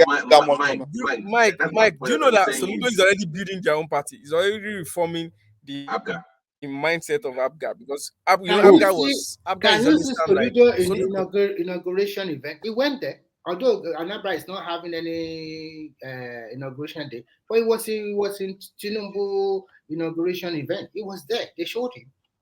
So if the politics, you must know how to play the politics because you want to become a president. ABGA is winning elections in other part of. I mean, in the north. I think in the how do you cross to the other side? How do you expect the other side to accept you? If the northern people don't like you, forget it. You are not becoming a president. Raymond, look at what happened to Showore in Onion of Ife's palace. This guy had the nerve to say that the Onion of Ife kept me waiting for 3 hours. I'm like, it's Onion of Ife, it can keep you waiting. Who are you to be demanding that you show up when you show up? I know the guy. That's where the guy begin. That's where the guy begin to fell off, man. Like he begin to fell off. Even, the question we must his attitude, man. Like he's just disrespecting the wrong people, man. How can you go and respect Onion of Ife? You have an appointment with Onion of Ife, or you just bank on him like that. Okay, I just want to see my king. Is there any previous appointment? Remy, let me tell you what he did on the day of inauguration. You know, he was fighting with Shetima. Yes. This Shehu was fighting with Shetima. He was saying, where is TINUBU? That he wouldn't have, that he asked Shetima to go and stand up for where he was sitting. That guy is just That's when they are doing that piece, something like that. Okay, no, it was during Dangote launching of Dangote. Yes, commissioning, yes. So, you know what? It's like Nigerian politicians, you just think this is just an evil. Well, just let him be, okay? Well, the politicians are watching. What happened to Showore in this palace? Inside of this palace that day, I think they started choking or something like that. No. Once she can lower it's lower. So she can't be because of special. Who threw tear gas inside of the palace? Who threw tear gas inside of the palace? No, it was when his own people. You know, it moves with all these former court boys now. When they got rowdy in that place that they took, the security people got involved. What? But they were choking inside of the palace, man. It wasn't like outside.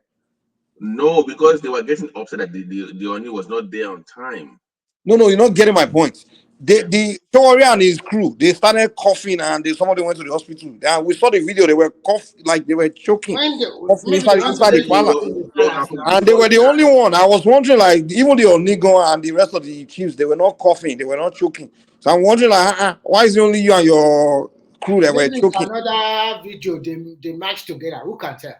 Well, but that guy just over trending, just something to have him talk about. But this party, we've had one of his guys here. Foley comes here all the time, from 2019, and we told him, listen, we want something in council or local government council. Ebuni, we are going for presidency. Forget presidency. Focus on everybody. You'll be insulting them. You even went to one local station in Ibadan. He was telling the presenter that, see this your TINUBU, he can smoke Igbo. I see him with he smoked like shit. Did not ask him that, do you also smoke weed? He said no. How come you see TINUBU smoking weed and you are sitting beside him? So something what they just utter from their mouth is sometimes just utter nonsense. That even as a mature person, you are not supposed to be talking anyhow of your. That is enough. Go back to your phone. It's not relevant anymore. From 50,000. Can it charge now? Can he lead the country now? Where is Ajale Koko? They are batching Showore like this. Ajale Koko. What is Normally, going on here? you will have responded to that, but Oh the guy my is not goodness. young. Ìyàwó ẹ̀yẹn ló ń dùn mí jù. Ìyàwó ẹ̀yẹn Kí ló ló ń dùn ń mí dún jù. ẹ̀? Thomas Ṣàbẹ̀bẹ̀rẹ̀ ẹnu kúndé olùfẹ́ ni. Kí ló ṣe Wọ́n ìyàwó ti ẹ̀? gba ìyàwó lọ́wọ́ ẹ̀. Ìyàwó ti lọ. Ó lọ kẹ. Thomas, what happened? What happened to his wife? No, ṣé ìyàwó máa ra dúró báyẹn ni? Mi ò mọ̀ ni, I'm asking tó mọ ọkọ tó wò sọ fún wa. No, kò mọ ilé ọmọ kankan, I'm just. Ìyá Thomas ẹ̀ sí lọ, ìyá Thomas ló ń ta sí ìyàwó ẹ̀ ń sẹ̀ ọ́ náà ló mọ̀. Ló ń sáàpù bẹ̀yà ni, Maybe ló ń Thomas sáàpù like the bẹ̀yà. wife. I'll go and report it to your own wife, sir. No, you can't leave your wife like that now. How many years now? Come on now, Nigeria will not jump. Why is he fighting for Nigeria? Did Nigeria say he should fight for them? You leave your family, you leave your child, you leave your wife. No. Let's get it straight. Are you telling me that he did not go back to check on his wife and children for a long time? Never. He can't leave Nigeria now. He can't leave Nigeria now. But I know the case is still going on. The case is going to 4 years now. I can't the wife and the children also come to Nigeria to check on their father? They will not try it. Why? Security purpose. No. I think it's also the wife can come down and check. And the wife is a citizen, they can come down. Why not? They can come why down. not? And the children can also come and see their father in Nigeria. Because they are scared of their life. Their father is a bondage. For me, Showore, nobody is willing to kill Showore. Forget it. Nobody who cares about him is inconsequential. They are not interested in killing. Nigerian police have already gone past all those stages. We are in the age of trust me, yeah. They know because if they were still like those days, those military days, people like Showore can't do. They would have wasted them a long time ago. But this who cares? Because you know at the end of the day you cannot get more than 50,000. So what's the big deal? Why? What was the famous quote in the 90s? One that's famous what about to kill somebody? One discharge something by accident. During Babangida or Abacha time, or anybody damn man. Hey, Babati, if you notice, Babati, guy, if you notice in the 90s, during the Babangida Abacha time, don't say that Southeast was very peaceful, man. No, everyone was peaceful. No, there was no single. You know, Abacha is one of the. Igbo people were very peaceful during military time. It was after democracy came. When Jonathan, that's when started coming outside the everybody was very peaceful. No, it was Southwest gave the military. It was only Southwest. The same Yoruba people, they are saying we are cowards. We were the only one giving the military a fight that time. Yes. It was only Southwest now. This democracy Nigeria is enjoying. It was the Southwest that really fought for it. According to Bill, the Igbo sacrificed the most in Nadepo. According to Bill, so lie, man. I can't even name one person there. They were quiet even during when they were during the Niger Delta time. You was still the Yorubas that were fighting for the Niger Delta now. Igbo people were the reason why they were quiet because they were the one enjoying under Abacha. They were really enjoying a lot. All the juicy contract they were giving to them because they aligned with him easily. So you can remember very well. They aligned with him easily. And to be frank with you, since 1999 till 2015, it is the southeastern part of Nigeria that really enjoyed because they were holding Senate president. There was a time they were also like vice president. No, I did vice president, Senate president. They were holding juicy positions. CPN, everything was given to them because they were so lucky that they got everything they want. Let me tell you the game Southeastern are playing. When they want to collect things, they play that. You're marginalizing me. They play that game. That they've been play every time they play that game, they get something. That's how they're able to get 5 states out of that small land. They keep on saying it. They only have it now. One more state to now. They say they want. Now they are saying exactly. Now they are asking for 6 states. And they want 6 states now. They say because Southwest has 6 states. Now they want 6 states. Actually, how can you compare Southwest to that size compared to your land? 7 states. That Oyo is very big. Even slash Ibadan. Listen. Ibadan and the Bush should be a state. Yes, Ibadan alone have 13 local government, 13 to 14 local government. Ibadan, as you are saying, 13 to 14 local government. How many local government, even when you go to Kano or whatever, how many cities have such 13 or 14 local government like that? Ibadan is so big that if that is why in Ibadan, your state, it's going to be very, very difficult for other city to become governor for your state. Imagine your state getting five allocation. Out of 33, you're already a winner now. The amount of allocation that's going to that small land, that small space, that dot in a circle, five different allocation going to that place, and they can't develop. Mike, language, please. I mean, don't let us. You know what? I think. What did I say now? Mike, what really happened is this, in my own, just my opinion. When Jonathan was there, the South people, unfortunately, they didn't even enjoy Jonathan. But the Southern Eastern, they enjoyed Jonathan a lot. Yeah, they enjoyed Jonathan. Udoka was there. So many of the people have juicy position. I think, and when Buhari Jonathan was just kissing their behind. If you are Buhari, I think the reason why Buhari was pissed off, I will tell you why. Buhari have been chosen Southeasterner as the vice presidential candidate 3 times. Umel Zoke, Okadibo, another one, I forgot, there are 3. And with all of these people choosing their people, they never vote for him. Now choose another person, a Yoruba person, still do not vote for him. If you are, I'm not saying what Buhari did was totally okay, but if you are Buhari as a person, sometimes when we all sit down and reflect, you ask yourself, what did I do to these people, my God? Why they so hate me so much like this? I still the way they came out on Buhari, I'm like, what is this man doing? You cannot believe, I'm not anything federal government did in Nigeria is for all Nigeria.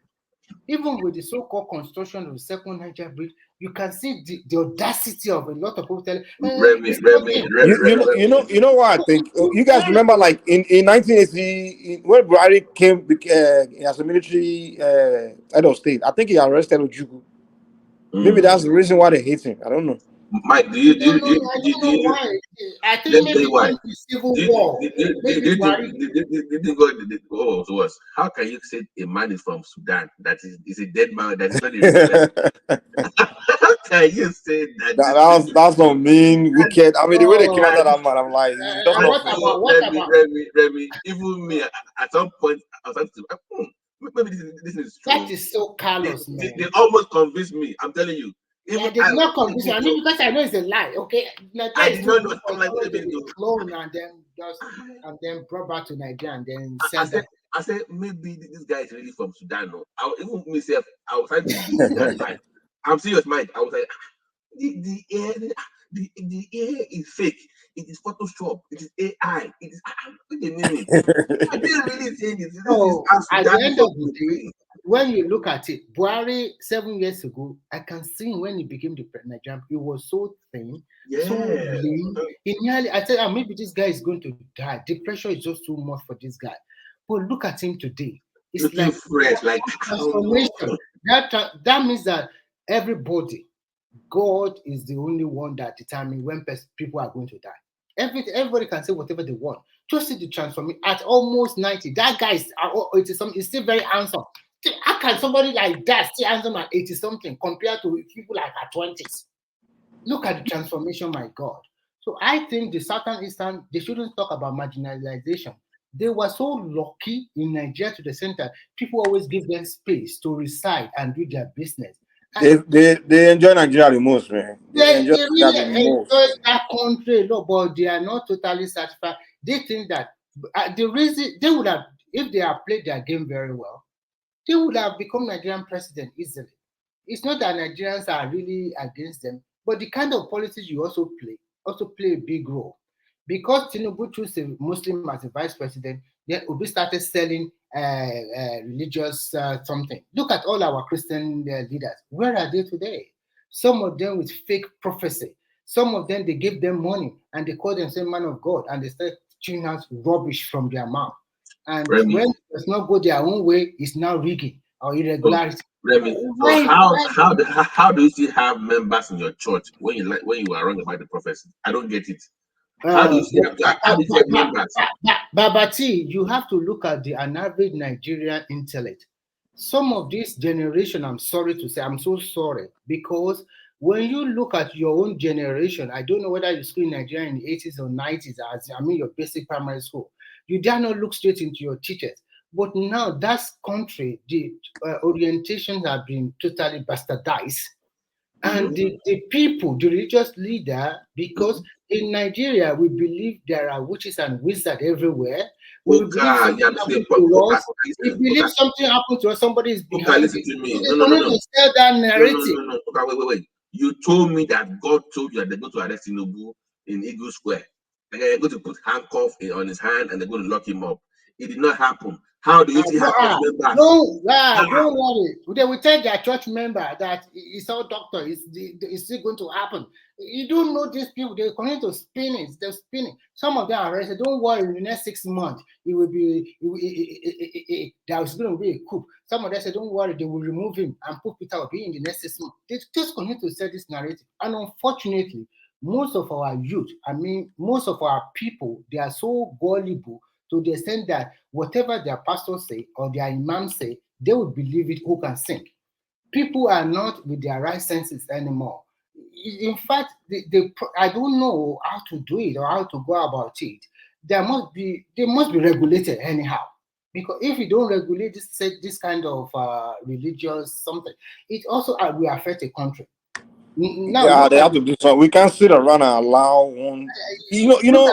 They say in the 1950s or the 40s, they say it was only about 5% of Nigerians were Christians. They say today it's become like Mike, the number have grown. One even said TINUBU will be arrested on the 26th before the inauguration. I was just laughing. We can't sit down and allow down this religion to just take over. It's turning people to animals, man. Mike, when we are growing up, you can never know the difference between Christian and Islam in the Southwest. We have integrated a lot.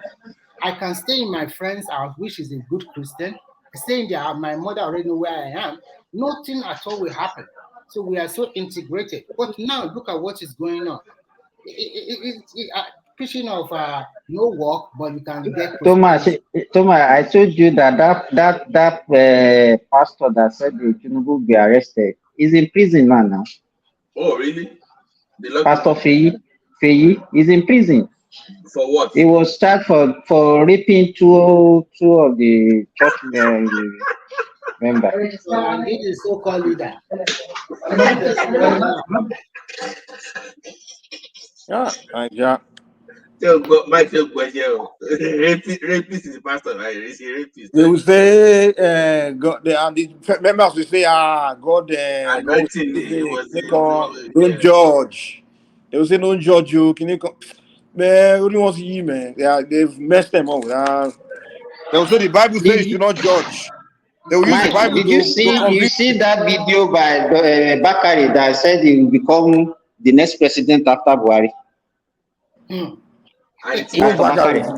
So how does it still happen? And people will still go to the church. That church this Sunday that is coming, they will still be listening to that guy. I don't understand the way our people reason. Well, I would say that one thing. I think some of them were gullible and some of them were hypnotized one way or the other because there is still voodoo in it. I'm sorry to say this. Only God knows everybody's mind. But what I know is that if you think you are doing bad things to people, God is also seeing you. So God is the only one that. Why would they like to blame voodoo on everything?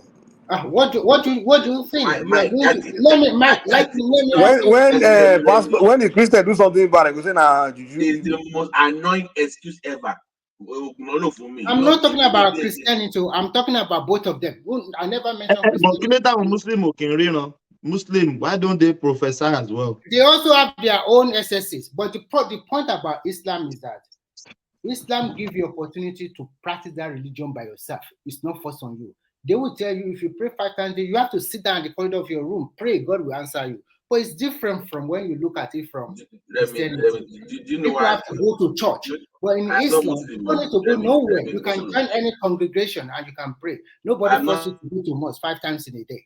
You can stay at your home and do it. Nobody forces you to go to mosque every Wednesday, every Friday, every Sunday. No. But for Christian folks, the more I go to church. And nobody will demand 10% from you. Yes. So I think the way the religion are practiced are totally different. So in Islam, nobody can just force you that you must come to mosque on Friday. It's a must, or you must go to this on Saturday. No, nobody do that. But in Christianity, people do. We have to go to church. Now you ask yourself. You have been going But in to church for 10 Christianity, years, nobody forces them to. Sorry to and say that. they In don't force them. Christianity, nobody forces them. They just So why? So why emphasize. are they going? You have been going to church. God said that they come here. No, wait. Nobody forces them, but they go because of so many reasons. One, traditionally, some of them are brought up that way. Two, some of them feel that there's an attraction, and that problem, when they go to that church, that's when it can be solved. Yeah. There's no pastor that say you must come to church. If you don't come, you must come. They'll feel that, oh, if I have this problem, once I get to this place, it will be solved. Once I do this one. So the pastors in their messages, they are created that kind of aura. If you are saying the truth, there are so many churches, they visit their church member at home. Auntie Lagbaja, we didn't see you in church. Mini church. Yeah, that's what they call this. This is what I'm saying. You see, in the scripture, in the Bible says, do not forsake the assemblies of the brethren. Okay. The Bible encourages us to gather together.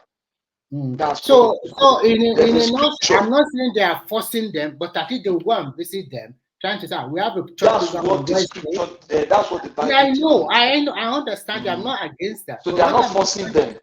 The way the two religions are practiced are different. Of course, because they are two different religions.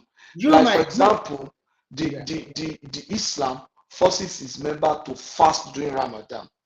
No, Christianity it's part of. If you are healthy, if you are healthy, the Quran did not that's the condition. If you are healthy, you have to. It's a must. Yes. So that's forced now. Yeah, it's not forced. It's not forced. If you are healthy, if you are a true Muslim, and if you are a true Muslim, healthy, and you don't fast, is it not haram? I agree with you, Patoski. It's like forcing because they will make it to be like and the sanction that they are putting, the sanction, the penalty for not doing it, they make it so severe that you'll be afraid of not fasting. If you miss a day, they make you feel that you have to do. So in those days when we're doing it, if you miss one day, you have to fast the entire 30 days. I know that's not true. But Patoski, Gbadebo even said God doesn't tell him anything about Nigerian politics. So why is God is not talking to Gbadebo? No, and God is talking to Gbadebo has came out 2 weeks ago and telling that TINUBU presidency is going to bring a lot of prosperity. Okay, you want Thomas? But that doesn't mean endorsement. It doesn't mean endorsement. Thomas, just endorsed him. Let me answer that question. You see, in the issue of religion or every other issue, we can enjoy ourselves here. But when we talk about that issues, when we don't have very good information, sufficient information, and even happens in politics, we will speak, but let not speak authoritatively or in a way that derogates the other person. That's why I question Ajani anytime he says politicians are this, are that. You don't even have information about this person. I'm sure if Ajani could see that man, he won't even recognize him, that chairman that came today. So we cannot say that. Now, Baba in those days will say God told him this. People complain. In this case, he said God did not talk to him. And you are saying, why is God not talking? Go and ask God now. I mean, that's very insulting to the personality of God. If man says, but Patoski, do you think God really talk to people? Yeah, God does. God does. God speaks to. How does the voice of God be? Okay, are you a Muslim? No, I'm just talking generally. It's not about religion. I'm just talking generally. Let me tell you the point. If you rule out the possibility of God talking to human beings, then you have ruled out all religion. All. Because every religion or every leader of religion Patosi, yes, what you are saying, I still have my doubt about religion generally. For me, generally, I think that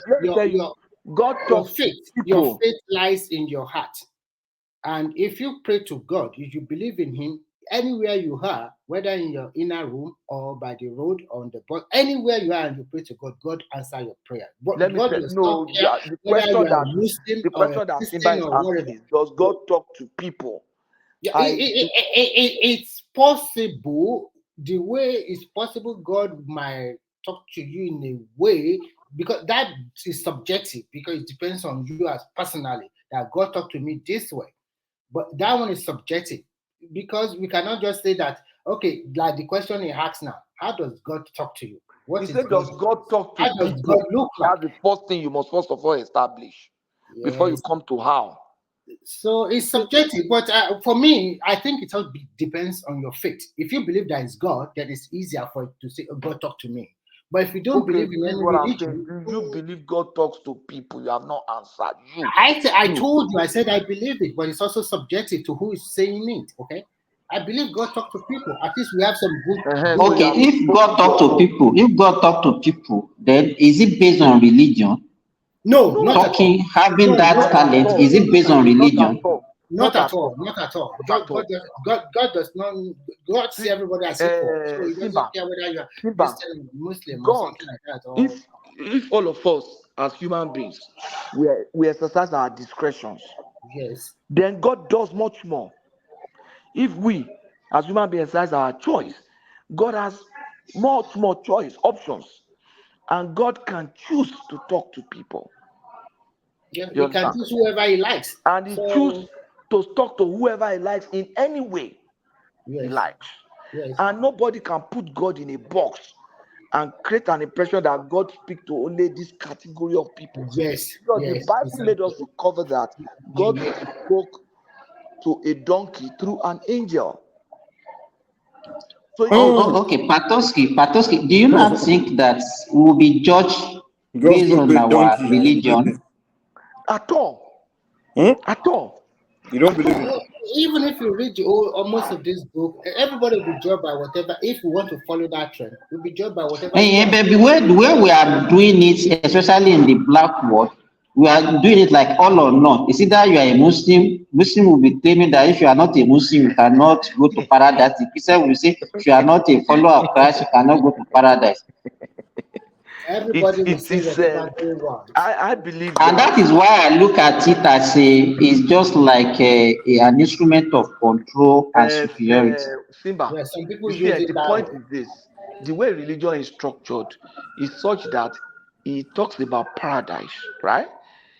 It removes our present life from religion, but religion is much more about our present life now, because paradise is future. Your life is now, what you have now. And when I don't know of Islam, but a little I've learned of Islam, Jesus Christ also, when He was here, paid more attention to our lives. He said, I've come so that you can have life. What do you do with life? You live life now, isn't it? You live life. So the way you are living now is what is important to Christ. Will He give you eternal life? He will also take care of that one too. That's not a problem. But He's paying more emphasis. All these teachings are focused on the way we live now. Love your neighbor. Sorry, Patoski, is Thomas around? Thomas? I don't think so. Babati is waiting to join. So if he's hearing us, I think we should just leave religion and just move yes, on. I'm here. Yeah. These are things Babati, yeah. Okay. Yeah, we should just move religion and I told move you on. guys that we should impeach Thomas. I keep telling you. You see impeach Thomas. We need to impeach Thomas. He's not doing his job right. I'm still thinking about Shore's wife. I'm Maybe he went behind and talked to Shore's wife. I don't know why. Thomas, you want to take for Shore's wife? Papa Dayoko will kill you. Yeah, only fellow, but no. I'm just pity the wife. That yeah. now. Shore is taking care of himself in Nigeria. I'm pity of the wife. You know, women always faithful more than men. So maybe that's the why. wife always go to Nigeria. Maybe you don't know. Okay, so I can never go to Nigeria, my brother. Will you suggest that for the wife to go to Nigeria? Why not? He can go and be the wife. The Showore is still living in a hotel. Like I know, I think he has The a wife house. can go to Nigeria now. The wife is not. The wife doesn't have a case with government. I Was said they the are wife scared of banished? the Was the wife government. banished from Nigeria? The wife that I said they are scared to go home. What? Buhari is no Of more the the president government now. Why are you talking like this? Are we not Nigerians? I don't think there will be something bad will happen to him. Don't you think that Kanu wife also will be in Nigeria? Check on his husband in the DSS office. So have they arrested his wife? If they have not arrested Kanu's wife, why will the Showore wife will be afraid? I don't think. No. You can't compare Kanu to Kanu is a savior. So he doesn't even need his wife. It's not a savior. But the wife is an independent person now. They can't arrest Showore's wife because of the offense of the husband. Kanu is a savior. Will you suggest his wife to go to Nigeria? What is wrong with Thomas? Is Showore not in Nigeria? Has he been arrested? But it's not that scrutiny in Nigeria now. I His passport think is Thomas is just trying to get information. Maybe you want to marry a second wife. You don't know.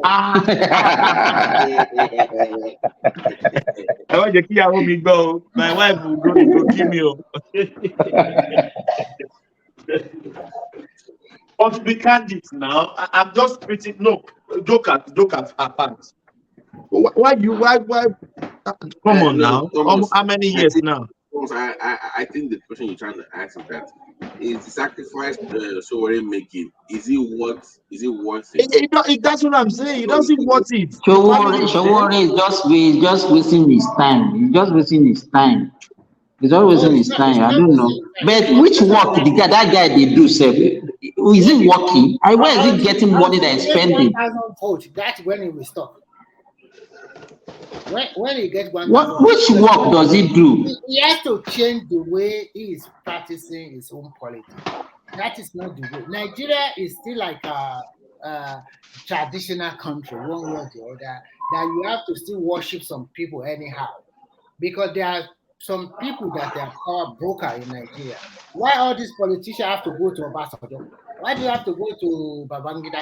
Why do you have to go to Abu Salam? Why do you have to visit the Remy is like that everywhere. You cannot suddenly become a president even in America without going to some people. In American policy, you know what they are called super delegate. They will allow all the simple delegates to vote. The super delegate will now choose later. Do you know how many votes the super delegate control? So that is a way of also bringing the power brokers into their own system.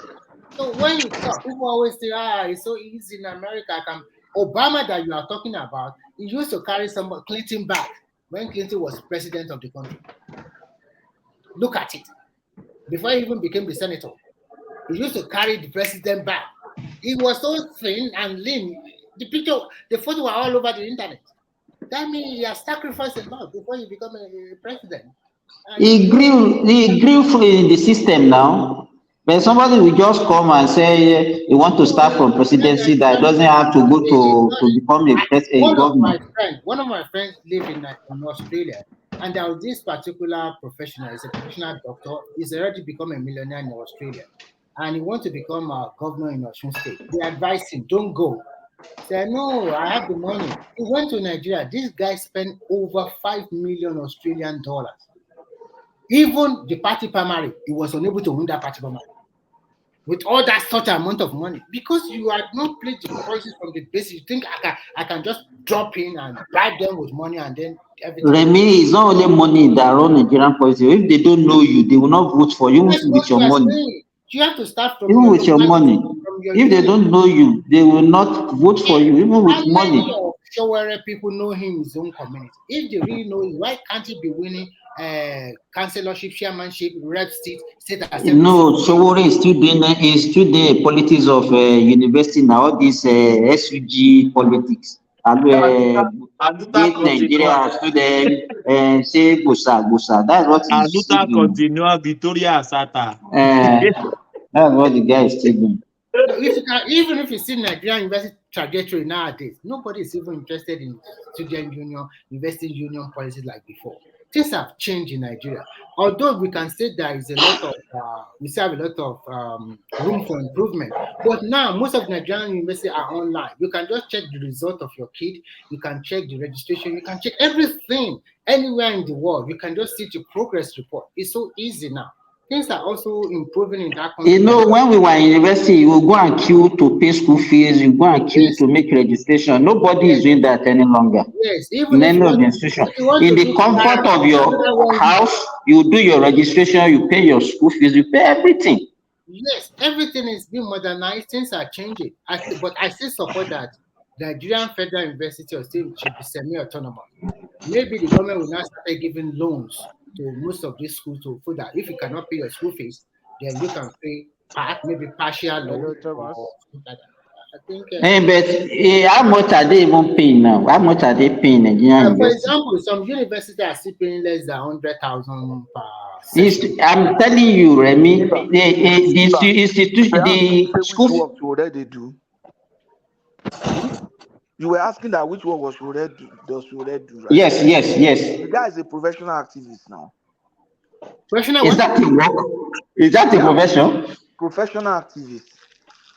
Those who fight for the right of human beings and activists, professional activists. Yeah, they are professional activists. So there's a profession like that now. Yes, a job that can take you to prison. Are you mocking Showore? Patoski, are you mocking Showore? No, it's true now. It's a job. I'm not mocking him. It's a job that can take you to prison, that can make you a governor or president. It's a career now. So who is sponsoring him, please? All these Who is bankrolling him? all Who these is Rockefeller bankrolling him? Foundation. Baba Adale Koko and Co. They are the one bankrolling him. I think for him. Can we let Mr. Green speak? Green, are you there? Because your voice is a little bit We low. can't get you very well. Speak louder. Your voice is low. Thomas. Okay. Yes. Yes, Joy Caromeo. Ẹ káàárọ̀ o, àárọ̀ nìyẹn o. Alẹ́ làwa wà níbí o. Àti Sweden mo ti ń pè. The thing is this. Me, mo tó ń sọ̀rọ̀ lẹ́kùn bí ara mi bóyá ọlá something like that. So mo fẹ́ mo ìlànà fún yàn Muslim ni. English now, my brother. Yes. But you understand Yoruba now, must I? This is an international platform. Please speak English. You are people to the world now. Yes, I know, but I know the people I'm talking to you. I know the few people. But the thing is this: I want to ask Ola, or I think it's Remy Ola. I think it's a Muslim. There's something is bothering me. A lot of Muslim people, they are saying that in Islamic, that if we all goes to heaven now, for example, if we die, we are going to speak Arabic. Is that true? I don't know. Said, and I'm like, are you telling me God doesn't understand my language? God doesn't speak my language? Why Arabic? No, it's still bothered to what the questioner asked the other time when we were discussing that if you look at the religion, especially the two prominent religion, both Islam and Christianity, there is still this competition that is my own that is superior, your own that is superior, and that is what I don't want to believe. Okay, so sorry, Mabino Joe, can I come in, please? You now, I know you are a Yoruba person, right? Do you believe in that thing? And somebody. You know what you are asking. The question that let me respond to what you said. You know, about 3 days ago, somebody made mention of that thing to me. He said, "Do I know that the language we speak in paradise is Arabic?" And the answer, I asked the person, I said, "Have you been there?" Is it in the Quran? It is. I don't think so. Don't let me say what I don't know. Don't let me say what I don't know. They are saying it. Where did they get that from?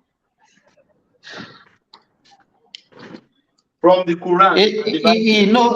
Let me tell you that. So if you want to go into, believe it, but if it's for my this, I don't believe in this. No, hello. You know there are so many things in religion that you can even say if you look at it deeply, you will not even believe in the truth. Let me give you, for example, even in the New Testament, was majority of the verses, I mean the chapters in the New Testament was written by Paul, who is a murderer. And then he will now carry those letters that he wrote as a divine document. Now, what is the justification for that? No, you understand? So don't let us go. No, Simba, you have misquoted, you have misrepresented. He's not a murderer. Wait now. Can we stay away from? Don't let us go into religion. Don't let us go into that. Hold on, Simba. Let me correct one. Can go. Let me correct one wrong impression. Why are we shy away from it? People are listening. Okay. Most of the New Testament epistles were written by Paul, who was a murderer, and are owned to it. Not a murderer like that, a persecutor of the church, and that led to the murder of the church. And he owned to it and went to the same group that he used to persecute and has led the execution of their members. And that group took him in, forgave him, and extended the grace to him. And that grace was so overwhelming that he took it upon himself. Pastor. No, let's clear issues. Because he could dismiss the work of thousands of years by just one single statement. That's very careless. He took that grace to himself and spoke to the whole world that he was a murderer. Patosky, the grace given by who? Given by who? The grace given by the same group that he. Hey, so you can see it's not. So it's just like somebody who has committed murder. If I kill somebody now, does that want? If my government now pardon me, has he removed this thing from me? But you just say he's a murderer. Was it not? You say he's a murderer, so how can he write those kind of books? He could write. I'm not saying. I said he cannot. I'm not making that. I say if you can be using the document or a letter written by a murderer, and will now see it as a divine document that we are acting up today. So what is it? We are saying that God can even speak to murderers, can use murderers. That's it. There are a lot of things that we have to say about religion. So that's why, when I started, I said there are so many things on both sides that if you have to dig deep, you will not even believe in it. So let us move away from it. You are right. I think you are. Because when you look at Islamic, the way they practice Islamic in Saudi Arabia is quite different from the way they practice it in the Yoruba side. Just like Babati said, we should leave it. Can you hear me? Let's leave it. Let's leave it for now and talk about Dokon. But can we all gather? Maybe we should all support Suwore and join Baba Jale Koko. Patosky, you will be the lead. I know why I choose you.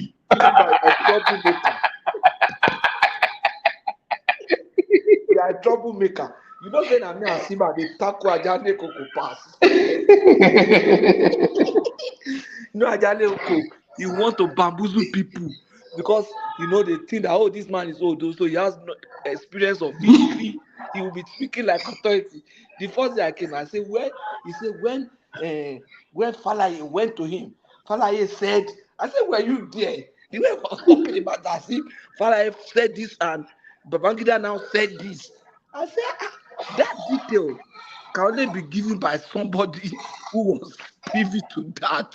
I said, were you there? He said, anytime he's just making that, I know that something. So that they say, I don't know how to say this. I say it anyhow.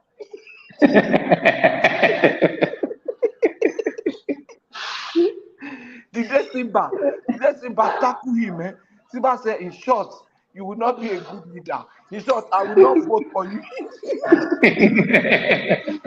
I feel as if I don't demystify this man for you.